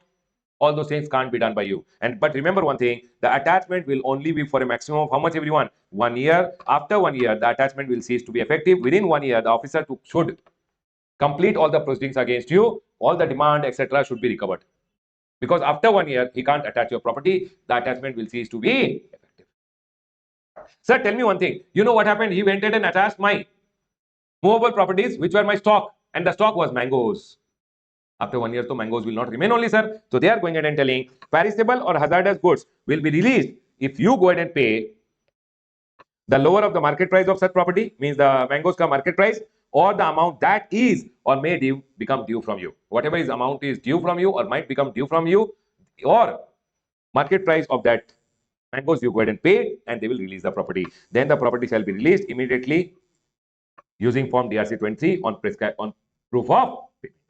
If person fails to pay, the mangoes will be sold off, property will be sold off, and the amount will be recovered, and it will be adjusted towards any tax, interest, penalty, late fee, or any other amount which you have to go ahead and pay. Is my point clear to all of you? Can you tell me the maximum time limit for which attachment can be done? 1 year. Is my point clear to all of you? Everyone over here now. You know what? This may question can come. Write a short note on provisional attachment. Everyone over here now. Now comes section number 84. You know what happened, everyone? GST department started demand recovery against you. 3 months got over, they started recovery. When they started recovery, no, you went to the appeal and you told the appellate author, sir, they started recovery. 1 month ka condonation is there. No, after 3 months, the department started recovery, and you went to that appellate authority and told, sir, please condone the delay by 1 month. Please take my appeal. Otherwise, they will do recovery. They went ahead and condoned the delay by 1 month, and they took up your appeal. When the appeal is going on, they can't do recovery. Everyone, after 3 months, department started recovery. But then after 3 months, you went for what, everyone? Appeal. An appellate authority told, okay, I'll condone the delay. I'll go ahead and do what, everyone? Condone the delay. The delay was being condoned over here, and your appeal was accepted. When appeal is going on, they will not sell your property. Correct, everyone? So in that scenario, what will happen? They will go ahead and now stop the proceeding. Stop the recovery proceeding. Do you guys agree with me? Now, demand order served, taxable person went for an appeal. Appeal application filed, officer will stay the recovery proceeding. They will not recover anything from you. Now, appeal disposed of and resulting in cancellation of demand order. If demand order is cancelled, no recovery. Appeal came in your favor, demand order cancelled, no recovery. Appeal may, demand order was confirmed. They will do the recovery. They stop the recovery, right? Now the continuation will happen of the recovery proceedings. Sir, appeal may they increase. Oh no, I went for an appeal and they increased. First, already demand order was given. The appeal may they increase the amount. Appellate authority told recover more from Ramesh. For the more amount, what will happen? First, already demand order was given. So for this, the recovery can be done. What about the extra amount which is there now? Appellate authority told recover from Ramesh instead of 10 lakh, 12 lakh. Then for the remaining 2 lakh, commissioner will give me another notice of demand for the enhanced amount, and now they will recover from me old 10 lakh rupees also, new demand order which is 2 lakh rupees also, 12 lakh rupees they will recover from me. Sir, if appeal ka order came, instead of 10 lakh, they told, okay, recover from Ramesh only 8 lakh. Is there any new notice of demand required? Or old demand order only is fine? Old is fine. Fresh demand notice is not to be given. Commissioner will just give an intimation for reduction, and intimation is given in GST DRC 25, and then now recovery will continue only for the reduced. That is what is the meaning of section number 84 over here. It says, sir, recovery started, but you stopped the recovery by going for an appeal. Appeal came in your favor, demand order cancelled, nothing payable. Appellate authority told recover from Ramesh, then whatever was the amount they will recover. Appellate authority increased the amount, then for the increased amount they will give you fresh demand notice, and then they will go ahead and recover old amount also and new amount also. If they reduce it, just one intimation will be given. Now we'll recover only the reduced. Are we all clear till here?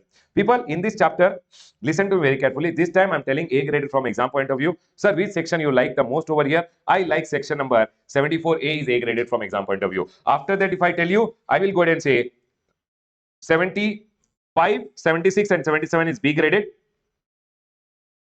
All other sections in this chapter are all C graded. You know what, everyone? This one also I like it. Sir, if self-assessed tax is there, did you understand, everyone? Self-assessed tax wala, this point which I explained it to you. This was told earlier under section number 73. Now our new section has come, section number 74. Just give me a second, everyone. In section number 74 also, definitely they would have gone ahead and included this section. Yes, just give me a second.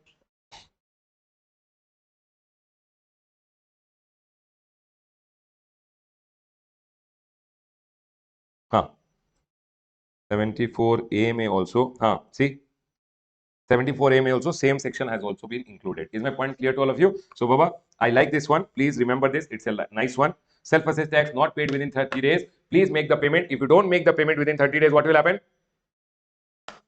People, if you don't make the payment within 30 days, what will happen? After 30 days, they will go ahead and give you a show cause notice and demand order, and 10% of the tax amount, or 10,000, whichever is higher, penalty will be imposed. Done, sir. This point is clear. Other than that, sir, this one, remember what are the modes of recovery? They can go ahead and ask you what are the various modes of recovery. How much is the maximum installment? 24. What is the minimum amount for installment? Sir, 25,000. Less than 25,000, no installment. Write a note on provisional attachment, they can tell you. That's all, everyone. I'll close my revision on the chapter of demand and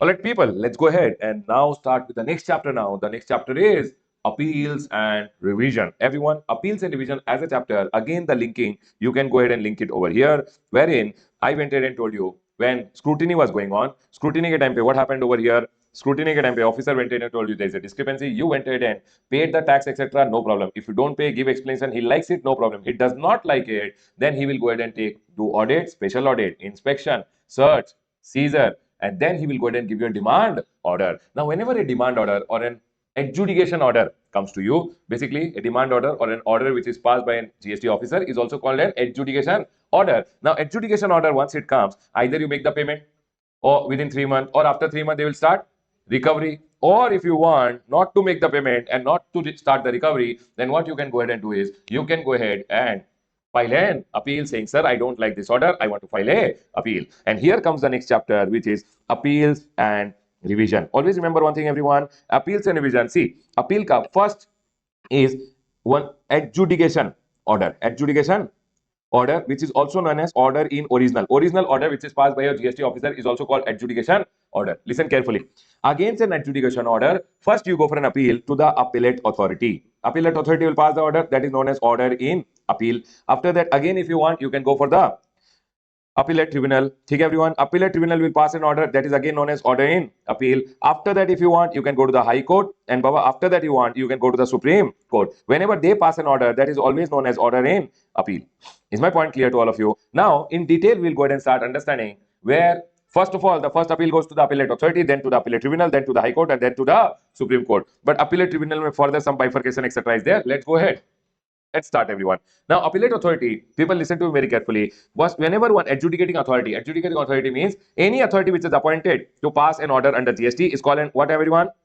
Any authority under GST which is appointed to pass an order is called adjudicating authority, who will go ahead and pass an adjudication order. But adjudicating authority does not include CAARC. What is C, everyone? CBIC. People, any authority appointed to pass an order or decision under this act, whoever passes an order under this act is called adjudicating authority. And adjudicating authority passes an adjudication order, which is known as an original order. Basically, your GST officer, when they pass an order, that's called adjudication order. And Baba, remember one thing, but it does not include. So you have to remember whose orders are not adjudication order, who are not adjudicating authority, whose orders are not adjudicating adjudication order. Number one, C for CBIC, A for authority for advance ruling or appellate authority for advance ruling. Are we all clear till here? R for revisionary authority. C, A for adjudicating advance ruling authority or appellate authority for advance ruling. Again, A is appellate authority or appellate tribunal, appellate authority or appellate tribunal, and R for revisionary authority, and C for, Baba, remember one thing, Competition Commission of India. You can remember it like this. C for CBIC ka orders are not adjudication order. A for advance ruling wala, authority for advance ruling, appellate authority for advance ruling, their orders are not adjudication order. A for appellate authority, appellate tribunal, their orders are also not order in original, their orders are orders in appeal.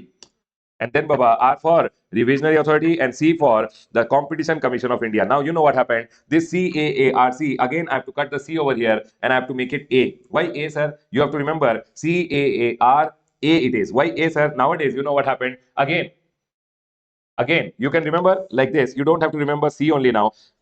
This is appellate authority, appellate tribunal. Correct, everyone? And this is advance ruling wala, authority for advance ruling, appellate authority for advance ruling. Correct, everyone? Now here, you know what happened. Earlier, Competition Commission of India was there, who was going ahead and handling the cases relating to profiteering. Now, Baba, profiteering wala cases have come to appellate tribunal only. Principal bench of appellate tribunal. Are you guys able to understand? And hence, we don't have to write again a C now. Because earlier the work was done by whom? Competition Commission of India. Now that work has been handed over to whom? Principal bench of appellate tribunal. Are we all clear? So profiting ka work is no more done by Competition Commission of India. It is now done by the principal bench of appellate tribunal. I hope everyone is clear with this. Let's go ahead and now continue. Everyone over here now. So people, any authority which will pass an order is known as an adjudicating. Any authority other than CAR. CAR, you remember. CAR may A is lot of them. Can I go ahead, everyone? Then is also known as order in original. You have to go for an appeal first of all. Who is aggrieved by the order in original? Whoever is aggrieved, whoever is sad can go for an appeal. Appeal by any person. Any person means appeal can be by, or appeal can be by department. Department itself is aggrieved by its own officer. This officer, useless fellow, 50 crore ka demand he should have given. He is given only 5 crore. So department might have a doubt on his own officer, and department can file the appeal itself. Are we clear, everyone? Or the appeal can be filed by any other person other than department. It can be by the supplier, it can be by the recipient, it can be by the e-commerce operator, any person. So they go ahead and say it can be the taxpayer, taxable person, any person. Can I go ahead, everyone? So whenever department is filing an appeal, it is over here. Whenever you are filing an appeal, you are over here. You should always file an appeal within how much time, everyone? 3 months plus 1 month. 1 month ka delay can be condoned by the appellate authority, saying, okay, fine, no problem. If you have sufficient cause, they will go ahead and condone the delay. Then they are going and telling you should go within 3 months. From what date? From the date of communication of the decision or the order. Remember one thing, you should always go for an appeal the day you have received the decision or the order. From that day, you should go within 3 months. Plus 1 month ka delay can be condoned. From the form, and which is the form you have to go ahead and file, everyone? GST APL 01 along with the specified amount. What do you mean by along with the specified amount? They are telling whatever you have gone ahead and admitted, please pay the 100% of that tax. And sir, whatever is the tax in dispute, you can go ahead and people, whatever you have gone ahead and admitted of that 100% of the tax, interest, penalty, everything you should pay, whatever you are admitting. And sir, if there is any tax in dispute, that 10% amount has to be paid. Everyone, for an example, I went and received an order which went ahead and told I should go ahead and pay 1000 crore CGST and 1000 crore rupees SGST. Now, in this scenario, I am admitting that I have to pay 200 crore and 200 crore, but remaining 800, I am going ahead and disputing. Are we clear, everyone? So they are telling whatever you have admitted, no, that amount you have to pay along with interest, penalty, late fee, everything, whatever.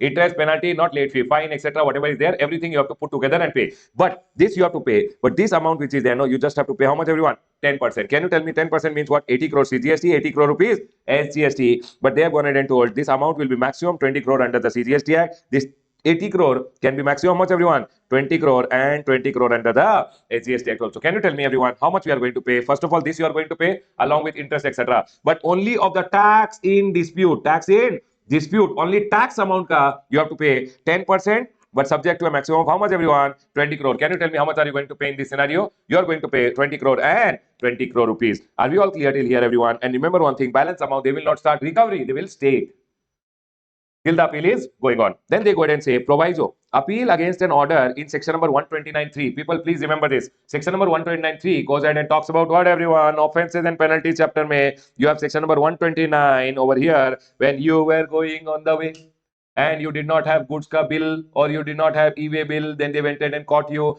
then detention and seizure happened. Now when you want to release your goods, you have to go ahead and pay the penalty which is there. So here one penalty order is given to you. Do you guys agree with me? This penalty order, if you want to go for an appeal, at least, so basically when you are going on the way in your court and you don't have proper document, you will have to go ahead and if one penalty order will be given to you, that penalty order, if you want to file an appeal, you have to pre-deposit at least how much, everyone? 25%. Remember one thing, 25% of the penalty order amount has to be paid.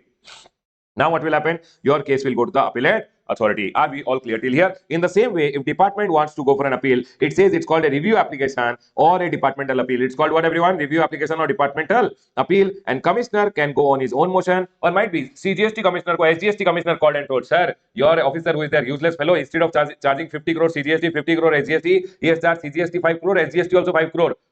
Arey Baba, so sir, he has made a loss to the state government also and central government also. You also go for a appeal. So sir, request can be received from the SGST or UTGST commissioner also. In this scenario, whenever department itself has a doubt on its officer, then department commissioner will examine all the records of any proceeding. The records of any proceeding in which the adjudicating authority, basically the proper officer, has passed an order to satisfy. The commissioner will satisfy himself about the legality of the order, about the propriety of the decision. Propriety, as a proprietor of my business, will I make any loss to my business? No. So the commissioner will check whether the GST officer who has passed the order, has he acted in propriety, means has he acted as if he was a proprietor, and direct the subordinate to go ahead and apply to the, now commissioner will tell his junior, hey junior, go apply for a appeal now. Can I go ahead, everyone? And here it is telling he will direct his subordinate to apply to the appellate authority. 6 months plus 1 month ka delay also can be condoned. So department can go within how much time, everyone? 6 months plus 1 month, and they will file an appeal in APL 03. Remember one thing, for department there is no pre-deposit, and the appeal goes to the appellate authority. Tell me one thing, everyone. I went ahead and told you adjudicating authority passed an order. Correct, everyone, which is called adjudication order. Whoever is aggrieved, correct, everyone. Either it can be the department who is aggrieved, either it can be the taxable person who is aggrieved or the department is aggrieved. You will go in APL 01. They will go in APL 03. You will have to go ahead and pay a pre-deposit. Whatever you have agreed, you paid. Plus you have to pay 10% of tax in dispute. Do you guys agree with me, everyone? Here there is no pre-deposit which is there. You have to go within 3 months plus 1 month. They will go within 6 months plus 1 month. And the appeal goes to the appellate authority. Now what will the appellate authority do? Appellate authority will go ahead and listen to both of you, and then they will go ahead and pass an order which is called order in appeal. And once they pass an order, they will also upload, appellate authorities will also go ahead and upload the summary of the order in APL 04. Remember one thing, when they pass an order, either they will confirm what the original adjudicating authority had told, or they will go ahead and modify the order which was passed already, or they will go ahead and annul their decision. Modify the order, or annul means they will cancel the original order which is there. Might be zero refund had to be given, but the original authority went ahead and passed an order giving 10 crore rupees ka refund. Then they can also cancel the order. And it says they will go ahead and pass the order, their order within how much time, everyone? 1 year. 1 year they will try to pass it. It is not a mandatory time limit. It is recommended that they pass within 1 year. Note, no order requiring applicant to pay. Means against you, if an adverse decision is being taken, always they will go ahead and give you a show cause notice. It will pass. It's no order shall be passed without giving a show cause notice. And you know what, everyone? The appellant can also go ahead and withdraw an appeal at any time before the issuance of show cause notice or the order. When they issue the show cause notice or when they pass the order, before that, if you want, you can go ahead and, whichever is earlier, you can go ahead and withdraw also. You have to file one APL 01W, or department will file APL 03. Withdrawal application is W. That's all. Can we go ahead, everyone? Now listen to me very carefully. When they pass an order, they will also give you an opportunity of being heard. Adjournment can be given maximum 3 times. If you want any additional ground pay hearing to be done, you can talk to them and they can hear your case for additional grounds also, and their fees is nil. Sir, one more thing over here. Sir, adjudication order, who will be the appellate authority? If original order was passed by the lower rank officer, deputy commissioner, assistant commissioner, superintendent, after superintendent is assistant deputy, above them is the joint commissioner. So joint commissioner, which joint commissioner? Not joint commissioner normal, joint commissioner who hears appeals. Then joint commissioner or additional commissioner pass the order. Above him is always the commissioner appeals who will go ahead and hear the appeal. Is my point clear to all of you? Everyone listen to me very carefully. I've gone ahead and written over here. When APL 01 and 03 is filed, everyone, this point is very, very important. Listen to me very carefully. Now, you know what happened? You received one order. You received, department passed an order. Department went ahead and passed an adjudication order. Department passed an adjudication order, original order. You should go ahead and file an appeal within how much time? Now, I am the GST officer. I passed an order. You ran and you filed an appeal. The time you go and file an appeal, this adjudication officer, the original order which was passed, he will tell, sir, I will upload the order online on the GST portal. Don't worry about it. Now, what will happen? You will go and file an appeal. When you go and file an appeal, now that time you will get a provisional acknowledgement. You will get what, everyone? Provisional acknowledgement that your appeal has been filed. Now, once the GST order, the original order is uploaded by the officer, once the order is uploaded, you will get one final acknowledgement that your appeal has been filed, and the date of provisional acknowledgement will become the date of filing the appeal. Is my point clear to all of you? They are telling a provisional acknowledgement which shall be issued immediately to the applicant. But once the order appeal against is uploaded on the GST portal, a final acknowledgement indicating appeal number shall be given in APL 02, and date of provisional acknowledgement is the date of filing. But sir, supposingly in my scenario, the order which I want to appeal will not be uploaded in the portal. It is not uploaded in the portal, then you should submit a self-certified copy within how many days? 7 days. So it says if order is not uploaded in the portal, appellant should submit a self-certified copy of the order within 7 days of filing the appeal. And if you do that, one final acknowledgement will be issued and date of provisional acknowledgement will become the date of filing. And remember one thing, if you don't submit within 7 days, the order which you want to appeal against within how many days? 7 days. Then they are going and telling if self-certified copy is not submitted within 7 days, then date of submission of such copy or decision will be the date of filing the appeal. Tell me one thing, everyone. You went ahead and filed an appeal. Provisional acknowledgement will be given. If order to be appealed against is uploaded on the portal, then what will happen? The day the order is uploaded, there is no time limit. Here, officer will upload. The day officer uploads, then they will go ahead and say, okay, fine. Date of provisional acknowledgement is the date of filing. But sir, if order copy is not uploaded on the portal, then you should submit self-certified copy within how many days? 7 days. If you submit within 7 days, date of provisional acknowledgement is the date of filing. If you don't submit within 7 days, then the day you submit, that day only is the date of filing. Everyone over here now, interest portion I'll talk little later. Now, supposingly, you don't go for an appeal within 3 months plus 1 month. You did not go for an appeal within how much time, everyone? 3 months plus 1 month. Then what will happen? Remember one thing, if you don't go for an appeal within 3 months plus 1 month, you can't go for an appeal now. Gone. But supposingly, department officer went ahead and passed an order, instead of 5 crore, 50 crore rupees refund, CGST and 50 crore rupees SGST refund, he passed an order. Now, department is telling this order which is passed is wrong. But department came to know about it after 6 months have gone. 6 months was the time limit to file an appeal. Correct, everyone? Now, department is telling we to missed it.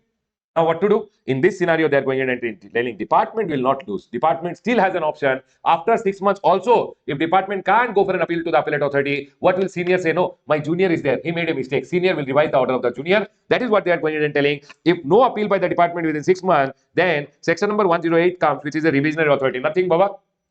Junior ka order, no. Senior will go ahead and say, I will go ahead and revise.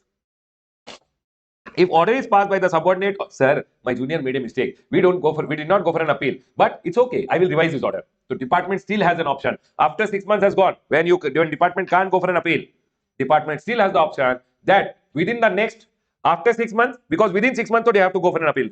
Revision can't be done. The senior can't pick up the order. After 6 months is gone, up to 3 years, department ka junior ka order can be revised by the senior. So basically, if order is passed by superintendent, assistant, deputy, additional or joint commissioner. See, not the appeal wala officer, not the appeal wala officer. No, I'm not telling about the appeal wala officer. I'm telling junior ka order, senior will revise. The senior ka order, super senior will go ahead and revise. Can I go ahead, everyone? So what they're going ahead and telling, revisionary authority on its own motion. Senior is telling, this junior has become super rich suddenly. There's something fishy. So senior, revisionary authority on his own motion, or upon information received by him, he got some intelligent information that junior is doing something wrong, or on request from the state or UT GST commissioner, CGST officer received one request from the state GST department saying, sir, your officer has done something wrong. Then in that scenario, the senior will call and examine the records of any proceeding, and then on examination by the revisionary authority, if they find order was erroneous, prejudicial to revenue interest, because of the order, the department is going to have a loss. It is illegal, improper order. Material facts were not considered, or might be, it can be on examination or because of CNAG. CNAG has gone ahead and done one audit of the department, and CNAG has found out there was some mistake. Then, Baba, CNAG also can go ahead and tell that there is a mistake. So, revisionary authority can call and examine the record on examination if it finds out that there was problem in the order, or because of a conjugance of observation of the CNAG, if they find out that there is a problem in an order which is passed, revisionary authority will say, hey, stop all the proceeding, don't give him refund, hold the refund, withhold the refund. And hence, they will go ahead and operation will be stayed by the revisionary authority, and they will give opportunity of being heard, and inquiry will be done, and they will pass a revisional order as they think just and proper. Now they will enhance the amount. For example, demand order was given of less amount, they will enhance it, or they will modify it, or they will cancel the order. Why cancel the order? Might be the refund which was given was not required only to be given. So they will cancel the order. Are we all clear with this point, everyone? People, can you tell me, everyone? Whenever one adjudication order is passed, again that whoever is aggrieved will go. Now here it can be department which will go, it can be the taxpayer who will go. Correct, everyone? Taxpayer goes within 3 months plus 1 month, department goes within 6 months plus 1 month. Correct, everyone? You will go in APL 01, they will go in APL 03. You will have to give a pre-deposit which is 10% but subject to a maximum of 20 crore rupees. Here there is no pre-deposit. Appeal goes to the appellate authority. If department is going for appeal, then Baba, adjudication order ke liye revisionary authority can go ahead and pass a revisional order. And appellate authority will also pass an order. And if this does not happen, revisionary authorities can go ahead and pass a revisional order. Now listen to me very carefully. This order came or revisional order came. Whichever order came, sir, if this order will come, this order will not come. Correct, everyone? If this order does not happen, department did not go here, then this order will be passed. Whoever is agreed by this order or this order which is there, now order is passed by appellate authority or revisionary authority, aggrieved party, whether it is any person or the department. People, against this order, you can also go for an appeal now, because against you an order is passed, so you can also go for an appeal. Department also can. Department is telling that senior who passed the order has also done something wrong. So they can go for an appeal to the appeal against the order of appellate authority or revisionary authority will go to the appellate tribunal, and GST, the appellate tribunal, GST appellate tribunal. Are we all clear, everyone? And GST may, there is two-tier tribunal. One is the principal bench of appellate tribunal, which is headed by the president, who is a judicial member. One more judicial member will be there. One technical member who has knowledge about the GST technical, and Baba, one is technical member from the state. Again, it will have one more bench, which is every state-wise state bench will be there, where two judicial member will be there. One judicial member means who has judiciary, law ka knowledge, judges, and one technical member from the center, one technical member from the state. Remember always the judicial member, mein whoever is the senior most member, no, he becomes the president of the bench. Now what they will do? See, whenever any case is there, it will always go to state bench. But if it is a case which is relating to two states, place of supply is involved, inter, place of supply is involved, then always it will go to whom, everyone? Principal bench, because a state can't decide that case. And you know what? Now to profiteering ka cases, which was earlier done by anti-profiteering authority, then the case was passed to Competition Commission of India. Now the work will be done by whom, everyone? Principal bench of appellate tribunal. And now everyone listen to me very carefully. If you want, before the order is passed, you can also go ahead and file for a withdrawal also. Now they will go ahead and pass an order. People, tell me one thing, everyone. If you guys are agreed with the order of the appellate authority or revisional authority, you will go to the appellate tribunal. Correct, everyone? Now when you go to the appellate tribunal, it has principal bench and it has state bench. Principal bench will listen place of supply related matter. Everyone, principal bench will listen what, everyone? Place of supply related matter and profiteering related. All other matters will go to the state bench, and they will also go ahead and pass an order. Whenever they pass an order, they will send the copy to the original adjudicating authority, revisionary authority. Everyone will get a copy. And Baba, within 1 year, they should also try to pass the order. Now, sir, whenever I am going for an appeal with the appellate tribunal, if you are any person, you can file an appeal in APL 05. Sir, do I have to remember form number? It is not required. If you remember, okay. You don't remember also, no problem. Department go for an appeal within how much time, everyone? APL 07. Any person will go within 3 months plus 3 months. You are given how much time, everyone? 3 months plus 3 months. And from the date of order was communicated to you, department ke later time limit is 6 months plus 3 months. Earlier, this time was not there. Department directly used to get 6 months. Now, department has also been given 6 months plus 3 months. This is the amendment. Always remember one thing, from the date of the order, or people, what they have gone ahead and told over here, whenever you are going for appeal, you will go within 3 months from the date of communication plus 3 months. The day order was communicated to you, within how much time will you go, everyone? 3 months plus 3 months. And department, whenever it is going, it will go within 6 months plus 3 months. From what date, everyone? From the date of the order. Because department ke liye, there is no communication required. Department already has the order, or the date notified by the government on recommendation of council for filing an appeal before the appellate tribunal, whichever is later. You know what happened? Department or you should go within 3 months plus 3 months. Department will go within 6 months plus 3 months. You know what? Appellate authorities ka order came. Appellate tribunal is not there only. Appellate tribunal is now constituted. Appellate tribunal was not there only. 6 months for me already gone. But appellate tribunal is only not there. And hence they went ahead and told you can go within 3 months plus 3 months. Department go within 6 months plus 3 months, or the date which will be notified by the government on recommendation of council for filing an appeal before the appellate tribunal, whichever is later. Government will go ahead and say that we will notify a date. From that day, you have to go within 3 months plus 3 months or 6 months plus 3 months. So, for example, department went ahead and told today the appellate tribunal has been constituted. From today, you can go for an appeal. So, from that day, you will get 3 months plus 3 months, and department will get how much time, everyone? 6 months plus 3 months.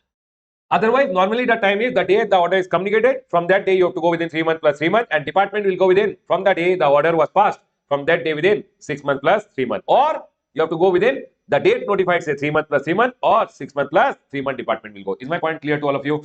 Next. Sir, if I am going for appeal, what will be the fees which will be there? Always remember one thing, the fees for an appeal is 1,000 rupees for every 1 lakh rupees amount involved, up to a maximum of 25,000 and minimum 5,000. What I am telling everyone, for example, you are going for appeal to the appellate tribunal. The case may, the amount which is involved is 30 lakh rupees. 30 lakh rupees means 30,000 per 1 lakh is how much? 1,000. But this can be maximum how much, everyone? 25,000. Is my point clear to all of you? The maximum will be how much, everyone? 25,000. Is my point clear to all of you? But remember, the minimum fees will be always how much? 5,000. And it goes ahead and says over here, appeal not involving tax, interest, penalty, fees, anything. Then might be you are going ahead and filing for an appeal, not for tax amount. Might be there's some question of law issue which is there. Law you want to go ahead and fight against. There is no money involved in that. Then they are telling the fees is 5,000 rupees. Can I go ahead, everyone? If money is involved, 5,000 to 25,000. Correct, everyone? But if money is not involved, minimum fees is how much, everyone? 5,000 rupees, which is there. No fees for any rectification of appeal and no fees for department. Baba, fee department ke liye to there is no fees only ever. And if you are filing a rectification of appeal, what is rectification? For example, one order was already passed by the appellate authority, appellate tribunal, and later they have gone ahead and found out that there is a mistake, or you have found out there is a mistake. Mistake correction ke liye there is no mistake correction ke liye there is no fees. You know what, everyone? Listen. They have told whenever you are going for an appeal to the appellate tribunal, additional pre-deposit of 10% of the tax amount has to be paid. What is 10% of the tax amount, everyone? Over here we had learned, right? What is the tax in dispute? 800 crore, right? Additional pre-deposit is 10% when you are going to appellate tribunal, which is 80 crore or 80 crore rupees. Is my point clear to all of you? But here also there is a maximum which is told total pre-deposit 20%. People, 1 minute. Here maximum is how much, everyone? 20 crore. 20 crore and 20 crore. Is my point clear to all of you? Can you tell me, everyone? Here I already paid 20 and 20. Again, I will have to pay how much, everyone? 20 and 20. Can I go ahead, everyone? Is my point clear to all of you? So 10% so I paid earlier, 10% or maximum 20 crore. Again, I'm paying 10% or maximum how much, everyone? 20 crore. So 10 I had already paid, 10 I'm paying now. But in this question, it did not turn out to be 10. It turned out to be 20 crore and 20. Is my point clear to all of you? Otherwise, what they are telling, first you had already paid 10, again you have to pay 10. But this is maximum again subject to a 20 crore over here and here also. Is my point clear to all of you? Listen to me very carefully. What they are telling, how much you have to pay? 10%. But maximum is how much, everyone? 20 crore. Tell me one thing. For an example, the tax in dispute is 100 crore and 100 crore. You already admitted 50 crore. 50 crore. Can you tell me, everyone, when you are going to the appellate authority, how much you have to pay? 50 crore. 50 crore is the tax in dispute. Of that, you have to pay 10%. 10% means 5 and 5 crore. It is maximum how much? 20 crore and 20 crore. Will you pay 20 and 20 now or 5 and 5? 5 and 5. When you are going to the appellate tribunal, again you have to pay additional 10%. So this will become 10 plus 10. Can you tell me how much is the additional 10%? 5 crore and 5 crore. Again, maximum is how much? 20 crore and 20 crore. But you will not pay 20 and 20. You will pay only 5 and 5. Is my point clear to all of you? In the above question, when we had gone ahead and done, this was not coming because 20 was the maximum. Is my point clear to all of you now? Everyone over here now, listen to me very carefully. What they have gone ahead and told, 20% over here. Which is 20%? Above ka 10, it is total pre-deposit till now is 10 and 10. Appellate tribunal can refuse to admit an appeal where the amount is less than equal to 50,000. If you go for an appeal and they go ahead and see the amount is very less, which is less than equal to 50,000, if they want, they can admit the appeal or they can say, hey, beggar, get lost. Next. Whenever you file for an appeal, no, always the opposition party which is there, you filed an appeal, department will get an option to talk against you. What department wants to talk, they can go ahead and file one memorandum of cross objection. Or if department files an appeal, you can talk against it by going ahead and filing memorandum of cross objection. What is your objection? To be filed by the party against whom the appeal has been preferred. If I file an appeal against you, then you can go ahead and file what, everyone? Memorandum of cross objection. It has to be filed within 45 days plus 45 days. The form is APL 06 and there is no fees. Sir, can you tell me how many members are there? 2 judicial member, 2 technical member always, correct? In every bench. Now, sir, at least how many people will always go ahead and listen to your case? Remember, this is also important from exam point of view. Remember, in any bench, any appeal shall always be heard by a bench of 1 judicial member and 1 technical member. You don't need 4 members always to hear your case. Always the case will be heard by 1 judicial member, 1 technical member, enough. But sir, any appeal involving amount up to how much, everyone? 50 lakh and not involving question of law. If question of law is not there, you are fighting on factual issues. Facts we are fighting, not law, there is no dispute. Then, with president approval, can be heard by a bench of single member also. Remember, generally 1 plus 1 member will hear you.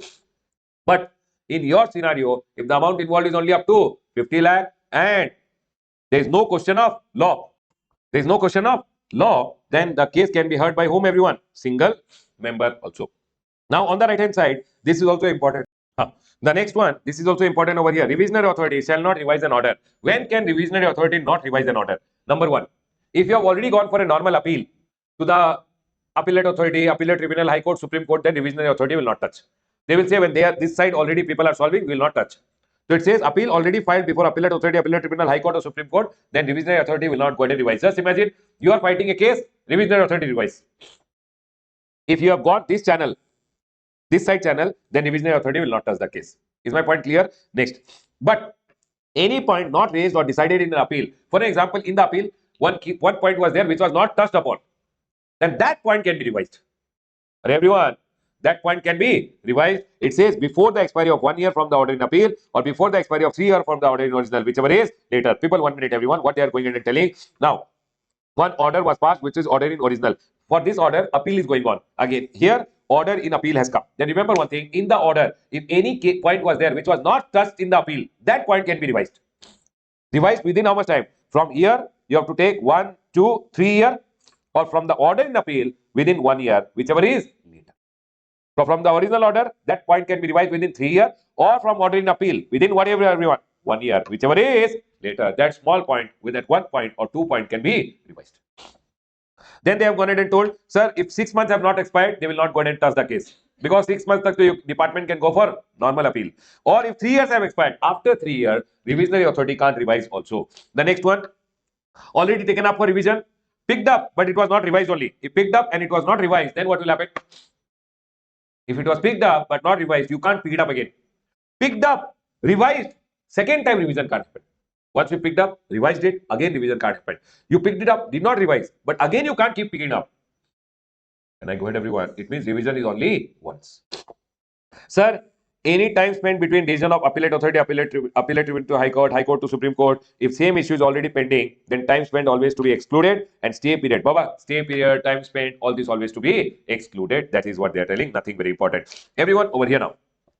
Can there be any circumstances where additional evidence can be allowed before appellate authority or appellate tribunal? People listen to me very carefully. This appellate authority, and this appellate tribunal which is there, they will always take only those evidences which you had already given before the original adjudicating authority. If you get any surprise additional evidence is there, they will not admit it. Are we clear? But sometimes this appellate tribunal or appellate authority can admit additional evidences, saying that you went to him, original adjudicating authority, and you told this is the evidence. They did not take it. When you gave the evidence to them, they told you are late, get out. When you gave the evidence to them, they told you should have come within time, we will not admit it, which they should have admitted. So in this scenario, you can go and talk to the appellate authority or appellate tribunal and they can admit your additional evidence. What they are telling over here, people, where adjudicating authority, original adjudicating authority or appellate authority refused to admit an evidence which ought to have been admitted. Sir, they should have admitted the evidence, they did not admit it. Or where appellant was prevented by sufficient cause from producing evidence called upon by the adjudicating authority or appellate authority. You know what happened? Sir, I got COVID, I was not well, so I could not give it, sir. Please admit it. Then they will admit. Or, sir, where appellant was prevented by sufficient cause from producing evidence which is relevant to ground of appeal. Sir, because of some reason I could not do it. Tell the reason. If they accept it, then appellate tribunal can take additional evidence. Also, where original adjudicating authority or appellate authority had made an order without giving sufficient opportunity only to the appellant to adduce evidences relevant to the ground of appeal. Number one, sir, they refused to admit. Sir, number two, I was prevented. Sir, I could not give it because I was not well. Or might be, they did not give you opportunity only. Number one, they did not give you opportunity. Number two, you are prevented by sufficient cause. Number three, they refused when you gave the order, when you gave the evidence. Is my point clear to all of you, everyone? You were a pro in giving evidence. Pro, P for you are prevented, R for they refused it, and you were not given opportunity only. Then in that scenario, additional evidence can be taken. Everyone over here now. Sir, what are the powers of the appellate tribunal? This is just for your reading purpose. You can read it once. Sir, they can summon people, they can issue orders. Correct, everyone? All these are just the powers of the appellate tribunal. Why I am giving over here? No, nowadays your exams have become very dangerous. Any small point can be asked. So you can remember this once. Okay, everyone. Now what happened? Listen to me very carefully. Whenever any order is passed by whom? Appellate tribunal. Whenever any order is passed by whom, everyone? Appellate tribunal. If it is principal bench, no. Principal bench is in New Delhi. Baba, just imagine the head bench which is sitting in Delhi. Their order, one state level ka High Court is listing. So these orders don't go to High Court. Principal bench ka orders, no. They will directly go to whom, everyone? Supreme Court. But if it is state bench ka order, then first it will go to whom, everyone? High Court. And then High Court say it can go to the Supreme Court. But principal bench ka directly order comes to the Supreme Court. Now listen to me very carefully. Whenever the order goes to the High Court, no, High Court will admit only if it involves substantial question of law. High Court says, hey, don't waste my time. I will admit a case only if it is having what, everyone? Substantial question of law. Appeal should be filed within how much time? 180 days plus extension can be granted by the High Court. Form APL 08 to be heard by at least how many judges? 2 judges, and they will admit only after you make the full payment. Sir, once the case has gone to High Court, after that I can go to the Supreme Court also, or principal bench say also I can directly go to the Supreme Court. Are we clear, everyone? Remember one thing, already you had paid 20%, right, everyone? Total you had paid 20%, remaining 80% should be paid only then, because High Court ka case mein no, court can take 5 years, 10 years, 15 years, yes or no, everyone? With all due respect, it can take a lot of years. Department says pay my money and then you keep fighting. So you have to pay the complete amount when you are filing the bill. Can I go ahead, everyone? And then, or if you are coming directly to the Supreme Court, then also Supreme Court will admit only after full payment. Is my point clear to all of you? Remember, the time limit to file a case to the Supreme Court is how much, everyone? As per Code of civil procedure. And they will also admit if High Court certified, people, Supreme Court will never admit a case unless the High Court says that it is a fit case to go for the Supreme Court. Is my point clear to all of you? Everyone listen to me very carefully. Now here, one point comes about the interest calculation. Everyone listen to me very carefully. Whenever you have gone ahead and given a pre-deposit to the appellate authority and you are getting a refund of it, the refund of pre-deposit which is given to appellate authority and appellate tribunal, if appellate authority gives you an order or appellate tribunal gives you an order, whatever pre-deposit you are given of 10% and 10%, if it is refunded, the refund is under section number 115, which says you will get 9% interest from the day you paid it till the day you get the refund. So for an example, because of the appellate tribunal, you got a refund. Whatever pre-deposit 10% you had paid originally, from the date of payment till the date of refund, you will get interest 9%. And second pre-deposit which you paid when you filed the case with appellate tribunal, again from the date of payment till the date of refund, you will get the interest. How much, everyone? 9%. Is my point clear? Because both the case may the refund is given under section number 115. But you know what happened? When High Court and Supreme Court involves, no, then it can take a lot of time. So department says from the day you paid to the date of refund, I will not give you interest. The day High Court or Supreme Court ka order will come, you go online, apply for refund. We will take 60 days, process your refund. If you process within 60 days, no interest. If you don't process your refund within 60 days, then we will give you interest. And that is what is being told over here. If refund, interest will be given under section number 56. And 56 says when you apply, they will give you the refund within how many days? 60 days. If they don't give you within 60 days, then they will go ahead and give you interest at the rate of 9%. Is my point clear to all of you? Very, very important again from exam point of view. Sir, tell me one thing. If order passed by appellate tribunal has one error which is apparent on the face, then no problem, Baba. Any order which has been passed by the appellate tribunal and they want to rectify, which is an order apparent on the face, can be rectified within how much time, everyone? 3 months from the date of the order. Sir, what about other people passing the order? Other people, when they go ahead and pass the order, for that rectification, the general time limits, which is given under section number 161, miscellaneous provision. See, appellate tribunal ke liye they went ahead and told 3 months. What about other people, appellate authority, courts, etc., or any other case when any rectification has to be done? Then, Baba, remember one thing: rectification of an error apparent on the face of record. What is the provision? Any authority who passes an order, for appellate tribunal, they already told there. For all other people, when rectification has to be done, remember one thing: it has to be done within how much time, everyone? 3 months. The maximum time limit is always 6 months. Can I go ahead, everyone? 3 months may any other case.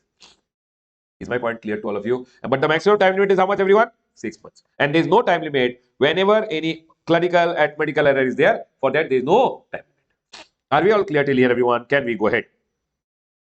Everyone over here now. Now, please come to the top. One small point is there on the left-hand side. People, these are some orders against which you just have to sit quietly. You can't go ahead and file an appeal. Which are non-appealable order? Which are the orders which are non-appealable? Against this order, you just have to go ahead and sit. As for sanction of prosecution order, Commissioner sanctioned your prosecution. Take him to jail. That sanctioning of prosecution ka order, that take him to jail. You can't go ahead and file an appeal. Whenever you have to be taken to jail, no, prosecution sanction order will be passed by Commissioner. Against that, you can't file a appeal. I for installment facility. Do you remember section number 80 where you asked installment? GST officer rejected. You can't go ahead and file an appeal. Deferred payment or installment ke liye, you can't file an appeal against the order. T for transfer of case order. Your case was transferred from one officer to another officer. You can't go ahead and file for a appeal. S for sanctioning of prosecution order. S for seizure or detention of books ka order. Baba, do you remember? Search and seizure happened. They seized your books, documents. You can't go ahead and say, I want my books back. Nothing. You can't file an appeal. SS, I for installment facility rejection order and transfer order. Remember this thing. You just have to sit quietly against this order. SSIT. Everyone over here on the right hand side, who are eligible to be authorized representative, who are not eligible to be authorized representative, means against you, who can represent and who can't represent. Sir, your relative can represent you. Practicing advocate, CS, CMA, GST practitioner, retired commercial tax department ka officer, where he was a gazetted B officer for at least how much? 2 years. Those people can basically go ahead and represent you. And sir, who are the people ineligible? Just give me a second. Who are the people who are ineligible? If you are dismissed from government service, or if you are convicted of an offence under GST or existing law, you are already declared as a convict, or you are guilty of misconduct, or you are insolvent, all these people are ineligible for being an authorized representative. Now, if you come down over here, very, very important, section number 120, listen to me very carefully. Section number 120 goes ahead and says, everyone listen, you know what happened? Appeal not to be filed in certain cases. Board on the recommendation of council can issue order direction fixing monetary limit for regulating appeal or application by GST officer. The CBIC can go ahead and issue orders and tell GST officer, Baba, 1,000 rupees ka one case is there. You know the front party which is there is wrong. But GST officer, please don't go ahead and file to the appellate authority the case. because the amount involved is very less. You know, Ramesh Soni is wrong, but please don't go ahead and file an appeal. In this case, department will not file an appeal because the monetary limit is very less. Next time, I did the same case again, but now this time it was not 1000 rupees, it was 1000 crore. Is the monetary limit more? Now will the department go ahead and file an appeal? Yes. Now I can't go ahead and say the department, hey, last time you did not file an appeal. It means last time to what I had done, you had admitted that I was correct. You can't go ahead and say that. Last time they did not file an appeal because the limit was less. Now they are going ahead and filing an appeal because the limit has been crossed. Is my point clear? That is section number 120 over here. Board on the recommendation of council issue order direction fixing what everyone? Monetary limit for regulating appeal application by the GST officer. Non filing an appeal due to such limit shall not preclude an officer from filing an appeal in similar case or question of law. Means one time they don't file an appeal against me for that issue, next time they can't file an appeal. That is not concluded, that they can't go ahead and file an appeal now against me if similar issue is there where the amount is more. No person shall contend that the officer consented to the disputed issue by not filing an appeal or appeal. Sir, last time you did not file an appeal, it means last time you had consented to what I have done is right. So now why are you filing an appeal? You can't go ahead and tell that to the officer. Now, sir, what is the monetary limit below which the GST department will not go ahead and file an appeal? I've written over here monetary limit for filing an appeal by the department. Whenever department is going for an appeal to the GST appellate tribunal, at least how much is the limit, everyone? 20 lakh rupees. If High Court, 1 crore. Supreme Court, everyone? 2 crore rupees. I have gone ahead and written if dispute pertains to demand order where tax is also there with or without penalty, interest, etc., then only take the tax only. People, one order has been passed, tax, interest, penalty, everything is there. Take the tax only. Aggregate of the tax in dispute you have to take. Okay, everyone. If the order relates to, if demand order pertains to interest only, amount of interest you take it. If order pertains to penalty only, then take the penalty amount only. If order relates to interest only, then take the late fee only. Take the late fee only. But if it relates to tax, interest, late fee, everything, tax. If order relates to interest, penalty, and or late fee without any tax,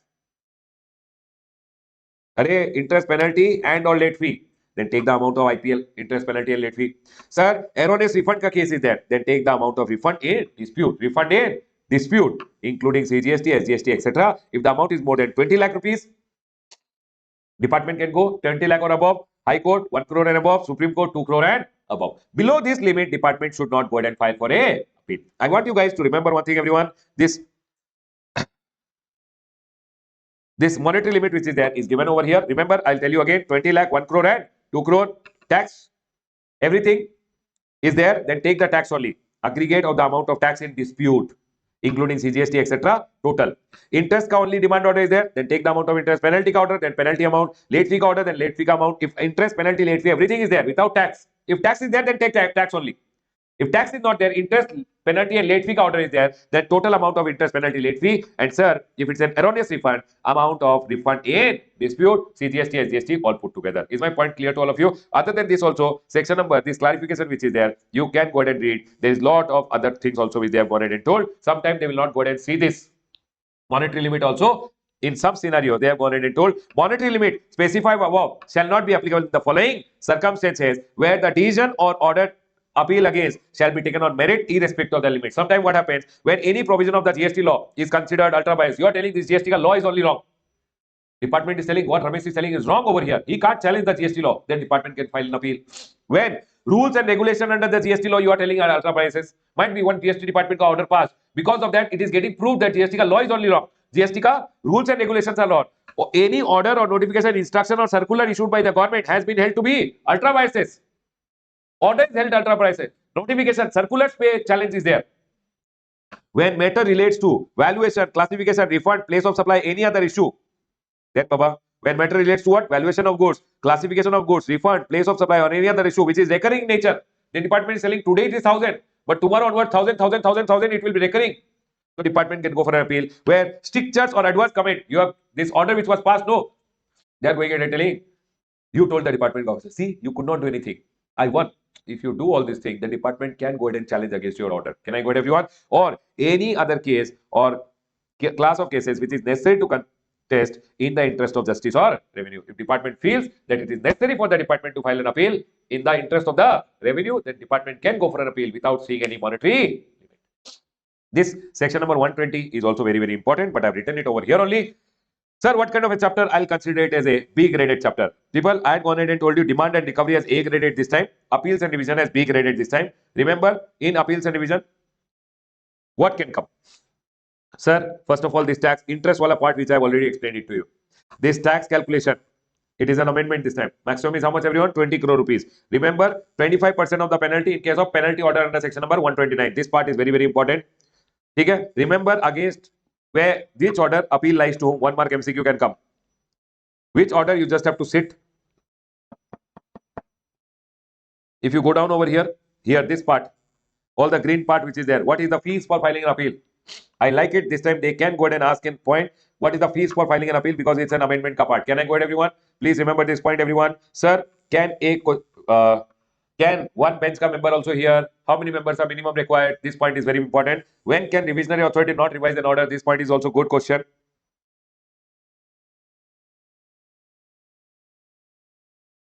Other than this, monetary limit which is fixed, which I went ahead and explained you, the circular wala point over here, this is also very important. Other than this, everything you can consider C graded. The most important point I've already gone ahead and told you. Right, everyone? I'll go ahead and close my revision on the chapter of appeals and revision. Done, everyone. Amendments are there in this chapter. Demand and recovery and appeals and revision. You will see one question in your exam. 6 marks is the minimum expected. Right, everyone? Closing my revision on the chapter of appeals and. Alright, students, the next chapter which we are going to revise is the chapter of offenses and penalties. A graded chapter, Baba. You will go ahead and see at least a 4 mark question or 2 mark MCQ. Additionally, might be a 4 to 6 mark question can come from this chapter. Let's go ahead and do the chapter of offenses and penalties. Everyone, offenses and penalties chapter starts with section number 122 and goes up to section number 138. In this, whatever is the most important section, we'll be going ahead and revising. Section number 122, when you go ahead and talk, section number 122 has 4 parts which are there. First one says, what are the circumstances for levying of penalty on whom, everyone? Taxable person. Second part goes ahead and says, whenever any person, the second one talks about levying of penalty on any person. Third one talks about levying of penalty on e-commerce operator, and the last one talks about levying of penalty on whom, everyone? Registered person over here. And one more, actually it is 1, 2, 3, 4 and one more. It talks about again any person over here. Is my point clear to all of you? So they have gone ahead and bifurcated the levying of penalty over here. Let's go ahead and understand the first one which is there. First one, they have gone ahead and have 21 offenses which are there. How many offenses? 21. Baba, offenses and penalties as a chapter, there is no linking, but it is linked to every chapter. Not like a specific linking that you should study it here only or after this chapter only. No, it's a chapter which you should know overall, because anywhere, supply chapter, if you don't do this penalty, registration if you don't take this penalty, tax invoice if you don't raise this penalty, TDS if you don't deduct this penalty, TCS if you don't collect this penalty, ISD does a mistake, this penalty. So everywhere it is linked. Are we clear? So they have gone ahead and just told, if you don't do this penalty, if you don't do this penalty. So this is a chapter which you just have to remember, saying if I don't do this penalty will be there. So you have to be careful in the exam. They will go ahead and give you practical based question on this. Everyone over here now. Remember, 121 says circumstances for levying of penalty on whom, everyone? Taxable person. Who is a taxable person? A person who is registered or who is liable to be registered. So they say penalty will be 10,000 rupees or the tax amount whichever is higher. So whatever is the tax amount involved in the case, might be whatever is the tax short paid, not paid, any erroneous refund you have taken, TDS not deducted, TCS not collected. All this I am telling, it is the tax involved in the case, whichever is higher. Can I go ahead, everyone? So, sir, tell me one thing. What are the various 21 offenses? I went and told. This officer told, oh, in his stomach, oh, gastric. Okay, everyone? And this is the case over here. O for officer related. If you have gone ahead and done any offense which is relating to the officer ko you obstructed or prevented from discharging his duty. Officer came to your premises with GST, INS, you're telling I'll not open my gate. You send your dog behind him. Don't do all those things. If you obstruct the officer from discharging his duty, you will be liable for a penalty of 10,000 rupees, which is there, or any amount of tax which is involved in the case. Here, it is 10,000 rupees under CGST and 10,000 rupees under SGST also. Goods, services are both related, whatever is the offenses. Number one, you are supplying without invoice, or issuing an incorrect invoice, or you are issuing a false invoice. Issuing invoice without any supply, you are giving bogus bill, or you supply, transport, store goods which are liable for confiscation. You are supplying those goods on which tax is not paid. You are storing those goods or you are transporting those goods on which tax is not paid, then you will be liable for a 10,000 rupees or the amount of tax which is involved in the case, whichever is higher. 10,000 or CGST amount, whichever is higher. 10,000 or SGST amount, whichever is higher. What I am teaching you is under CGST Act. Same amount is payable under SGST. Accounts related, if you do, you fail to keep accounts. Baba, they went and told you these accounts are to be maintained. This many years it has to be maintained. You fail to keep, maintain, and retain the books of accounts and other document. Or whenever officer is asking, you are giving him fake documents, fake accounts. Then gone, Baba. You will be liable for a penalty. If you suppress your turnover leading to evasion of tax, you are not showing your turnover. 10 lakh rupees ka turnover you did not show. They will go ahead and charge you a penalty of 10,000 or the amount of tax involved, whichever is higher. TDS and TCS, you did not deduct only or you did not collect only, or you deducted and collected less, or after deducting you failed to the government, then whatever is the amount of 10,000 rupees or the TDS or TCS which is involved in the case, whichever is higher. Sir, tempers or destroy, you destroyed evidences or document or disposed of or temper, detained, seized or attached goods. Officer came to your premises, he found out some evidence, you went and ate them, you went and burned them. If you do all these things, you will be liable for a penalty over here. Transport, if you go ahead and transport any goods without the cover of document, you don't have invoice, you don't have e-way bill, and you are transporting my goods, you will also be liable for a penalty. Registration, you don't take registration, you fail to take, furnish false information while applying for registration, or you are using other person's registration and then supplying the goods. Remember, if you do all these things, you will also be liable for a penalty of 10,000 or the amount of tax, whichever is higher. Refund, you took refund fraudulently by giving wrong document, then 10,000 or the amount of refund, whichever is higher. Sir, ITC, you have gone ahead and taken or utilized without actually receiving the goods, or in contravention of the act. Baba, don't go ahead and take the ITC or utilize the ITC in contravention. They have gone ahead and told IGST should be used for IGST first. You went ahead and used IGST for paying CGST first. If you do all this utilization ka mistake also, then also you are liable for a penalty. Sir, information or document which is called by the officer, you did not give or you give wrong information and document. Then, sir, I collected amount as tax, but failed to pay to the government greater than 3 months from the due date. You failed to collect it. First of all, sorry, you collected tax, but you did not pay it to the government, or you collected tax in contravention of the act, which should not have been collected. Exam supply you collected, then they are going in and telling, but you failed to pay it to the government, then also you will be liable for a penalty, which is how much, everyone? 10,000 or the amount of tax involved, whichever is higher. This is general penalty for every chapter. Can you see, everyone? Supply related chapter, accounts related chapter, correct, everyone? TDS, TCS related chapter. You will see, sir, registration related chapter, refund related chapter, ITC related chapter, ISD related chapter. All the chapters they are trying to link and say this mistake, you will be liable for a penalty. Remember one thing. Now, any person, I'll talk about this at the last, everyone. Okay? Now, the next one, 1B, circumstances for levying of penalty on e-commerce operator. Do you remember e-commerce operator should collect TCS, etc.? E-commerce operator, the TCS point I told you over here only. Correct, everyone? Collect TCS wala point. Now, do you remember in e-commerce chapter, I told you special procedure. E-commerce should make sure that whenever a person who is supplying goods through them should be enrolled.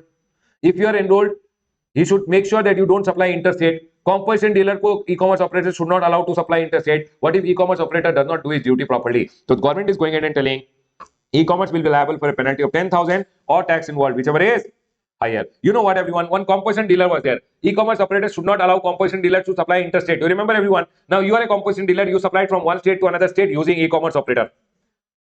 How much is the penalty? 10,000 or tax involved. Now tax involved, composition dealer ka only it is 1%. But government is telling, I will not take 1%. I will take the tax which would have been paid if that person was not composition dealer.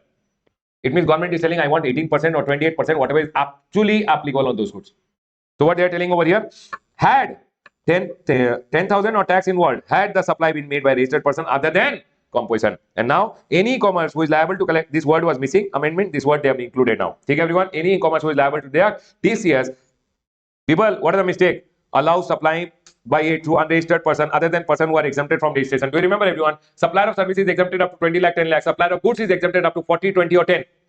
Correct, everyone? If other than exempt people, might be, my turnover is already 50 lakh rupees, but still e-commerce is allowing me to supply without any registration. E-commerce operator will be liable for a penalty. Allows interstate supply of goods services through it by a person who is not eligible to make interstate. Composition dealer not allowed to make interstate. Sir, so now, everyone, normal person who has taken enrollment also not allowed to supply interstate, but he is allowing. E-commerce operator is allowing. Then gone, e-commerce will be liable for a penalty. Do you remember all the details of the supply should be reported by the e-commerce operator in GSTR 8? He is not reporting some sales. Then, Baba, if fails to furnish correct details in GSTR 8 of outward supply affected by a person exempted from obtaining registration, if remember one thing, any of these violation he is doing, then 10,000 or the amount of tax, whichever is higher, ka penalty will come on the e-commerce operator. Section number 122, which is there, circumstances for levying of penalty on registered person. See, Baba, government had gone ahead and made this section number 122, thinking there'll be a practical applicability of this. But you know what, everyone? Section number 73, 74, and 74A may, if you have gone ahead and done a fraud, willful misstatement or suppression of fact, or it is other than fraud, willful misstatement or suppression, people, do you remember 10,000 or tax amount, 100% of the tax, which is 100% of the tax in case of fraud case. Non-fraud case, 10% or 10,000 of the tax amount, 10,000 or 10%, whichever is. Do you remember, everyone? 73, 74 we learned 100% of the tax can be charged. Non-fraud case, 10,000 or 10% of the tax can be charged. Correct, everyone? But because this tax is already charged under section number 73, 74 and 74A, 122 ka, generally this penalty does not come anywhere. Because whenever you do a fraud under section number 73, 74 and 74A, whenever demand order is given under 73, 74, 74A, then you are already penalized over here. Again, this penalty will not come.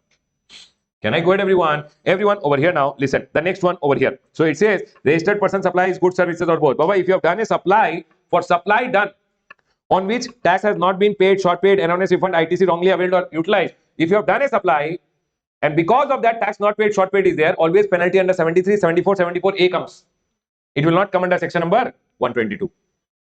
Everyone, so basically practical applicability of section number 122 you will not be able to see. Can I go to everyone? The next one, section number 123 is there. Circumstances for levying of penalty on any person. Any person means registered, unregistered, doesn't matter.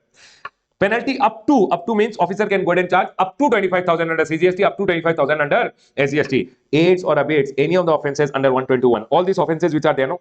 I went ahead and told I'll supply without invoice. You told you will buy without invoice. You are also an offender. You will come under here. You will be liable. To aids or abates, who is helping me in doing an offense. I told I'll supply goods without invoice. I told I'll supply service without invoice. You told I'll buy without invoice. You are also helping me. You will also be liable for a penalty. Deals in any goods, deals in any way, goods which he knows are reason to believe are liable to be confiscated. I told, sir, these goods pay no, there is no GST. I will not charge you. I'll be liable for a penalty. You told I will also buy without GST. You will also be liable for a penalty. You are receiving or concerned with, this was supply of goods, you are receiving supply of service which he has no reason to believe are in contravention. I told, sir, I will give you classes without books, without GST. You told, okay, sir, I will also take classes without GST.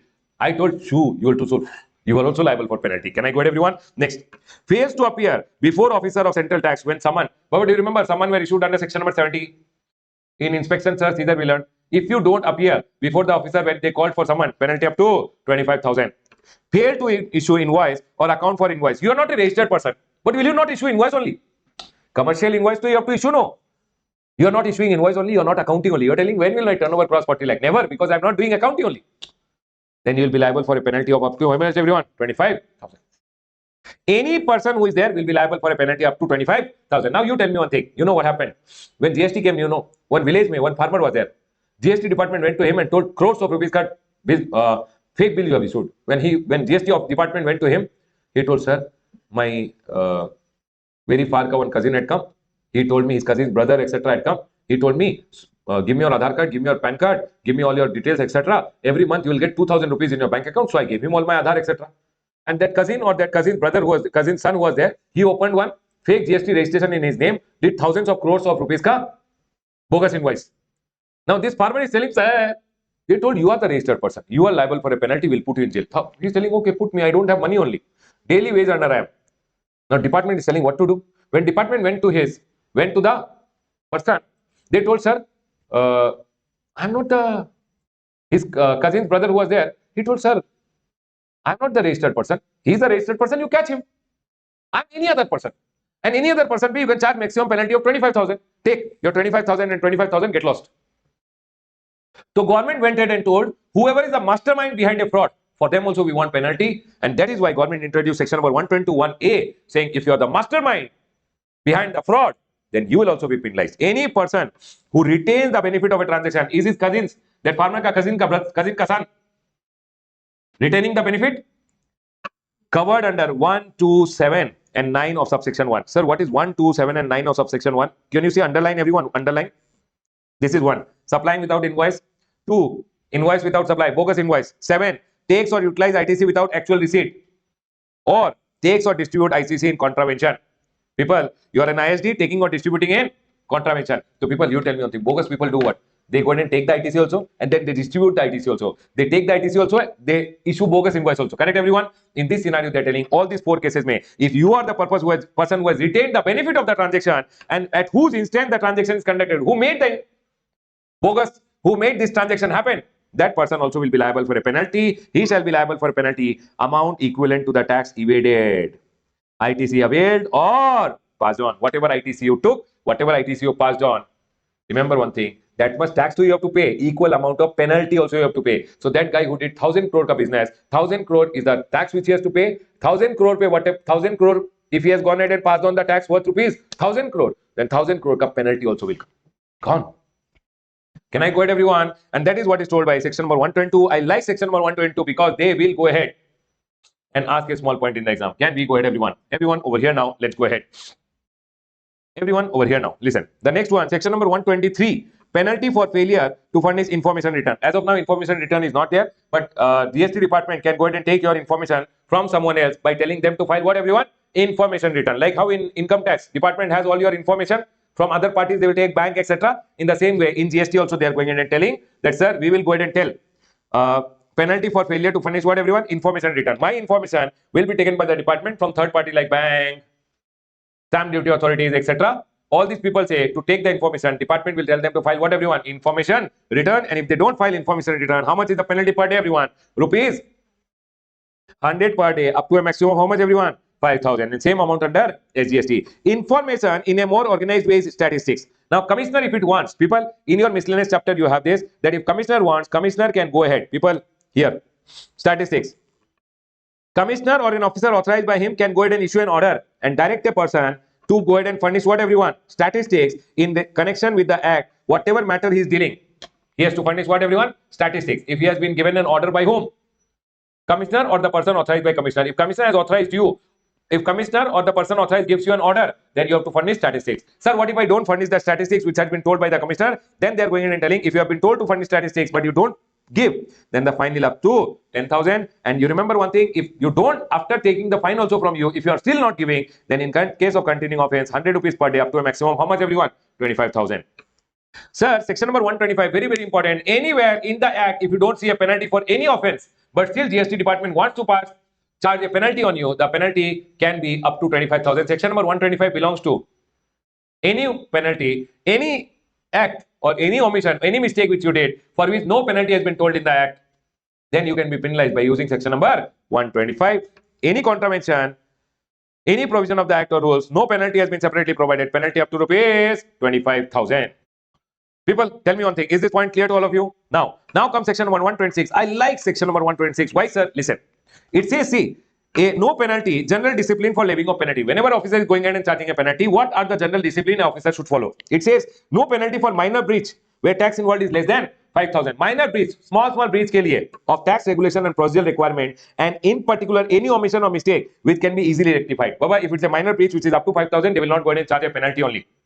Amount involved is less than 5,000, not up to, less than 5,000, or any omission or mistake in documentation you have done which is easily rectifiable. Easily rectifiable means which is apparent on the face that documentation mistake it is, and it should be done without any fraudulent intention or gross negligence. Baba, documentation mistake wherein basically it was not done because of negligence, it was by mistake happened, then they will not go ahead and charge any penalty. Penalty will always depend upon fact and circumstance of each case and will be commensurate with the degree of severity. People, whenever officer is charging a penalty, no, if penalty is told up to 25,000, less severe offense, less penalty. More severe offense, more penalty. That's what they are telling. It will always depend upon the fact and circumstances. No penalty without OBH, opportunity being heard. When the penalty is order is given, always it will be a speaking order. In the penalty order, officer will always state your mistakes. Next, voluntary disclosure may be considered as mitigating factor. Maybe means you went ahead and told, sir, I came and myself told I did a mistake. Don't charge me penalty. No, if officer wants, he might not charge. But it's not mandatory that because you told he will not charge. Can I go ahead, everyone? Next, that this section shall not apply where penalty is either a fixed sum or expressed as a percentage. They went ahead and told more severe offense, more penalty. Correct, everyone? Now, they have gone ahead and told here penalty will be 10,000, right? You're telling, sir, take 9,000, no. Take 8,250, no. Where it is fixed amount, that time this all provisions will not apply. Section number 126 will not be applicable where the penalty is a fixed amount. It is only applicable where the penalty is up to Are you guys able to understand? Sir, penalty is 10%. Sir, takes 5%, no. Take 5.5%, no. That time, this provision is not applicable. More severe offense, more severe penalty. All these are applicable only when the penalty is up to. Then they can go ahead and charge you 10,000, 15,000, etc. When it is fixed amount, 10,000 only. There is no scope of bargaining, etc. Can I go ahead, everyone? They are telling this section only will not apply where the penalty is either a fixed sum or expressed as a fixed percentage. Everyone over here now, the next one. Very, very important from exam point of view. Section number 129. You were going on the way without any invoice or without any e-way bill, or invoice and e-way bill is not matching, then first they will detain you. Detain means they will tell you, hey, your invoice and e-way bill is not matching. Come on the side. Then they will seize your goods. Seize means they will take over the possession. Now you want to release the goods and release the truck in transit. Transit means which was standing on the roadside. You want to release the truck, you want to release the goods, pay the fine. They are telling goods and conveyance after detention or seizure. Detention means first they have put it on the side and then they have taken over the possession of the goods and the conveyance. It will be released. If owner comes forward, owner does not come forward. Owner has come forward or owner has not come forward. If owner comes forward, very good. If owner does not come forward, they'll charge you more penalty. They are telling if the owner comes forward, then the penalty is only 200% of the tax payable on such goods. You tell me one thing, everyone. 200% of the tax payable. For an example, the goods were 1 lakh rupees. 1 lakh rupees with 9% CGST is 9% SGST there. First of all, the tax you have to pay. How much is the tax, everyone? 9,000 and 9,000. They are telling penalty will be 200%. 200% means 18,000 and 18,000 rupees penalty. 200% of the tax payable. What if, sir, these goods which were there were exempt supply, no tax only? In that scenario, no tax, so no penalty. 200% of 0 means 0. This is 0. 0 ka 200% 0. No. They are telling if the goods were exempt supply, 1 lakh rupees ka, you have to take 2% of the value of the goods or 25,000. Can you tell me 1 lakh ka 2% is how much? 2,000 or 25,000. Which is lower? Can I go ahead, everyone? Are we all clear till here? Is this point clear to all of you? Tax amount ka 200%. And if it is exempted goods, this amount or 25,000, whichever is lower. Is my point clear to all of you? See, first they taught you this one in CGST Act. Same amount payable under SGST. This is under CGST, same amount payable under SGST. Is my point clear to all of you? If they ask you in CGST in the exam, write only this much and come. If they ask you IGST, it is the total over here. Please be very careful in the exam. Can we go ahead, everyone? Yes, sir, this point is clear. Now listen to very carefully. If owner does not come forward, then what will happen? If owner does not come forward, then higher of 50% of the value of the goods. 1 lakh rupees is there. 50% of the value of goods means 50,000. Correct, everyone? Listen. 50% or 200% of the tax payable. On this tax payable was 9%. 9,000 means 200% is how much? What is the penalty you have to pay? 50,000. This under CGST, same amount under SGST means 1 lakh rupees ka goods pay, 1 lakh rupees ka penalty also taken. Is my point clear to all of you? Then they have gone ahead and told if it is exempted goods, penalty instead of 2 will become how much, everyone? 5% of the value of goods up or 25,000, whichever is lower. Remember one thing, whenever they detain or seize the goods and conveyance, within 7 days they will issue show cause notice. Show me the cause why we should not go ahead and auction your goods and recover the amount, or why you should not go ahead and pay your amount. They'll go ahead and tell you, show me the cause why I should not charge you a penalty of, no, not auction, why I should not charge you a penalty of so and so amount. You have to go ahead and reply within how many days? 7 days. They will give you only 7 days. First, show cause notice. Issue show cause notice within 7 days, and thereafter they will pass an order within 7 days from the date of service of notice. Means first they will, within 7 days they will go ahead and issue you show cause notice, and then within the next 7 days demand order. So within the next 7 days you should make sure you give a representation and close. Otherwise, 14 days mein to all over. Sir, what if it is mangoes? Period of 15 days. 1 minute. Sorry. Penalty paid. Proceedings will be concluded. People. Detention done within 7 days, show cause notice. Within the next 7 days, order came. Remember one thing, penalty paid, proceeding concluded. If penalty is not paid within 15 days of the receipt of order, first show cause notice, then within 7 days, then within 7 days, order also given. You will be given 15 days. If within 15 days you pay, then chapter close. If you don't pay, goods and conveyance will be sold.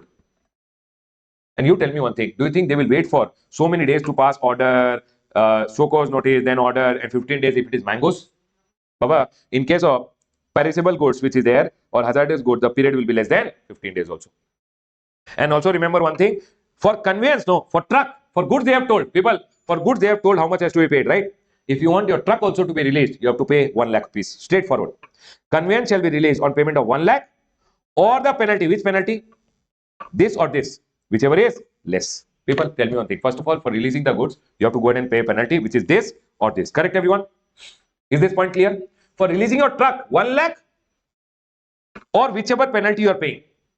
Owner came forward, owner did not come forward, whichever penalty is there, 1 lakh or the penalty amount, whichever is less. Is my point clear to all of you? Please do some questions on this and go. Very, very important. Next one. Sir, one truck was caught. Invoice was there with the goods. Then proper officer will tell, depends. So for example, I was sending the goods to you. In that scenario, can you tell me everyone, who is the owner? I told I will send the goods to you. I am the owner. You told you will collect and go. You are the owner, you are liable for penalty because you should have gone ahead and made sure e-way bill etc. is there. So officer will decide in this scenario. Officer will go ahead and decide that person who is responsible for sending the goods, that person will make the person who will be liable for penalty. If invoice is only not there, then what will happen? If invoice is only not there for the goods, then what will happen, everyone? Then officer will decide who is the owner. They are telling, if invoice or document is accompanying, either consignor or consignee will be the owner. If not, then in such case, invoice is not there. Officer is telling who is the owner, who is the recipient, who is the supplier, who is the recipient, I don't know. You will make transporter only as the owner and do summary assessment. Do you remember, everyone? In that scenario, the proper officer will determine who should be declared as the owner, supplier, recipient, or the transporter. Who will decide? Proper officer. Section number 130, which is there, goes ahead and talks about confiscation. Everyone listen to me very carefully. What do you mean by confiscation? Confiscation means taking over the ownership. Taking over the ownership. Baba, confiscation means what, everyone? Taking over the ownership by the... See, seizure means possession. Ownership also will be transferred to the government in 5 scenarios. Remember, what are the cases when goods will be confiscated? What are the 5 cases when goods will be confiscated? Number 1. Confiscation of goods and conveyance and levy of penalty, where any person supplies or receives goods in contravention of the act with an intent to evade tax. You are not paying the taxes only and you are supplying or receiving the goods. Then God, Baba, those goods are liable for confiscation. People forget it. Now we are not talking about 129. 129 was in transit wala penalty, on the way. We are not talking about on the way now. For example, in your premises, the officer came for inspection. He found some goods on which tax is not paid. Those goods are liable to be confiscated. Does not account for goods which is liable to pay tax. Officer told this goods ka, show me the stock में detail, you are not showing only.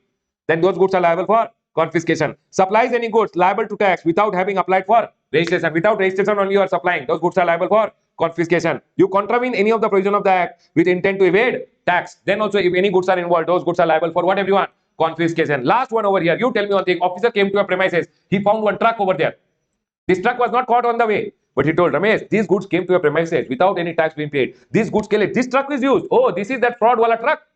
Then the truck is also liable for confiscation. Is my point clear? Above one was what, everyone? On the way. Now we are not talking on the way. Where any conveyance which is used as a means of transportation for carrying of goods in, these all goods which you are transporting in contravention, this goods which you are transporting and getting, for this which truck is used, that truck will also be liable for confiscation. Is my point clear to all of you? Sir, remember one thing. Unless the owner of the conveyance proves that it was so used without his knowledge or connivance. If you go ahead and prove that, sir, the truck is mine, but I don't know that this guy is a fraud. He was using my truck for doing all this work, sir. If you prove, then okay. Otherwise, your truck is also gone. Is my point clear to all of you? Remember, what are the 5 cases? Your goods are liable for confiscation. And here they have gone ahead and told, now you tell me one thing. Goods also will be confiscated. Conveyance also is confiscated. Person can't be confiscated. They can't confiscate and say, you are now my labor for lifetime. Government can't do that. Person pay penalty will come. Goods confiscated, conveyance confiscated, and liable for confiscation, and person will be liable for penalty under section number 122. Correct, everyone? Person will be liable for penalty. Now, person ka penalty to you know. But goods ke liye, if you want to release your goods after being confiscated, sir, please, I will pay fine in lieu of confiscation. Don't confiscate, I'll pay fine. They are telling, pay fine as the proper officer thinks fit. Proper officer will tell, write a blank check and give. Is it? No. Here, they have gone ahead and told minimum and maximum is there. Maximum is the officer can go ahead and penalize you is for confiscated goods. These 5 cases may confiscation of your goods is done. What is the maximum penalty? They have gone ahead and told the maximum penalty is market value of the confiscated goods. Government will tell, now the goods ka ownership is mine. 10 crore rupees ka goods are there. The GST on that goods is 1 crore rupees. You can pay me 9 crore and I'll release the goods. What they are telling over here, market value minus the GST. Can I go ahead, everyone? Minimum fine will be fine on the person, fine of the goods plus penalty should be equal to 100% of the tax payable on such goods. Means what they are telling is minimum how much they will charge you. Goods was 10 crore rupees. How much was the GST payable on those goods? Arey, how much is the GST? 1 crore, no? People, goods ka value is 10 crore. Tax chargeable is 1 crore. So maximum fine can be 9 crore. Minimum fine can be equal to how much, everyone? fine plus the penalty which is charged on the person will be greater than equal to 100% of the tax payable. 100% of the tax payable means 1 crore. And you know what, everyone? This is for releasing your goods. Correct, everyone? Goods ke liye I've gone ahead and spoken. What about the conveyance? Person pe to fine. Goods you already know. Goods means goods ke liye market price minus GST. Minimum should be at least the GST amount. Arey, GST to you will pay. GST amount ka penalty also you have to pay. People, I'm talking about penalty. Tax to anyways you will pay. Can you tell me maximum penalty is how much? Value of the goods? Value of the goods minus GST. Minimum penalty, the GST amount. Can I go ahead, everyone? Now, if you want to release the conveyance, so owner shall be given an option to pay fine on the GST payable on that goods. What is the GST payable on the goods? 1 crore, no? If you want to release your truck also now, people, for the goods I taught you already. Can you see, everyone? I taught you only for the goods. What about the truck? If you want a truck, please pay the GST, which is payable on that goods. For release of truck, the penalty is the GST on the goods, which were transported by the truck. The next one over here, confiscation order of goods or conveyance or penalty shall be issued after giving opportunity of being heard. And Baba, confiscated goods and conveyance will be disposed of after giving you 3 months ka time. They'll tell you, please pay the fine for the truck and for the goods. If you pay the fine within 3 months, we'll release the goods and the truck. If you don't pay the fine, then they will sell it off by an auction and recover their amount. Tell me one thing, everyone. If you are to release your goods, you have to pay maximum fine how much? Value of the goods minus GST. Minimum fine plus the person pay penalty will be how much? Minimum, the GST amount. Conveyance, if you want to release, GST amount. Is my point clear to all of you? The next one over here, liability for officers and certain other person. You tell me one thing, everyone. Tell me one thing. I am filing my return. When I file my return, behind there is a person who is sitting in the system who can see my return. What if they disclose my return ka information to everyone? My return is my return. You can't go ahead and tell to everyone, right? But if GST officer disclose the return ka information, then they are telling GST officer also will go to jail for up to 6 months, fine up to 25,000 or both. Are we clear, everyone? Next. People, the next one over here is section number 132, very, very important. Everyone, section number 132, punishment. People, till now we were talking about fine. Now they are telling, beta, you will go to jail. Everyone, they are now talking about what, everyone? Jail. 1. It says, whoever commits, whoever is doing it, or causes to commit, whoever is making it happen. First of all, whoever has done it, or whoever is trying to do it, or retain the benefit arising out of any of the following. Means if you are doing it or trying to do this also, you will be liable for a penalty. Not a penalty, jail. Now we are talking about what, everyone? Jail. What are the cases you will go to jail? People, all these offenses, no, you will see most of them are there already over here. Can I go ahead, everyone? Same kind of offenses only, but here if the severity is more, then you are sent to jail. Not for small 100 rupees, 200 rupees, 100, 200, 5,000, 10,000, 20,000 ke liye you come over here for penalty, pay money and go. Penalty you pay. But sir, now they're going in and telling, if you supply invoice, supply without invoice, invoice without supply, avails ITC with the help of bogus invoice, or without invoice only you are taking the credit, or you collect amount as tax but did not pay to the government greater than how many months? 3 months from due date. You evade the tax or fraudulently obtain refund. Plus, the offense is not covered under. People, you have evaded the tax or you have taken a refund and offense is not covered under A to D. Then in that scenario, if you falsify or substitute financial record, produce fake accounts or document and furnish false information to evade tax, if you are doing all this wrong thing, if you, G is gone, acquires possession of concerned in transporting, removing, depositing, keeping, concealing, supplying, purchasing, or any other manner dealing with goods you are liable for confiscation. Tax not paid, goods paid. You are buying it, you are selling it, you are transporting it, you are keeping it, you will also go to jail. If you receive or concerned with supply of or deals with goods and service, he knows or reason to believe are in contravention. This was talking about goods. Above one was talking about goods. Second one is telling goods and service both. The last one over here, if you attempt to commit, if you try to do it also, or you abate the commissioning, if you are helping someone in doing the above offenses also, you are doing it, or you are helping someone, or you are trying to do it also. People, one is you've done it. Secondly, if you try to do it, or if you help someone in doing it, then also you'll be liable to go to jail. And they are telling, if the amount of tax involved is more than 5 crore, 5 year plus fine will also be there on you, and minimum jail is how much, everyone? 6 months. More than 2 crore, 3 years plus fine, and minimum jail is how much, everyone? 6 months. Then remember one thing, people, to go to jail, no, minimum you have to do is more than 2 crore. More than 2 crore only, then you will be sent to jail. But only one case is there, which is bogus invoice. They have told over here, only for offense under clause B. Which one, everyone? Bogus invoice. Issuing invoice without supply. Do you remember bogus invoice, everyone? If you are giving bill without any supply, if you are bogus invoice ka supplier, then they are telling, even if it is more than 1 crore up to 2 crore ka tax involved, then you'll go for how much, everyone? 1 year plus fine and minimum jail is 6 months. People, bogus invoice case, all the three are applicable. People, bogus invoice case, all the three are applicable. If it is not bogus invoice ka case, then more than 2, more than 5 only. And they have gone ahead and told, if you commit or abate the commissioning of an offense under clause F. What is clause F? Here. If you falsify, everyone here, falsify or substitute financial record, produce fake accounts, document, furnish false information to evade tax. If you do this one, then they are going ahead and telling, Baba, if you do it only, you're producing fake document, falsifying record, then they're telling amount and all will not see. You will go jail up to how much, everyone? 6 months or fine or both. Tell me one thing, everyone. This offense, if you go ahead and do, if you do it only, they're telling jail up to 6 months or fine also will be charged or both will be charged. Now, my question to all of you, if F wala offense you do it, you are going for this much. If F wala offense may amount involved is more than 2 crore here, F wala offense may amount involved more than 5 crore here. Array, less than 2 crore then here. People, more than 2 crore here. See, okay. First tell me F wala offense. Falsifying wala. If you do it, will you go to jail? Doing only, you will go to jail. Minimum 6 months or fine or both. Correct? If the amount exceeds 2 crore, then here. If amount exceeds 5 crore, then here. Bogus invoice case. 1, 2, 3, all 3. All other case, only 2 and 3. Is my point clear to all of you? How about 1 and 2? Sorry, 1 and 2. Is my point clear to all of you? Now, listen to me very carefully. If you subsequently do the offense under 132, Baba, one time done, okay, they will see the amount. Subsequently, if you do no, then to gone. Again, if you do the offense which is told under section number 132, first time they have told you how much jail, etc.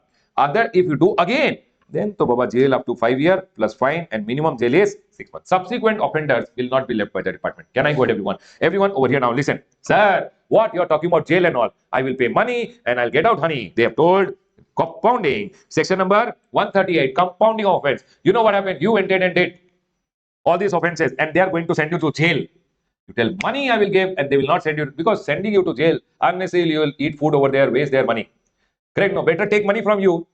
Yes or no? So government went and told, listen, compounding offense, any offense before or after institution of prosecution can be compounded. What do you mean by before or after institution of proceedings?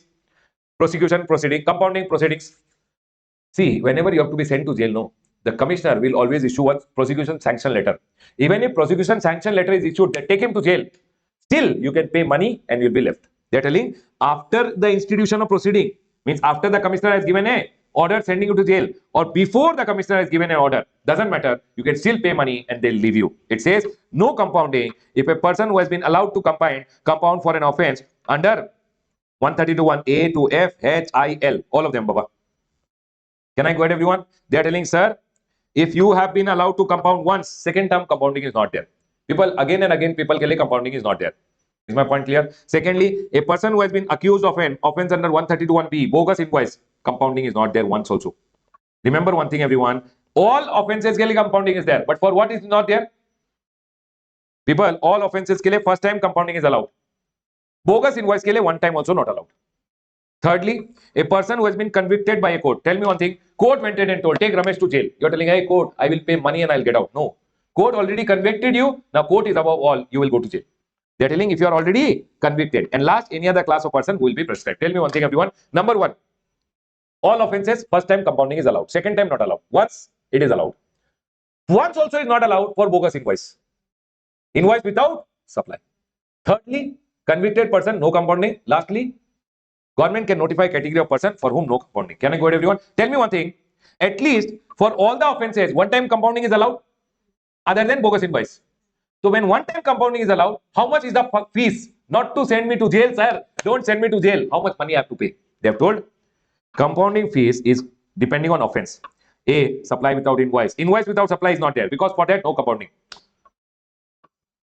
Invoice without supply without invoice. Invoice without supply is not there. C is what? If you take ITC on the basis of bogus invoice, or D is what? Collects amount as tax not paid to the government greater than 3 months from due date.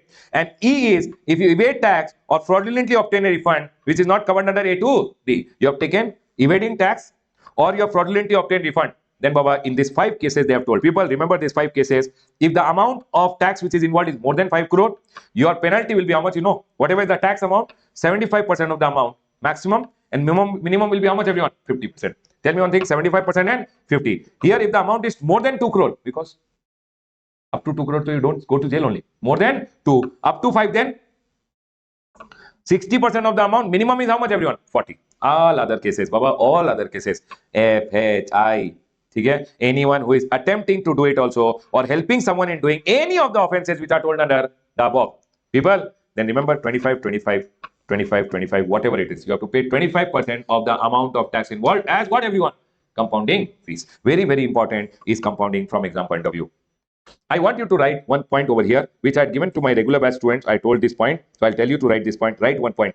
Where one offense, people listen. If one offense is falling under this also, which one will you pay? They are telling where one offense falls under more than one category. You are falling under more than one category. You are falling here also, you are falling here also. Then what to do?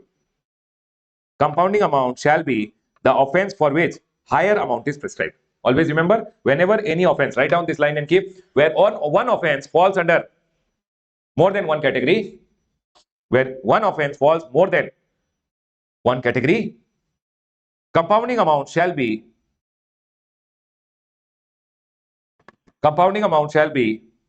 for the offense for which higher amount is prescribed.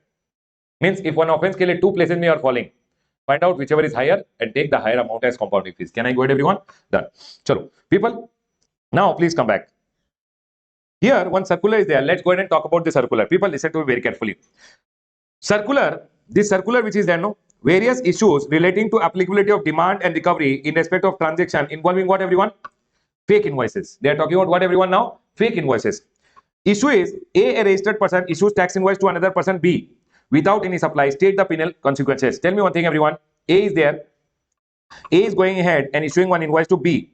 A has issued one invoice to B, but A has not done any supply. No supply, but invoice issued. Bogus invoice case, everyone. Will section number 74 में offense, will section number 74 में demand order be given, or section number 122 में penalty will be charged, is the question. Are you guys able to understand? Is supply done or no supply? No supply. Remember one thing, if because of a supply you have not paid any tax, if there is a supply, then your case always comes under 73 and 74. If there is no supply, then always your case comes under 122. What they are telling, everyone? It says fake invoice without any supply does not amount to supply. You can't demand and recovery under 73 and 74, and penalty under 73 and 74 comes whenever supply done, tax not paid, short paid, etc. But supply only not done, then Baba, A shall be liable for penalty under 122 for issuing fake invoice which is 10,000 or the ITC passed on. Baba, you will be liable for a penalty of what, everyone? 10,000 or the amount of tax involved, whichever is higher. Everyone, is my point clear to all of you? So A पे what penalty will come? A has supply, not done supply. So 122 में penalty will come 10,000 or the ITC which he has passed on, whichever is higher. The next one over here is, sir, registered person A has issued an invoice to B without any supply. B further issues an invoice with underlying supply to his buyer and uses the ITC on the basis of A's invoice for making the payment of his liability. A went ahead and this is B over here and this is C over here. Here there is a supply, but here there is no supply. Okay, everyone? Here there is no supply, but invoice has been given. And B went ahead and did supply, and whatever invoice was given on that, whatever the output tax liability was there, no, the ITC which was there has been used over here. My question over here, B pay, what penalty will come? Has B done a supply? Arey everyone, then Baba, 73 and 74 ka proceedings will be done, and 73 and 74 mein penalty will be charged, not under section number 122 because he has done a supply. Tell me on A what penalty will come? 122. So they have gone ahead and told whether B will be liable for demand and recovery or other provision. They have told B has contravened section number 16 to B. Arey, ITC taken without receipt. He will be liable for demand and recovery under section number 74. No penalty under any other section. Is my point clear to all of you? Tell me one thing, everyone. Here, if I go ahead and draw A, B, C. A went ahead and did the supply. He did not do the supply. He gave a tax invoice. He went ahead and again did not do a supply, but he went ahead and gave a tax invoice. He did a supply. Here tax invoice is there. Output tax liability ke liye he went ahead and used the input tax rate. See, registered person A issued a tax invoice to another registered person B without any supply. B avails the ITC. B avails the ITC and further passed on the ITC to another registered person C without any supply. People, B went ahead and availed the ITC and further passed on the ITC without any supply. State the consequence on A and B. Tell me one thing, no supply, no supply. Correct everyone? For him penalty under 122, for him also penalty under 122. A के ऊपर penalty will be 10,000 or ITC passed on, whichever is higher. Do you guys agree with me? B has gone ahead. B के ऊपर penalty will be 10,000 or ITC availed, whichever is higher. 10,000 or ITC passed on, whichever is higher. Do you guys agree? For B, two penalties will come here. A के ऊपर तो only one penalty. He has passed on. He has availed also and passed on also. So for him also 122 में two penalties will come. But C पे, can you tell me penalty will come under 122 or section number 74? 74 because he has done a supply. Are we all clear till here? People, against A, since no supply, no demand and recovery, but penalty will come 10,000 or passed on. B, no demand and recovery, penalty will come. Issue penalty 10,000 or ITC passed on and 10,000 or ITC availed, whichever is higher. C, I went ahead and told you additional point. People, remember, no supply, no demand and recovery, but penalty can come. But if supply is there, 73 and 74 will come, 122 will not come. Is my point clear to all of you? People, listen to me very carefully. Here we are done with our chapter of offenses and penalties, A graded chapter. What is the most important point? See, Baba, most important point, so anything can come. Correct? You can't do anything about it, but 122 is a good section. 122 may anything they can go ahead and ask you in section number 122. Please remember 122 is a very good section. Okay? After 122, I'll go ahead and say section number 125 you should remember. No, any offense for which nothing is told, you'll be penalized under section number 125. 126 also a good section. 129 is a good section. 132 is a good section. 138 is a good section. Besides that, the circular which is there is also a good one, everyone. I'll close my revision on the chapter of offenses and penalties. Remember one thing, everyone, question answer practicing from this chapter is very, very important. Closing my revision on the chapter of offenses and penalties. Done. All right, students, let's go ahead and now move to the next chapter. The next chapter is liability to pay in certain cases. C graded chapter. C graded chapter, but again, a C graded chapter may say you will see in the exam at least 3 mark. Alternate attempt. It has been seen that they go ahead and ask one question from this. I believe for a September or January attempt, you will get a question. So let's go ahead and do it quickly, everyone. But a C graded chapter. See, in this chapter, they have gone ahead and told liability to pay in certain cases. There is no linking, etc. for this chapter, but it's just a case where they have gone ahead and told in certain cases which we are telling, who will be liable to pay the GST. For example, there is a transfer of business and the business which has been transferred to me, but there are some old liabilities which are lying. Who will be liable to pay? So they are telling transferor and transferee. So whoever is the transferor and the transferee, both will be jointly and severally be liable. Jointly means together and severally means separately. Jointly or together? Jointly means together or separately. They will be liable to pay the dues. Dues means it can be tax, interest, penalty, late fee or any other amount. All the dues which are up to the date of transfer. So for example, business has been gifted, sold, lease, leave, license, hire or any other manner. One person has transferred the business to another person. Transfer and transferee, whatever is the liabilities of the business. Once the transferee has taken over, he is liable. But old liabilities, who will be liable? The transferor and transferee both will be liable. The next one over here, agent and principal. I am the agent supplying on behalf of principal. On the behalf of principal, I supplied. On these goods which agent has gone ahead and supplies, who is liable? Agent is also liable.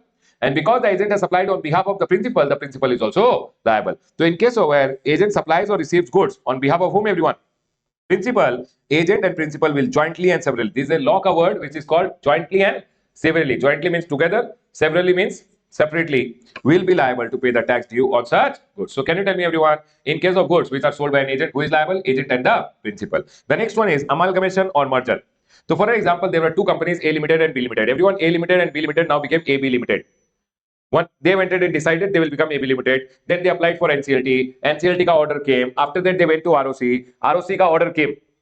People listen to very carefully. When the ROC ka order came, they got registration.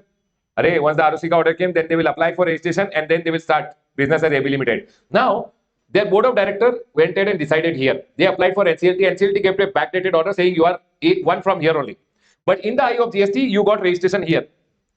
So during this period, you would have supplied to each other. A would have supplied to B, B would have supplied to A. In the eye of GST, they are different.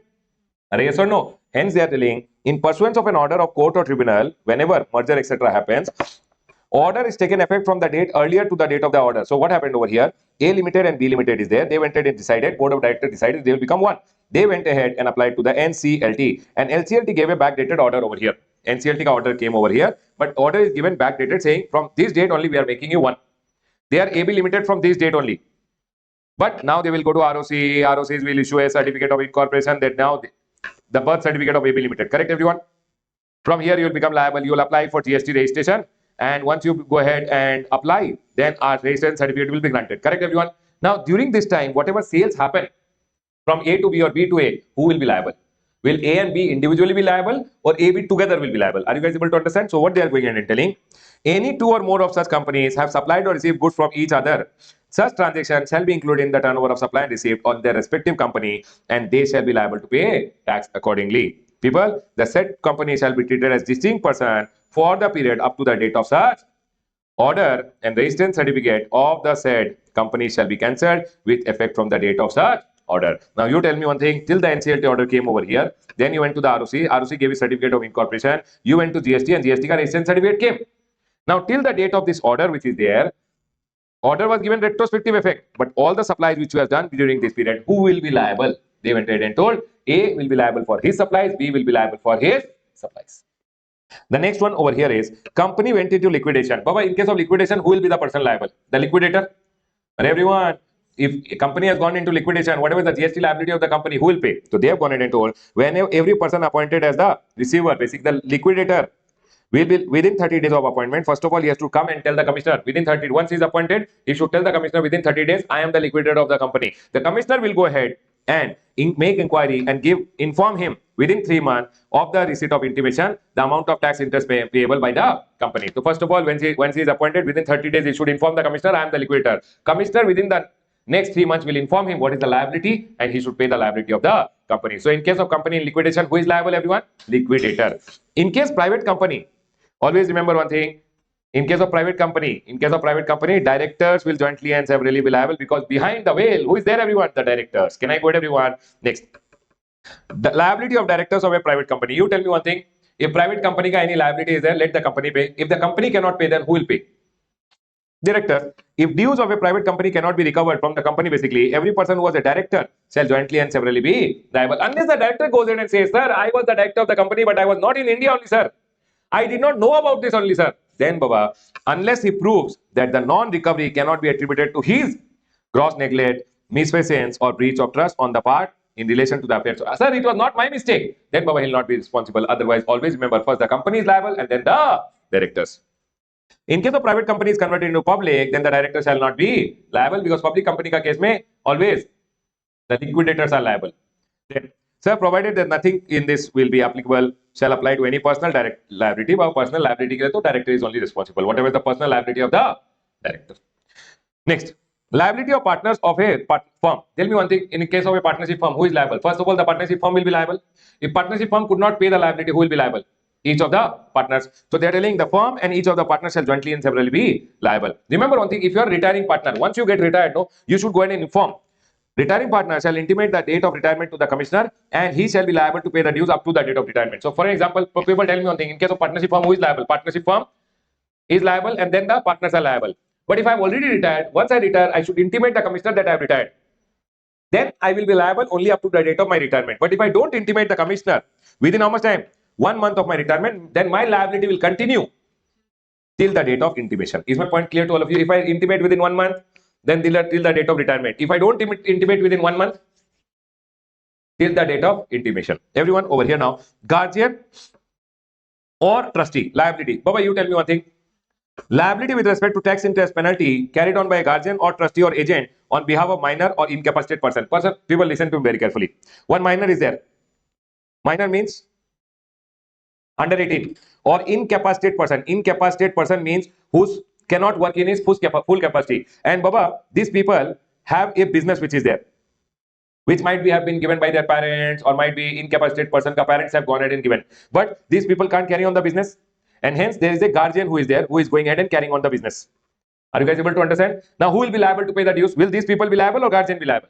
Guardian. So they have gone ahead and told over here, dues shall be recoverable from the guardian, trustee or agent as would have been recoverable in as if such minor or incapacitated person, as if he was a major and incapacitated person, as if he was carrying on the business himself. As if this minor is not a minor, incapacitated person is not incapacitated, how dues would have been recovered from them?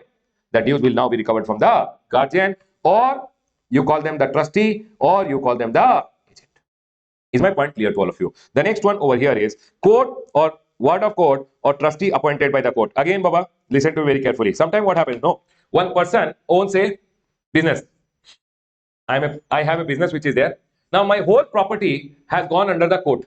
Court has taken over my property. So what court does is court appoints a legal body which is known as court of ward. Are we clear? So under my property which has a business under it, now my whole property is under the court of ward. Court has gone ahead and taken over my property, and the property is under the court of ward. Under that property there is a business which is carrying on the business. Under my property there is a business. Business ka liability is there. Who will pay? The court of ward. The legal body which has been created by the court to take care of the property will be taken. GST liability also will be taken care by this court of ward, which is a legal body created by the court. They are going ahead and telling where estate of a taxable person owning a business in respect of dues is payable is under the control of the court of ward or the trustee appointed by the court. Sometimes what happens? No, one person is there, his whole property is taken over by the court. Now court will appoint one court of wards or one trustee who will basically take care of the property. Take care of the property. In the property one business is also there. So business ka liability who will take care? The court of ward or the trustee who is been appointed by the court. So they are going in and telling, then the dues shall be recoverable from the court of ward or the administrator general or the official trustee in the like manner and to the extent it would have been determined and recoverable from the taxable person as if he was conducting the business himself. So basically I had a business, I had my property which has now been taken over by the court. Then court will create one body which is called court of ward, who will be responsible for all the liabilities. The court of ward, the body which is created by the court, they are taking care of my property, they are taking care of the business, they will be liable to pay all the dues. Special provision. So when death of a person happens, remember one thing, if the death of a person happens and the business is being carried forward, then business is being continued after the death, then legal representative or any person carrying on the business will be liable. Whoever is carrying on the business, that person will be liable. Sir, if business is discontinued, in that scenario, how much can be recovered from the dead person ka property?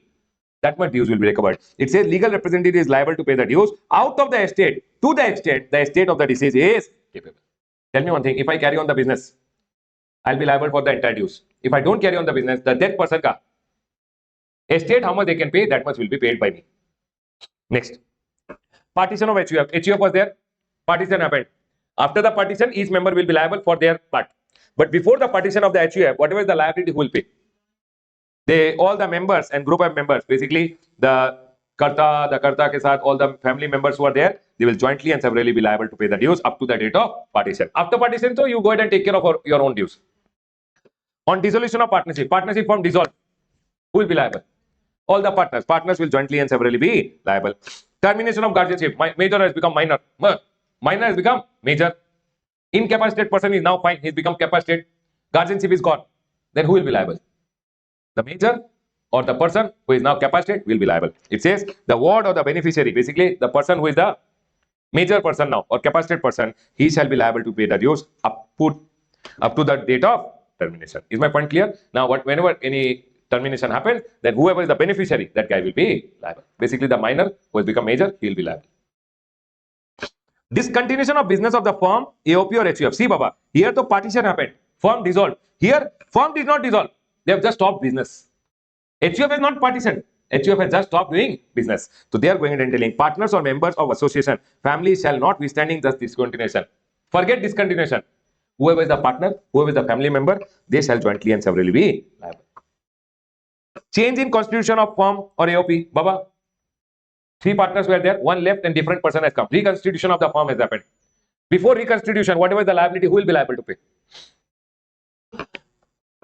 Partners or member as it existed before and it exists after. People, if you knew the firm has liabilities, why did you join the firm? It means A, B, C, and you now, you also are liable.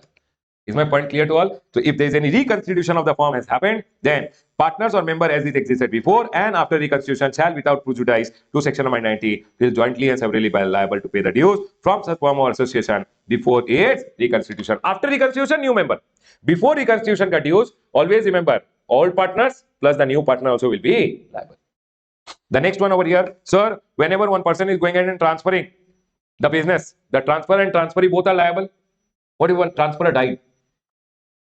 It says transferee or successor shall be liable to pay the tax, interest, penalty, dues from the transfer in case of transfer of business due to death also. Tell me one thing, everyone, who will be liable?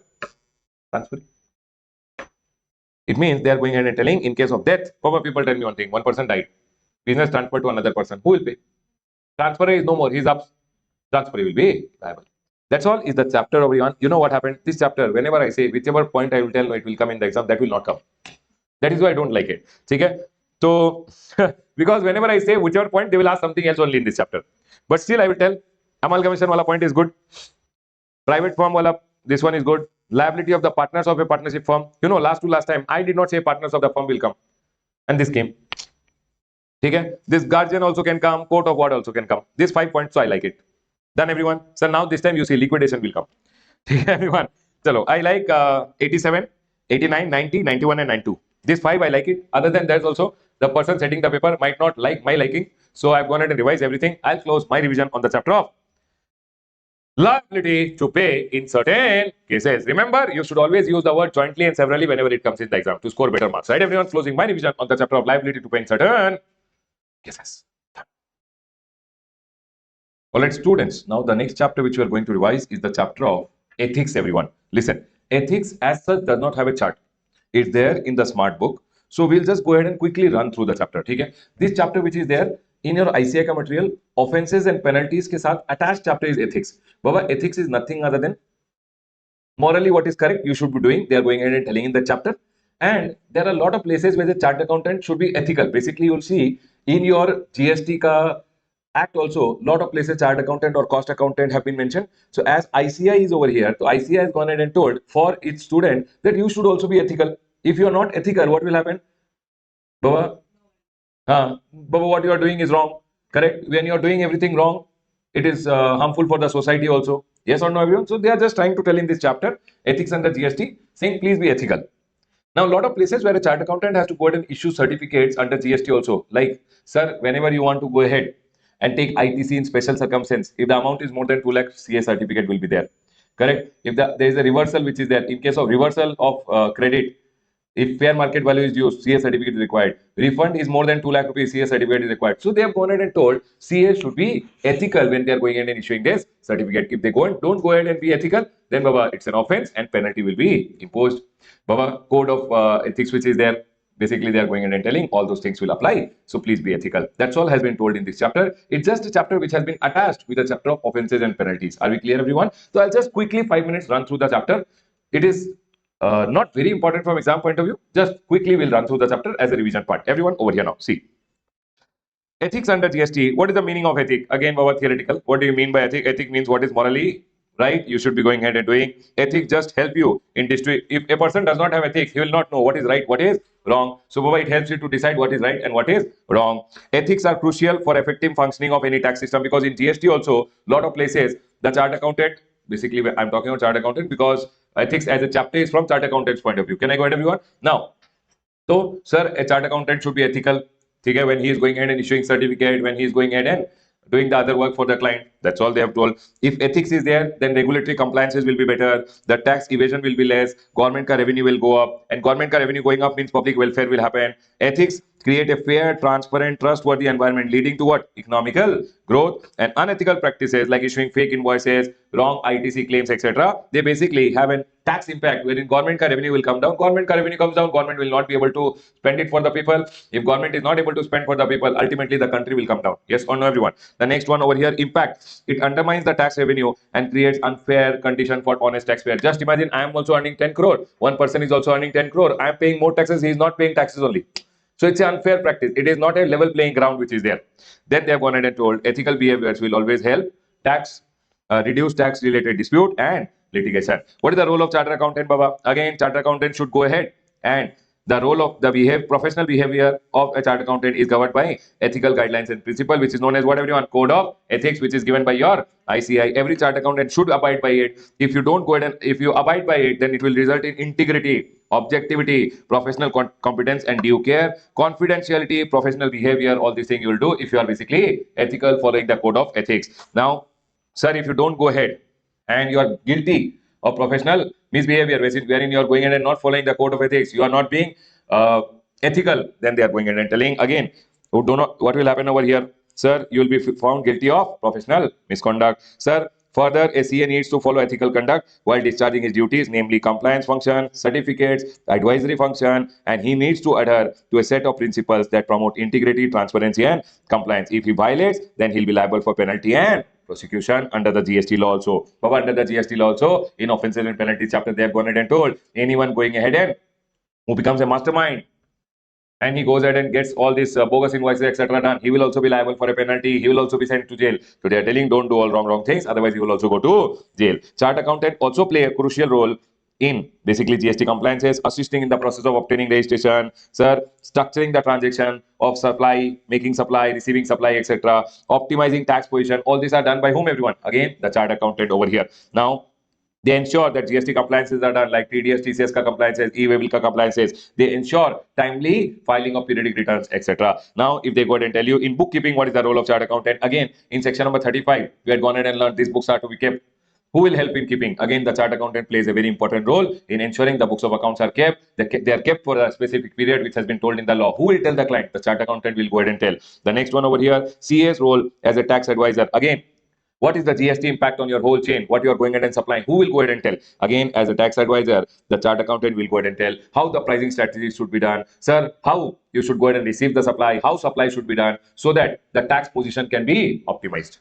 The next one over here, CA's role is representing, again, before the appellate authority, appellate tribunal, advanced ruling authority. Who can go and represent? The chart accountant who is there, he can go ahead and represent. CA's role in providing certificate. Now, a lot of places in GST also, we need CA certificate whenever refund is more than 2 lakh rupees. Sir, whenever you are going ahead and claiming ITC special circumstance amount is more than 2 lakh rupees, so CA should go ahead and ensure that he has done all the checking before he goes ahead and issues the certificate. Baba, now, what are the various places where certificate by chart accountant is required? Do you remember section number 18.1, read with rule number 40, special circumstance, when you are going ahead and claiming your credit, 18.1 A, B, C, D, new registration, voluntary registration, composition dealer become normal person, or sir, exempt supply of registered person became taxable supply. You will be going ahead and claiming the credits. When you go ahead and claim the credit in special circumstance, if the amount is more than 2 lakh rupees, it has to be certified by a chart accountant. A chart accountant should make sure that he has examined the books, he has examined all the records, and after that the certificate has been issued. After taking the due care, the diligence has been done, the checking, etc. has been done. The next one, sir, if you are going ahead and selling your business, if you sold your business, people, in case of sale, merger, demerger, etc. Section number 18.3, read with rule number 41. Do you remember, everyone? Again, ITC chapter ka part it is. That, sir, whenever the amount here, irrespective of the amount, the chart accountant, when the ITC 02 is filed, when you are transferring the credit, the chart accountant certificate is chart accountant or cost accountant. Baba, whatever I am telling relating to chart accountant, same applies in GST Act for cost accountant also. Can I go ahead, everyone? So all the chart accountant, whenever I am telling cost accountant, students also go ahead and refer it. Same instead of chart accountant, cost accountant. Can I go ahead, everyone? So you should ensure that all the whenever business has been transferred to one person, all the liabilities also are transferred.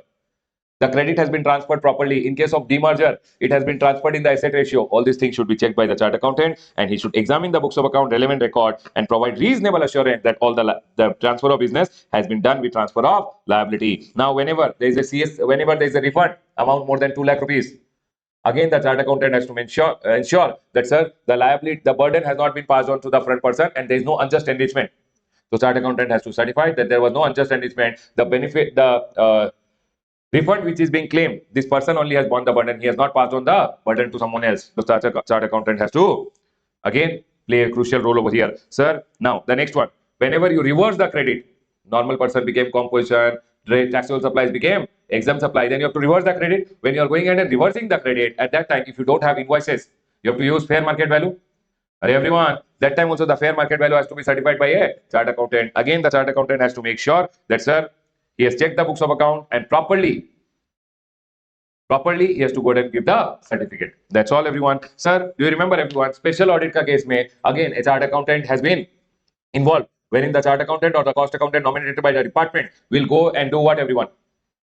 Audit. When he does the audit, he should not get involved with the client saying, okay, sir, I will not go ahead and give proper audit report to the assistant commissioner. No, all these things should not be done by a chart accountant. He should follow ethics and he should do the audit properly, and then the certificate should be given. Basically, the audit report should be given to the assistant commissioner so that the fair decision can be taken. So they have gone ahead and again told over here, a chart accountant must approach special audit in unbiased and impartial mindset, free from any external influences. That's all they have gone ahead and told. Now, in this chapter, there are four case studies which have been given. Now, all you do is go ahead and do the case studies and you're done with the chapter. That's all I have to go ahead and tell about ethics. Baba, please be ethical. If you are unethical, again code of ethics will apply, and the various roles of chartered accountant in various places under GST you can remember, and I think that should be good enough, right, everyone? For this chapter, there are only case studies which you have to just go ahead and do. There are 4 case studies which have been given by the ICA. Just go through the case studies and you're done with the chapter. I'll close my quick revision on the chapter of ethics. It's just a part which is attached to the chapter of offenses and penalties, because if you're not ethical, on you also being a chartered accountant or cost accountant, penalties can be imposed. I'll close my revision on the chapter of ethics, everyone. Done?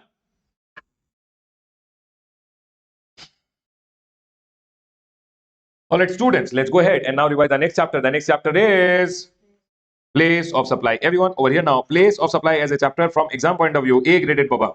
4 to 6 marks you will see in your exam. It will come in the exam. Can we go ahead, everyone? Now, place of supply, when we go ahead and talk, always remember, everyone, place of supply, may we talk IGST Act. Which act we are talking? IGST. Now, IGST Act, section number 10, section number 11, section number 12, and section number 13, we are going to talk in this chapter. People, let's go ahead and take a quick linking of the chapter. Tell me one thing, everyone. Sir, 1 minute, everyone. Chapter number...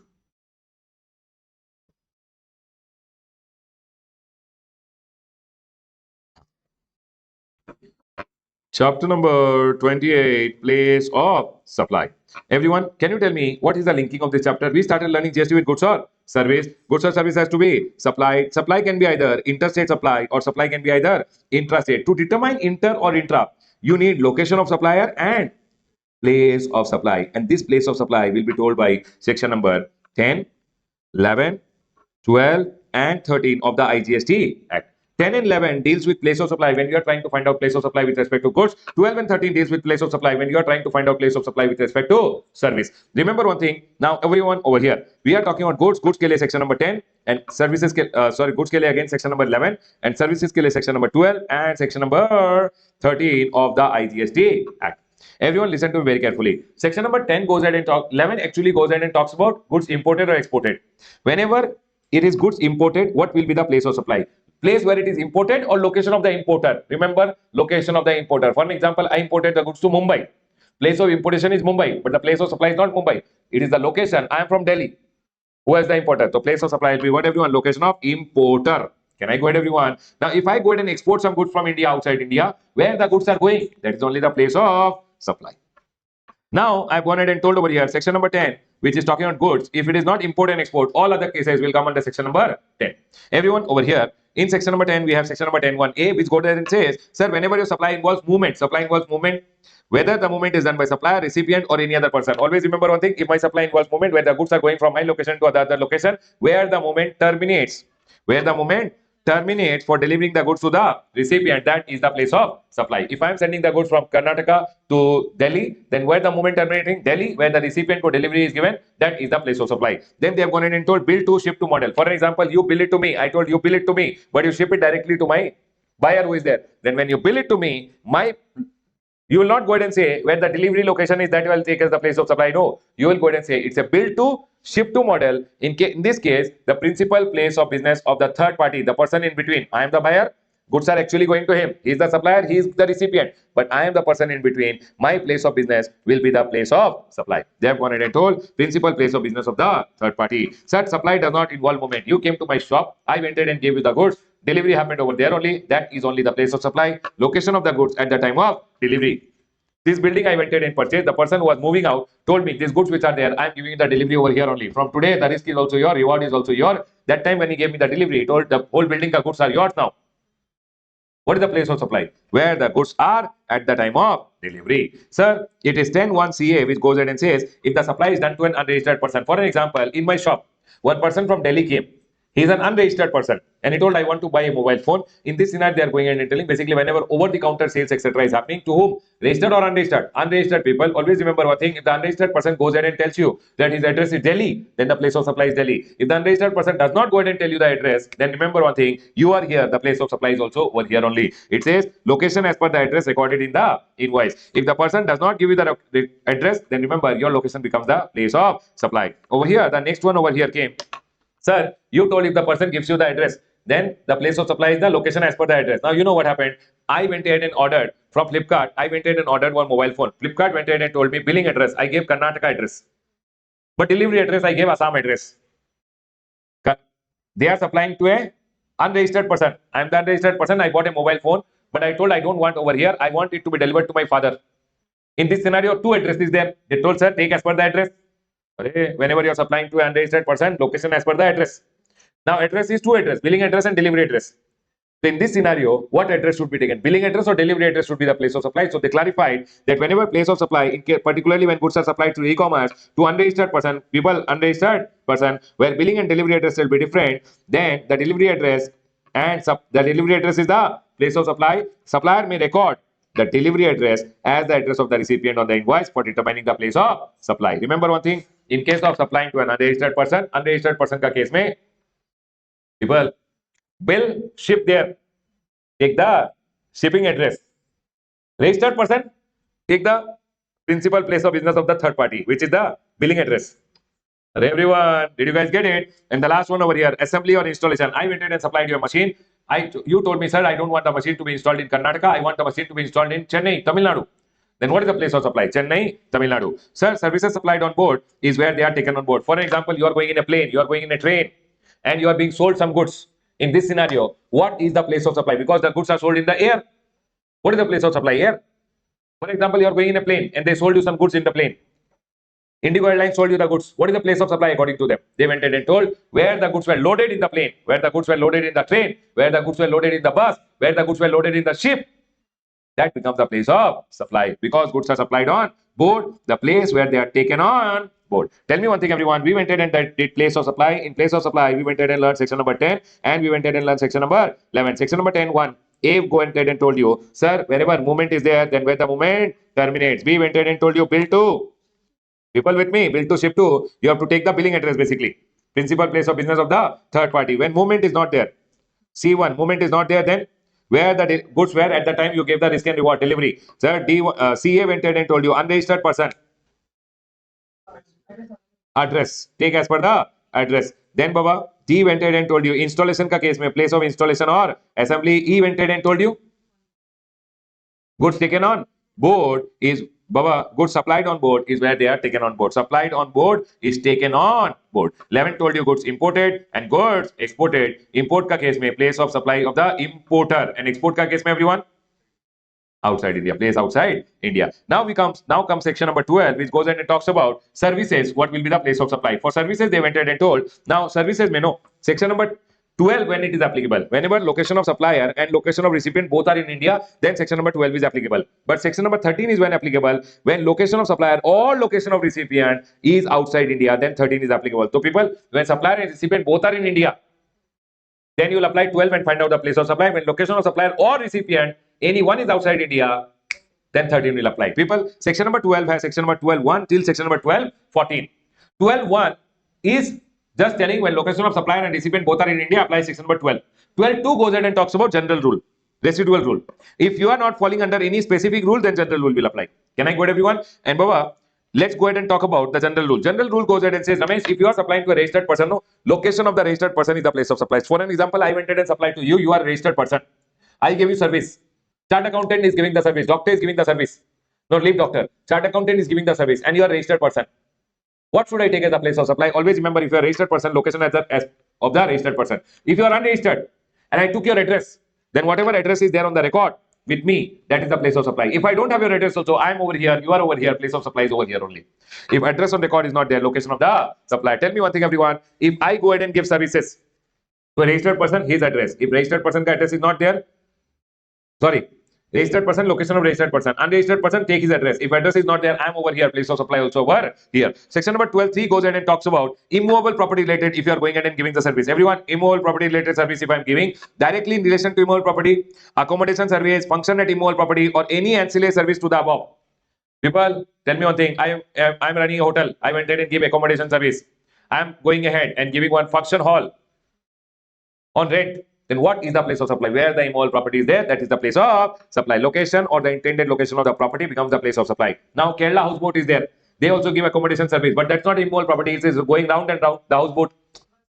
But still, it will be treated as immovable property only. The place of supply will be location of the boat or the ship. Remember one thing, for an example, I'm in Karnataka, Shah Rukh Khan is in Bombay. I went ahead and did the immovable property ka interior designing of his property in Bombay. The place of supply will be Bombay. But if his immovable property is outside India, then his location, which is Maharashtra, will become the place of supply. If sir, immovable property is outside India, then take location of the recipient. Now, sir, if I have gone ahead and done the interior designing, everyone listen to me very carefully. If I have gone ahead and done the interior designing, for an example of Shah Rukh Khan ka property, wherein Shah Rukh Khan is in Bombay, he told me to do the interior designing of his property, which is in Maharashtra also and one is in Delhi also. Two properties are there. I should collect separate amount, separate GST I should charge. But if I collect one consolidated amount, how to divide the value? They have gone ahead and told immovable property is in multiple state, supply of service in each state, because multiple state place of supply will be in each state. Now, in the proportion to the value, sir, on which amount what GST should be charged? For example, I am in Karnataka, I am in Mumbai, I am in Maharashtra. Shah Rukh Khan ka property in Maharashtra, for that I will charge GST as GST. Shah Rukh Khan property in Delhi, for that I will charge what? IGST. So how much amount pay CGST, SGST, how much amount pay IGST? They went ahead and told value should be always collected separately. Collect Delhi ke liye separate amount, Maharashtra ke liye separate amount. If he does not give you separate amount, then determine as per the contract. Might be he went ahead and told you per square feet I'll pay you 1,000 rupees. Bombay wala property is 10,000 square feet. 10,000 into 1,000 is the value of supply. Delhi wala property is 1,000 square feet. 1,000 into 1,000 is 10 lakh rupees. So you can charge GST. But if you are not able to determine as per the contract, then apply rule number 4. So whenever any immovable property related service is given and you are not able to find out the value separately, you have collected a single amount, then how to divide the value? They went ahead and told in the proportion to the nights. For example, I give you accommodation service in 2 states. So divide on the basis of nights. Sir, or on the basis of area. Shah Rukh Khan wala example mein, I went ahead and collected an amount wherein Delhi ka property is 5,000 square feet, Maharashtra ka property is also 5,000 square feet. 1:1 is ratio mein, I divide the value. If I can't go ahead and do that, then Baba, the last one over here, on the basis of time spent on the boat in each state. For example, I went ahead and gave service to one person in the houseboat, and houseboat 20 hours it is in Karnataka, 4 hours it is in Kerala.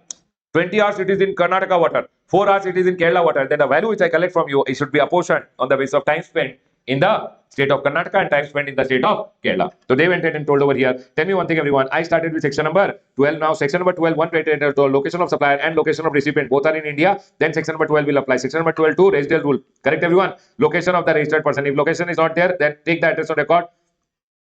If unregistered, take address on record. Otherwise, take location of supplier. 12.3 went ahead and told immovable property ka case mein, take the location of the immovable property. Can I go ahead, everyone? And sir, if it is immovable property is outside India, take the location of recipient. If immovable property is in multiple state, take the amount separately. If amount you can't collect separately, then go ahead and find out from the contract. If you can't apply the contract and find it out, then Baba, apply the area on the basis of that, might be on the basis of nights, and whatever the declaration has been given by the service provider, how much time was spent in each state, on that basis the amount will be divided. The next one over here is performance based services. Everyone over here, what is performance based service? When you are going ahead and performing some service for someone. For that, I gone ahead and put one shortcut over here, that RCB failed pathetically, but this time RCB won. Okay, everyone, only for classroom purposes. RCB failed pathetically. Okay, everyone, this was always only for classroom purpose. Can I go ahead, everyone? Now, so R for restaurant and catering services, C for cosmetic and plastic surgery, B for beauty treatment, RCB. Okay, inter students went ahead and told me, sir, RCB forever has a place in our heart. Okay, that is also okay, but that you will not remember. If you failed pathetically, that you will remember. Negative thing. Okay, RCB failed pathetically. F for fitness services, P for personal grooming, and H for health services. Remember one thing: restaurant and catering, cosmetic surgery, beauty treatment, fitness service, personal grooming, and health services. These services ke liye they have gone ahead and told. Always remember, the place of performance is the place of supply. Restaurant services, you came from Delhi to Karnataka. I gave you restaurant service. I am in Karnataka. Restaurant service given in Karnataka. Place of supply Karnataka. You came from Delhi to Karnataka. I gave you a haircut. Where I gave you the haircut, Karnataka. Karnataka is the place of supply. Shah Rukh Khan went from Bombay to Delhi to take one cosmetic surgery. Delhi is the place of supply where the performance is done. Is my point clear to all of you? Training and performance appraisal. For example, I've been called to train some people in Delhi. I went to Delhi and gave the training services. Delhi becomes the place of supply. Is the person in Delhi is a registered person. One person from Delhi called me. I was going to Delhi. He told, sir, no. I'm a registered person in Delhi. He is a registered person in Delhi. But he told, sir, my employees are sitting in Dehradun. I gave the service in Dehradun. The training I gave to his employees in Dehradun. But because he's registered in Delhi, the place of supply becomes Delhi only. But if that person is not registered in Delhi, then the place of supply becomes Dehradun, where I went and gave the service. Remember one thing, always if you give to a registered person, location of registered person. If you give to unregistered person, it is place of performance. Is my point clear to all of you? Next one over here, admission to event or park or ancillary service. For example, one person from Delhi came to Karnataka in the park which is there. Wonderla Park. Wonderla mein they went and charged him 100 rupees. Baba, the Wonderla owner is also in Karnataka, supplier in Karnataka, the park is in Karnataka, he will charge GST, GST story over. Remember, where the park or the event is happening, that is only the place of supply. Arjit Singh came to Karnataka for an event. The tickets are sold by the Karnataka organizer. Location of supply is in Karnataka. Place of supply will be what, everyone? Wherever you come from, I don't care. Where the event is happening, that is the place of supply, and accordingly, I'll charge GST and SGST. Is my point clear to all of you? Organizing of event and ancillary service. What do you mean by organizing of event? For example, I'm in Karnataka. I'm an event organizer. People, I'm not telling I'm selling entry ticket now. No, no, no. I'm talking about now what, everyone? Organizing of event. For example, ICI Delhi went ahead and told me, can you organize members event for Goa? I organized a members event in Goa. But remember one thing, because ICI is a registered person, location of registered person becomes the place of supply. In this scenario, if ICI was not registered, then the place of supply would be where the event is happening, which is Goa. Remember one thing, everyone, organizing of event. If you organize an event for someone, remember always it is the location of the registered person. Whether the event is happening in India, outside India, doesn't matter. Always the registered person ka location will become the place of supply. I went in and organized one event for ICI Delhi. What is the place of supply, everyone? If it is a registered person, Delhi. ICI told the event should be done in Goa. Still, Delhi only is the place of supply. ICI told me the event should happen in Singapore. Still, it will be Delhi only because the ICI is registered in Delhi.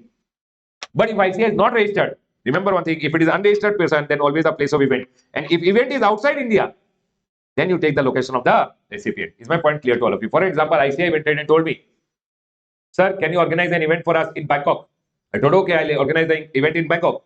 Over here, because ICI is registered, then location of the registered person, which is Delhi only. If it is unregistered also, still I have to go ahead and take the location of the recipient, which is in India. Everyone. But if event is in India, an unregistered person, then place of the event. Can I go ahead, everyone? Remember one thing. For example, ICI went ahead. Okay. For example, Naveen is getting married. I went ahead and told. Naveen told me, sir, in my marriage is a personal affair, not for registered person. It will be an unregistered person wala thing. He told, sir, marriage should happen in Delhi.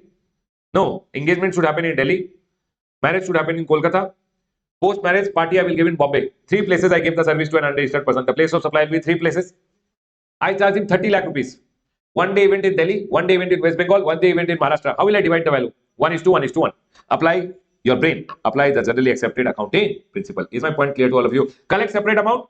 If you can't collect separate amount, determine as per the contract. If you can't find out as per the contract, apply generally accepted accounting principle. How you would have done the accounting? By following 1:1:1. Is my point clear to all of you, everyone?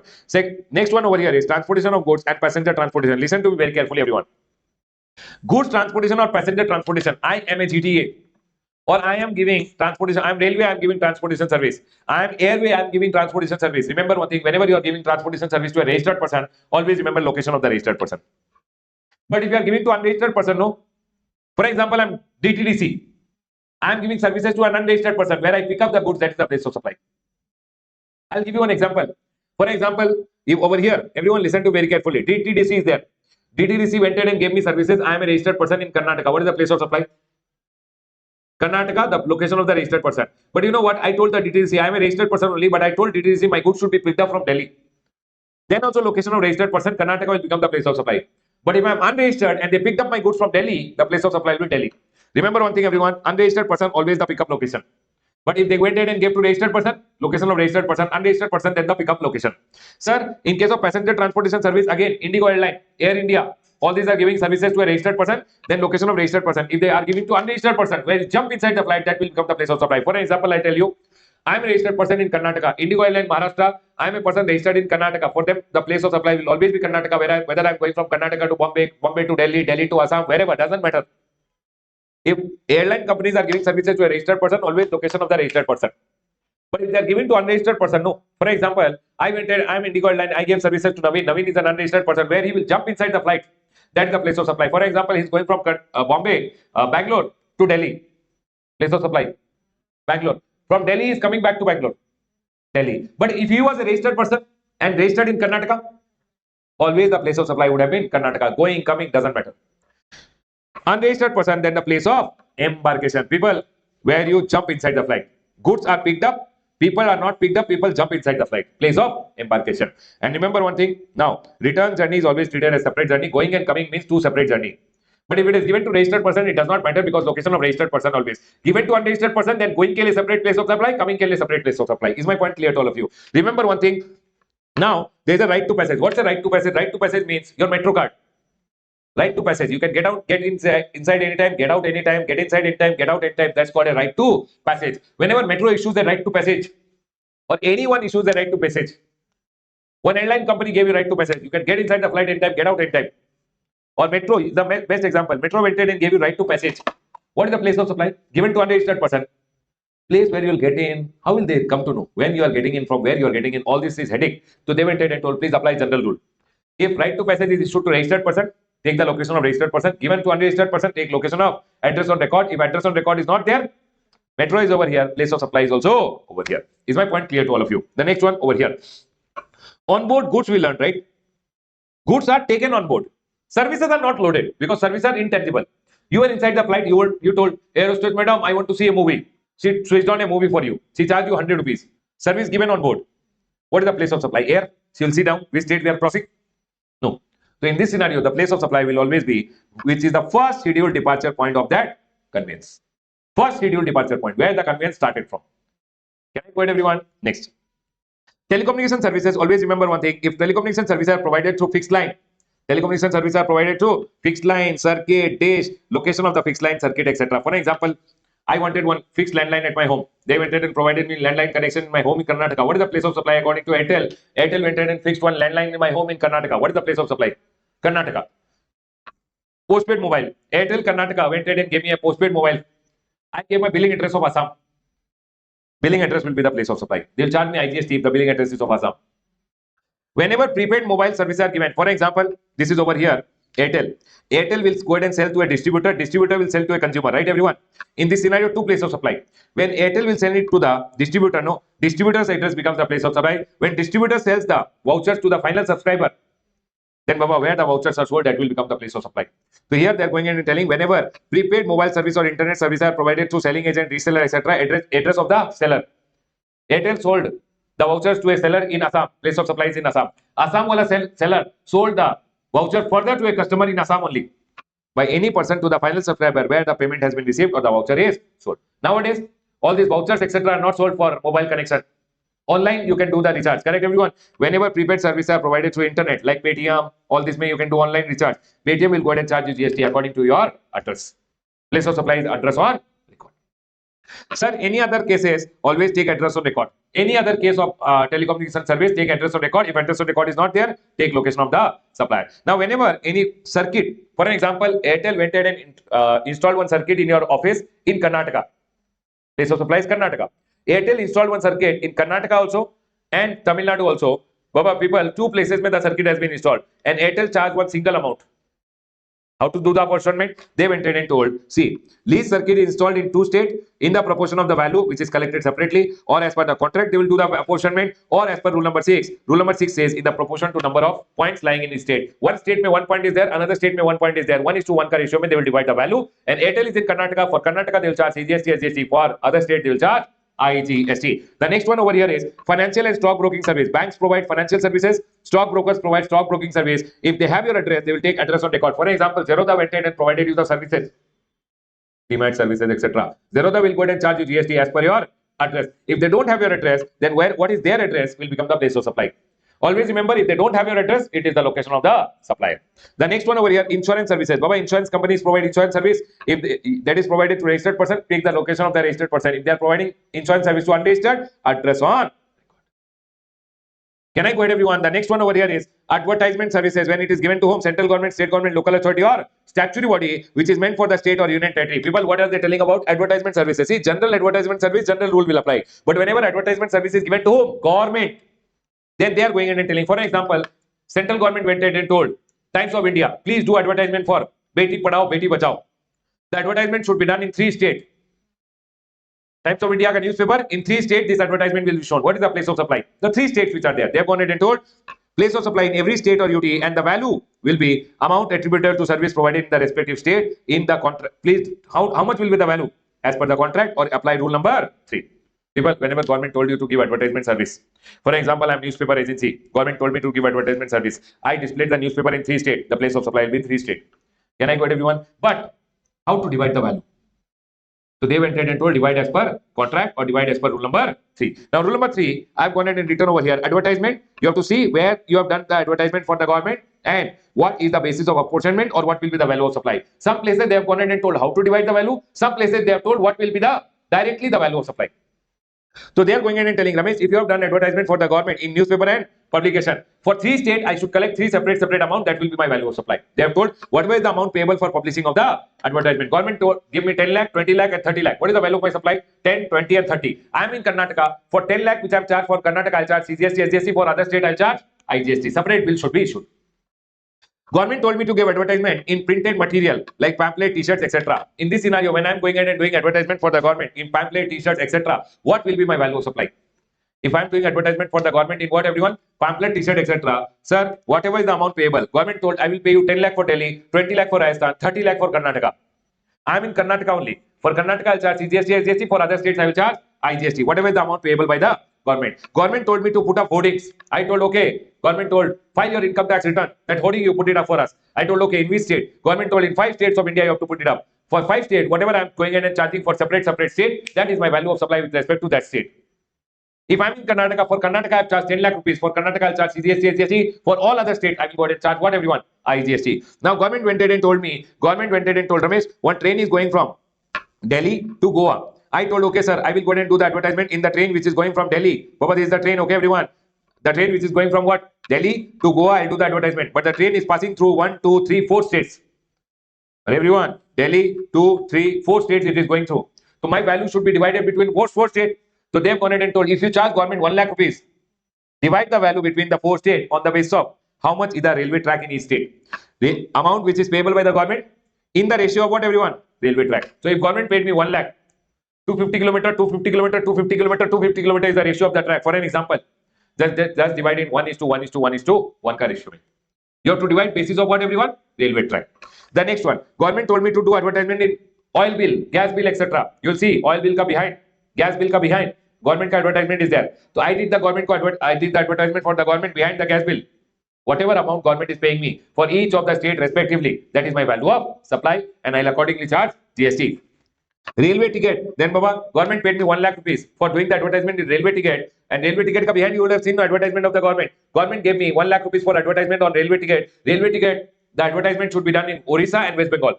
West Bengal में 600 railway stations are there. Odisha में 400 railway stations are there. On what ratio? 6:4. On the basis of what everyone? Whatever amount is payable by the government, I should apportion in the ratio of the railway station. Government told me to do advertisement over radio station. I am Radio Mirchi. I am doing advertisement for the government. File your GST return. If I am doing the advertisement for the government, in what ratio I should divide? They went ahead and told whatever is the amount payable with respect to the every state. Whatever is the amount payable by the government. Sir, I am doing the advertisement for the government on TV channel. I am Sony TV. And I am doing the advertisement for the government. Sir, you would have seen in TV. File your income tax return, the due dates have come, etc. Advertisements will play. I am doing the advertisement for the government. In what ratio I should divide? So they went ahead and told whatever is the amount payable by the government with respect to each state, that is your value of supply. Whatever is the amount, whatever amount has been paid by the government, you should divide on the basis of channel viewership. If my channel is viewed more in one state, the value belongs to that state more. Channel viewership detail, and this channel viewership detail you will get from broadcast audience research council. Take the last week of the last quarter ka viewership details. Last week of the last quarter ka viewership details, you take it and then divide the well. Sir, cinema hall ka case mein, whatever is the amount payable, you would have seen in cinema hall for the government, advertisement is done for the tobacco wala advertisement. So whatever is the amount payable by the government to the cinema hall, that is the value of supply. The next one, internet ke through, I went in and did advertisement for the government. Jio is doing advertisement for the government over internet. Then Baba, remember internet though it is seen across India, and hence the value of supply should be divided among every state. So they are telling basis on what basis. So for example, I charge 1 lakh rupees to the government. Advertisement done on internet. It means advertisement is provided across India. So I should divide it among all the states in what ratio?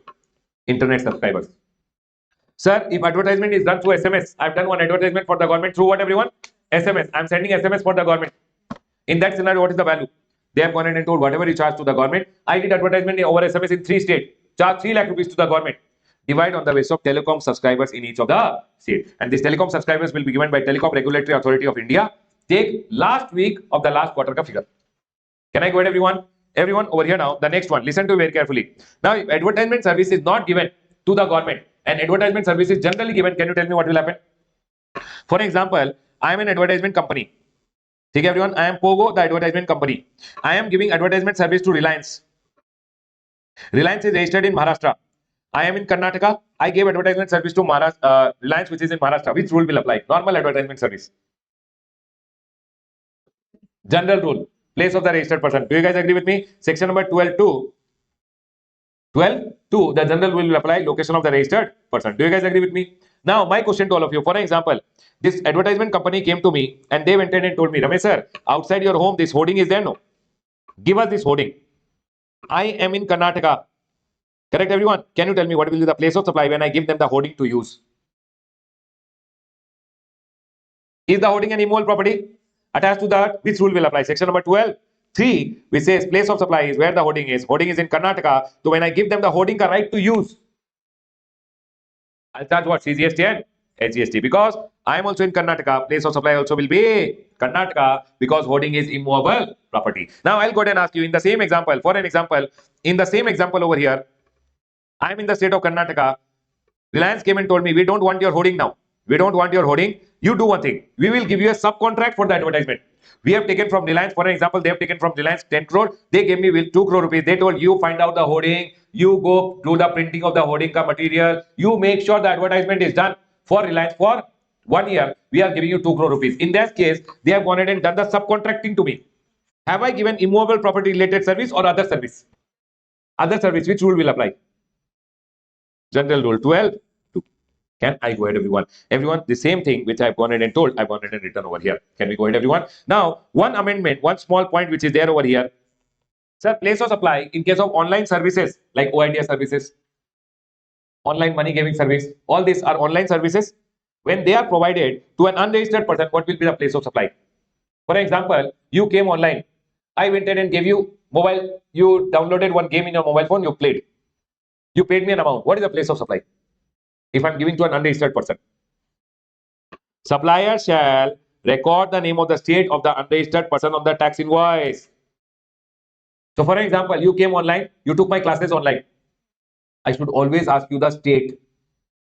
And in my invoice, I should mention the state. And that state is only the place of supply. People, in your rule number 46, one point is there. If you are an e-commerce operator or you are supplying OIDR services or online services, then remember one thing, always you should mention in your invoice state, and that state only is the place of supply irrespective of the value, and declare the place of supply and location of recipient in the GSTR 1 or 1A. Tell me one thing, everyone, online services which are provided. For this, there is a circular which has come, everyone. Clarification regarding place of supply online services supplied by the supplier of service to unregistered person. Basically all this online services, digital services, OIDR service, online money giving. Baba, you came to Ramesh Soni classes online. You purchased a class over here. Online, you are watching the class. In this scenario, I am giving you online service or ebook I went ahead and gave you. What is the place of supply? I should always ask your address. Record the address in my invoice, irrespective of the amount. Amount is less than 50,000, doesn't matter. I should mention your name because rule number 46 says whenever you are supplying online services which is supplied through e-commerce or OIDR services, etc., you should always mention the name of the state. And that is only my place of supply. When I am in Karnataka, your place is Tamil Nadu. I should charge you what, everyone? I'm from Karnataka. You are from Tamil Nadu. I should charge you IGST. Is my point clear to all of you, everyone? That's all they have gone ahead and told. Total, they have written over here, but the same thing over here, that you should always record the name of the state of the registered person, and that is only the place of supply. Always remember, declare the place of supply as the location of the recipient. Can I go ahead, everyone? Triple in the GSTR 1 or 1A. Now we are done with section number 12. Now comes section number 13. Section number 13, everyone over here. People, are we all clear with section number 10, 11, 12? Now comes section number 13, everyone. Section number 13 goes ahead and talks about surveys when location of supplier or location of recipient is outside India. Everyone, either of them, location of supplier or location of recipient is outside India, then what will apply? Section number 13. Remember one thing. If location of supplier or location of recipient, any one is outside India, no. What will happen? No. Listen. Import of service ka definition says what? Supply is in India. Recipient is outside India. If place of supply by applying section number 13 comes outside India, your service will become supply is in India, recipient is outside India. Place of supply also came outside India by applying section number 13. And you got foreign convertible currency. You both are not mere establishment of distinct person, it will become export. So, Baba, whenever you are trying to find out section number 13, no, section number 13, the time you find out place of supply, that will help you to determine whether it is export or not. By chance, place of supply came in India, then it will never be export of service. You will not get the benefit of export. Can I go ahead, everyone? If you are going ahead and talking about place of supply, import also can happen. Supply is outside India, recipient is in India. Section 13 will apply. Supply is outside India, recipient is in India. If place of supply by applying section number 13 came in India, report of service, and you will have to pay GST under RCM if you are a registered person. Do you remember, everyone? So remember one thing, either it can be import of service or export of service. Everyone over here now, sir, what is the general rule? Whenever location of supplier or location of recipient is outside India, remember one thing, as a general rule, always location of recipient of service becomes the place of supply. Location of recipient of service. If recipient ka location is not there, take the location of the supplier of service. The next one, performance based service. Baba, here they have not gone ahead and given performance based service, which we have gone ahead and learned over here. They have gone ahead and told all the kinds of performances which you do, whether you are performing your service on goods or you are performing the goods service on individual, which requires his physical presence. Now, if I am doing performance services on goods, for example, some goods have come from outside India to India for testing purpose, testing. I did the testing in India where the goods were made available. India, the place of supply will be the actual performance. I did the testing in India. Supply is outside, supply is in India. Recipient is outside India. The place of supply will be what, everyone? Place of actual performance, which is in India. The testing was done in India. The place of supply will be in India, and hence it will not be export of service. Indian government will keep the GST over here. People, did you guys understand what I'm trying to say? Can I go ahead, everyone? So tell me one thing, everyone. Location of supply is in Karnataka. Okay? Location of recipient is US. Supply is in India. Recipient is outside India. The place of supply is what? Actual performance. Actual performance is done in Karnataka, India. Will it be export or not export? Not export, right? Tell me one thing. If it is not export, when I have gone ahead and given him the service, how did I find out place of supply? By applying section number 13. Can you tell me, everyone, when I applied section number 13 and find out place of supply which came in India only, place of actual performance India? My question over here, is it export of service or not export of service? Not export of service. Tell me one thing, is it CGST, SGST or IGST? CGST, and you are absolutely wrong, because you have to understand one thing, everyone. Listen. When you go ahead and read section number 7, no? Section number 7 and 8 of the IGST Act. Section number 7 and 8 of the IGST Act. Remember one thing, everyone. Section number 7 and section number 8 of the IGST Act says for it to be inter or okay, for a supply to be intra, always the place of supply has to be determined as per section number 10 or section number 12. Only then it will be intra. 1 minute. In this case, the place of supply is determined by section number, so hence it will never be intra. And Baba, you know what, everyone? Whatever is not intra, whenever anything is done in the taxable territory and it is not intra as per section number 7, everyone, what is happening in the taxable territory, not being intra, not covered anywhere else, is always what, everyone? And hence this transaction always will be inter and you should charge IGST. Can I tell you one thing?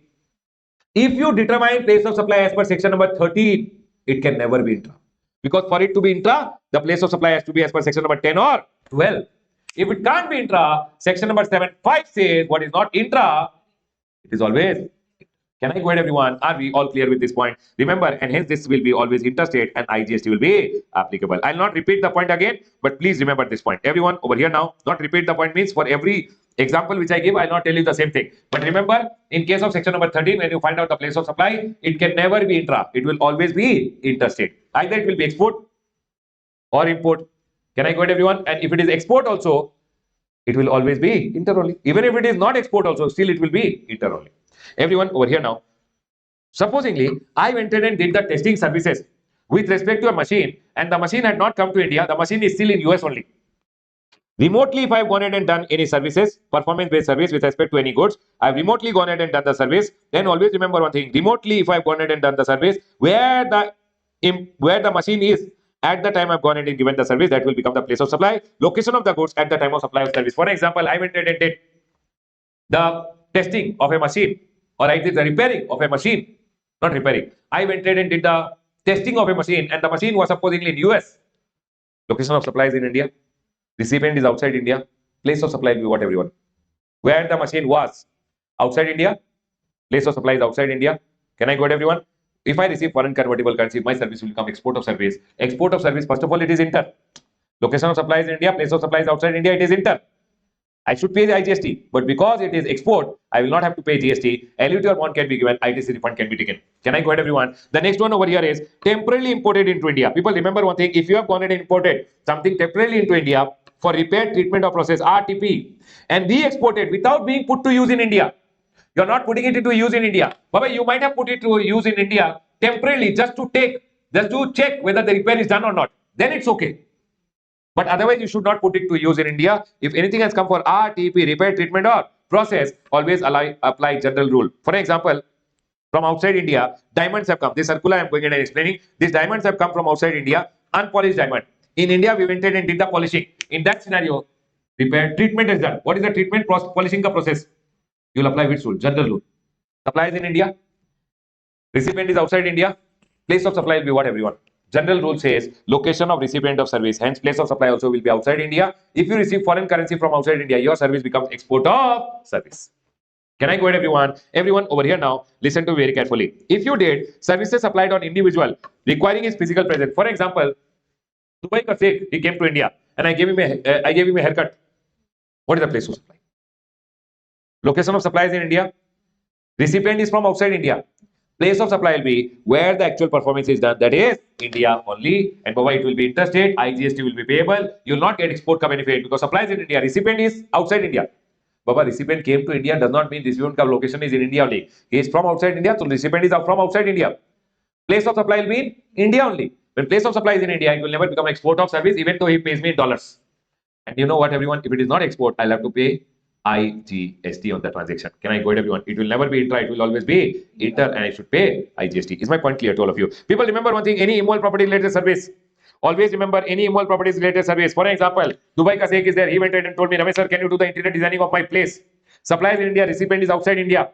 Place of supply will be where the immovable property is there outside India. If I receive foreign convertible currency, my service will become export of service. But that is not the matter over here. What is the place of supply if I wanted and given interior designing services for property which is outside India? Sir, the location or the intended location of the property. Now, everyone over here, admission to an event or organizing of an event. People, both are combined over here. Admission related means selling of ticket or organizing a service. People, for example, I'm in India. I organize one event for Justin Bieber. He told organize the event in US. Supply is in India. Recipient is outside India. Event is happening outside India. I receive foreign convertible currency. My service will become export of service. People, supply is in India. Recipient is outside India. Place of supply is what? So place of supply is also outside India. What I received is foreign convertible currency. My service will become export of service. Can I go ahead, everyone? Everyone over here now. Services in 3, 4, and 5 supplied at multiple locations, including one in the taxable territory. For example, Justin Bieber went and told me, Ramesh sir, can you organize the event for me in US, London, and then India? What is my place of supply? Supply is in India. Recipient is outside India. Place of supply is 3 locations: US, UK, and India. They are telling, because you made a single contract, your place of supply will be India, where the event is happening. If one location is in India, entire place of supply will fall in India, and Indian government is selling place of supply is in India, it is interstate, you have to pay IGST. So remember one thing: place of supply is the location in the taxable territory. Is my point clear to all of you, everyone? The next one over here. Just give me a second. Now, everyone over here, we are back. There was some issue. It's fine now. Okay? If any service is provided at multiple locations and one location is in India, then place of supply will be in India for the entire service. So better make different contract. If you make one contract, entire service ka place of supply will come in India only. The next one over here is, sir, 13.7, which says services in 3, 4, and 5, basically immovable property related service, admission or organizing of event of service, sir, and performance based service. If it is provided in multiple states in India, place of supply will be in each of the state. For example, I went and provided immovable property related service. Dubai ka Sheikh is there. He went and told me, I have 3 properties in India. I went and gave services with respect to 3 properties in India. What will be the place of supply if they are located in different states? Place of supply will be in each of the state. What if he pays me a consolidated amount? How do I divide the value? So they went and told, sir, whenever place of supply, you have to find out services in 3, 4, and 5 are supplied in multiple states. All this performance-based service or immovable property or admission or organizing of event ka service, you went and provided in what, everyone? Multiple state, then value will be in the proportion to the value collected separately. For multiple state, collect different value. For example, Dubai ka Sheikh went ahead and told me, Immol property, I have 3 properties in India. I did the interior designing of 3 properties in India. My place of supply will be in all the 3 states. He went ahead and he should pay me separate amount. Then I'll charge separate GST. Oh, it is always interstate. I should charge IGST only. But I should make 3 different bill because 3 different properties. Now they are telling how will you divide the value? Please collect different amount. If you can't collect different amount, divide as per the contract. If you can't divide as per the contract, then apply rule number 7 for 13.3. Performance based service, please apply rule number 7. Rule number 8 for 13.4, which is immovable property related service rule, apply rule number 8. Rule number 8 says please apply rule number 4. Divide on the basis of area, number of nights, and whatever is the declaration which is given by the service provider. And rule number 9 says apply, people, tell me one thing, for this organizing of event, for Justin Bieber, I organized 3 events in India. 2 days in Bombay, 2 days in Delhi, 1 day in Kolkata. How will I divide the value between all the 3 states? 2:2:1. So basically, I'll apply what generally accepted accounting principle. But tell me one thing, if I give testing services for one machine which has come in India, testing was done in Delhi also, testing was done in West Bengal also. How do I divide the value? Then they went ahead and told, if services are supplied on the same goods, divide the value equally between the state where the service is performed. If I go ahead and supply services with respect to different good, for example, one person from outside India sent me one machine in India and did told do the testing. Tell me one thing, in case of testing service provided for 2 machines which are there, one machine was done in Delhi, one machine ka testing was done in West Bengal by me. Place of supply will be Delhi and West Bengal. I collected 1 lakh from him for doing the testing. How will I divide the value? On the basis of invoice value of the machine. Invoice value, ratio of the invoice value of the goods. Because if 10 lakh rupees ka one goods, 20 lakh rupees ka one goods, I should divide the amount which I have charged them on the basis of the ratio of the invoice value. Sir, services supplied for individual apply generally accepted accounting principle. For an example, Justin Bieber came to India, I gave him haircut. He told, you should give me all denting, painting, all haircut, etc. You should keep doing for me. For 3 days I'm in India. 1 day I'll be in Bombay. 1 day I'll be in Goa. 1 day I'll be in Delhi. I gave services in 3 states for him. What is the place of supply? All the 3 states. Everyone, how should I divide the value? 1 day I was in Kolkata. 1 day I was in Delhi. 1 day I was in Maharashtra. 1:1:1. Where I did the performance, that is the place of supply. I did performance in 3 states. 3 state place of supply. How do I go ahead and divide the value in 3 states? 2 days I was in Bombay. 2 days Goa. 3 days in Delhi. 2:2:3 mein I should divide the value. The next one over here.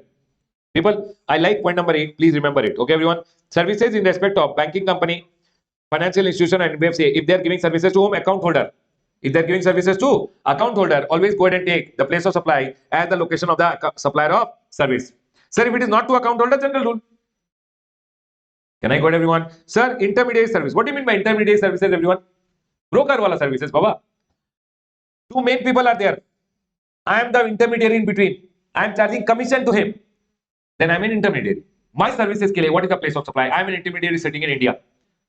Okay? One person from US told me, I want some goods. From China, I directly sold the goods to him and I am taking commission in India. I am an intermediary. Place of supply was location of supplier. India will become the place of supply because the intermediary is sitting in India. Is my point clear to all? Next. Hiring of means of transportation including yacht. Excluding aircraft and vessel. Aircraft and vessel ke liye, if you hire them, always apply general rule. Other than that, any other transportation means including yacht, etc. For example, Mukesh Ambani took one car on rent when he went to his London trip. Supplier is in India, recipient is out. Supplier is outside India, receiver is from India. Place of supply will be what, everyone? Location of supplier of service, which is outside India. Can I go ahead, everyone? Next. People, what do you mean by intermediate services? Tell me one thing. Everyone, you supply to me. I supply to the other person. Am I an intermediary? Or it is principal to principal basis ka service? You sold to me, I sold to him. That is not intermediate service. What is intermediate service? A and B is there. In between I am C. The transaction is happening between A and B, and in between I am C, who is facilitating the transaction. It is not on my own account that I am supplying. He is selling to me, I am selling. No. What is intermediary? When one person is selling directly to another person, and in between I am facilitating the transaction. I am a broker. Then I am providing intermediary. Clarification on doubt relating to scope of intermediate service. This circular clarifies the concept of intermediate service. Remember one thing, 3 parties should be there. 2 of them are actually transacting and 1 is facilitating that main supply. 2 of them are transacting and I am facilitating the transaction. Then I am providing what, everyone? Intermediate service. Remember, there should be 2 distinct supply. One is main supply between principal and principal. Secondly, ancillary service of facilitating the main supply. Baba, what are the 2 transactions? One is a transaction between principal to principal. Secondly, I am facilitating the whole transaction. For that, I am charging my commission. Intermediate service provider shall have the character of agent or a broker. He is a commission agent. Intermediate does not include a person supplying on account. You tell me one thing. You sold me. I sold to this person. Am I an intermediary? No. What is an intermediary? Broker. Can I go ahead, everyone? Next. Subcontracting is not intermediary. You sold the goods to me. I sold the goods to him. That is not intermediary. What is intermediary, everyone? When principal to principal supply is happening and I'm a broker in between, then it's a intermediary service. Can I go ahead, everyone? The next one over here is, sir, passenger. People, you know what happened. Section number 12.9 was goods transportation service. But here goods transportation service wala point got deleted. When it got deleted, can you tell me, for goods transportation, supplies in India, recipient is outside India, or supplies outside India, receiver is in India, which rule will apply? General rule. Can I go ahead, everyone? They went in and clarified that also, because 12.9 is deleted. What rule will apply now? General rule. The next one over here, passenger transportation service. Remember one thing, Indigo Airline went ahead and gave services to a passenger who is from outside India. Supplies in India, receiver is from outside India. Place of supply will be where the passenger jumps inside the flight. If the passenger jumped inside the flight from India, place of supply will be India. The next one, services on board. Again, same thing, first scheduled departure point. OIDR services, everyone. You know, online information database access and retrieval services. OIDR is providing services from outside India in India. I am the receiver in India, place of supply will be in India only. Indian OIDR providing services to a person outside India. Place of supply will be outside India where the receiver is there. Now, government have gone ahead and told to prevent double taxation or non-taxation. Some services are getting doubly taxed or some services are not getting taxed only. And hence government went ahead and told, in order to avoid double taxation or non-taxation of a service which is not taxed in India also and which is not taxed outside India also, or might be some services taxed in India also and some services taxed outside India also, government is telling for that services, we will go ahead and say wherever that service ka effective use is happening, that is the place of supply. We will not go ahead and charge the tax in India if in India effective utilization of that service is not happening. For example, medicines came from outside India. We did the testing of the medicine on rats, etc. in India. Testing done in India. Place of supply will be coming as place of actual performance India. Do you guys agree with me? Everyone. But then you tell me one thing. Testing done in India. The testing ka report was sent to US. US में some medicine came. We did the testing in India and sent the report to US. You tell me one thing. Testing done in India. I can understand. But tell me one thing. What is the actual use of the report happening where? In India or US? The government went ahead and told the place of supply will be in US. Supply is in India. Receiver is in India. Place of supply is where the effective use is happening. That is US. If you receive foreign convertible currency, your service will become export of service. Is my point clear to all of you? I am giving only export example, but same is applicable with respect to import also. Can I go ahead, everyone? Everyone over here now, they have gone ahead and told place of supply in case of R&D services relating to pharmaceutical sector, location of the recipient. Sir, again, supplying of MRO service, maintenance, repair, overall services with respect to aircraft, ship, other vessels and their engine, component parts to a person for use in the course of furtherance of business, place of supply, location of recipient. For example, I'll tell you. Indigo Airline from Emirates from Dubai came to India. In India, we went ahead and did the MRO service, maintenance, repair, overall services. MRO services performed in India, place of actual performance will become the place of supply India. Suppliers in India, place of supply in India, he'll charge interstate IGST. It will never be export. So then government went ahead and told the maintenance, repair, overall of Emirates Airlines is done in India, but Emirates Airline went back outside India. Where is the effective use happening? Outside India, supplies in India, receiver is outside India. Place of effective use, which is outside India, will become the place of supply. If you receive foreign convertible currency, your service will become export of service. They went ahead and told over here location of recipient of service. The next one over here, people, advertisement services provided to foreign client. People listen to very carefully. There's a circular which is given on this. Advertisement services which are given to whom, everyone? Foreign client. Tell me one thing. Apple is there. Apple went ahead and told me, Ramesh sir, in India, Apple ka advertisement, where to display, what to display, how much to display, everything has to be taken care by you.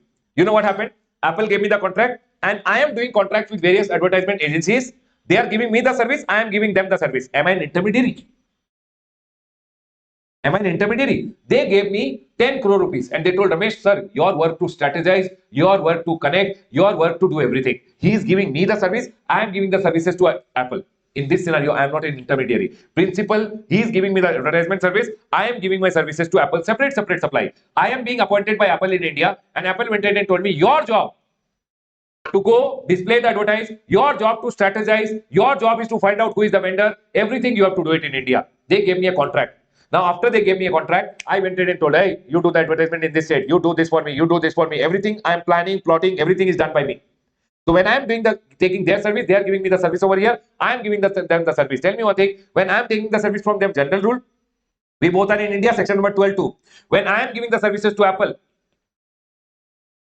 I am giving the advertisement service to them. Again, general rule. Do you guys agree with me? Location of recipient of supply will become the place of supply. Supplies in India, recipient is outside India, place of supply is outside India. It will become export of service if I get foreign convertible currency. So advertisement service, in case not acting as agent, people or agent or intermediate, 13(8)(b) is not applicable. Tell me one thing, everyone. Representative of foreign client in India. Okay.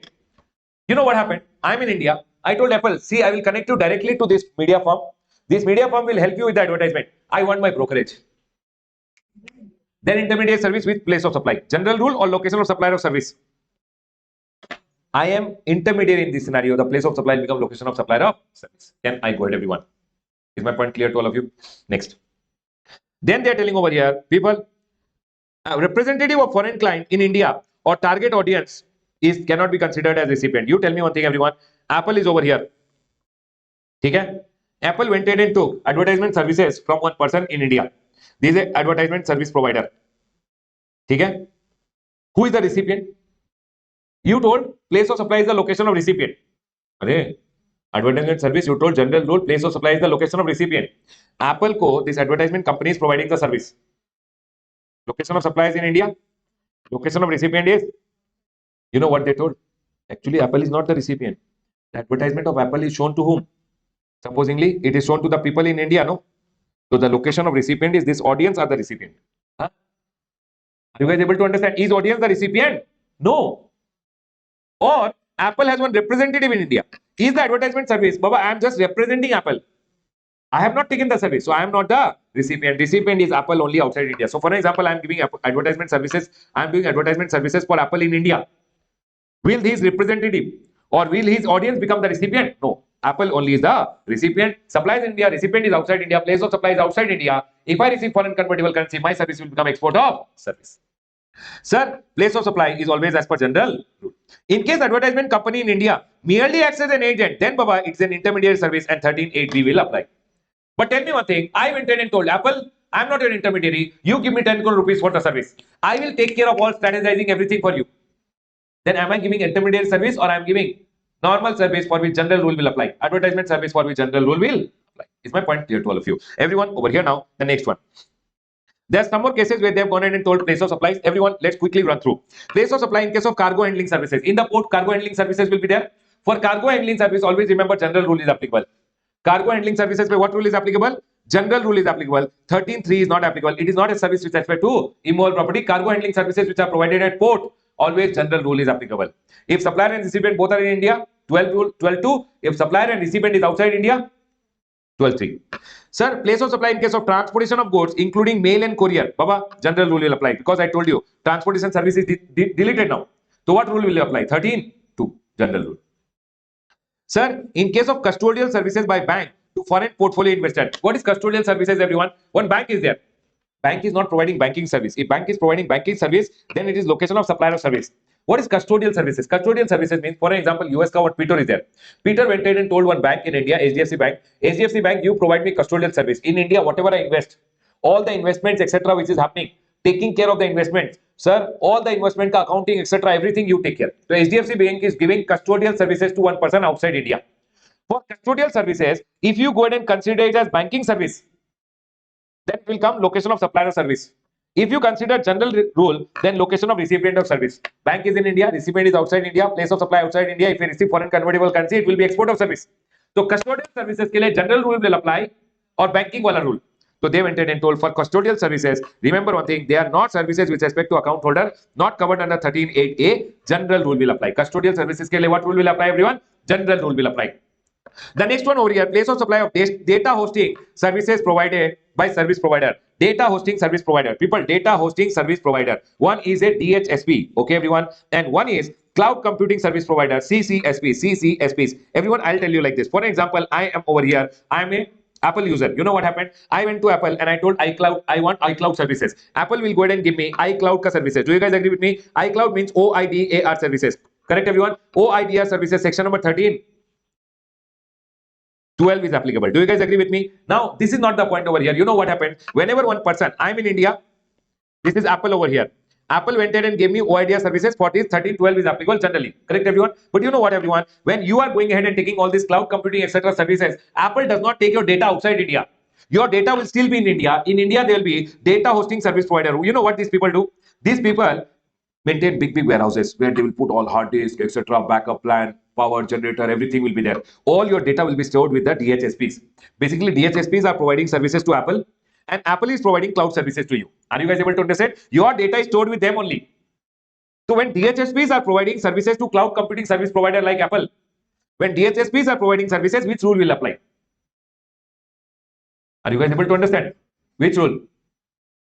General rule. And hence they have gone ahead and told whenever DHSPs are going ahead and providing the services, then always remember to CCSPs, cloud computing service provider outside India, general rule will apply. So whenever DHSP will provide the service, general rule will apply. When they are providing the service, OIDR services, 1312 will apply. The next one over here on the right hand side, we have one more. This one we already did. The next one, which with respect to clarification on software development services. Everyone tell me one thing. You know what happened over here? Again, Apple is there. Apple is in US. I am over here in India. Apple told me, Ramesh, can you develop one software and give it to me? I told, okay, I'll provide you software development service. Can you tell me, everyone, software development services ke liye, what rule will apply? Specific rule is there or general rule? General rule section number 13, 2 will apply over here. You know what happened? They told Ramesh sir, when you are doing the software development, I will send you one mobile phone. In that mobile phone, you also test the software. Because I will develop the software, I'll also test it. So I am also providing along with this testing services. Correct, everyone? Wherein the testing services are performed in India. And hence one officer went in and told when testing services are done in India, place of supply will be where the performance of testing is done. That is in India. Place of supply will be coming as what, everyone? Place of actual performance, India. I told I'm giving software development, testing is ancillary. And hence, principal supply ka place of supply will apply, not the ancillary service. Testing service is ancillary. Principal is what, everyone? Software development, and hence general rule will apply. Is my point clear to all of you? The last one over here, satellite launch services. Baba, remember one thing, satellite launch services which are there. When I am sending the satellite outside India, I am sending goods outside India. Yes or no? Goods ke liye, always remember, if satellite launch services are given to domestic customer, goods are, array, you give me a satellite, I'm transporting your satellite to outside India. What is it? Goods transportation. General rule will apply? No. Here, transportation of goods, services, and in case of section number 13 over here, you'll apply what rule, everyone? General rule. So they have gone ahead and told satellite launch service, international customer, general rule, domestic customer, goods transportation, no. Satellite is also goods, and hence 12(8). But you know what, everyone? Domestic customer ke liye, anyways, there is no GST. Because satellite launch services are exempted. Everyone over here now, listen to me very carefully. We are done with your chapter of place of supply. Important chapter from exam point of view. One amendment which is there, I've already gone ahead and told you. Online services ke liye, the place of supply will be what, everyone? Place of supply is what, everyone? The state which is recorded in the invoice, that is only the place of supply. Is my point clear to all of you? And everyone, that's all is the chapter over here. You know what? Section number 12 or 13 say you will definitely see question. I'm not going ahead and telling you what is it, which will come. Why? You know, you can see any 1 point from here. You will see 2 points from here. You will go ahead and see circular say 1 or 2 points. All the circulars which I told, you will see from overall 1 or 2 points. So there is no option I can go ahead and tell you that you study this or that. In exam, you know what they do? They give you 5-6 points and they tell you write the place of supply. So the more time you revise, the better you remember. Can I close my revision, everyone? I hope we have gone ahead and covered everything. Yes, I'll go ahead and close my revision on the chapter of place of supply. Done. Now, the next chapter which we are going to revise is the chapter of imports under GST. See, Baba, imports under GST, no? Actually, you will go ahead and see imports already gets covered when you go ahead and revise all the other chapters which is there. So, for an example, what is imports under GST chapter going ahead and talking about? Let's go ahead and cover it. Imports under GST says import can be of goods also, import can be of importation of goods means bringing of goods from outside India to India. From outside India, if you bring the goods into India, it is import. That's all. Section number 7, subsection 2 of the IGST Act says importation of goods into the territory of India is always what, everyone? Interstate. And you know one article is there, article number 269A of the Constitution of India, that also says importation of goods is what, everyone? Interstate. So people, and you know what, everyone? We went ahead and learned in our charge of GST chapter, whenever you import the goods into India other than specified actionable claim, which is online money giving, etc. Correct, everyone? they went ahead and told over here importation of goods का case में always the IGST will be levied and collected under section number 37 of Custom and Tariff Act on the value determined under section number 38 and 8A of the Custom Tariff Act at the point when custom duties are levied. So on we'll have to pay custom duty when we'll have to pay IGST when we pay custom duty. Is my point clear to all of you? So importation of goods pay under GST Act, GST is not charged, it is charged under Custom Act. Post payment of IGST along with custom duty, you can go ahead and avail the ITC on the basis of bill of entry. People, what is the document to take the importation of goods ka credit? Bill of entry. Sir, importation of service mein section number 7 in the supply chapter we went ahead and learned importation of service can be for a consideration, and schedule 1 importation of service from registered person or related person or own establishment outside India in the course of furtherance of business, if you go ahead and receive even without consideration also it will be supplied. For consideration, business non-business both are supplied. Without consideration, only from related person or own establishment for the in the course of business is a supply. If it is a supply, it's always an interstate supply. Importation of service is always interstate. Always remember IGST will come. But then here the IGST has to be paid under RCM. Here it was there, but it has been exempted, saying sir non-business purpose people will not pay, and hence government went ahead and exempted. But then government told OIDR services which are provided from outside India into India to an unregistered person, OIDR will take, unregistered means NTOR, OIDR will take compulsory registration in India, charge GST under forward charge mechanism, it is not exempt. But importation of service without consideration from related person or an establishment outside India, GST has to be paid under RCM by the business entity in India. Can I go ahead, everyone? Now, this is just what we had already learned. Do you guys agree with me? Now, there are some important points which I have written. Bond to bond transfer. What do you mean by bond to bond transfer? When the goods were in the warehouse, if you transfer to someone, it is what? Bond to bond transfer. Goods sold in the custom warehouse from one person to another by transferring the bill of lading. Document of title you gave to someone and you told warehouse goods are transferred. On that, IGST will come under 3.8 ka value or transaction value, whichever is higher. We learned under Custom Act. Custom ka section number 3.8 of the Custom Act में, Custom Tariff Act में what value we learn, or transaction value whichever is higher, that amount पे GST will come. Then sir, high sea sale. High sea sale means when the goods are coming in the sea or the goods have reached the port. On that also IGST and custom duty will come on what value? On the last transaction value paid by the buyer who files the bill of entry. I sold the goods to one person for 1 crore. When he will go ahead and file the bill of entry for clearing the goods from the custom port, no, he will have to pay custom duty and IGST on that 1 crore rupees. The next one over here, third country shipment. I sold goods from China to directly US without goods entering into India. It is neither supply of goods nor supply of service. Sir, importation of goods by an SEZ unit or an SEZ developer. SEZ unit or SEZ developer are always exempted from IGST, which is there. IGST is not there. Importation of goods by EOU, export oriented unit. Again, EOU, etc. Government have told no custom duty, no GST, nothing is there. Is my point clear to all of you? These are just some small points which were there. OIDAR services. People, special provision for OIDR service. Always remember, what is an OIDR service first of all? A service whose delivery is mediated over information technology over the internet. People, the service which you are getting over the internet and or an electronic network, the nature of which renders their supply impossible to ensure in absence of IT. You tell me Netflix, Amazon Prime, etc. service, can it be given without internet only, without network only? No. And there are some services which are included in OIDR service. They have been included specifically. Advertisement on the internet, iCloud service, ebooks, music, software, other intangibles through telecommunication network or internet, providing data, information, retrieval or otherwise service, online services of digital content, storage, online gaming, including online money gaming. All these are what, everyone? OIDR. Sorry, but excluding online. Sorry, people, excluding online money gaming, because exclude online money gaming ke liye they have told specifically 40 me. Now, OIDR services, whenever it is provided by a person outside India, you tell me one thing, I am an OIDR supplier, I am in India. For example, RameshSoni.com, we go ahead and provide ebooks. We are also OIDR supplier. But Indian OIDRs are like domestic normal supplier only.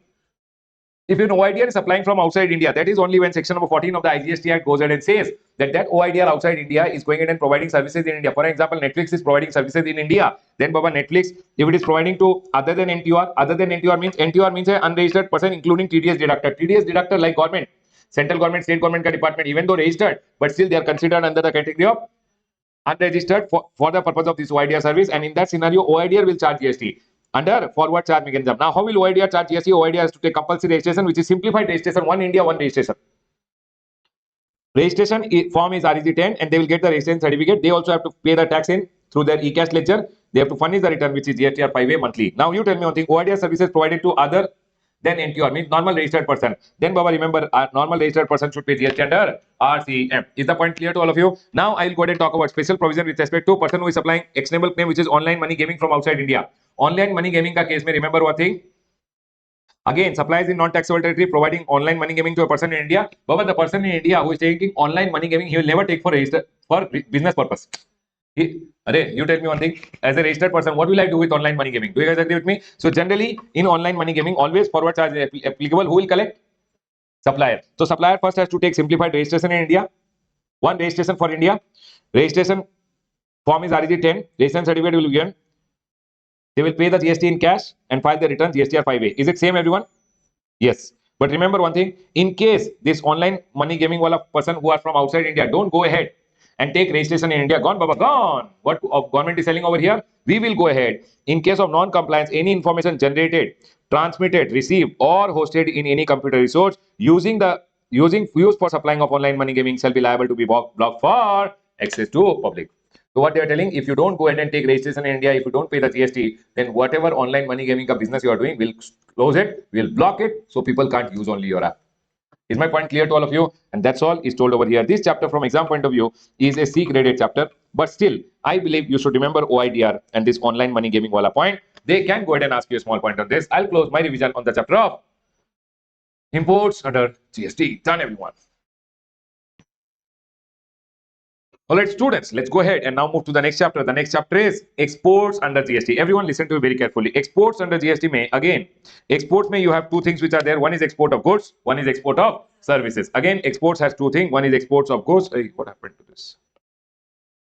Exports has export of goods and export of services. Exportation of goods means what, everyone? Just take the goods from India outside India and it is export. Export of goods means taking goods from out of India to a place outside India. Export of service means what, everyone? It means supply of service.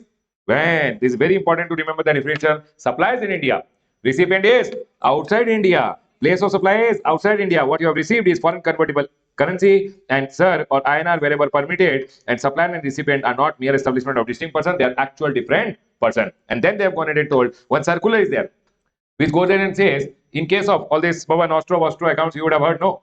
If you are going ahead and receiving Indian rupees also, so what they are telling, Indian exporter can also receive the payment in INR from special rupee Vostro account. That will also be okay. It will still be considered as what, everyone? Export of service. Everyone over here now, export of goods is also interstate. IGST is applicable. Export of service is also interstate. What is applicable? IGST.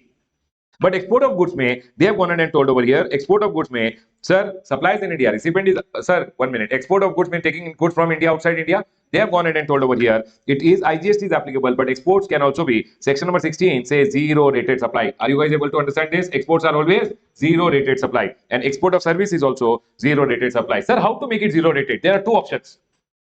Sir, first you give LUT or bond, ITC will be refunded. So, sir, when I'm exporting, I'll give LUT or bond, ITC refund I'll take. So, buying to selling ka chain pay, no GST. Second is, I can go ahead and pay IGST and export.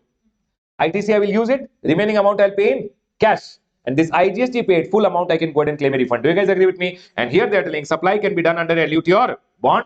Or sir, supply can be on payment of IGST. If you are giving LUT or bond, you don't have to pay any GST. Whatever is the unutilized ITC, you can go ahead and claim a refund. For claiming or refund, you have to read, sir, in our next chapter, refunds ka chapter we will be learning over here. One formula will come, which is rule number 89.4 and 89.5, 89.4 ka formula, where you can go ahead and claim a refund of the unutilized ITC. Just go ahead and apply to the GST officer. You have exported, given LUT or bond, ITC will be refunded. And that is what is told over here, that sir, you can go ahead and claim a refund as per the formula. Just go online, file one RMT01 and your refund will be based on a formula which we are going to learn in the next chapter, refund ka chapter. And sir, process, the GST department will go ahead and give your refund in your bank account. Is my point clear to all of you? Sir, if you have gone ahead and exported goods, everyone listen to very carefully. If you have gone ahead and exported goods, then remember one thing, you would have paid refund of exported goods on payment of IGST. You did not give LUT, but you paid IGST. You would have used your credit.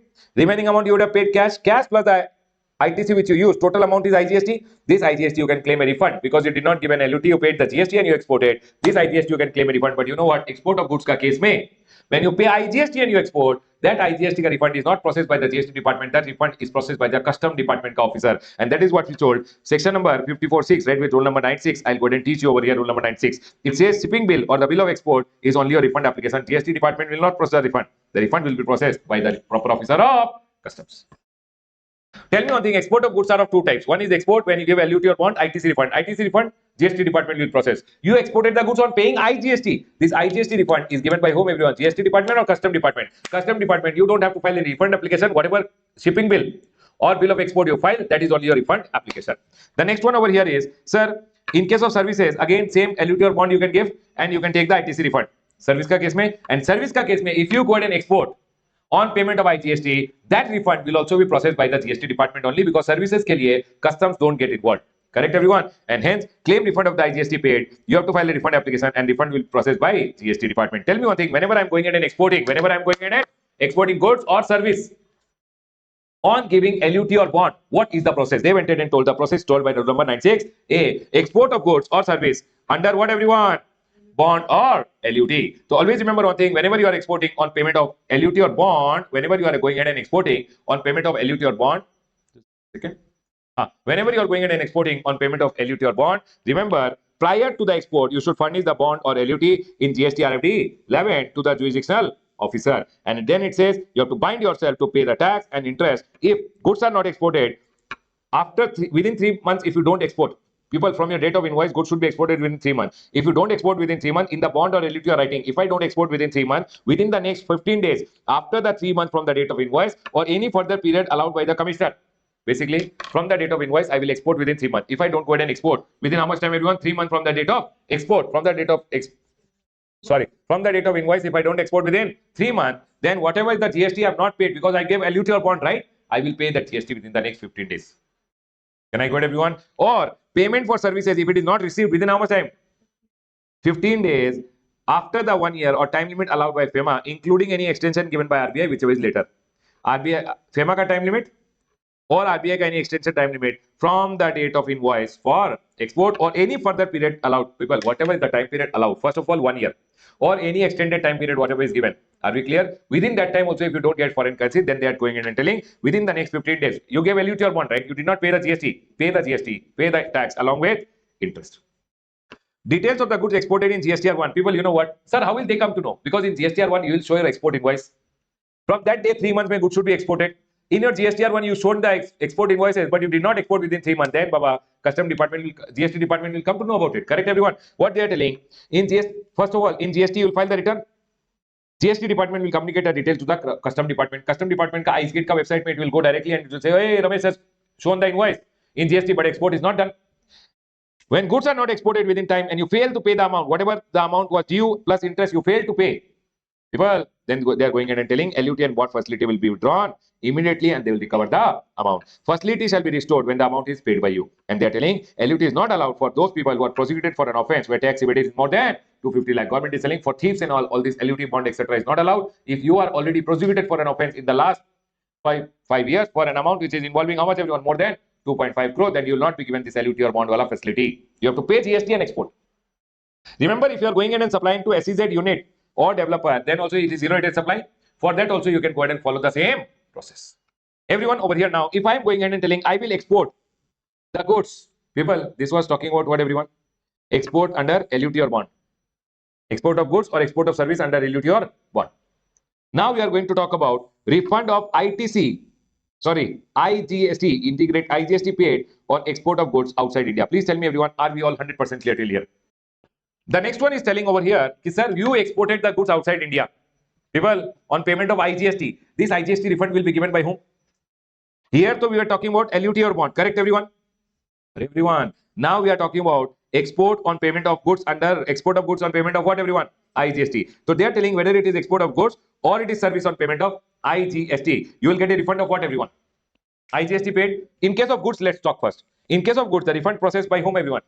Custom department. So they are going in and telling whenever you file a shipping bill is deemed as the refund application. And refund application is deemed to be filed. Number one, everyone, you are going ahead and exporting the goods outside India. When you are exporting the goods outside India, to the custom officer, you will file shipping bill. Everyone, the shipping bill is only your bill of shipping bill is only your refund application. This custom officer who is there, no, he will only process your refund. But sir, when you file shipping bill, just by filing shipping bill, your refund application is filed. No. When you are filing shipping bill, you are telling I am going to export. But have you actually exported? You are telling I paid IGST and exported. Have you actually paid the IGST? They will verify, right? So they are telling shipping bill is deemed refund application and application is deemed to be filed when person in charge files departure manifest or export manifest or report covering the name and number of the shipping bill or bill of export. People, you tell me one thing. The ship is going outside India. The person in charge of the ship, no, when he is going outside India, he files one departure manifest or export manifest saying, telling I am taking the goods and going. If he has gone ahead and filed the departure manifest, number one, that is a confirmation that goods have gone outside India. Because only if the goods leave India, you can take export of GST. Whatever GST is paid on export ka refund. Everyone. So first of all, your departure manifest may should be mentioned. What you are telling in your shipping bill, same goods are the same shipping bill ka details. It is covered in the departure manifest. He is telling, yes sir, relating to the shipping bill, I am taking the goods and going. Secondly, they are telling over here, applicant should file GSTR 3B. You tell me one thing. You are telling I have paid the IGST. Correct, everyone? So how you paid the IGST? You should have filed your GSTR 3B. Only then it's a proof that you have paid the IGST and IGST ka refund will be done. So basically, you should have filed your refund. You should have filed your GSTR 3B and paid your GST because you are asking for a refund of the IGST paid. So first, your shipping bill should be covered in departure manifest. Secondly, you should have paid the IGST. Thirdly, they are going ahead and telling any mismatch between details filed in shipping bill and that which is in GSTR1. You tell me one thing. You will also file your GSTR1, right? In your GSTR1, you will show your export invoice, correct? In your export invoice, you told I have exported goods worth rupees 1 crore. In your shipping bill, it is selling goods worth rupees 80 lakh. Huh? Mismatch, no? Any mismatch, you will have to correct. Such application for refund shall be deemed to be filed on such day when such mismatch with respect to the shipping bill is corrected. You are telling in your export invoice, I exported goods worth rupees 1 crore. In your shipping bill, the goods ka value is only 80 lakh. Why there is a difference? Then they are telling applicant should have undergone Aadhaar authentication. I told you already, refund, RRR. Revocation application, refund application under rule number 89 and 96, which you are learning now, Aadhaar authentication must be done. Number one, tell me one thing, everyone. First of all, when you have filed your shipping bill, that is only your deemed refund application. Do you guys agree with me? And shipping bill is deemed to be filed. Number one, he should have filed departure manifest. In the departure manifest, your shipping bill ka number should be there. Secondly, you should have filed your GSTR 3B. Thirdly, you should have undergone Aadhaar authentication. Then it will be deemed that your refund application is filed. Is my point clear? Who will process your refund now? Custom department ka officer. They are going in and telling, sir, for any refund of additional IGST paid, people, this I'll talk little later. Everyone over here now. This I will not talking now. This I will talk little later. Everyone over here now. Details of export invoices in GSTR1 will be transmitted. So you tell me one thing. You gave your export invoices over here, no, in GSTR1. They will send it to the IceGate portal to verify whether the actually goods are exported outside India or not. Your GSTR1 may export invoices, they will be matched with the shipping bill to see whether the goods have actually gone outside India. So this will be sent to the custom portal and custom it will verify whether the goods have actually left India or not. Then we are going ahead and telling next, upon receipt of information of GSTR 3B being filed, once GSTR1 is filed, export invoices shown, they will verify with the shipping bill whether it is actually exported or not. After that, you have paid the IGST. No, the time you pay the IGST, IceGate or proper officer at custom will process the refund. Custom officer will go ahead and give you a refund. Is my point clear to all of you? Now, they are going ahead and telling withholding or refund. Everyone listen to it very carefully. Now, your refund has to be processed by custom officer. But there are three reasons when your custom officer will withhold your refund. Number one, your custom officer is telling this guy has exported in violation. He has done some violation. Then he will not process the refund. He will withhold it. CBIC ka commissioner told this officer, hey, withhold the refund. If CBIC commissioner tells him, he will withhold. My GST officer, above me, my GST officer is sending no. My jurisdictional officer told him, I withhold, then he will withhold. Number one, my GST officer will tell, then he will withhold. If CBIC ka GST officer says, he will withhold. If he himself finds out, then also he will withhold your refund. Is my point clear to all of you? What they are telling over here, see. Upon request from jurisdictional commissioner or proper officer determines goods are exported in violation, or the commissioner in the board or officer authorized by the board on the basis of data analysis is of the opinion that verification of credential of exporter including ITC availment is essential before granting of refund to safeguard the revenue, then they will withhold your refund. Correct, everyone? You know what, everyone? Whenever refund is withheld, no, you know what? Listen. This custom officer was about to transfer your refund, correct? But he himself told, no, I should withhold. There is something wrong. Or CBIC commissioner told him, I withhold, wait. Or my jurisdictional commissioner told him to withhold. Then this guy will hold the refund. You know what? As soon as the refund is withheld, no, online in the GST portal, no, one GST RFD01 automatically gets created. When he will withhold the refund, no, he will withhold, and online on the GST portal, what will get created? GST RFD01. One refund application automatically on the GST portal will get created. And now you know what will happen. He will tell, now my hands, I have wiped it off. I am not going to process the refund. Now, my GST officer will process the refund, because automatically one RFD01 will go to my GST officer, and my GST officer will now process the refund within the next 60 days. Is my point clear? Whenever a refund is withheld, they are telling, whenever a refund is withheld, claim will be transmitted to the proper officer, as the case may be, electronically through a system generated what? RFD01, and the intimation shall also be sent to the exporter. I will also come to know, oh, my refund is withheld. And the said system generated RFD01 is the deemed refund application, which is deemed to be filed on the date of transmission. What will happen? As soon as he withholds, he will inform to my officer by generating one system generated RFD01, and my GST officer will now process the refund. Again, same. Where refund is withheld under 4B, the proper officer, people 4A or B or C, whenever refund is withheld, then they are telling the proper officer custom will pass the order that the goods have been exported in violation, and such claim will be transmitted to my proper officer, and one system generated RFD01 will be generated, and the intimation shall also be sent to the exporter, and the said system generated RFD01 will be deemed as refund application. You tell me one thing, everyone over here now. I went ahead and filed one shipping bill, and then that is my refund application. But refund application is deemed to be filed when departure manifest is filed. Secondly, I filed my GST 3B. Thirdly, I have done Aadhaar authentication. My refund will be processed by GST department. GST or custom? Custom officer. Basically, he is your GST officer sitting in the custom port. So the custom officer, he is called the proper officer of custom. He'll process my refund. But by chance, he determined that the goods are exported in violation, or my officer determined goods are exported in violation, or CBIC officer, based on these parameters, told the goods are, the refund should not be done. My proper officer or CBIC officer informed him, or he went in and found out there is something wrong, then refund will be withheld. But whenever refund is withheld, automatically one RFD01 refund application will get generated, and now refund will be processed by whom? GST officer. Custom officer will say, my work is done. I will not process the refund anymore. Is my point clear to all of you? And here it says, for notified goods, Baba, there are some notified goods for which the government of India says will not give the refund to the exporter, will give the refund to the government of Bhutan and Nepal. They basically government of Bhutan. This total bakwas. Baba, tell me one thing. For goods, you understood. For services, remember one thing. For services export, custom department will not come. If you pay IGST and export, normal refund application to be filed, and GST department will process your refund. I've written over here for refund of IGST paid on services. For refund of IGST paid on service, remember RFD01 you file with the GST department, and it shall be dealt as per rule number 89. Means your GST department will process the refund. Are we all clear till here? People, I went ahead and told you whenever you are giving LUT or bond, how to go about. Rule number 96A. Whenever you are exporting by paying of IGST, how to go about, that is told by rule number 96. One of the very important section now. Tell me one thing, everyone. Export of service mein to supplier should be in India, recipient is outside India, place of supply is outside India. If I receive foreign convertible currency, only then it is export of service. It means foreign convertible currency should be received, only then it is export of service. And then only I'll get refund of ITC or the IGST paid. Correct?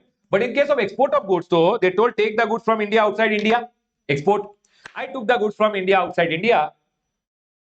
If ITC was there, ITC refund was given. Or if IGST paid was there, GST custom department gave me IGST refund. But you know what? In case of export of goods of foreign currency, they never told.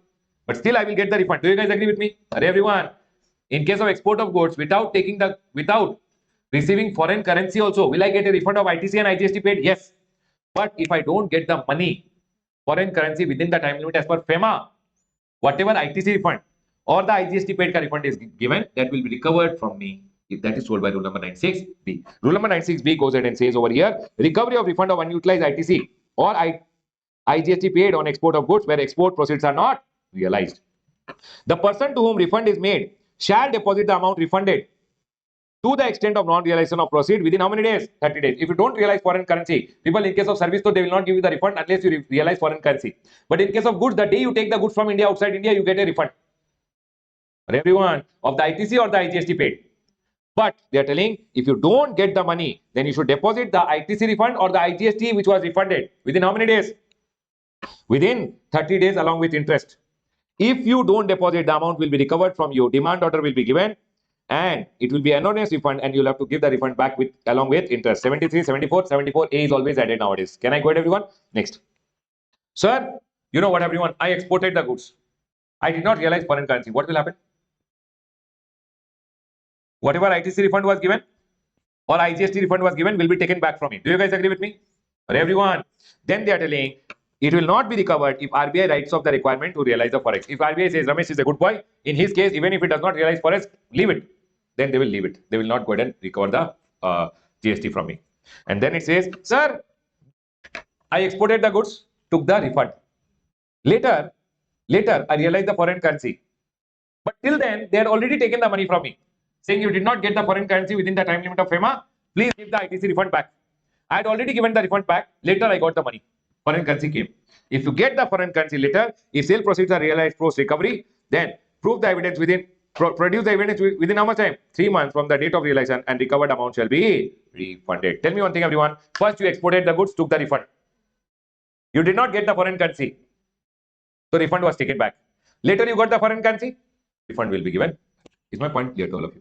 Can I go ahead, everyone? That's all, everyone, from this chapter. Sir, what kind of a chapter? Again, a C-graded chapter. But you never know from rule number 96A, 96, and this 96B. The most important part being 96B, everyone. Done, everyone? Closing my chapter, revision of exports under GST over here. Exports under GST. All right, people, let's go ahead and now start the next chapter. The most important chapter, again, A-graded chapter from exam point of view. But it sometimes happens they don't ask question on that also. But still, I believe it's a A-graded chapter for your September, January attempt onwards. It is a A-graded chapter. They should go ahead and ask a small question. Let's go ahead and start with the chapter of refund. My fund is there with the government. I want it back, and hence the chapter of refund. Your fund with the government, you want it back, and hence the chapter of refund. Sir, giving money is very easy, but taking it back is very difficult.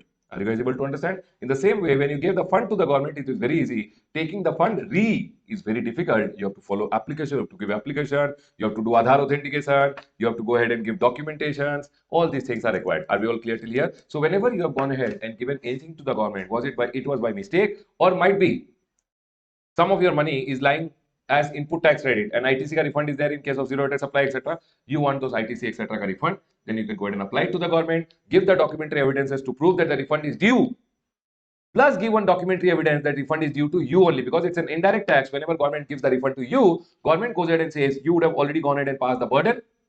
I want a proof from you that you have not passed on the burden to the ultimate consumer, and that is why you have to give a documentary evidence to prove the refund is due to me only. And hence there are three things which you have to go ahead and always give when you're filing a refund. One is your application.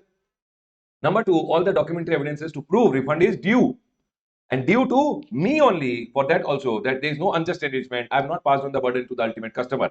You have to go ahead and give one documentary evidence, which is basically a CS certificate. Can we go ahead, everyone? Everyone, let's go ahead and start with refund. Baba, whenever anyone wants a refund, applicant can be any person. Any person means what, sir? He can be a supplier also. He can be a recipient also. He can be the e-commerce operator also. Whoever has paid the tax, he can go ahead and apply for a refund. Always remember, whenever you want to apply for refund, you should go within how much time, everyone? 2 years. Do you remember UIN holders, embassies, consulates, etc.? Whatever they buy, whatever tax they have paid, it goes to the government, and government gives them a refund. So, Baba, all these UIN holders also have to apply within how much time, everyone? 2 years. And remember one thing. Now, sir, for application, first of all, you have to do Aadhaar authentication. Whenever you are going in and applying, you should do what, everyone? Subject to rule number 10B. Do you remember rule number 10B went and told whenever you are applying for refund under rule number 89? Today we are learning section number 54, which is refund, read with rule number 89 over here. Can we go ahead, everyone? So basically, whenever you are going in and applying for refund, then sir, first of all, you should do your Aadhaar authentication, plus you should give your application. Along with that, you should give documentary evidence or undertaking or statement to prove that the refund is due, and that the refund is due to me only. For that, you have to give another documentary evidence to prove that there is no unjust enrichment. If the amount is less than 2 lakh rupees, then it's self declaration. If the amount is more than equal to 2 lakh, it is CA certificate. Are we all clear to here? Clear to all of you? Am I clear, everyone? What are the three things, everyone? First of all, you have to go ahead and give a application. Along with that, documentary evidence to prove refund is due, and due to me only. For that, again, you have to go ahead and attach one documentary evidence. Can I go ahead, everyone? Now, you tell me one thing. Sir, whenever you are applying for refund, within 2 years you have to apply. Can you tell me, sir, what do you mean by 2 years? From which date? From which date 2 years? So, they have gone ahead and told relevant date, say how much time, everyone? 2 years. And relevant date in different scenarios is different. They have gone ahead and told what are the various scenarios you will get the refund, what are the various scenarios you will get the refund. In that, all scenarios, from the relevant date, you should apply within 2 years. Are we all clear till here? Along with what documentary evidence you should apply, I'll go ahead and talk over here. Saying, sir, what are the situation your refund is due? You have to apply within 2 years from relevant date. And what are the documentary evidence you have to give that the refund is due? Plus the refund is due to me only, for that you have to give undertaking self-declaration if the amount is less than 2 lakh, 2 lakh or above CA certificate. That is okay, sir. So, sir, can you tell me, I have to apply for refund within how much time, everyone? 2 years from relevant date. So, relevant date say 2 years. What do you mean by relevant date? If in different scenarios when refund is due, relevant dates are different. So, government went ahead and told, if you have exported the goods by sea or air or by land or post, then, sir, which day I should run? Baba, run. You should apply within how much time, everyone? 2 years. Because if you don't go ahead and apply within 2 years, your refund will become time barred and you will not get the refund. And that is why time is the essence over here. So they go ahead and say, the day your ship or aircraft left India, no. So you have gone ahead and exported the goods by ship or aircraft. The day the ship or aircraft left, run, Baba, run, apply for a refund. Then they went ahead and told, the day in case of export by land ka case mein, there is no ship wala case. So they say when the goods pass the frontier, means when they left the custom ka border, you run and you apply for a refund. If you have exported the goods by post, the day goods are dispatched by the post office, you should run and apply within how much time, everyone? 2 years. Is my point clear to all of you? And along with that, you should give a documentary evidence. Whenever you are going in and exporting the goods, you will file your shipping bill or shipping bill or bill of export. So they are telling, first of all, make one statement.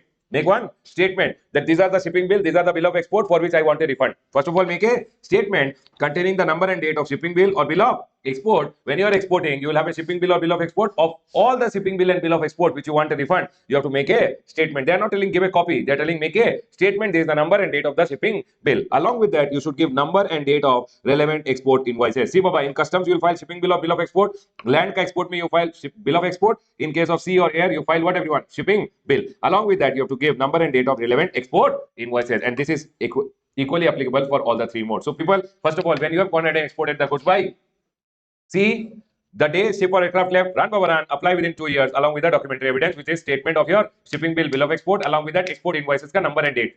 And everyone, number and date. They are not asking a copy, they are asking the statement. Statement, correct, everyone? A statement which has the number and date of the relevant export invoices. Again, land export, the day the goods left the custom border. Sir, if it is post, then the day goods are dispatched by the post office. Again, sir, if I have gone in and exported service, Baba, in case of service, payment realization is very important. And hence they go and say, sir, remember, later of date of invoice, you make the invoice in this month, payment you realize in next month, your refund will be given to you in the next month only. Because for export of service, what is export of service? Supplies in India, recipient is outside India, place of supply is outside India. What you have received is foreign convertible currency. So currency receipt is very important for export of service. Goods ka case mein to goods left India, export. You take a refund. But if you don't get the money within time limit of FEMA, you have to give the back the refund amount. Do you guys remember, everyone? Rule number 96B. But in case of service, so it is export and you will get refund only if foreign currency. So date of invoice or date of payment, whichever is later. I raised the invoice in January, received the payment in February. So February, the day I received the payment, I should run and apply within how much time, everyone? 2 years. Sir, and along with that, again, you have to give a statement containing the number and date of export invoices. Along with that, bank realization certificate or foreign inward remittance certificate that you have received the payment. Everyone over here now. The next one, if you are going ahead and supplying goods or service to an SEZ unit or developer, that SEZ unit or developer. So if I have gone ahead and supplied to an SEZ unit or an SEZ developer, they are going ahead and telling due date of return under section number 39 with respect to that supply, that is a relevant date. So for an example, I have supplied in January. January month ka due date is 20th February. January month I have supplied to SEZ. January month ka due date is 20th February. From 20th February, within 2 years, I can go ahead and apply for the refund of the taxes which I paid on my export to, on my supply to SEZ unit. Because SEZ unit ko when you are going and supplying, or SEZ developer ko when you are going and supplying, that's a zero rate supply. Whatever taxes you have paid, the IGST paid, you can go ahead and claim a refund. Within how much time? 2 years from the due date of the return. Along with that, you have to give a statement of the containing. Baba, this is containing the number and date of invoice. Along with that, one endorsement is also there. Sir, what is this endorsement? See, Baba, whenever you supply goods or service to an SEZ, no, SEZ ka one authorized specified officer will be there who will sign that invoice and he'll put one seal and give, we have received the goods in the SEZ. So always remember, whenever you are supplied to an SEZ, SEZ may one SEZ ka specified officer is there who will go ahead and sign saying we have received the goods in the SEZ. That endorsement is very, very important. Only then your refund will be given. Along with that, you should also give payment detail in case of service. In case of service, also supply to an SEZ unit or developer. But do you remember supplying outside India exports or supplying to an SEZ? Both are zero rated. So in case of export of goods or service, whatever GST is paid, or whenever you are supplying to SEZ unit or developer, whatever is the GST paid, you will get a refund. Here it is due date of return plus along with the statement containing the number and date of invoice plus endorsement plus. In case of service, you should also give a proof that the payment has been realized from the SEZ unit or developer. The next one over here is deemed export. People, what do you mean by deemed export? Everyone listen to me very carefully. Deemed export, in exports under GST, the chapter, you have one concept of deemed export. Deemed export. See, Baba, these are goods which don't leave India. But even if you are supplying those goods in India, the government is telling, I will go ahead and deem your activity as what everyone? Export. So this is the concept of export. When your goods which you have supplied don't leave India, but still government goes ahead and says, I will deem your activity to be a export activity, and that is called deemed export, everyone. Let's understand.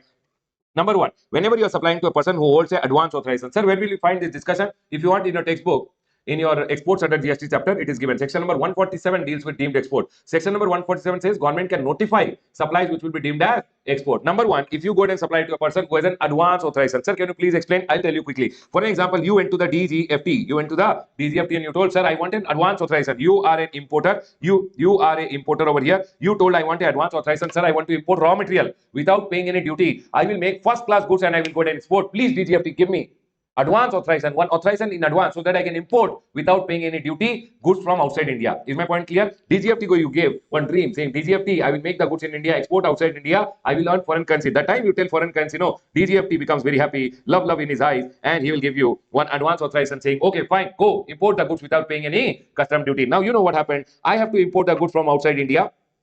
For example, 10 crore rupees ka advance authorization has been given, then I don't have to pay any custom duty. Do you guys agree with me? Now, you know what? Instead of going ahead and if I import the goods, I will spend foreign currency, right? But everyone, then I'll make the finished goods and I'll export and earn foreign currency. Do you guys agree with me?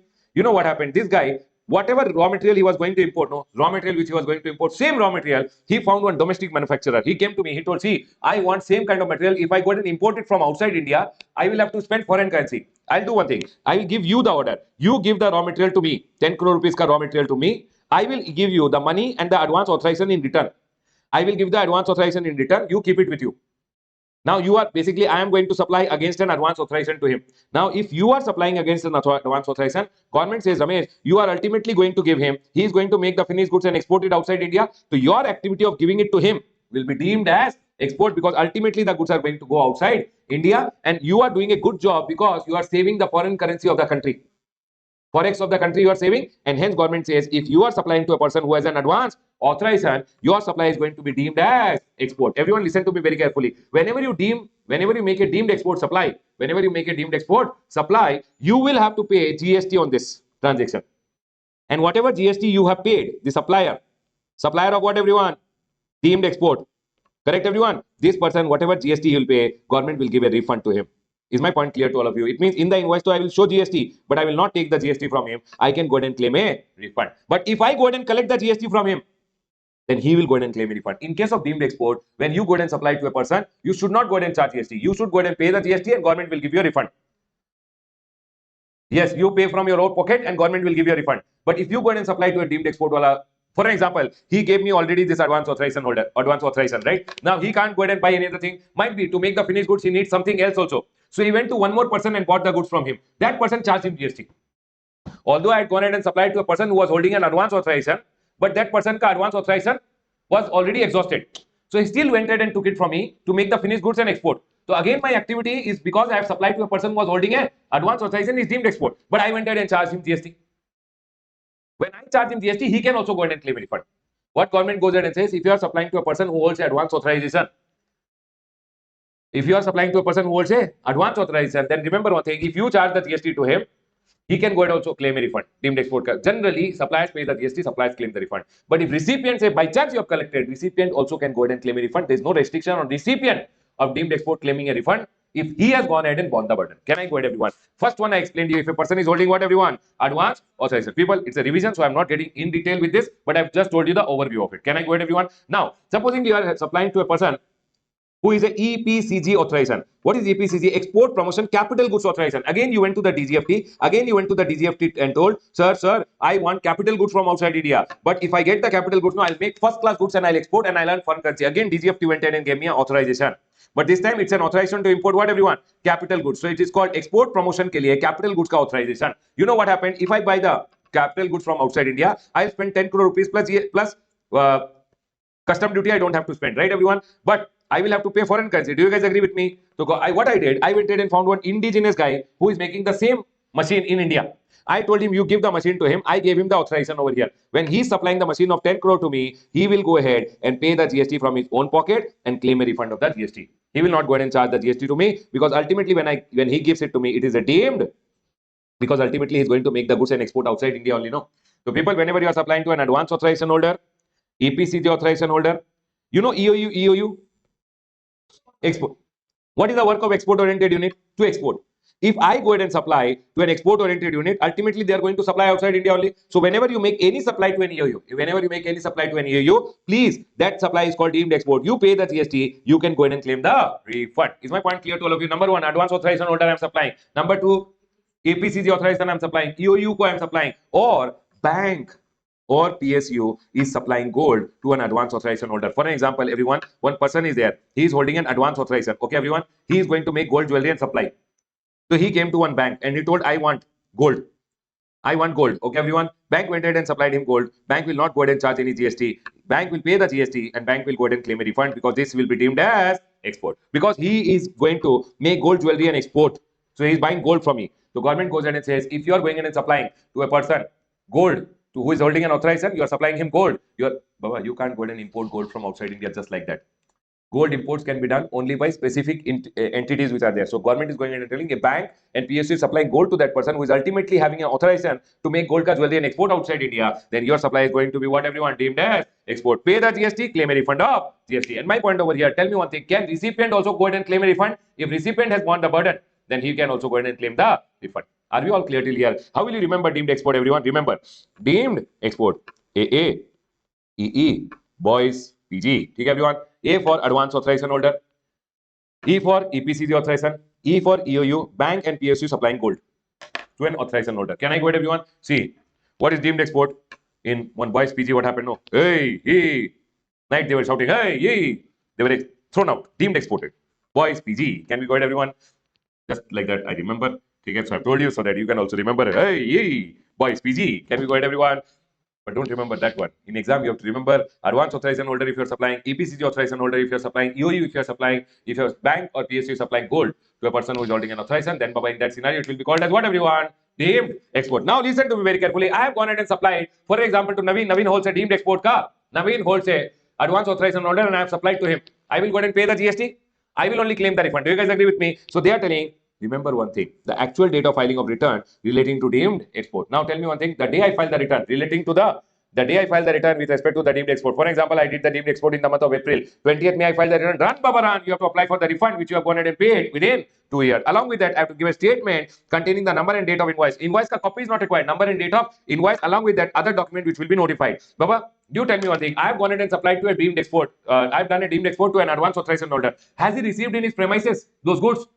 So I have to go ahead and take an acknowledgement by the jurisdictional tax officer of the advance authorization holder, EPCG authorization holder, that they have received the goods in their premises, or tax invoice signed by the EOU. In case of EOU, from its jurisdictional officer not required. If the EOU signs no on the invoice saying that we have received the goods, that is also enough. That supplies are received by whom? People, if I've gone and supplied to EOU, if I've supplied to advance authorization holder or EPC authorization holder, first of all, advance authorization or EPCG ka jurisdictional tax officer say I should take in writing that they have gone ahead and received the goods. Secondly, EOU should sign in the invoice and say we have received the goods. Secondly, sir, you tell me one thing. I went ahead and gave you an invoice in which I have gone ahead and charged GST. What if I am going ahead and claiming a refund of the tax? You also take the ITC, or you also go ahead and claim a refund as a recipient. So you should take an undertaking by the recipient that no ITC will be taken by him and he will also not file a refund application. My question to all of you, can a supplier of deemed export go ahead and take a refund? Yes. Can a recipient of deemed export also take a refund? Yes. But whenever supplier is applying for refund, remember one thing, whenever supplier is applying for refund, he should go ahead and make sure that he gives an undertaking from the recipient. The recipient will not take ITC also, he will not claim a refund also. Now, one point which I want to tell you, if supplier is claiming a refund or recipient of deemed export is claiming a refund, any one of them claiming a refund, they will apply within how much time? 2 years. 2 years from what date? The day when supplier files the return with respect to the deemed export. So I went ahead and supplied you in the month of April. I filed the return on 20th May. If I am applying for refund, then also I should apply from my date 20th May within 2 years. And the day I file the return, actual date of filing, from that day you should also apply within 2 years. Whether it is supplier's return is important over here. From supplier's return, supplier also can go ahead and claim within 2 years and recipient also can claim within 2 years, but it will depend on whose return? Supplier's return. The next one over here now. Sir, one court ka judgment came and whatever is the tax paid became refundable. Do you remember, everyone? Whenever you go ahead and pay pre-deposit, appellate authority, appellate tribunal, high court, supreme court, you have gone and deposited the tax. Now court ka judgment came and your refund is due. Then they are going and telling the day the judgment has been communicated, run Baba run. Not that the day judgment came, the day judgment was communicated, run Baba run. You should go ahead and apply within how much time, everyone? 2 years. And they have gone ahead and told, please give the reference number of the order. Please give a reference number of the order and copy of the order passed. Plus, sir, I've done the pre-deposit ka payment. That reference number also has to be given. RST, order has come because of its refund is due. Plus, pre-deposit was given. That ka details that I've given the pre-deposit and your refund will be processed. The second one, refund of unutilized ITC. Can you tell me, everyone, unutilized ITC ka refund can be taken only in two scenarios. One is zero rated supply. Number two, if your input pay rate is more and output pay rate is less, it's called inverted duty structure. In that scenario also refund is there. Correct, everyone? Now, in case of input tax credit ka refund, there is only two scenarios, right, everyone? And sir, the due date of return under section number 39. So, for example, I have gone ahead and made one zero rated supply in this year. Zero rated supply in the month of April. April ka 28th May is the due date. From that day, I should run and apply within how much time, everyone? 2 years. They have gone ahead and told the due date of return under section number 39. And also, I should give a number statement of number and date of invoices received and issued. Sir, these were the invoices received. These are my export invoices issued. For that, I should make one statement and give it to the government. I should say, sir, these are the input tax rate for which I want a refund, and these are my sales which are there. You can see, sir. Next. Provisionally paid tax. Do you remember, everyone? You can go ahead and pay tax provisionally also. Array, provisional assessment. You paid provisionally 6 lakh. Later, it turned out you have to pay 5 lakh. Refund will be there. So what happened? Provisionally paid tax. No, when final assessment order comes, final assessment ke baad, department does one adjustment. Adjustment of provisionally paid tax with final amount. That's called a adjustment. That, sir, 6 lakh say 5 lakh had been adjusted. So the day adjustment is done, from that day you can apply for refund within how much time, everyone? 2 years. It says the date of adjustment of tax, and you have to give a reference number and copy of the final assessment order. Because of the final assessment order, your refund is due. So you have to give a reference number of the final assessment order. Person other than supplier. Can you tell me? I have gone ahead and supplied you some goods. Instead of 18, I charge you 28. I should have, if I apply for refund, refund will not come in my bank account. It will directly go to consumer welfare fund. Whenever refund is due, no, if you can't prove that the refund is due to you only, refund goes where? Consumer welfare fund. For example, Naveen came to my shop. Instead of charging 18%, I went ahead and charged him 28%. It means 10% charge extra. That refund will be given, but it will not be given to me. It will be put in consumer welfare fund. So if Naveen comes to me, no, I will tell Naveen, you do one thing. You directly apply for refund. Can Naveen also apply for refund? Baba, any person can apply for refund. Any person who wants to be a beggar can become a beggar. Means you can go ahead and apply for refund. You are a supply recipient. Any person who has borne the burden. So they are going ahead and telling, if you are a person other than the supplier, the day you receive the goods, you should go ahead and apply for a refund. They have not gone ahead and told anything, but you can make a statement saying, sir, these goods were there, 18% GST is applicable. I have paid 28, 10% is the differential, which is the refund amount. Can I go ahead? Are we all clear? Everyone over here now, the next one. Wrong classification. Bible, wrong classification. You remember, everyone, I paid IGST by mistake. Now I have to pay, actually, it is intra and I should have paid CGST as GST. To pay the CGST as GST, correct tax, and wrong tax, you will be given a refund.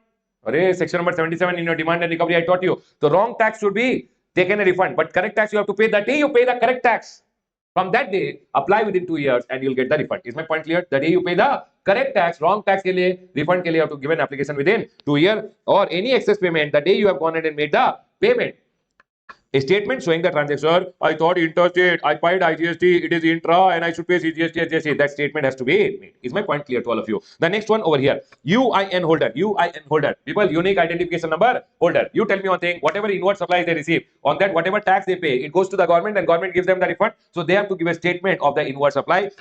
Sir, within how much time they should apply? 2 years, no? From which day? The day quarter gets over, no? Quarter means April, May, June. Last day of the quarter, say, in which supplies were received. From that day, you should apply within how much time, everyone? 2 years. And remember one thing, they should just give a statement of inward supply in which form? GSTR 11. People, you tell me, why am I UN holder? Whatever GST I have gone ahead and paid, I will get a refund. I should apply within 2 years. From which day? That quarter I have received the inward supplies. That quarter ka last day, say I should apply within 2 years.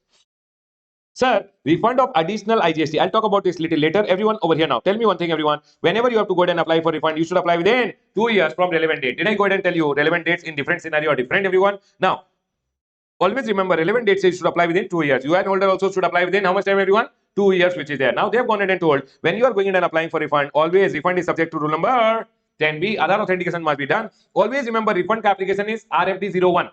But CSD canteens, you know CSD canteen, army canteens which are there, CSD canteens can go ahead and take a refund of whatever they purchase. No, 50% of the tax paid, they go ahead and get a refund. And for them, the application is GST RFD 10A. This is just for your knowledge, they have RFD 10A. Otherwise, normally people go ahead and file what, everyone? RFD 01. So you tell me one thing, I have to go ahead and apply for refund. First document I need is RFD 01 application. I should fill my application. Secondly, I have to give a documentary evidence, which I've already gone ahead and told you over here. Give your documentary evidence. Can I go ahead, everyone? The next one over here is plus One documentary evidence. See, sir, refund is due, and refund is due to me only. For that, you have to go ahead and give a documentary evidence, which is a undertaking, self-undertaking. Basically, if the amount is less than 2 lakh, if the amount is 2 lakh or above, CA has to go ahead and certify that you have not gone ahead and passed the burden to someone else. Is my point clear to all of you, everyone? Remember one thing: some cases, this proof of unjust enrichment is not required. It means you don't have to give a CA certificate at all. Not required. What are the cases when you don't have to give a CS certificate? Remember, section number 54(8) says unjust enrichment is not applicable in case of tax paid. Or people tell me one thing: zero rated supply. Zero rated supply is of two types, right, everyone? Number one is exports. Number two is SCZ, when you are going in and supplying. Correct, everyone? If you are going in and exporting, you'll give LUT or bond, or you can pay IGST and export. Here also you can give LUT or bond, or you can pay IGST and export. Do you guys agree with me? What they are going in and telling, in case of export of goods, services, or both, whatever IGST paid or ITC का refund you are asking, both का case में unjust enrichment is not applicable. Unjust enrichment is not applicable. It means you don't have to give any documentary evidence. If you have gone in and exported, what when you export, no person outside India will never pay you India ka taxes, and hence whatever in case of export you have paid the GST, you can go ahead and claim a refund, or whatever unutilized ITC is there, you can claim a refund. You don't have to give any proof of unjust enrichment. But sir, SCZ ka case mein they have gone ahead and told whenever unutilized ITC is under section number 54(3), that basically ITC refund on SCZ supply. People remember one thing: LUT or bond you have given, you want ITC refund? No, baba. ITC refund can unjust enrichment is not applicable. But in case of IGST refund, whenever you have gone ahead and supplied to an SEZ, unjust enrichment is applicable. Basically, you have to go ahead and prove that you have not gone ahead and passed on the burden. So you have to go ahead and give a CA certificate. The next one over here is, sir, if you have gone ahead and paid tax on advance, people tell me one thing: you went in and gave me some advance, I have gone ahead and paid the tax on advance, I issued you a receipt voucher. On services, I paid the advance. Now, when I'm going to claim the refund of the GST paid on my advance, for example, I refunded your money, government will also refund my GST paid on advance. So in that scenario, unjust enrichment is not applicable. No invoice was issued, refund voucher was issued. Your refund voucher is a proof that you have gone ahead and gave the money back to the person. Government will also give your money back. Tax paid in pursuance of section number 77. People, you tell me one thing: I paid wrong tax, interstate I assumed, and I paid IGST. IGST have to claim a refund. I don't have to give any proof of unjust enrichment. Do you think my customer will pay me CGST, GST, IGST, everything? So if I paid IGST by mistake, I can go ahead and claim a refund. I should apply within 2 years from which date? Correct tax. Very good, everyone. The day I've gone ahead and paid the correct tax, but proof of unjust enrichment is not applicable. And the last one: any tax or interest borne by notified class of applicant, if government have gone ahead and notified that class of applicant is also not required to go ahead and give any proof of unjust enrichment. Is my point clear to all of you? Everyone over here now, tell me one thing. People, whenever, very easy, you know what, refunds is my favorite chapter because nothing is there in the chapter. It is very easy chapter, but the only thing is the chapter is so lengthy, students think it is difficult, but there is nothing in the chapter. The chapter is filled only with one chart and all others are circular clarifications. Can I go ahead, everyone? Because you know what, everyone, giving money is easy, taking it back, no, lot of problems are there. You would have already seen, give your friend some money, try to take it back, there will be a lot of things which are there. Correct or not? In the same way, government is telling this will not be acceptable, that will not be acceptable, this will not be given, other authentication you do, whatever possible. You missed one thing, gone. Can I go ahead, everyone? Everyone over here now, listen. Whenever you are applying for refund, you should apply within how much time? 2 years. Whenever you apply, you should give document evidence to say refund is due and due to you only. For that, you have to give one document which is called what, everyone? One second. Okay, audio is fine. Okay, everyone over here now, tell me one thing. From the relevant date, you should apply within 2 years along with an application RFD 01. Along with that, you have to go ahead and give what, everyone? Documentary evidence to prove refund is due, and refund is due to you only. You have to give documentary evidence. I've gone ahead and told you everything. Now you all have to go ahead and apply for refund. You applied for refund. People, you know what, everyone? The day you apply for refund from your e-cash ledger, see, if you have paid wrong tax and you have applied for refund, that clearly there is no debit in the e-cash or e-credit. Whatever you have paid wrongly, you are asking for a refund. But if you have want your e-cash ledger ka refund, e-credit ledger ka ITC refund, then always whenever you apply for refund, you know what they go ahead and say, immediately when you apply for refund, it will get debited. The ledger will get debited. When the money will come in your bank account. So when you apply for refund, they are going in and telling amount will be debited from your e-cash ledger or credit ledger, and one application reference number will be generated. Now you tell me one thing, you gave your document, everything, right? Now officer's work will come. Officer will start the verification of the document, whether application is fine. Documentary evidence are given. Documentary evidence to prove there is no adjustment enrichment has been given. If he finds all the documents correct, first he will do a preliminary check of all the three. And so basically the application will be transferred to the jurisdictional officer. He verifies application for completeness. And within 15 days from year end, he will go ahead and give one acknowledgement. Everyone listen to very carefully. If the application is complete, just give me a second, everyone. If the application is complete, he will go ahead and give me what, everyone? If the application is Complete, he will go ahead and give me incomplete or complete. Complete, then he will give me an acknowledgement in GST RFD02 indicating the date of filing the claim. RFD02, wherein he will go ahead and indicate the date of filing the claim. But sir, if application is not complete, then what will happen? People tell me one thing. You know why? It is very important that application should be complete, because if the application is incomplete, no, he'll issue a deficiency memo in RFD03 saying these are the deficiencies, and whatever amount was debited, no, it will be recredited in your e-cash ledger and credit ledger. Now he'll tell, go ahead, file a fresh application. Remember one thing, amount recredited to your e-cash ledger, now you have to file a fresh application. Why they are telling a fresh application? You know what? Because from the date of application, no, your money will be given to you in your bank account within 60 days, not from the date of acknowledgement. From the date of filing, the money always comes to your bank account within how many days? 60 days. And hence they go ahead and say, if you have filed an application and there is a deficiency, we'll reject the complete application. You have to go ahead and file a new application. So they don't reject it, they go ahead and give a deficiency memo saying these are the problems, deficiencies, please correct and file a fresh application, because the day you file an application, from that day you are given how many days? Money in your bank account within 60 days. If the money does not come in your bank account within 60 days, department has to give you interest also. Government has to give you interest. And that is why date of filing is very important. Now everyone listen to me very carefully. What did I tell you till now? I went ahead and told, sir, first of all, relevant date will be there. From there, 2 years may, they will go ahead and give you what? First of all, you have to do Aadhaar authentication and file one GST RFD01 along with the documentary evidence, to prove no unjust enrichment. Now what will happen once you go ahead and file your application? Correct everyone? Then GST officer will take 15 days ka time, and he will give you what everyone? Acknowledgement that we have gone ahead and received your application. And you know what? In the acknowledgement they will say this is your date of application, because from the date of application I should get the refund within how much time in my bank account? 60 days. Is my point clear to all of you? Now sir, what if they don't give an acknowledgement and they give a deficiency memo? If they give a deficiency memo, file a fresh application after correcting everything, and after that again acknowledgement will be given, and from this application you will get 60 days ka time mein bank account mein money. Is my point clear to all of you? Now you tell me one thing, they went ahead and gave you a deficiency memo saying, sir, see, people, relevant date say 2 years was about to get over here. Might be 30th December, 2 years was going to get over. You know what? You filed your application on 28th December. Refund application filed within 2 years. Now you thought money will come in your bank account, but here what happened? Deficiency memo came. He told deficiency. Now you have to file a fresh application. But sir, 2 years to gone over here. Yes or no? So what they are going ahead and telling, if you filed an application and deficiency memo was given and they took 10 days for this thing, then they will give you additionally 10 days to file a fresh application, because 2 years is already gone.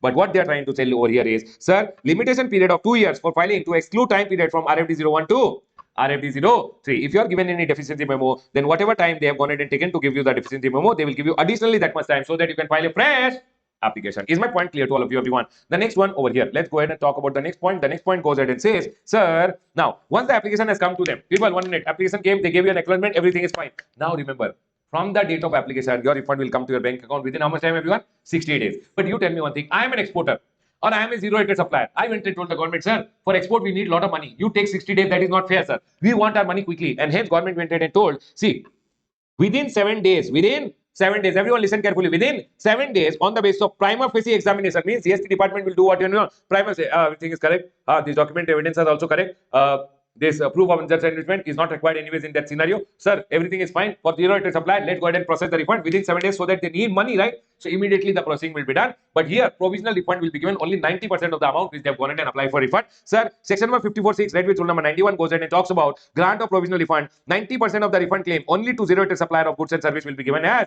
refund. Remember one thing, for that officer will always pass a provisional refund order RFD04, and you know what, everyone, whenever a refund is given, along with the refund, one payment order is very important. People listen to me very carefully.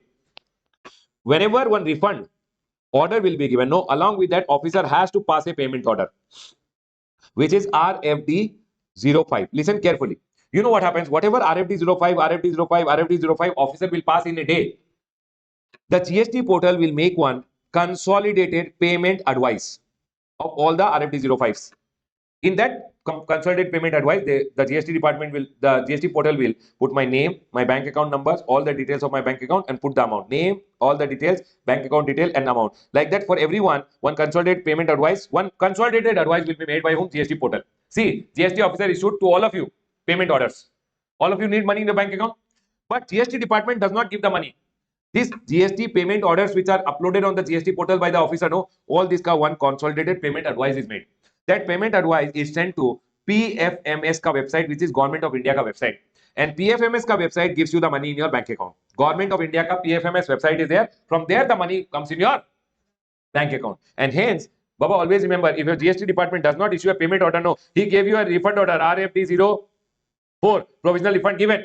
But payment order was not given by you, then your money will never come to your bank account, because only on the basis of payment order, consolidated payment advice is prepared, where your bank account, your amount, your bank account, your amount, your bank account amount, for everyone it is made.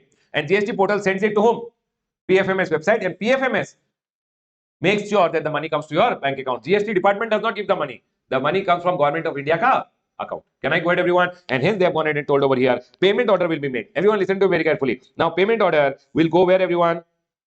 Payment order, say portal will create one consolidated payment advice, and based on the payment advice will be shared with PFMS website, public financial management system, and the amount will come in your bank account. But definitely it will not take so much time. I've just connected it over there. Can I go ahead, everyone? Tell me one thing, everyone. What did I tell you till now? I went ahead and told whenever relevant date is there, everyone. This is very easy. Listen, relevant date is there. You should apply within how much time, everyone? 2 years. 2 years from relevant date. Give your RFD01 application. Application के साथ documentary evidence, along with documentary evidence to prove that there was no unjust enrichment. Now you have to go ahead and apply. Once you apply, from application 60 days, money should come in your bank account. So officers generally take 15 days, maximum 15. They will give you the acknowledgement within 1-2 days only. Because for them, application date se money has to be given. So they will go ahead and take maximum 15 days, and they will give you the acknowledgement. Either they will give you acknowledgement or deficiency memo. If they give you deficiency memo, you have to file a fresh application. If they give you an acknowledgement, from the date of acknowledgement, from the date of application, money comes in your bank account within 60 days. But from the date of acknowledgement, provisional refund is given to zero rated supplier. Within how many days? 7 days. For that, they will issue provisional refund order, and 90% amount will be given as refund. But you know what? Officer was checking on preliminary basis, and he told what provisional? I will give full refund only to him. Can the officer do that? Yes, Baba. If officer is satisfied, or if officer is satisfied that no further scrutiny is required, then he will give a final section order in GST RFD 06. Along with that, he will issue a payment order in RFD 05. Remember one thing, if he gives a final refund, that is RFD 06, again the payment order will go to PFMS website, and PFMS website says the money will come in your bank account. Remember one thing, if you are a thief who has been prosecuted of an offense of more than 2.5 crore in the last 5 years, then Baba, for you provisional refund is not there. Only when they check everything, only then they will give you the final refund only. Can I go ahead, everyone? Everyone over here now, tell me one thing, I am not a zero rated supplier, normal person who wants a refund. Then all the verification etc will be done, processing of application will be done, and refund will come to my bank account within how much time, everyone? See what happened now. See, if you see over here, already we went ahead and utilized 15 days. Do you guys agree with me? Already the officer is utilized 15 days, correct? He have 45 days. In 45 days, if he takes 45 days, then when it will go to the PFMS website, say money will come in your bank account, it will take time. Do you guys agree with me? Baba, GST officer के लिए actual time limit to issue refund order is 60 days only. But now government have advised the GST officer, see GST officer, already you ate off 15 days. After that, you please take only 30 days. Give the refund sanction, because after that, the details will go to the PFMS website, money to come to the bank account, it takes time. And that's why, Baba, generally the refund order passing ka time limit is 60 days only. But proper officers are advised that please make sure that the refund if refund is inadmissible, send them one love letter.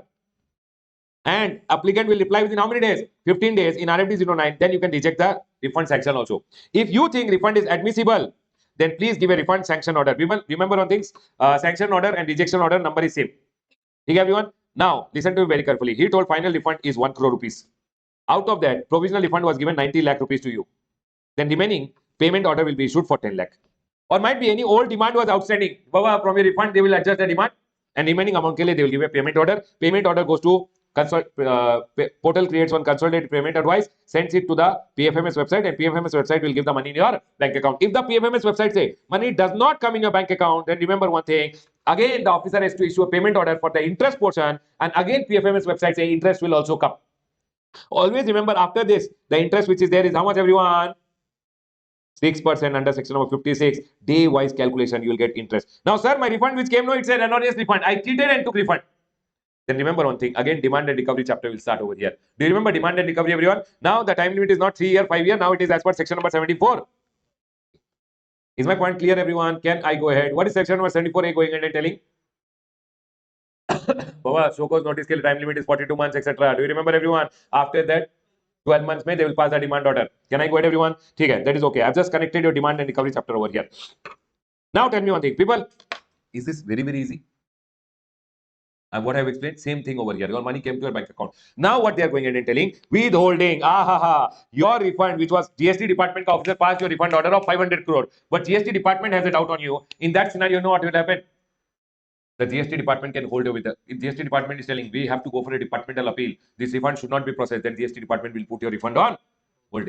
What they are telling over here, refund is due. If you have defaulted in returns or you are liable to pay tax interest penalty, any demand is outstanding, then proper officer will withhold the refund, deduct the tax interest penalty late fee or any other amount unpaid. People, this is your proper officer can withhold. Your proper officer went ahead and passed a refund order. People, when can your proper officer withhold? When you have not filed your return, not paid your tax interest, you'll tell, hey, I'll not give your money. First file the return, pay all your tax interest, etc. Proper officer gave you a refund order of 500 crore. GST commissioner has a doubt on this order. GST department ka commissioner is telling, I'll go for an appeal, departmental appeal. So GST officer can say, hey, proper officer ka order which is there, put it on hold. Don't process the refund. So in this scenario, they're telling withholding by the. If refund is subject matter of appeal or further proceeding likely to go ahead and affect the revenue, if he process the refund, he'll run away. Don't give the refund.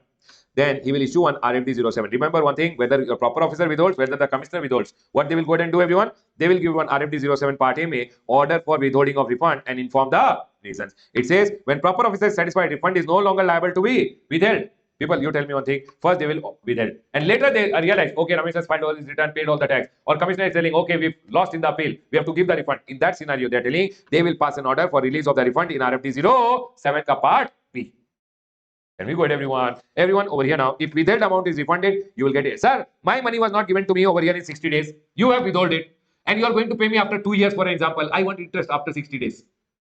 Whenever they will withhold your refund, if they give you the money back, they will have to pay along with interest. Sir, one point over here, in rule number 921A, I'll tell you what is rule number 921A telling. People, you know what? People are very smart. People go ahead and file the return like this. Listen. For example, this is the return for the month of April. You know what I will go ahead and do? I will go ahead and file the return on 20th May, where I will go ahead and tell my output tax liability is supposedly 10 lakh rupees. Input tax credit I have 12 lakh. So I will tell, by mistake I paid 12 lakh. I told, oh, by mistake I calculated instead of 10, 12 lakh, and input was 12. I paid 0 to the government. I became hero. Now what will happen? I paid 2 lakh rupees extra. I will go ahead and file a refund application. And you know what happened? 2 lakh rupees came to my bank account. Maja? Correct? No? Government told you think I am a fool. Your input tax credit, you converted it into cash. But input tax credit ka refund is not there only. You told by mistake I paid tax using my credit. Government will tell no problem. This 2 lakh rupees, no. I have to give you back, no.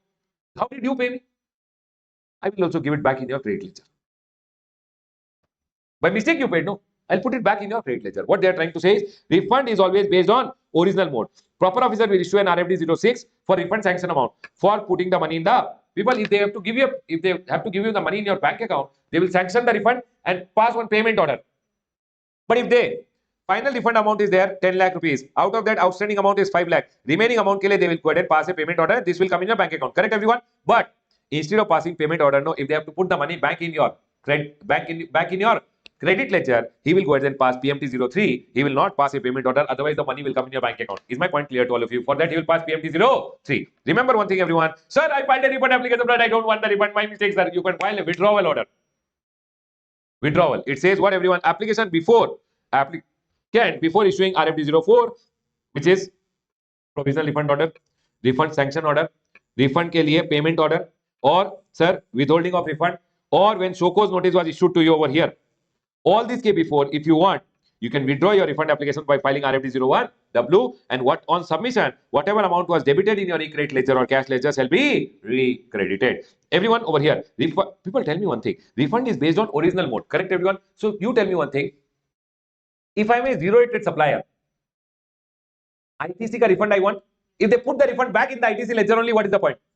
And hence they went ahead and told this rule is not applicable to tax paid on zero-rated supplier or on deemed export. In that scenario, whatever you apply for refund, the ITC refund will not be given back to the ITC ledger, e-credit ledger. The amount will be given in your bank account only. Everyone over here now, listen to me very carefully. Sir, I am a UN holder. People, UN holders are given a refund of the goods services which they have received from a registered person, and on the tax invoice, UN number should be written. But for an example, UN holder received one invoice, on that UN number is not written. Still, they can go ahead and claim a refund of that invoice, provided they self-certify that invoice copy that we have received the supplies for us and submit that copy. What they are telling, if UN holder ka UN is not mentioned on a tax invoice, refund will be available if invoice copy duly attested is submitted. One more point over here, no refund of unutilized ITC or IGST paid on account of zero-rated supply shall be allowed. People, you tell me one thing, ITC is if I have exported the goods and paid IGST refund. If I give LUT or bond, ITC refund. They are telling no refund will be given where such goods, zero rated supply of goods is subject to export duty. You know what? Under customs, if government has imposed custom duty on this item, for example, this item is there, government have imposed custom duty, export duty. Baba, in customs, government, whenever government is imposing export duty, no, government is demotivating that product to be exported. Under custom, government is charging export duty, means government is demotivating that product. In GST, we are giving GST refund. Not matching, no. So they are telling GST also will not give GST refund for that item, because when government is charging export duty, means government is demotivating that product to be exported. And hence in GST also, we will not give ITC refund also or IGST paid ka refund also. Everyone, are we all clear with this first point? In here, one point which I have written on the top, no refund if the amount is below 1,000. This is not applicable for e-cash ledger. This is only for your ITC refund, or basically for your e-credit ledger, for your any GST paid ka refund. Whenever you are going in and applying, the amount should be at least how much, everyone? 1,000. CGST also 1,000, SGST also 1,000, IGST also 1,000 only. Can I go ahead, everyone? If amount is below, beggar, get lost, don't come. We will not go ahead and give you the refund. Can we go ahead, everyone? Everyone over here now, listen to very carefully. Please come to the next page. People over here, I have gone ahead and told, you know electricity. Arey people, electricity is also goods. Electricity is also goods. When you go ahead and export the electricity, all the input tax rate which is there, Baba, electricity is exempted. But when you export, it says zero rated supply. Whatever items you have used in manufacturing the electricity, you will take a ITC refund. Yes or no, everyone? And hence they have gone ahead and told for documentary evidence to obtain for refund for electricity. Can you see this, everyone? Documentary evidence for obtaining a refund for electricity. This is just for your reading purpose, everyone. What are the documents you have to give? This is just for reading purpose, not very important. Everyone over here now, I want to go ahead and talk to you guys about the very, very important point which is there, refund. Where refund is claimed by an unregistered person, where agreement or contract for supply of service has been cancelled or terminated. I want to talk about this. People tell me one thing, I'm an unregistered person. Can registered person only apply for refund, or unregistered person also can go ahead and apply for refund? Tell me, everyone, can registered person also apply for refund? Unregistered person also apply? Yes. Unregistered person also can go ahead and apply for refund. What are the documentary evidence to be given? And for that, government have gone ahead and given one circular also. Can I go ahead and directly explain it to you? Everyone listen to me very carefully. For an example, this is one builder. Builder means a promoter who is making a flat. I am over here. I am the buyer of the flat. Builder went ahead and told me he will go ahead and give me the flat. Under construction flat I have taken. So I have gone ahead and paid him 1 lakh rupees plus GST, 10 lakh rupees plus GST, 20 lakh rupees plus GST, 30 lakh rupees plus GST, but he's not given me the flat yet. And yet he is gone ahead and delayed the possession. So what I told him, sir, you are delaying so much, so I want to cancel the contract. He told, sir, whatever 1 lakh plus GST, 10 lakh plus GST, 20 lakh plus GST, 30 lakh plus GST you have given, I will go ahead and issue you the credit note. He issued me the credit note. He will get his liability adjustment. Correct, everyone? And he will refund my GST also. Do you guys agree with me? But for an example, the time limit to issue the credit note is maximum next year ka 30th November or annual return ka actual date, whichever is earlier. Now that time limit is gone. Long-term contract it is. After 5 years, I am cancelling the contract. So he has to refund me the money also. He has to refund me the GST also. But he is telling I will not refund GST because if I issue your credit note, government will not give my GST back. So in this scenario, he never refunded me the GST. But has he already paid the GST to the government? So in that scenario, when he can't issue a credit note, I can go ahead and apply for this GST refund to the government. Is my point clear? So unregistered person can also go ahead and apply for refund of the GST paid to the government if your builder has not gone ahead and refunded you the GST. Is my point clear? I'll give you one more example. This is one life insurance corporation. You are over here, you have taken a LIC. They have gone ahead and given you the life insurance. Now here you are paying every year premium plus GST, premium plus GST, premium plus GST. You know what happened? After 2 years, they came to know when you took the life insurance, you are told lie. Baba, life insurance are bona fide contract. They can go ahead and cancel the contract if you are lied. Is my point clear? They cancelled the contract. And the time to issue credit note is gone. They can't refund your GST. But they have paid the GST to the government. Contract is already cancelled. You want your GST back, you can apply for refund of the GST which is paid to the government. So unregistered person, in case of these long-term contracts which are there, like builder went ahead and sold you the flat, or insurance company sold you the insurance and the contract has been cancelled, you will get a refund of the GST. But who will apply? Not the supplier. You have to apply as a recipient. Nothing, Baba. You have to go online. You have to go online and apply for refund. They have gone ahead and told manner of filing refund by unregistered person when the contract or agreement for supplying of service or construction of flat has been cancelled or when long-term insurance has been terminated. It says nothing, Baba. You have to go online and take one temporary registration on the GST portal using your PAN number. When you are taking your temporary registration, state the name. You basically have to go to the GST portal and you have to take one temporary registration. And you have to, when you are taking the temporary registration, no, you have to go ahead and tell the state where the supply is registered, because the money will be given by the state and the central government. So people, in respect of which the invoice ka refund claim is filed, where the supplier is registered, Secondly, you have to undergo Aadhaar authentication. I have to undergo Aadhaar authentication also as a recipient. Only then refund will be given to me. Thirdly, bank account details should be put. Baba, you tell me one thing. Government is going to give the money in my bank account. Unregistered person, no, I should put the bank account detail also when I am going in and filling the details online. Then the application for refund is RFD01 should be filed in the common portal saying that, sir, I am an unregistered person and I want a refund. Refund for unregistered person. Upload the documentary evidence which is stated above. Here I have gone ahead and given the documentary evidence. Nothing, Baba. You have to give a documentary evidence saying, sir, this was the original contract. This was the contract which was cancelled. This is the payments I have gone ahead and done along with GST. Sir, this is the refund which has come. See, I have made the payment this much. Refund has come without GST refund. For everyone, you have paid the supplier, you have to give a documentary evidence. So who is applying for refund? Supplier or unregistered person? Unregistered person. When you are applying for refund, nothing, Baba, go online, take a temporary registration. When you take the temporary registration, put your bank account detail, put all the documentary evidences, etc., and the money will be given in your bank account detail. And you know what? Unregistered person, when he is applying for refund, government is telling will not trouble you. CA certificate is not required for refund claim by whom, everyone? Unregistered person, and that is what is government telling over here. Chartered accountant or cost accountant certificate is not required to be furnished. And government says, sir, what is the relevant date for filing the refund? I should apply within 2 years, right? As an unregistered person also. 2 years from what date? The day the contract was cancelled, because that day I came to know the refund is due. So government says you should apply from the date of issue of letter of cancellation for supply by the supplier will be considered as the date of receipt of service by the applicant. That is the relevant date. Nothing, Baba, what they are going in and telling. Service was never given to you. That day cancellation of contract was done. From that day you should apply within 2 years. And they are telling what is the minimum amount of refund? No refund claim if the amount is less than 1,000 rupees. Sir, what are the documentary evidences I should give if I am an unregistered person? Nothing, Baba. Original contract, cancelled contract, date of these are the details of the payment, this is the details of the refund. All details you should go ahead and provide. This is just for a reading purpose. You can read it once. Can I go ahead, everyone? Now, everyone over here, now listen to me very carefully. You know what happened? I went ahead. I want to tell you something now. I went ahead. People, will you guys read this? This is just for a reading purpose. These are the documentary evidences required. It is not that it will not come. What if they tell you what is the documentary evidence to be required by a person who is filing a, who is an unregistered person? Can I go ahead, everyone? Now, sir, you know what happened? People, listen to me very carefully. I went ahead and exported the goods. When you go ahead and export the goods, no, you will go ahead and file your shipping bill, and proper officer of custom will process your refund. Do you guys agree with me? When you have exported the goods on payment of IGST, if you have exported the goods, he will go ahead and file his departure manifest. Yes or no, everyone? And you will go ahead and file the shipping bill. And shipping bill, once you go ahead and file, proper officer of custom will go ahead and process the refund. People, are you guys? Do you guys remember this? Export of goods, mein whatever GST paid, you want a refund. Your refund has come. Your refund has already come. Now later you went ahead and told the buyer outside India, hey, international prices of the goods have gone up, and now I am sending you one upward revision. Basically, I had already charged you 1 crore. I want 20 lakh rupees more. For 20 lakh upward revision ke liye I am sending one invoice, and I will only go ahead and pay the GST, which is 4 lakh rupees over here. Do you guys agree with me? This 4 lakh rupees, will I get a refund now? Yes or no, everyone? 1 minute. I have already exported the goods. 1 crore rupees cut goods. Whatever the GST refund was there, I have already, custom officer has already given me the refund. Later, what happened? I upward revised the price. What do you mean by upward revising the price? I increased the price and I called him. I am sending you one bill for the upward revision. When I send him the bill for upward revision, on that I will pay GST also. That GST ka refund, Baba, now custom department will not deal because custom officer has already given you the refund. So for the upward revision, whatever IGST you have paid, this refund also will be given to you. By whom? By the GST department officer. For that, you have to go ahead and give the normal refund application, which is GST RFD 0.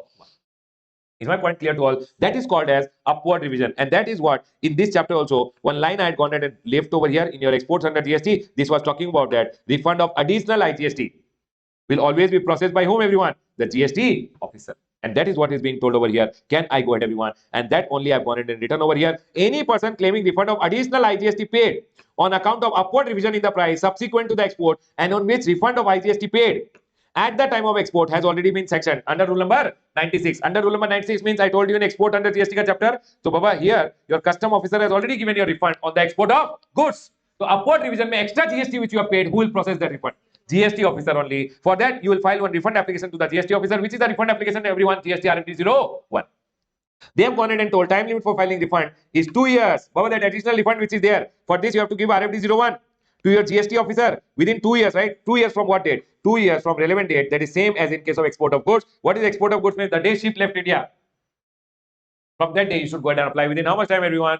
2 years. Is my point clear to all of you? Everyone, it is already told here, no? This relevant date says you should apply within how much time, everyone? 2 years. It says, what are the documentary evidences? Everyone, here, number 1. Sir, a statement containing the number and date of export invoices. Statement should be given. Correct, everyone? Along with the copy of invoices. Again, you should give a statement containing what, everyone? This is common. A statement containing, this is common. A statement containing the number and date of shipping bill and bill of export. A statement containing the number and date of BRC and FIRC in respect of shipping bill that you have received the payments. A statement containing the details of refund already sanctioned. Sir, how much refund was already given?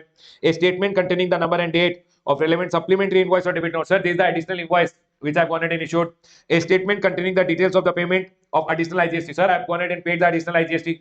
Sir, the number and date of FIRCs which are there, foreign inward remittance certificate. A copy of the contract or other document which indicates that we can upward revise. It says indicating requirement of upward revision. That document should be there. A reconciliation, reconciling the value of supply declared in the supplementary invoice, debit note, credit note, along with relevant bank remittance certificate, bank realization certificate. Sir, listen, nothing, Baba. Once the ship leaves India, from that day, you have applied for refund to the custom officer. Custom officer gave you the refund. Additionally, you entered and charged something, debit note you issued and you charged. On that, whatever GST paid, refund will be given by the GST officer. For that, you have to go ahead and give all these documentary evidences. Nothing, Baba, payment receipt ka details, invoices ka detail, all the details is you have to give a statement. Along with that, they will go ahead and give you a refund over here. Yes, madam.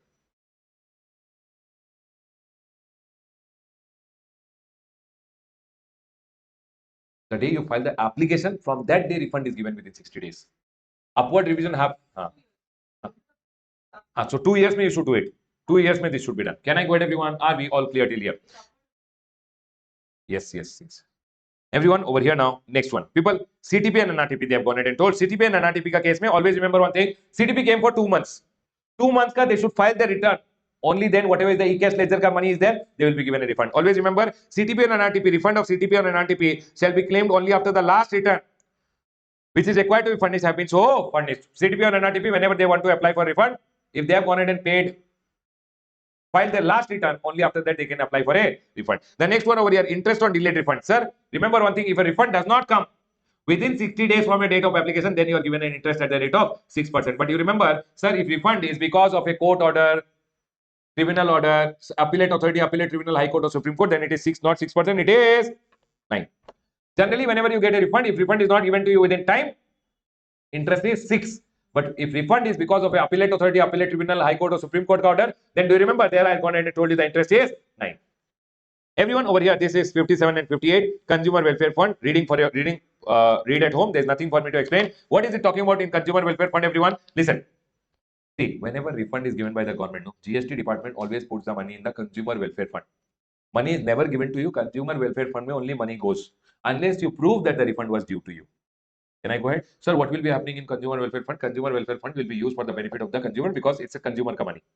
So whenever I apply for refund, refund will always go to the Consumer Welfare Fund unless I prove that the refund is due to me only. Otherwise, money goes to the Consumer Welfare Fund, and Consumer Welfare Fund, as per the government, supposedly is to be used for what? Benefit of the consumer. They are telling will show display advertisement relating to GST for consumers so that consumers are aware. Can I go ahead? There are various features which are there. This is just for your reading purpose. Everyone listen to me very carefully now. People, tell me one thing. ITC refund I want. Can you tell me what are the 2 scenarios I'll get zero rated supply refund? If you have gone ahead and made exports or you have made supply to STZ, correct everyone? You have gone ahead and given LUT or bond. You have gone ahead and given LUT or bond. Then in that scenario, your ITC will be refunded. Do you guys agree with me? Are everyone? Can I go ahead? Second case is, if your output pay rate is 5 and your input pay rate is 18, 13% will always be refunded. Do you guys agree with me? Extra ITC will always be refunded. These are 2 cases. One is zero rated supply under LUT or bond. Number 2 is what, everyone? ITC refund in case of inverted duty structure. Now this refund is given by rule number 89.4 and this refund is given under rule number 89.5. These formulas are told in rule number 89.4 and rule number 89.5. People, please come to your book over here. Now we have 89.4 and 89.5 which is there. Correct everyone? 89.4 and 5 is relating to unutilized ITC refund. For that, government goes ahead and says, I will follow a formula. Baba, there is nothing called a formula over here. You understand one thing. Tell me one thing. Unutilized ITC ka refund I am getting. Correct everyone? For an example, I am a supplier who is there, who is going ahead and buying goods. I take ITC and then I go ahead and make domestic supply. My question over here, will I get ITC refund or I have to use it? Will I get ITC refund or there is no ITC refund? I just have to use it. Do you guys agree with me? I can't take a ITC refund. Is my point clear? See, I will get an input tax rate over here, but refund is not possible. This input tax rate I have to go ahead and use it. Do you guys agree with me? Now, I have gone ahead and bought some goods on which I have taken input tax rate. First of all, I'm talking only about inputs because whenever you're taking out zero rated supply in case of exports or zero rated supply in case of supplying to SEZ, they are telling unutilized ITC on inputs ka will give refund, not input service, not capital goods. Government have told. Okay, everyone? So only inputs ka refund will be given. I bought some input which I have gone ahead and used to make supplies which are under LUT or bond. Zero rated supply. My question over here, will I get a refund? Tell na Baba. Yes?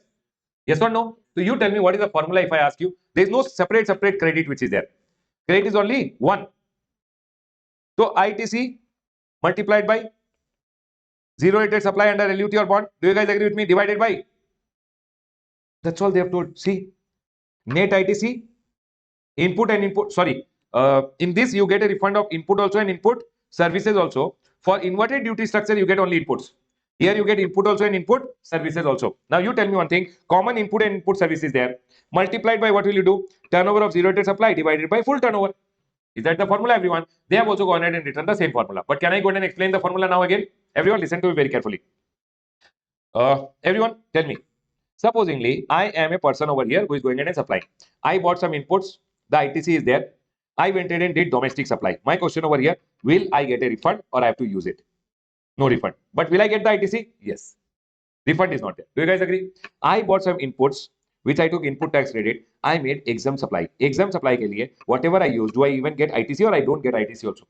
Or if I'm doing exempt supply which are exempted, I don't get input tax rate also. Do you guys agree with me? So is there any question of refund or no refund also? No ITC, then what ITC refund? Everyone, please be active, everyone. The next one, I went ahead and bought some inputs. The ITC is there over here, input and input service. Correct, everyone? I went ahead and used it to make zero rated supply on IGST payment. I have to use this. Do you guys agree with me? And I will claim IGST refund. My question out to all of you, do I get ITC refund or no? No, you have to use the ITC over here. Now, my question to all of you, everyone listen to me very carefully. Again, I bought some inputs on which I took input and input service on which I took input tax credit. I used it to make zero rated supply under LUT or bond for which I have gone ahead and done what, everyone? For which I will take ITC. So here ITC will be refunded. So can you tell me, everyone, in this scenario, if I go ahead and tell you, how much refund will you get? First, you need net ITC. Can you tell me net ITC means which one? 1, 2, 3. Is it clear? Will you get ITC refund here, ITC refund here, ITC refund here? This amount will be taken ITC, not refund. I'm telling all the three will be taken in your net ITC. So net ITC means will, okay, if I take this as 2, this I take as 3, this I take as 4. In your ITC, which one will come?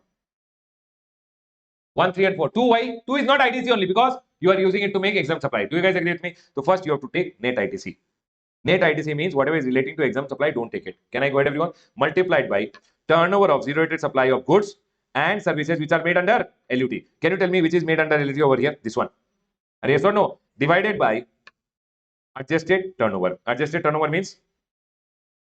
Correct. But tell me one thing. In numerator, if you don't take this, in denominator also you will not take this. Is my point clear? So in your denominator also you will take this, this and this. Arey Baba, if 3 people have contributed, it will be distributed also between 3 people only, no? Can I go ahead, everyone? Everyone over here now, I want to ask you, is this point 100% clear to all of you? People watching at home, people over here, can I explain again or got it? Arey everyone! Adjusted turnover, I'll go ahead and explain. Now listen to very carefully. So you need to learn first of all net ITC. What do you mean by net ITC? I'll use my textbook to go ahead and talk about it. Don't worry about it. First understand. When I talk about refund means net ITC. People tell me one thing. What do you mean by net ITC? Net ITC just means the input and input services during the relevant period. You tell me one thing. In my example, what is the input and input services? First one. Second.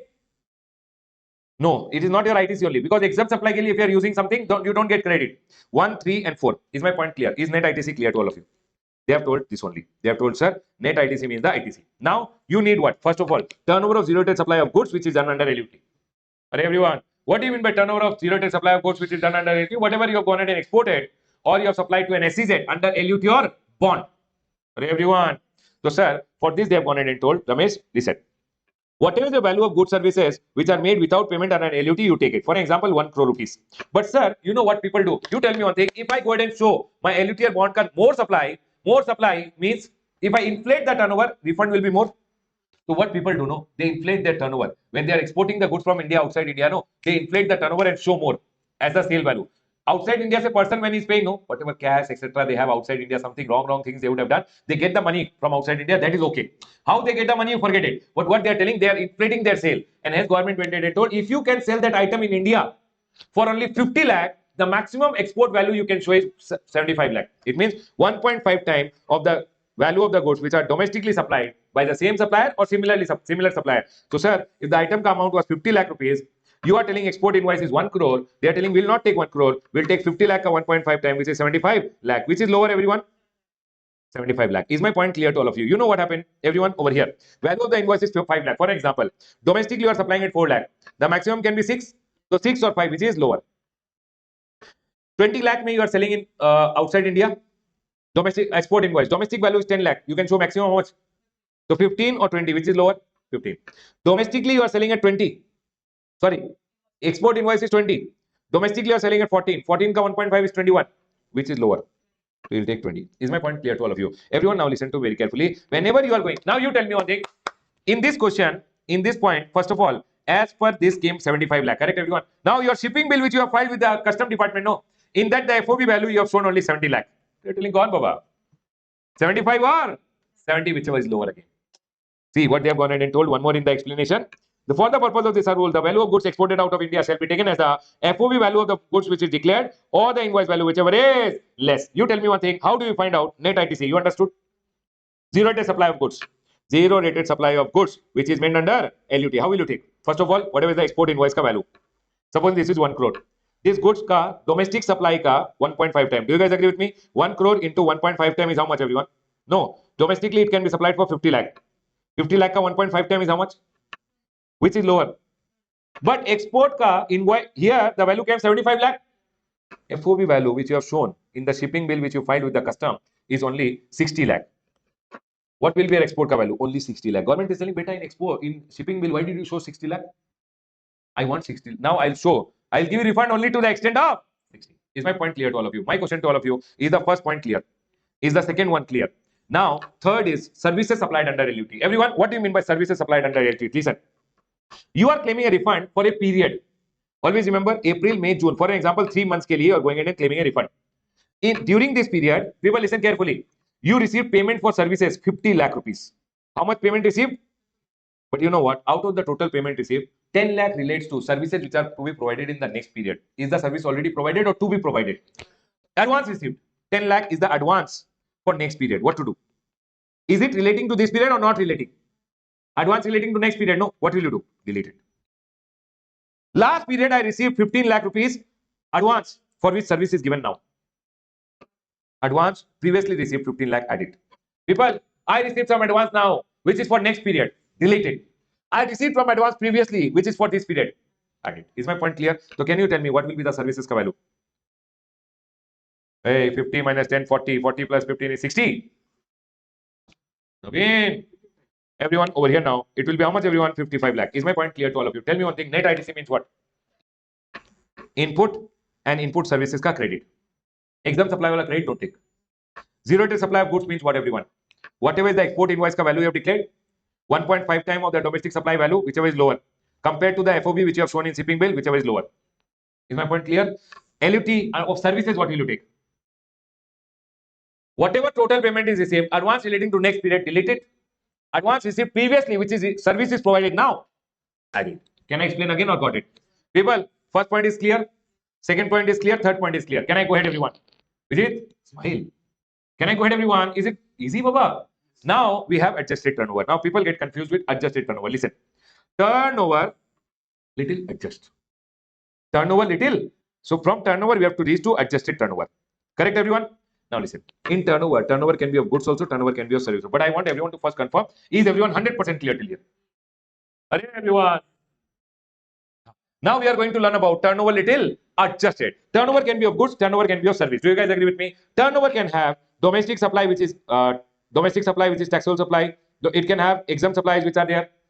Everyone, it can have one is domestic supply which are taxable, one is domestic supply which are exempt supply. Do you guys agree with me? It can have zero rated supply which is made under on payment of IGST. It can have zero rated supply which is made under LUT. Here also it can have domestic supply which are taxable, domestic supply which are exempt. It can have zero rated supply on IGST payment. It can have zero rated supply under LUT. Do you guys agree with me, everyone? Everyone can have four categories: domestic supply taxable, domestic supply exempt, zero rated supply under LUT or bond, zero rated supply under IGST payment. In your adjusted turnover, what will go? Remember the numerator ITC. Will this come in your adjusted? Yes. This though did not ITC also not taken. Don't take in turnover also. This will come in your adjusted turnover. No. Sorry. This will come in your adjusted turnover, and this will come in your adjusted turnover. Domestic supply adjusted turnover it will come. Exempt supply will not come. You know what, everyone? One more thing which they went and specifically have excluded, which I don't know the reason. Okay, everyone. Now I will definitely figure it out, and there will be some reason which is there, but still they have specifically told in case of service which you have made under IGST payment also has to be excluded. Are we all clear? And this amount also will come in your adjusted turnover. Can you tell me, everyone, when I go ahead and tell you now in your exam, whatever they give you, you'll be able to find it out. Turnover and adjusted turnover. What is turnover? Turnover can be of goods, turnover can be of service. Turnover can be domestic supply, which is taxable supply, domestic supply, which is exempt supply. Turnover can be zero rated supply made on IGST payment, and turnover can be zero rated supply under LUT. Service के लिए domestic supply, which is taxable supply, service के लिए domestic supply, which is exempt supply, zero rated supply, IGST payment, and zero rated supply under LUT. You tell me one thing, everyone. First one, will it go? Yes. Second one, no. Third one, yes. This one, yes. This one, yes. This will not go. This specifically told no, and this also will go. You know what, everyone? Zero rated supply under LUT, take from the numerator. Hey, we calculated no. This we calculated. Service also we calculated. Here we calculated no. How you calculated service and goods? That same thing you should take in your turnover as per the numerator. What you calculated for the numerator? Is my point clear to all of you? People, tell me one thing. Now, is it clear? Net ITC multiplied by zero rated supply under LUT for goods. Will you be able to find it out? Plus zero rated supply under LUT for services divided by adjusted turnover. Everything I've gone ahead and bifurcated and explained it to you. I hope rule number 89.4 is clear to all of you. The same thing has been written down over here. Now I want to go to rule number 89.5. Remember 89.4 it is only input and input services. Now I want to go to the next one, which is rule number 89.5, which talks about refund of I claim on account of inverted duty structure. Please come to 89.5. Now we have the next one, which is rule number 89.5, which talks about refund amount which will be there with respect to what, everyone?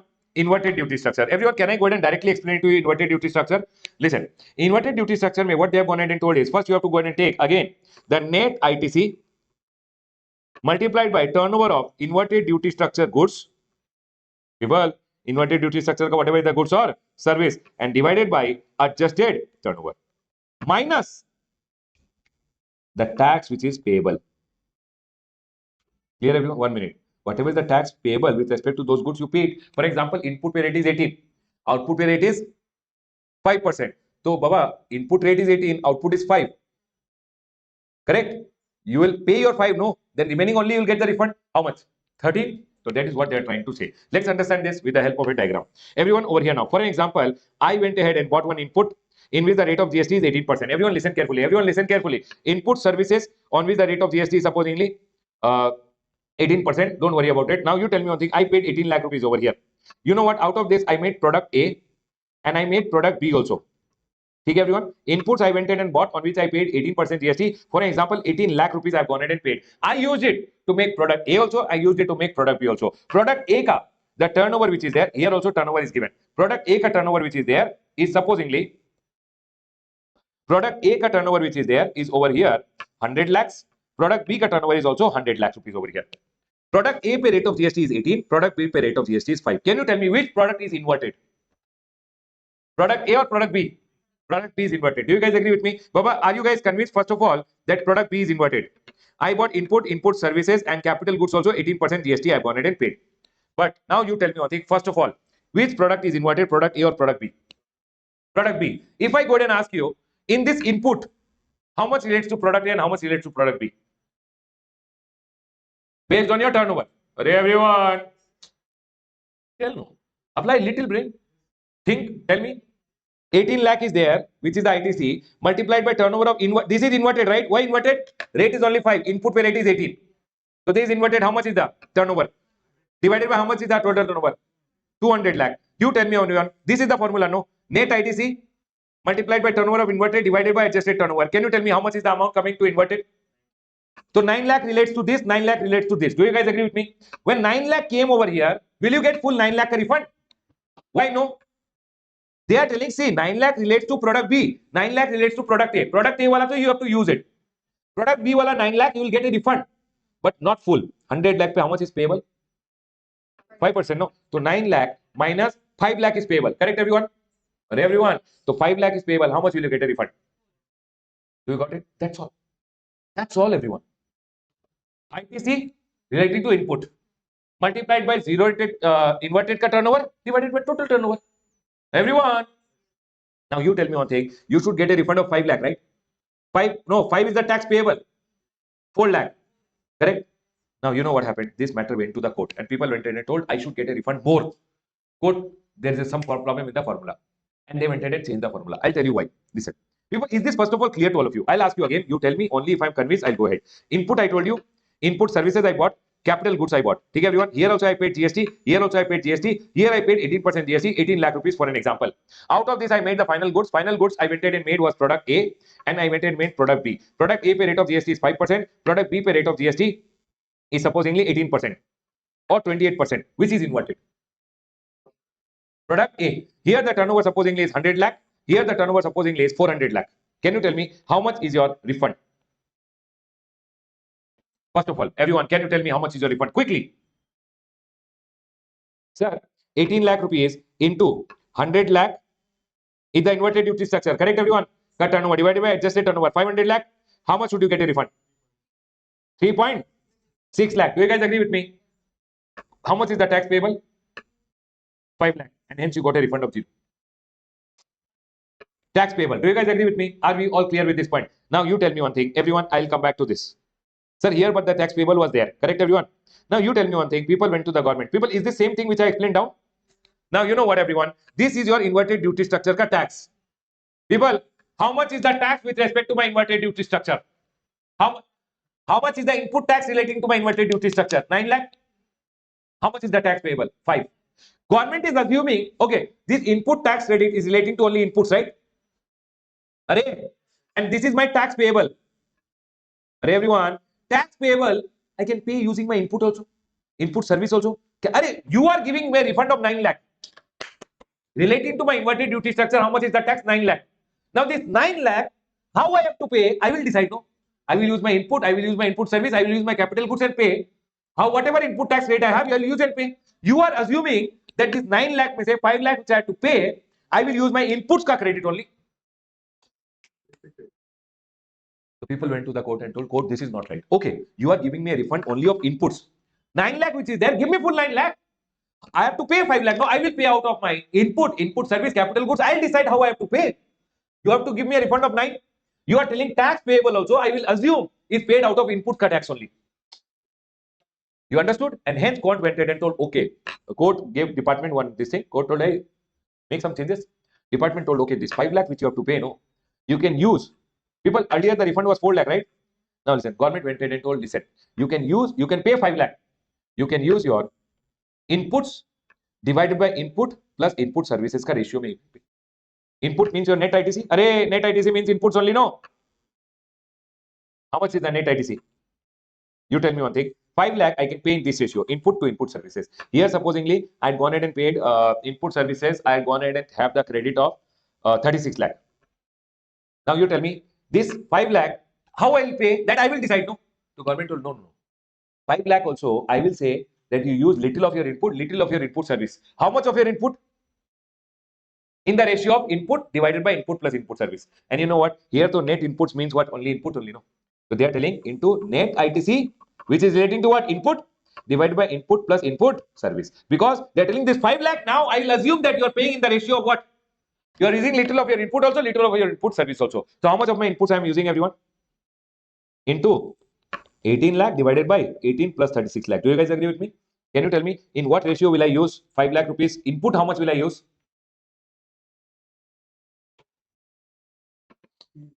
9 lakh minus 5 lakh into 18 divided by this one is how much?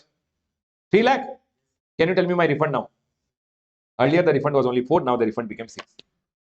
Because I told, see, relating to my inverted duty structure, how much is my input tax? 9 lakh. I'm telling, give me this whole 9 lakh. I have to pay 5, right? 5 I will pay how I want. So they went ahead and told, no, 5 you should pay in the ratio of input by input plus input service. And hence your refund became how much, everyone, now? 6 lakh. And that's what they have gone ahead and told in the formula. Everyone see. Net ITC, you take it. Net ITC, you know what is ITC now? Correct? Array, net ITC of only inputs. In multiplied by turnover of inverted duty structure of goods and service divided by adjusted turnover. Adjusted turnover, I have already taught you how to calculate above only. Can I go ahead, everyone? Nothing, Baba. I adjusted turnover. Take the turnover which is of inverted and non-inverted. Is my point clear to all of you? Everyone over here, listen. Minus, you have to do the tax payable. In our question, the tax payable on inverted duty structure was 5 lakh, which I used multiplied by inputs divided by input and input services. Can I explain again or got it? Got it, everyone? That's all, everyone. Now listen to me very carefully. People, there are some circulars which will go ahead and explain you now quickly. Everyone over here. People, the circulars you guys will be reading at home. I'm just running through the circular and telling you the gist of the circular, final circular. Everyone listen to me very carefully. On refund of unutilized ITC, in case of export of goods which are having nil return. People, tell me one thing. If my goods are subject to export duty, no ITC refund. No ITC. Array, under customs, if my goods are subject to export duty, ITC refund is not there or IGST refund is also not there. Now, for example, in the custom tariff act, one item ka rate is written as nil. It means no export duty. Will I get ITC refund? Yes. So they clarified over here on unutilized ITC when you are claiming refund. If the export of goods have nil rate, will you still get the refund? Nil means what? No rate. It means will I get ITC refund? Yes. So they went ahead and told, sir, whether it is prohibited? No, it is not prohibited. You can go ahead and claim a refund. There is no restriction. People, if my goods have nil rate of duty or goods are exempted from export duty, it means I'm not paying any export duty. Will I get ITC refund? Yes. Next. People, you tell me one thing. When government went ahead and told inverted duty structure, you will get inputs ka refund. Inputs means what? Other than capital goods, all the goods. All the goods can be packing material. All the goods can be spare parts. All the goods can be any input. Do you guys agree with me? Now, GST department went ahead and told Ramesh to make this item, whatever inputs you actually use, raw material, only that will be considered in input. So, government went ahead and clarified, and people told, sir, spare parts are there. We have put it in P&L. If we put it in P&L, it's an input only, no? If we put it in capital, in balance sheet, then it's a capital goods. So, some spare parts we have gone ahead and put it in P&L. Packing material, we have put it as an expense in the P&L. Now, GST officer is telling, I will not consider all this as an input. But sir, packing material is an input. Spare part which we have put in the P&L account is an input. GST department government gave the clarification in favor of the taxpayers, and government told input includes all inputs which are there. Even if spare parts are put in the P&L account, that is also input, and all the inputs ka ITC has to be taken in net ITC while calculating the refund in case of inverted duty structure. Is my point clear to all of you, everyone? The same thing has been told over here. The next one, people, refund of unutilized ITC in case of reduction in rate of GST. People, you know what happened over here. Now, for an example, I went ahead, everyone listen. I bought this bottle before 2 years. Rate was 18. Today, when I'm selling this bottle, the rate is only 12. Is it inverted? When I bought the bottle before 2 years, suppose in 2023, the rate was 18%. Now, when I'm selling the bottle in 2025, the rate is how much? 12. Is it inverted? Will I get 6% refund? No. Government told, because input and output is same, there is no refund. Yes or no? But then again, one clarification came where now government have gone ahead and changed its stand and told even if the input and output is same, you will get inverted duty structure refund, but provided it should be at the same point of time. Means it should have been 2025 when you bought it, 2025 only when you sold it, the rate should have been less. Sir, how it is possible? If I buy today and if I sell today, if rate is 18, I have to sell also at 18. For an example, I'll tell you, people, you tell me one thing. I bought one bottle, sold the bottle same. Will I get inverted duty structure? Yes. I bought the bottle at 18. When I sold the bottle, I sold it to the government department. There is one notification which says government department when you are selling bottle, the rate should be charged only 5. That's why I charged 5. Same point of time. But rate is 5. Will I get inverted refund? Yes. Can I go ahead, everyone? Earlier they told, because it is different point of time, because it is same item, we are not giving the refund. But then now they have gone ahead and changed their stand or told over here, very simple. It should be at the same point of time. You bought at 18, you're selling at 5 because of a exemption notification might be you're selling at lower price, you will get inverted duty structure even if it is the same item. Are we all clear till here? And that is what is being told over here. The next one. People, now can I go ahead and claim refund? Everyone, for an example, there are 2 years over here. People listen carefully. One is financial year 24-25. One is financial year 25-26. There is Jan, Feb, March, April, May, June. These are the years which are there. Can I bunch it together and claim one refund application? Means 2 financial year ka 2 period. Can I join and claim refund for the whole period? You got my point, everyone? Yes, you can do it. Branching of 2 financial year is possible, no problem at all. What they have gone ahead and told, branching of refund across financial year. People, when I wanted to club 6 months and claim refund, no, 6 months mein 3 was here, 3 was another financial year. Is it okay? Yes. You can file one refund application. Now you tell me one thing, whatever refund ka formula we learned, no, that is the maximum amount of refund. That is the maximum amount of refund. Now, sir, you tell me one thing. For an example, everyone here, I am going in and applying for refund for the period Jan, Feb, March. Here, after that, when I filed the GSTR 3B for the whole 3 months, no, my GST, after I filed my GSTR 3B, the balance in my e-credit ledger is 1 lakh rupees only. But now I filed the refund, no, when I filed the refund, my e-credit ledger balance is only 50,000. Listen to me very carefully. You know what? When I applied the formula, as per 89.4 or 5, formula told refund of 40,000 only. How much will I get? See, this period ke liye I am applying for refund. This whole period ke liye I am applying for refund. For the period for which I am applying for refund, after I have gone ahead and filed my return, my balance is 1 lakh. When I actually filed the return, people, for this period I filed the refund, might be in September I filed it. I can file within 2 years. I filed in September. When I applied for refund, my balance was how much, everyone? 50,000 only, credit ledger. When I applied the formula, how much is the maximum amount of refund? That is 40. How much will I get the refund? 40. The maximum amount of refund came 60. How much will I get the refund? How much? Lower of the 3. Correct, everyone? 50.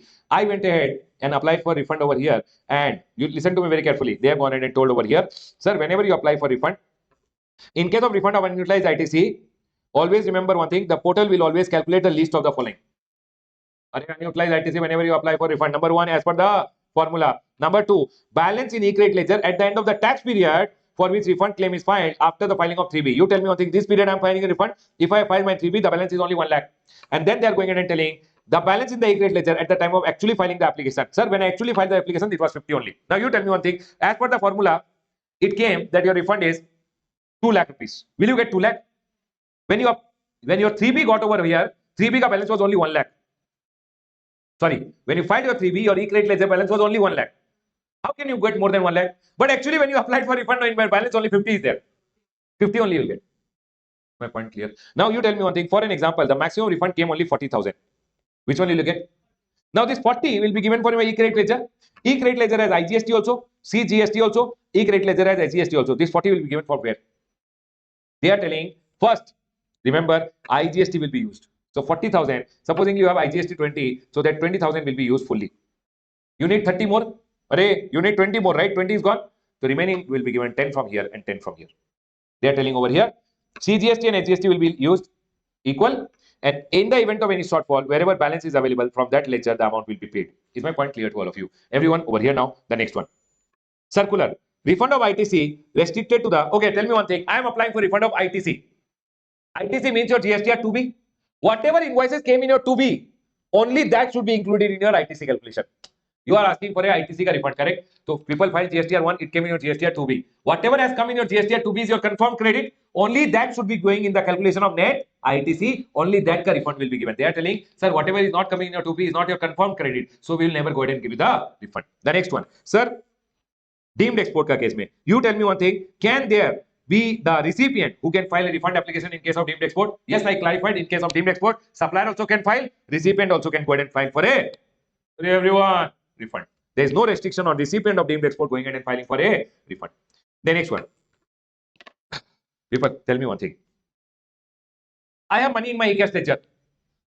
E-cash is your cash. Time limit of 2 years, etc. is not applicable. Your cash, which is lying in your e-cash ledger, you can apply for refund anytime. There is no problem. E-cash ledger ke liye, no problem. Next, sir. When I am applying for refund from my e-cash ledger, your wallet ke liye, what proof you have to give?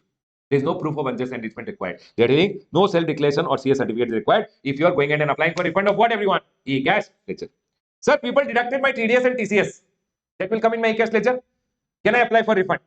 Yes, they are telling TDS and TCS, which is in your e-cash ledger, can be refunded as a balance of your e-cash ledger only. No problem. Apply anytime. It's your money. You can take it. Next. Sir, whether relevant date for the refund regarded as deemed export by the recipient has to be determined. If so, what is the date? Hey, nothing, Baba. You tell me one thing. In case the recipient of deemed export applies for refund, he has to apply within 2 years. 2 years from which date? In case recipient of deemed export applies for refund, is to apply within 2 years from the day supplier files his return. Did I already tell you, everyone? The same thing. Next one, everyone over here. Clarification in respect of certain challenges faced by the GST. You will tell me, everyone listen carefully. I got advance. I got an advance. I should receive voucher, paid the GST on advance. Service ka case mein. I paid the GST on advance. Later contract got cancelled. I refunded the advance. Can I adjust my liability or I have to claim a refund only? You got my point, everyone? Later, can I adjust my liability? No. When you have gone ahead and given money on your advance, remember refund also has to. People, I received advance, I paid GST. When I refunded the advance, I also have to file refund application only. There is no adjustment of liability. I received the money. I gave you a tax invoice. Now you are asking your money back. Contract got cancelled. I'll give you a credit note. I can adjust my liability. Array, against a tax invoice, always credit note, right? And I can adjust my liability. If I don't have money to adjust only, for example, that month payable is nothing, then what should I deduce? In that scenario, I can apply for refund. People, 1 minute. I went and received on advance for service. I paid GST to the government. I have to file a refund claim to take the money back. Refund claim. I got the money. I paid the GST to the government. I issued tax invoice. Against tax invoice, I'll issue. If I return the money to you, I'll go ahead and issue what? Credit note. I'll return the GST. Government will say that month you can adjust. That month I can adjust. If adjustment ke liye I'm telling nothing is payable, where should I adjust? Then you can apply for refund. Is my point clear to all of you? Can I explain again or got it? Got it, everyone? The same thing I've gone ahead and told over here. People over here, this thing. Everyone over here now, 1 minute.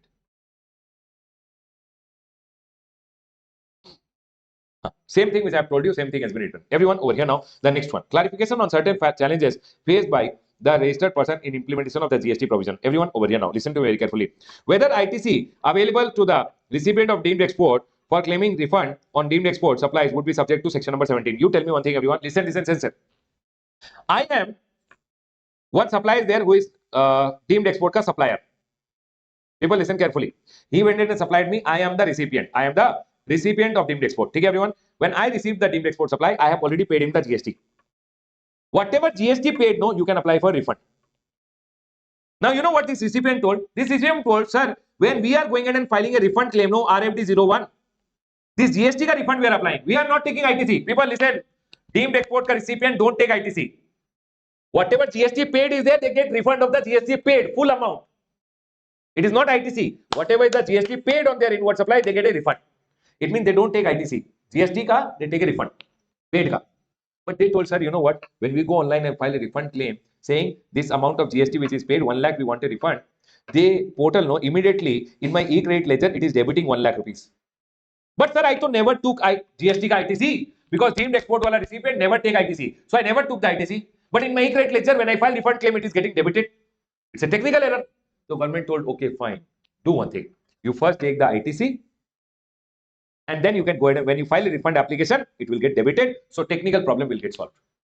My question to all of you, I am a deemed export recipient. Will I take ITC or GST refund? GST paid refund. But when I am applying for a GST paid refund, my e-credit ledger is getting debited. So what to do?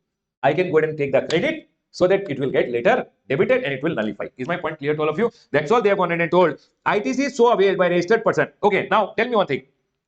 Now my question to all of you, is this credit taken by me because of a problem? Actually, should I take credit or I should not take credit? I will get refund of the whole GST paid. Do you guys agree with me? You know what, everyone? If it is ITC, it will be subject to section number 17. Block credit, apportionment, everything. I told sir this amount is not credit only. I took the input tax credit. Why? Because of filing a refund application, it was getting debited. So I took the ITC. It is actually ITC or not ITC? If it is not ITC, section number 17, the provision of block credit will not apply. Apportionment will not apply. And that is what they are telling. ITC so availed by the recipient of deemed export supply would not be subject to provision of section number 17. The next one over here, whether ITC availed by recipient of deemed export for claiming refund of tax paid on supplies regarded as deemed export is to be included in net ITC for the computation of unutilized ITC under 89.4 and 89.5. You tell me one thing, everyone. Is it ITC at all? Deemed export ka recipient took the ITC over here 1 lakh. Correct, everyone? Is it ITC or it is just taken for the technical problem? It is not ITC. Do you guys agree with me? If it is not ITC, will it go in net ITC ka formula while calculating 89.4 and 5 mein 89.4 and 5 mein we need net ITC? Will this amount go in net ITC? I am the deemed export ka recipient. Will I take this 1 lakh in my net ITC is my question. No, no, no, no. Why? Because it is not ITC only. I'm just taking it because when I'm filing refund, it was getting debited. So I took it as ITC. Otherwise, it is not ITC only. Can I go ahead, everyone? And hence they went ahead and told ITC availed by recipient for supplies regarded as deemed export, uh, not to be included in net ITC for the computation of refund of unutilized ITC under 89.4 and 5. Is my point clear to all of you, everyone? All these were just the circulars which are there. Baba, you know what, everyone? Refund as a chapter is very good chapter. I like this chapter, and I've gone ahead and told you what are the amendments also. A graded chapter, everyone, from exam point of view. People, A graded chapter. Anything can come from the chapter. You can't do anything about it. I've gone ahead and told you absolutely everything from the chapter, including circular, everything. Can we go ahead, everyone? They can tell you, please listen, remember, they can go ahead and tell you what are the cases unjust enrichment is not applicable. Correct, everyone? This one small point is a part of amendment. If your goods are subject to export duty, ITC refund or IGST paid refund, both are not there. Okay, everyone? Then I went ahead and told you, people, you remember, for unregistered person claiming a refund, unregistered person claiming a refund, you can have a small question on this exam in the exam. Sir, upward revision, you might have a small question in the exam. So, a person went ahead and supplied his goods. He already filed his shipping bill. He already got his refund. Later, he upward revised the price. Can he apply to the custom department by filing a shipping bill again, or he has to apply to the GST department? What is the procedure? They can tell you. Can I go ahead, everyone? Next, rule number 89.4 and 5. Very, very important. I've already explained you in detail over here. Correct? Although A graded chapter, circulars, you might or might not get. B graded, I'll call all the circulars. But I like the circulars, Baba. Trust me, anywhere, any point, one small point, they can go ahead and give you. Done, everyone. Closing my discussion, wherein I've covered all the amendments also which is applicable, and everything from the circulars are also done for this chapter. Please do some question. We'll close our discussion on the chapter of refund. My fund is there with the government. I want it back. So you do 3 things: application, documentary evidence, and documentary evidence to prove refund is due to me. Closing my discussion on the chapter of refund. All right, students, let's go ahead and now move to the last chapter in your GST, which is your miscellaneous provision. Again, miscellaneous provision from exam point of view, C graded. Baba, good luck is very good. You will get 3 marks per question. Now, what I've gone ahead and done for miscellaneous chapter is all the miscellaneous sections in your GST are there in your miscellaneous provision. Now, all the sections, so you can't go ahead and remember. So, what I've gone ahead and done, whichever sections are important from this chapter, I've gone ahead and made one summary, not chart, it's a summary which is there. It's not a chart which is there, it's just a summary note which is there, where I have gone ahead and told which sections are important, what is the name of the section, what are the questions we can expect, and what will be your answer. That's all. Which is summary of that section only. Can I go ahead, everyone? So, what I've gone ahead and done, the first one, section number 145, as admissibility of microfilm, facsimile copy, documents, and computer printout as document and evidence. You know what happened in your premises? One small search and seizure happened. Officer went ahead and found one paper lying in your premises, one document lying in your premises, one printout lying in your premises, one photo lying in your premises. You are telling, no, no, this does not belong to me. No, what they are telling, if anything is found in your premises, that will be presumed to be yours only. So what they are telling, what are the document and evidence deemed to be document and evidence for purpose of proceeding? Whatever they find in your premises, they will use it against you for in the proceeding. It will be deemed that it belongs to you. A microfilm of a document, or microfilm means a video of a document, or reproduction of image, any image which is there, facsimile copy, Xerox copy, basically photocopy, a statement containing a document and included in a printout material produced by the computer, any information stored in electronic media. One hard disk they found. You're telling, no, no, it does not belong to me. That information does not belong to me. All the sales information which are there in this document, these sales are not mine. They will deem it to be yours. Any information stored in electronic device, including media, including hard copy, made of such information shall be deemed to be document for the purpose of this act and the rules made thereunder, and shall be admissible in any proceeding. You're telling, sir, this photo of some document or these documents which are there, these are not mine. I don't know whose documents are this. They are telling, if it is found in your premises, it is deemed to be yours, and we'll use it against you in a proceeding. Can we go ahead, everyone? Next. Section number 150, which is there, obligation to furnish information return. Who are the people liable? See, Baba, your information can be obtained from a third party by the GST department, and those third parties have to file to the department one information return wherein in respect of you, the information will be given by them to the department. Like how in income tax, all your deposits which you make in the bank, if you deposit more than 10 lakh in cash, banks will inform the income tax department. Same way, GST department also can collect your information by telling certain people to file information return. Now, if they ask you who are the people who are required to file information return, a taxable person, a local authority, other public body, association, income tax authorities, a banking company, state electricity board or electricity distribution and transmission licensee, the registrar, sub-registrar, ROC, recognized stock exchange, GSTN, all these people are required to file information return. The next one over here is power to collect statistics. Who shall exercise the power? People, again, statistical data. Data in a more organized manner is called statistics. And a commissioner or the person authorized by the commissioner can go ahead and direct any person by an order and tell him, I want these statistics which are there. You, for these topics which you are dealing with in the GST Act, I want the statistical data from you. You have to give me the statistical data if you have gone ahead and given me an order. The next one over here, taking the assistance of expert. Who at who, when, and at what stage?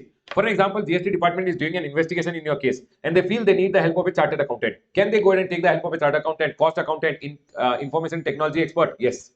Who can take the help? Any officer not below the rank of assistant commissioner, when having the regards to the nature and complexity of the case in the interest of revenue at any stage of scrutiny, inquiry, investigation or other proceeding, they can go ahead and take the help. If they want, if they feel the system, the information which is there, I want an IT expert, they can call an IT expert. I want a chartered accountant, they can go ahead and take the help of chartered accountant, cost accountant, everyone, whomever they want. Next, but it should not be the officer below the rank of assistant commissioner. Everyone, any officer not below the rank of assistant commissioner. Disclosure of information by a public servant. What are the circumstances when information collected by GST officer can be disclosed? Tell me one thing, everyone. GST officer has my information, sales information, this information, that information, proceeding information. Now, those information which are my information with the GST officer, he can't make it public. If he makes it public, penalties. Correct, everyone? Now, what are the cases when GST officer can go ahead and make my information public? So, they are telling, yes, the confidential information can be disclosed only for certain purpose, for prosecution, for sending you to jail. Your details can be disclosed by the GST officer. For carrying out the object of the GST law, if he feels that disclosing your information, the GST law objective can be carried out properly. For service of any notice or notice of demand, for furnishing information to the court in a proceeding, Baba, court may do details are required, then he can disclose. For audit of tax receipt or refund, for audit purpose, he can go ahead and disclose the information. For inquiry into the conduct of GST officer, for enabling levy, realization of any tax or duty, Baba, for realizing a tax, he can disclose your information. In lawful exercise, he can disclose, and for inquiry into the charge of misconduct of any professional, also the information which is there can be disclosed by the GST officer. Might be my chart accountant is going ahead and filing my return, he is doing all wrong thing. So against my chart accountant, if he wants to go ahead and charge something, he can disclose the information which is filed in my case by my chart accountant. So all the information can be disclosed. So next it says consent-based sharing. Baba, this is one point I like it. Consent-based sharing. They might go ahead and tell you sometime. Consent-based sharing. Everyone, I'll go ahead and tell you. Listen to me very carefully. For example, this is me over here. My information, I am going ahead and filing my GST return with the Goods and Services Tax Network. Right? Everyone, GSTN ke saath I am filing my GST returns, etc. Now this is the bank. Bank is going ahead and telling me, Ramesh, every month I want your sales ka information. But I am filing my sales ka information with GSTN. They are telling, sir, we don't want the information from you because you might manipulate and give us the sales card detail. Bank is telling, I have given you a loan. For that, I want the sales card information every month. Now, if I give the bank the sales card information, bank is telling, I don't believe you. So what government have gone ahead and created? Government have created one system called accounts aggregator system. Wherein what will happen? No, first you will give permission to the accounts aggregator system that your information they can go ahead and ask the GSTN. And now GSTN, we will go ahead and give the information to the accounts aggregator system, who is the third party over here. An accounts aggregator system will start sharing your information with the bank. So for example, bank needs your sales information. You can go ahead and tell GSTN, okay, you can go ahead and give the information to accounts aggregator system and they will share the information with the bank. Now bank will say this information is coming directly from GSTN, right? Through the accounts aggregator. So bank will trust this information. Your information, bank can obtain from accounts aggregators. And what they have gone ahead and told, what are the system notified for consent-based sharing? Baba, they can't take my information without my consent. I will first give the consent to the GSTN. GSTN will give the information to accounts aggregator system, and accounts aggregator system will give the information to the banks, financial institutions, etc. Now, for an example, one more financial institution is there who wants to give me the loan. But before giving me the loan, he wants my information of sales, etc. So one is accounts aggregator system who can give the information. One more system has been notified. Which are the systems which are notified by the government for sharing your information with the bank's financial institution? Number one, accounts aggregator system. Number two, public tech platform for frictionless credit have been notified as the system with which information may be shared by the common portal. Basically, when I allow them, they will share the information with accounts aggregator system and they will share it with the bank, financial institutions, etc. So accounts aggregator system and public tech platform for frictionless credit. There are two systems which are there. I will give the information to GSTN. I will tell the GSTN, you share the information. GSTN will share with them. They will share with the bank, financial institution, etc. Can I go ahead, everyone? The next one over here, sir, publication of information in respect of certain person means your information they can make it public. So, for an example, against you one proceedings was done. After the proceedings was done, your information can be made public by the GST department. For example, you are involved in bogus invoices. Now, can the proceedings what happened in your case be made public by the GST department. They have gone ahead and told publication of information in respect of certain person. When shall the particulars of any proceeding or prosecution, see, just to set you an example, see, we have gone ahead and charged him, we have sent him to jail. All this information of a proceedings, we carried out proceedings against you, we have sent you to jail. This prosecution ka proceeding, can we make it public to everyone? Yes. But first, your right to appeal is there, then let him appeal. Otherwise, what if you told him thief to everyone and he went to appeal and he won it?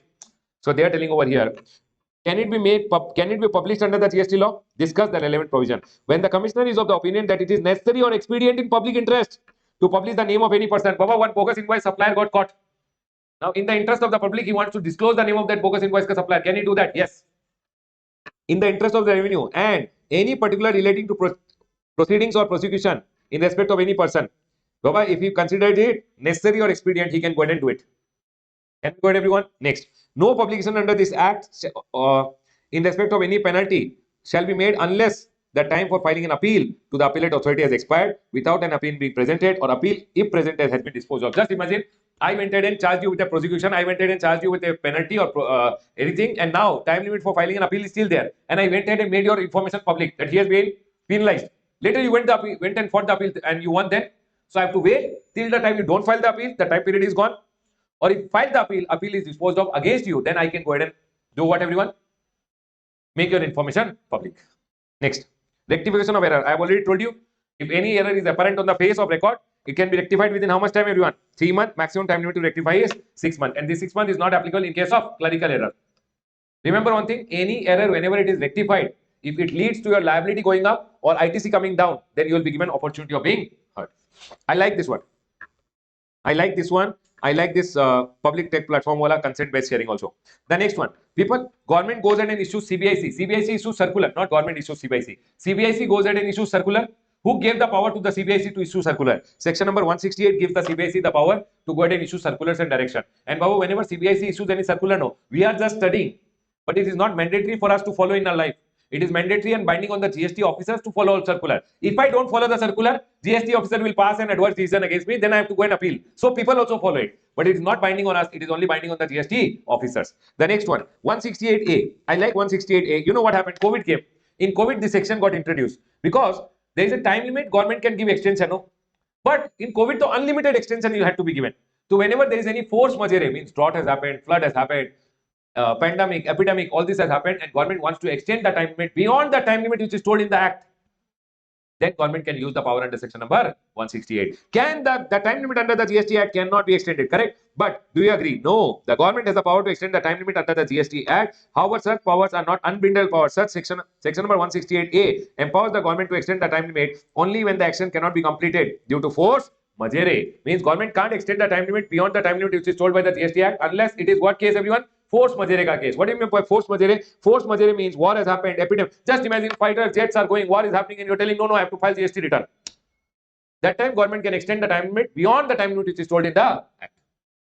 Is my point clear to all of you? Next.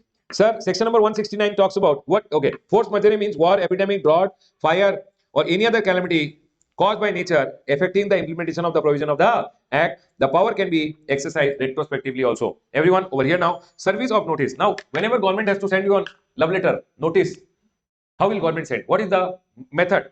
I like this section also.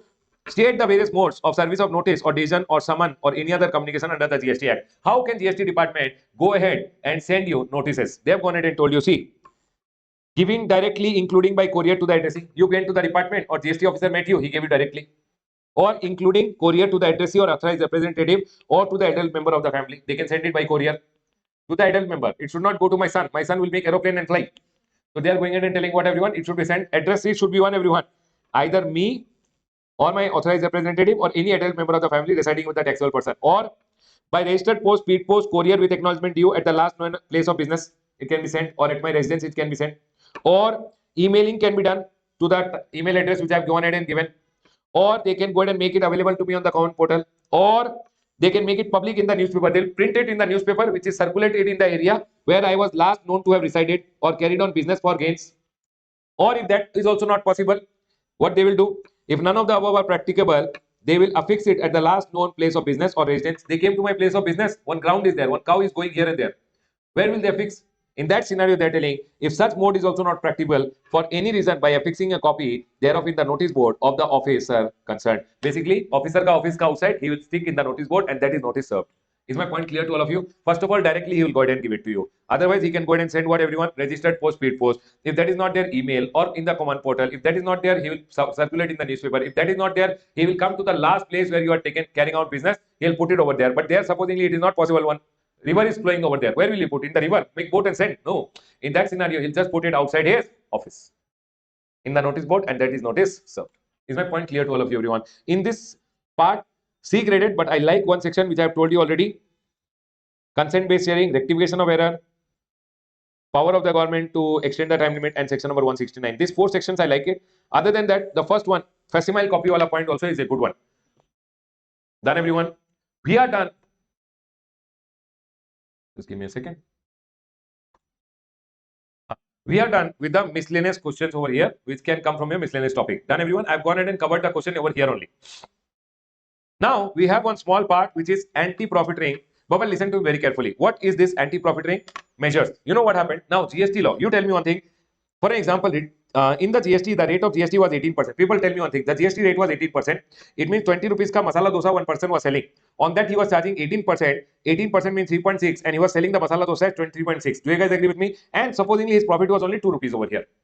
Now, 20 rupees is the selling price of the masala dosa. Masala dosa ka, for example, rate went up to 28%.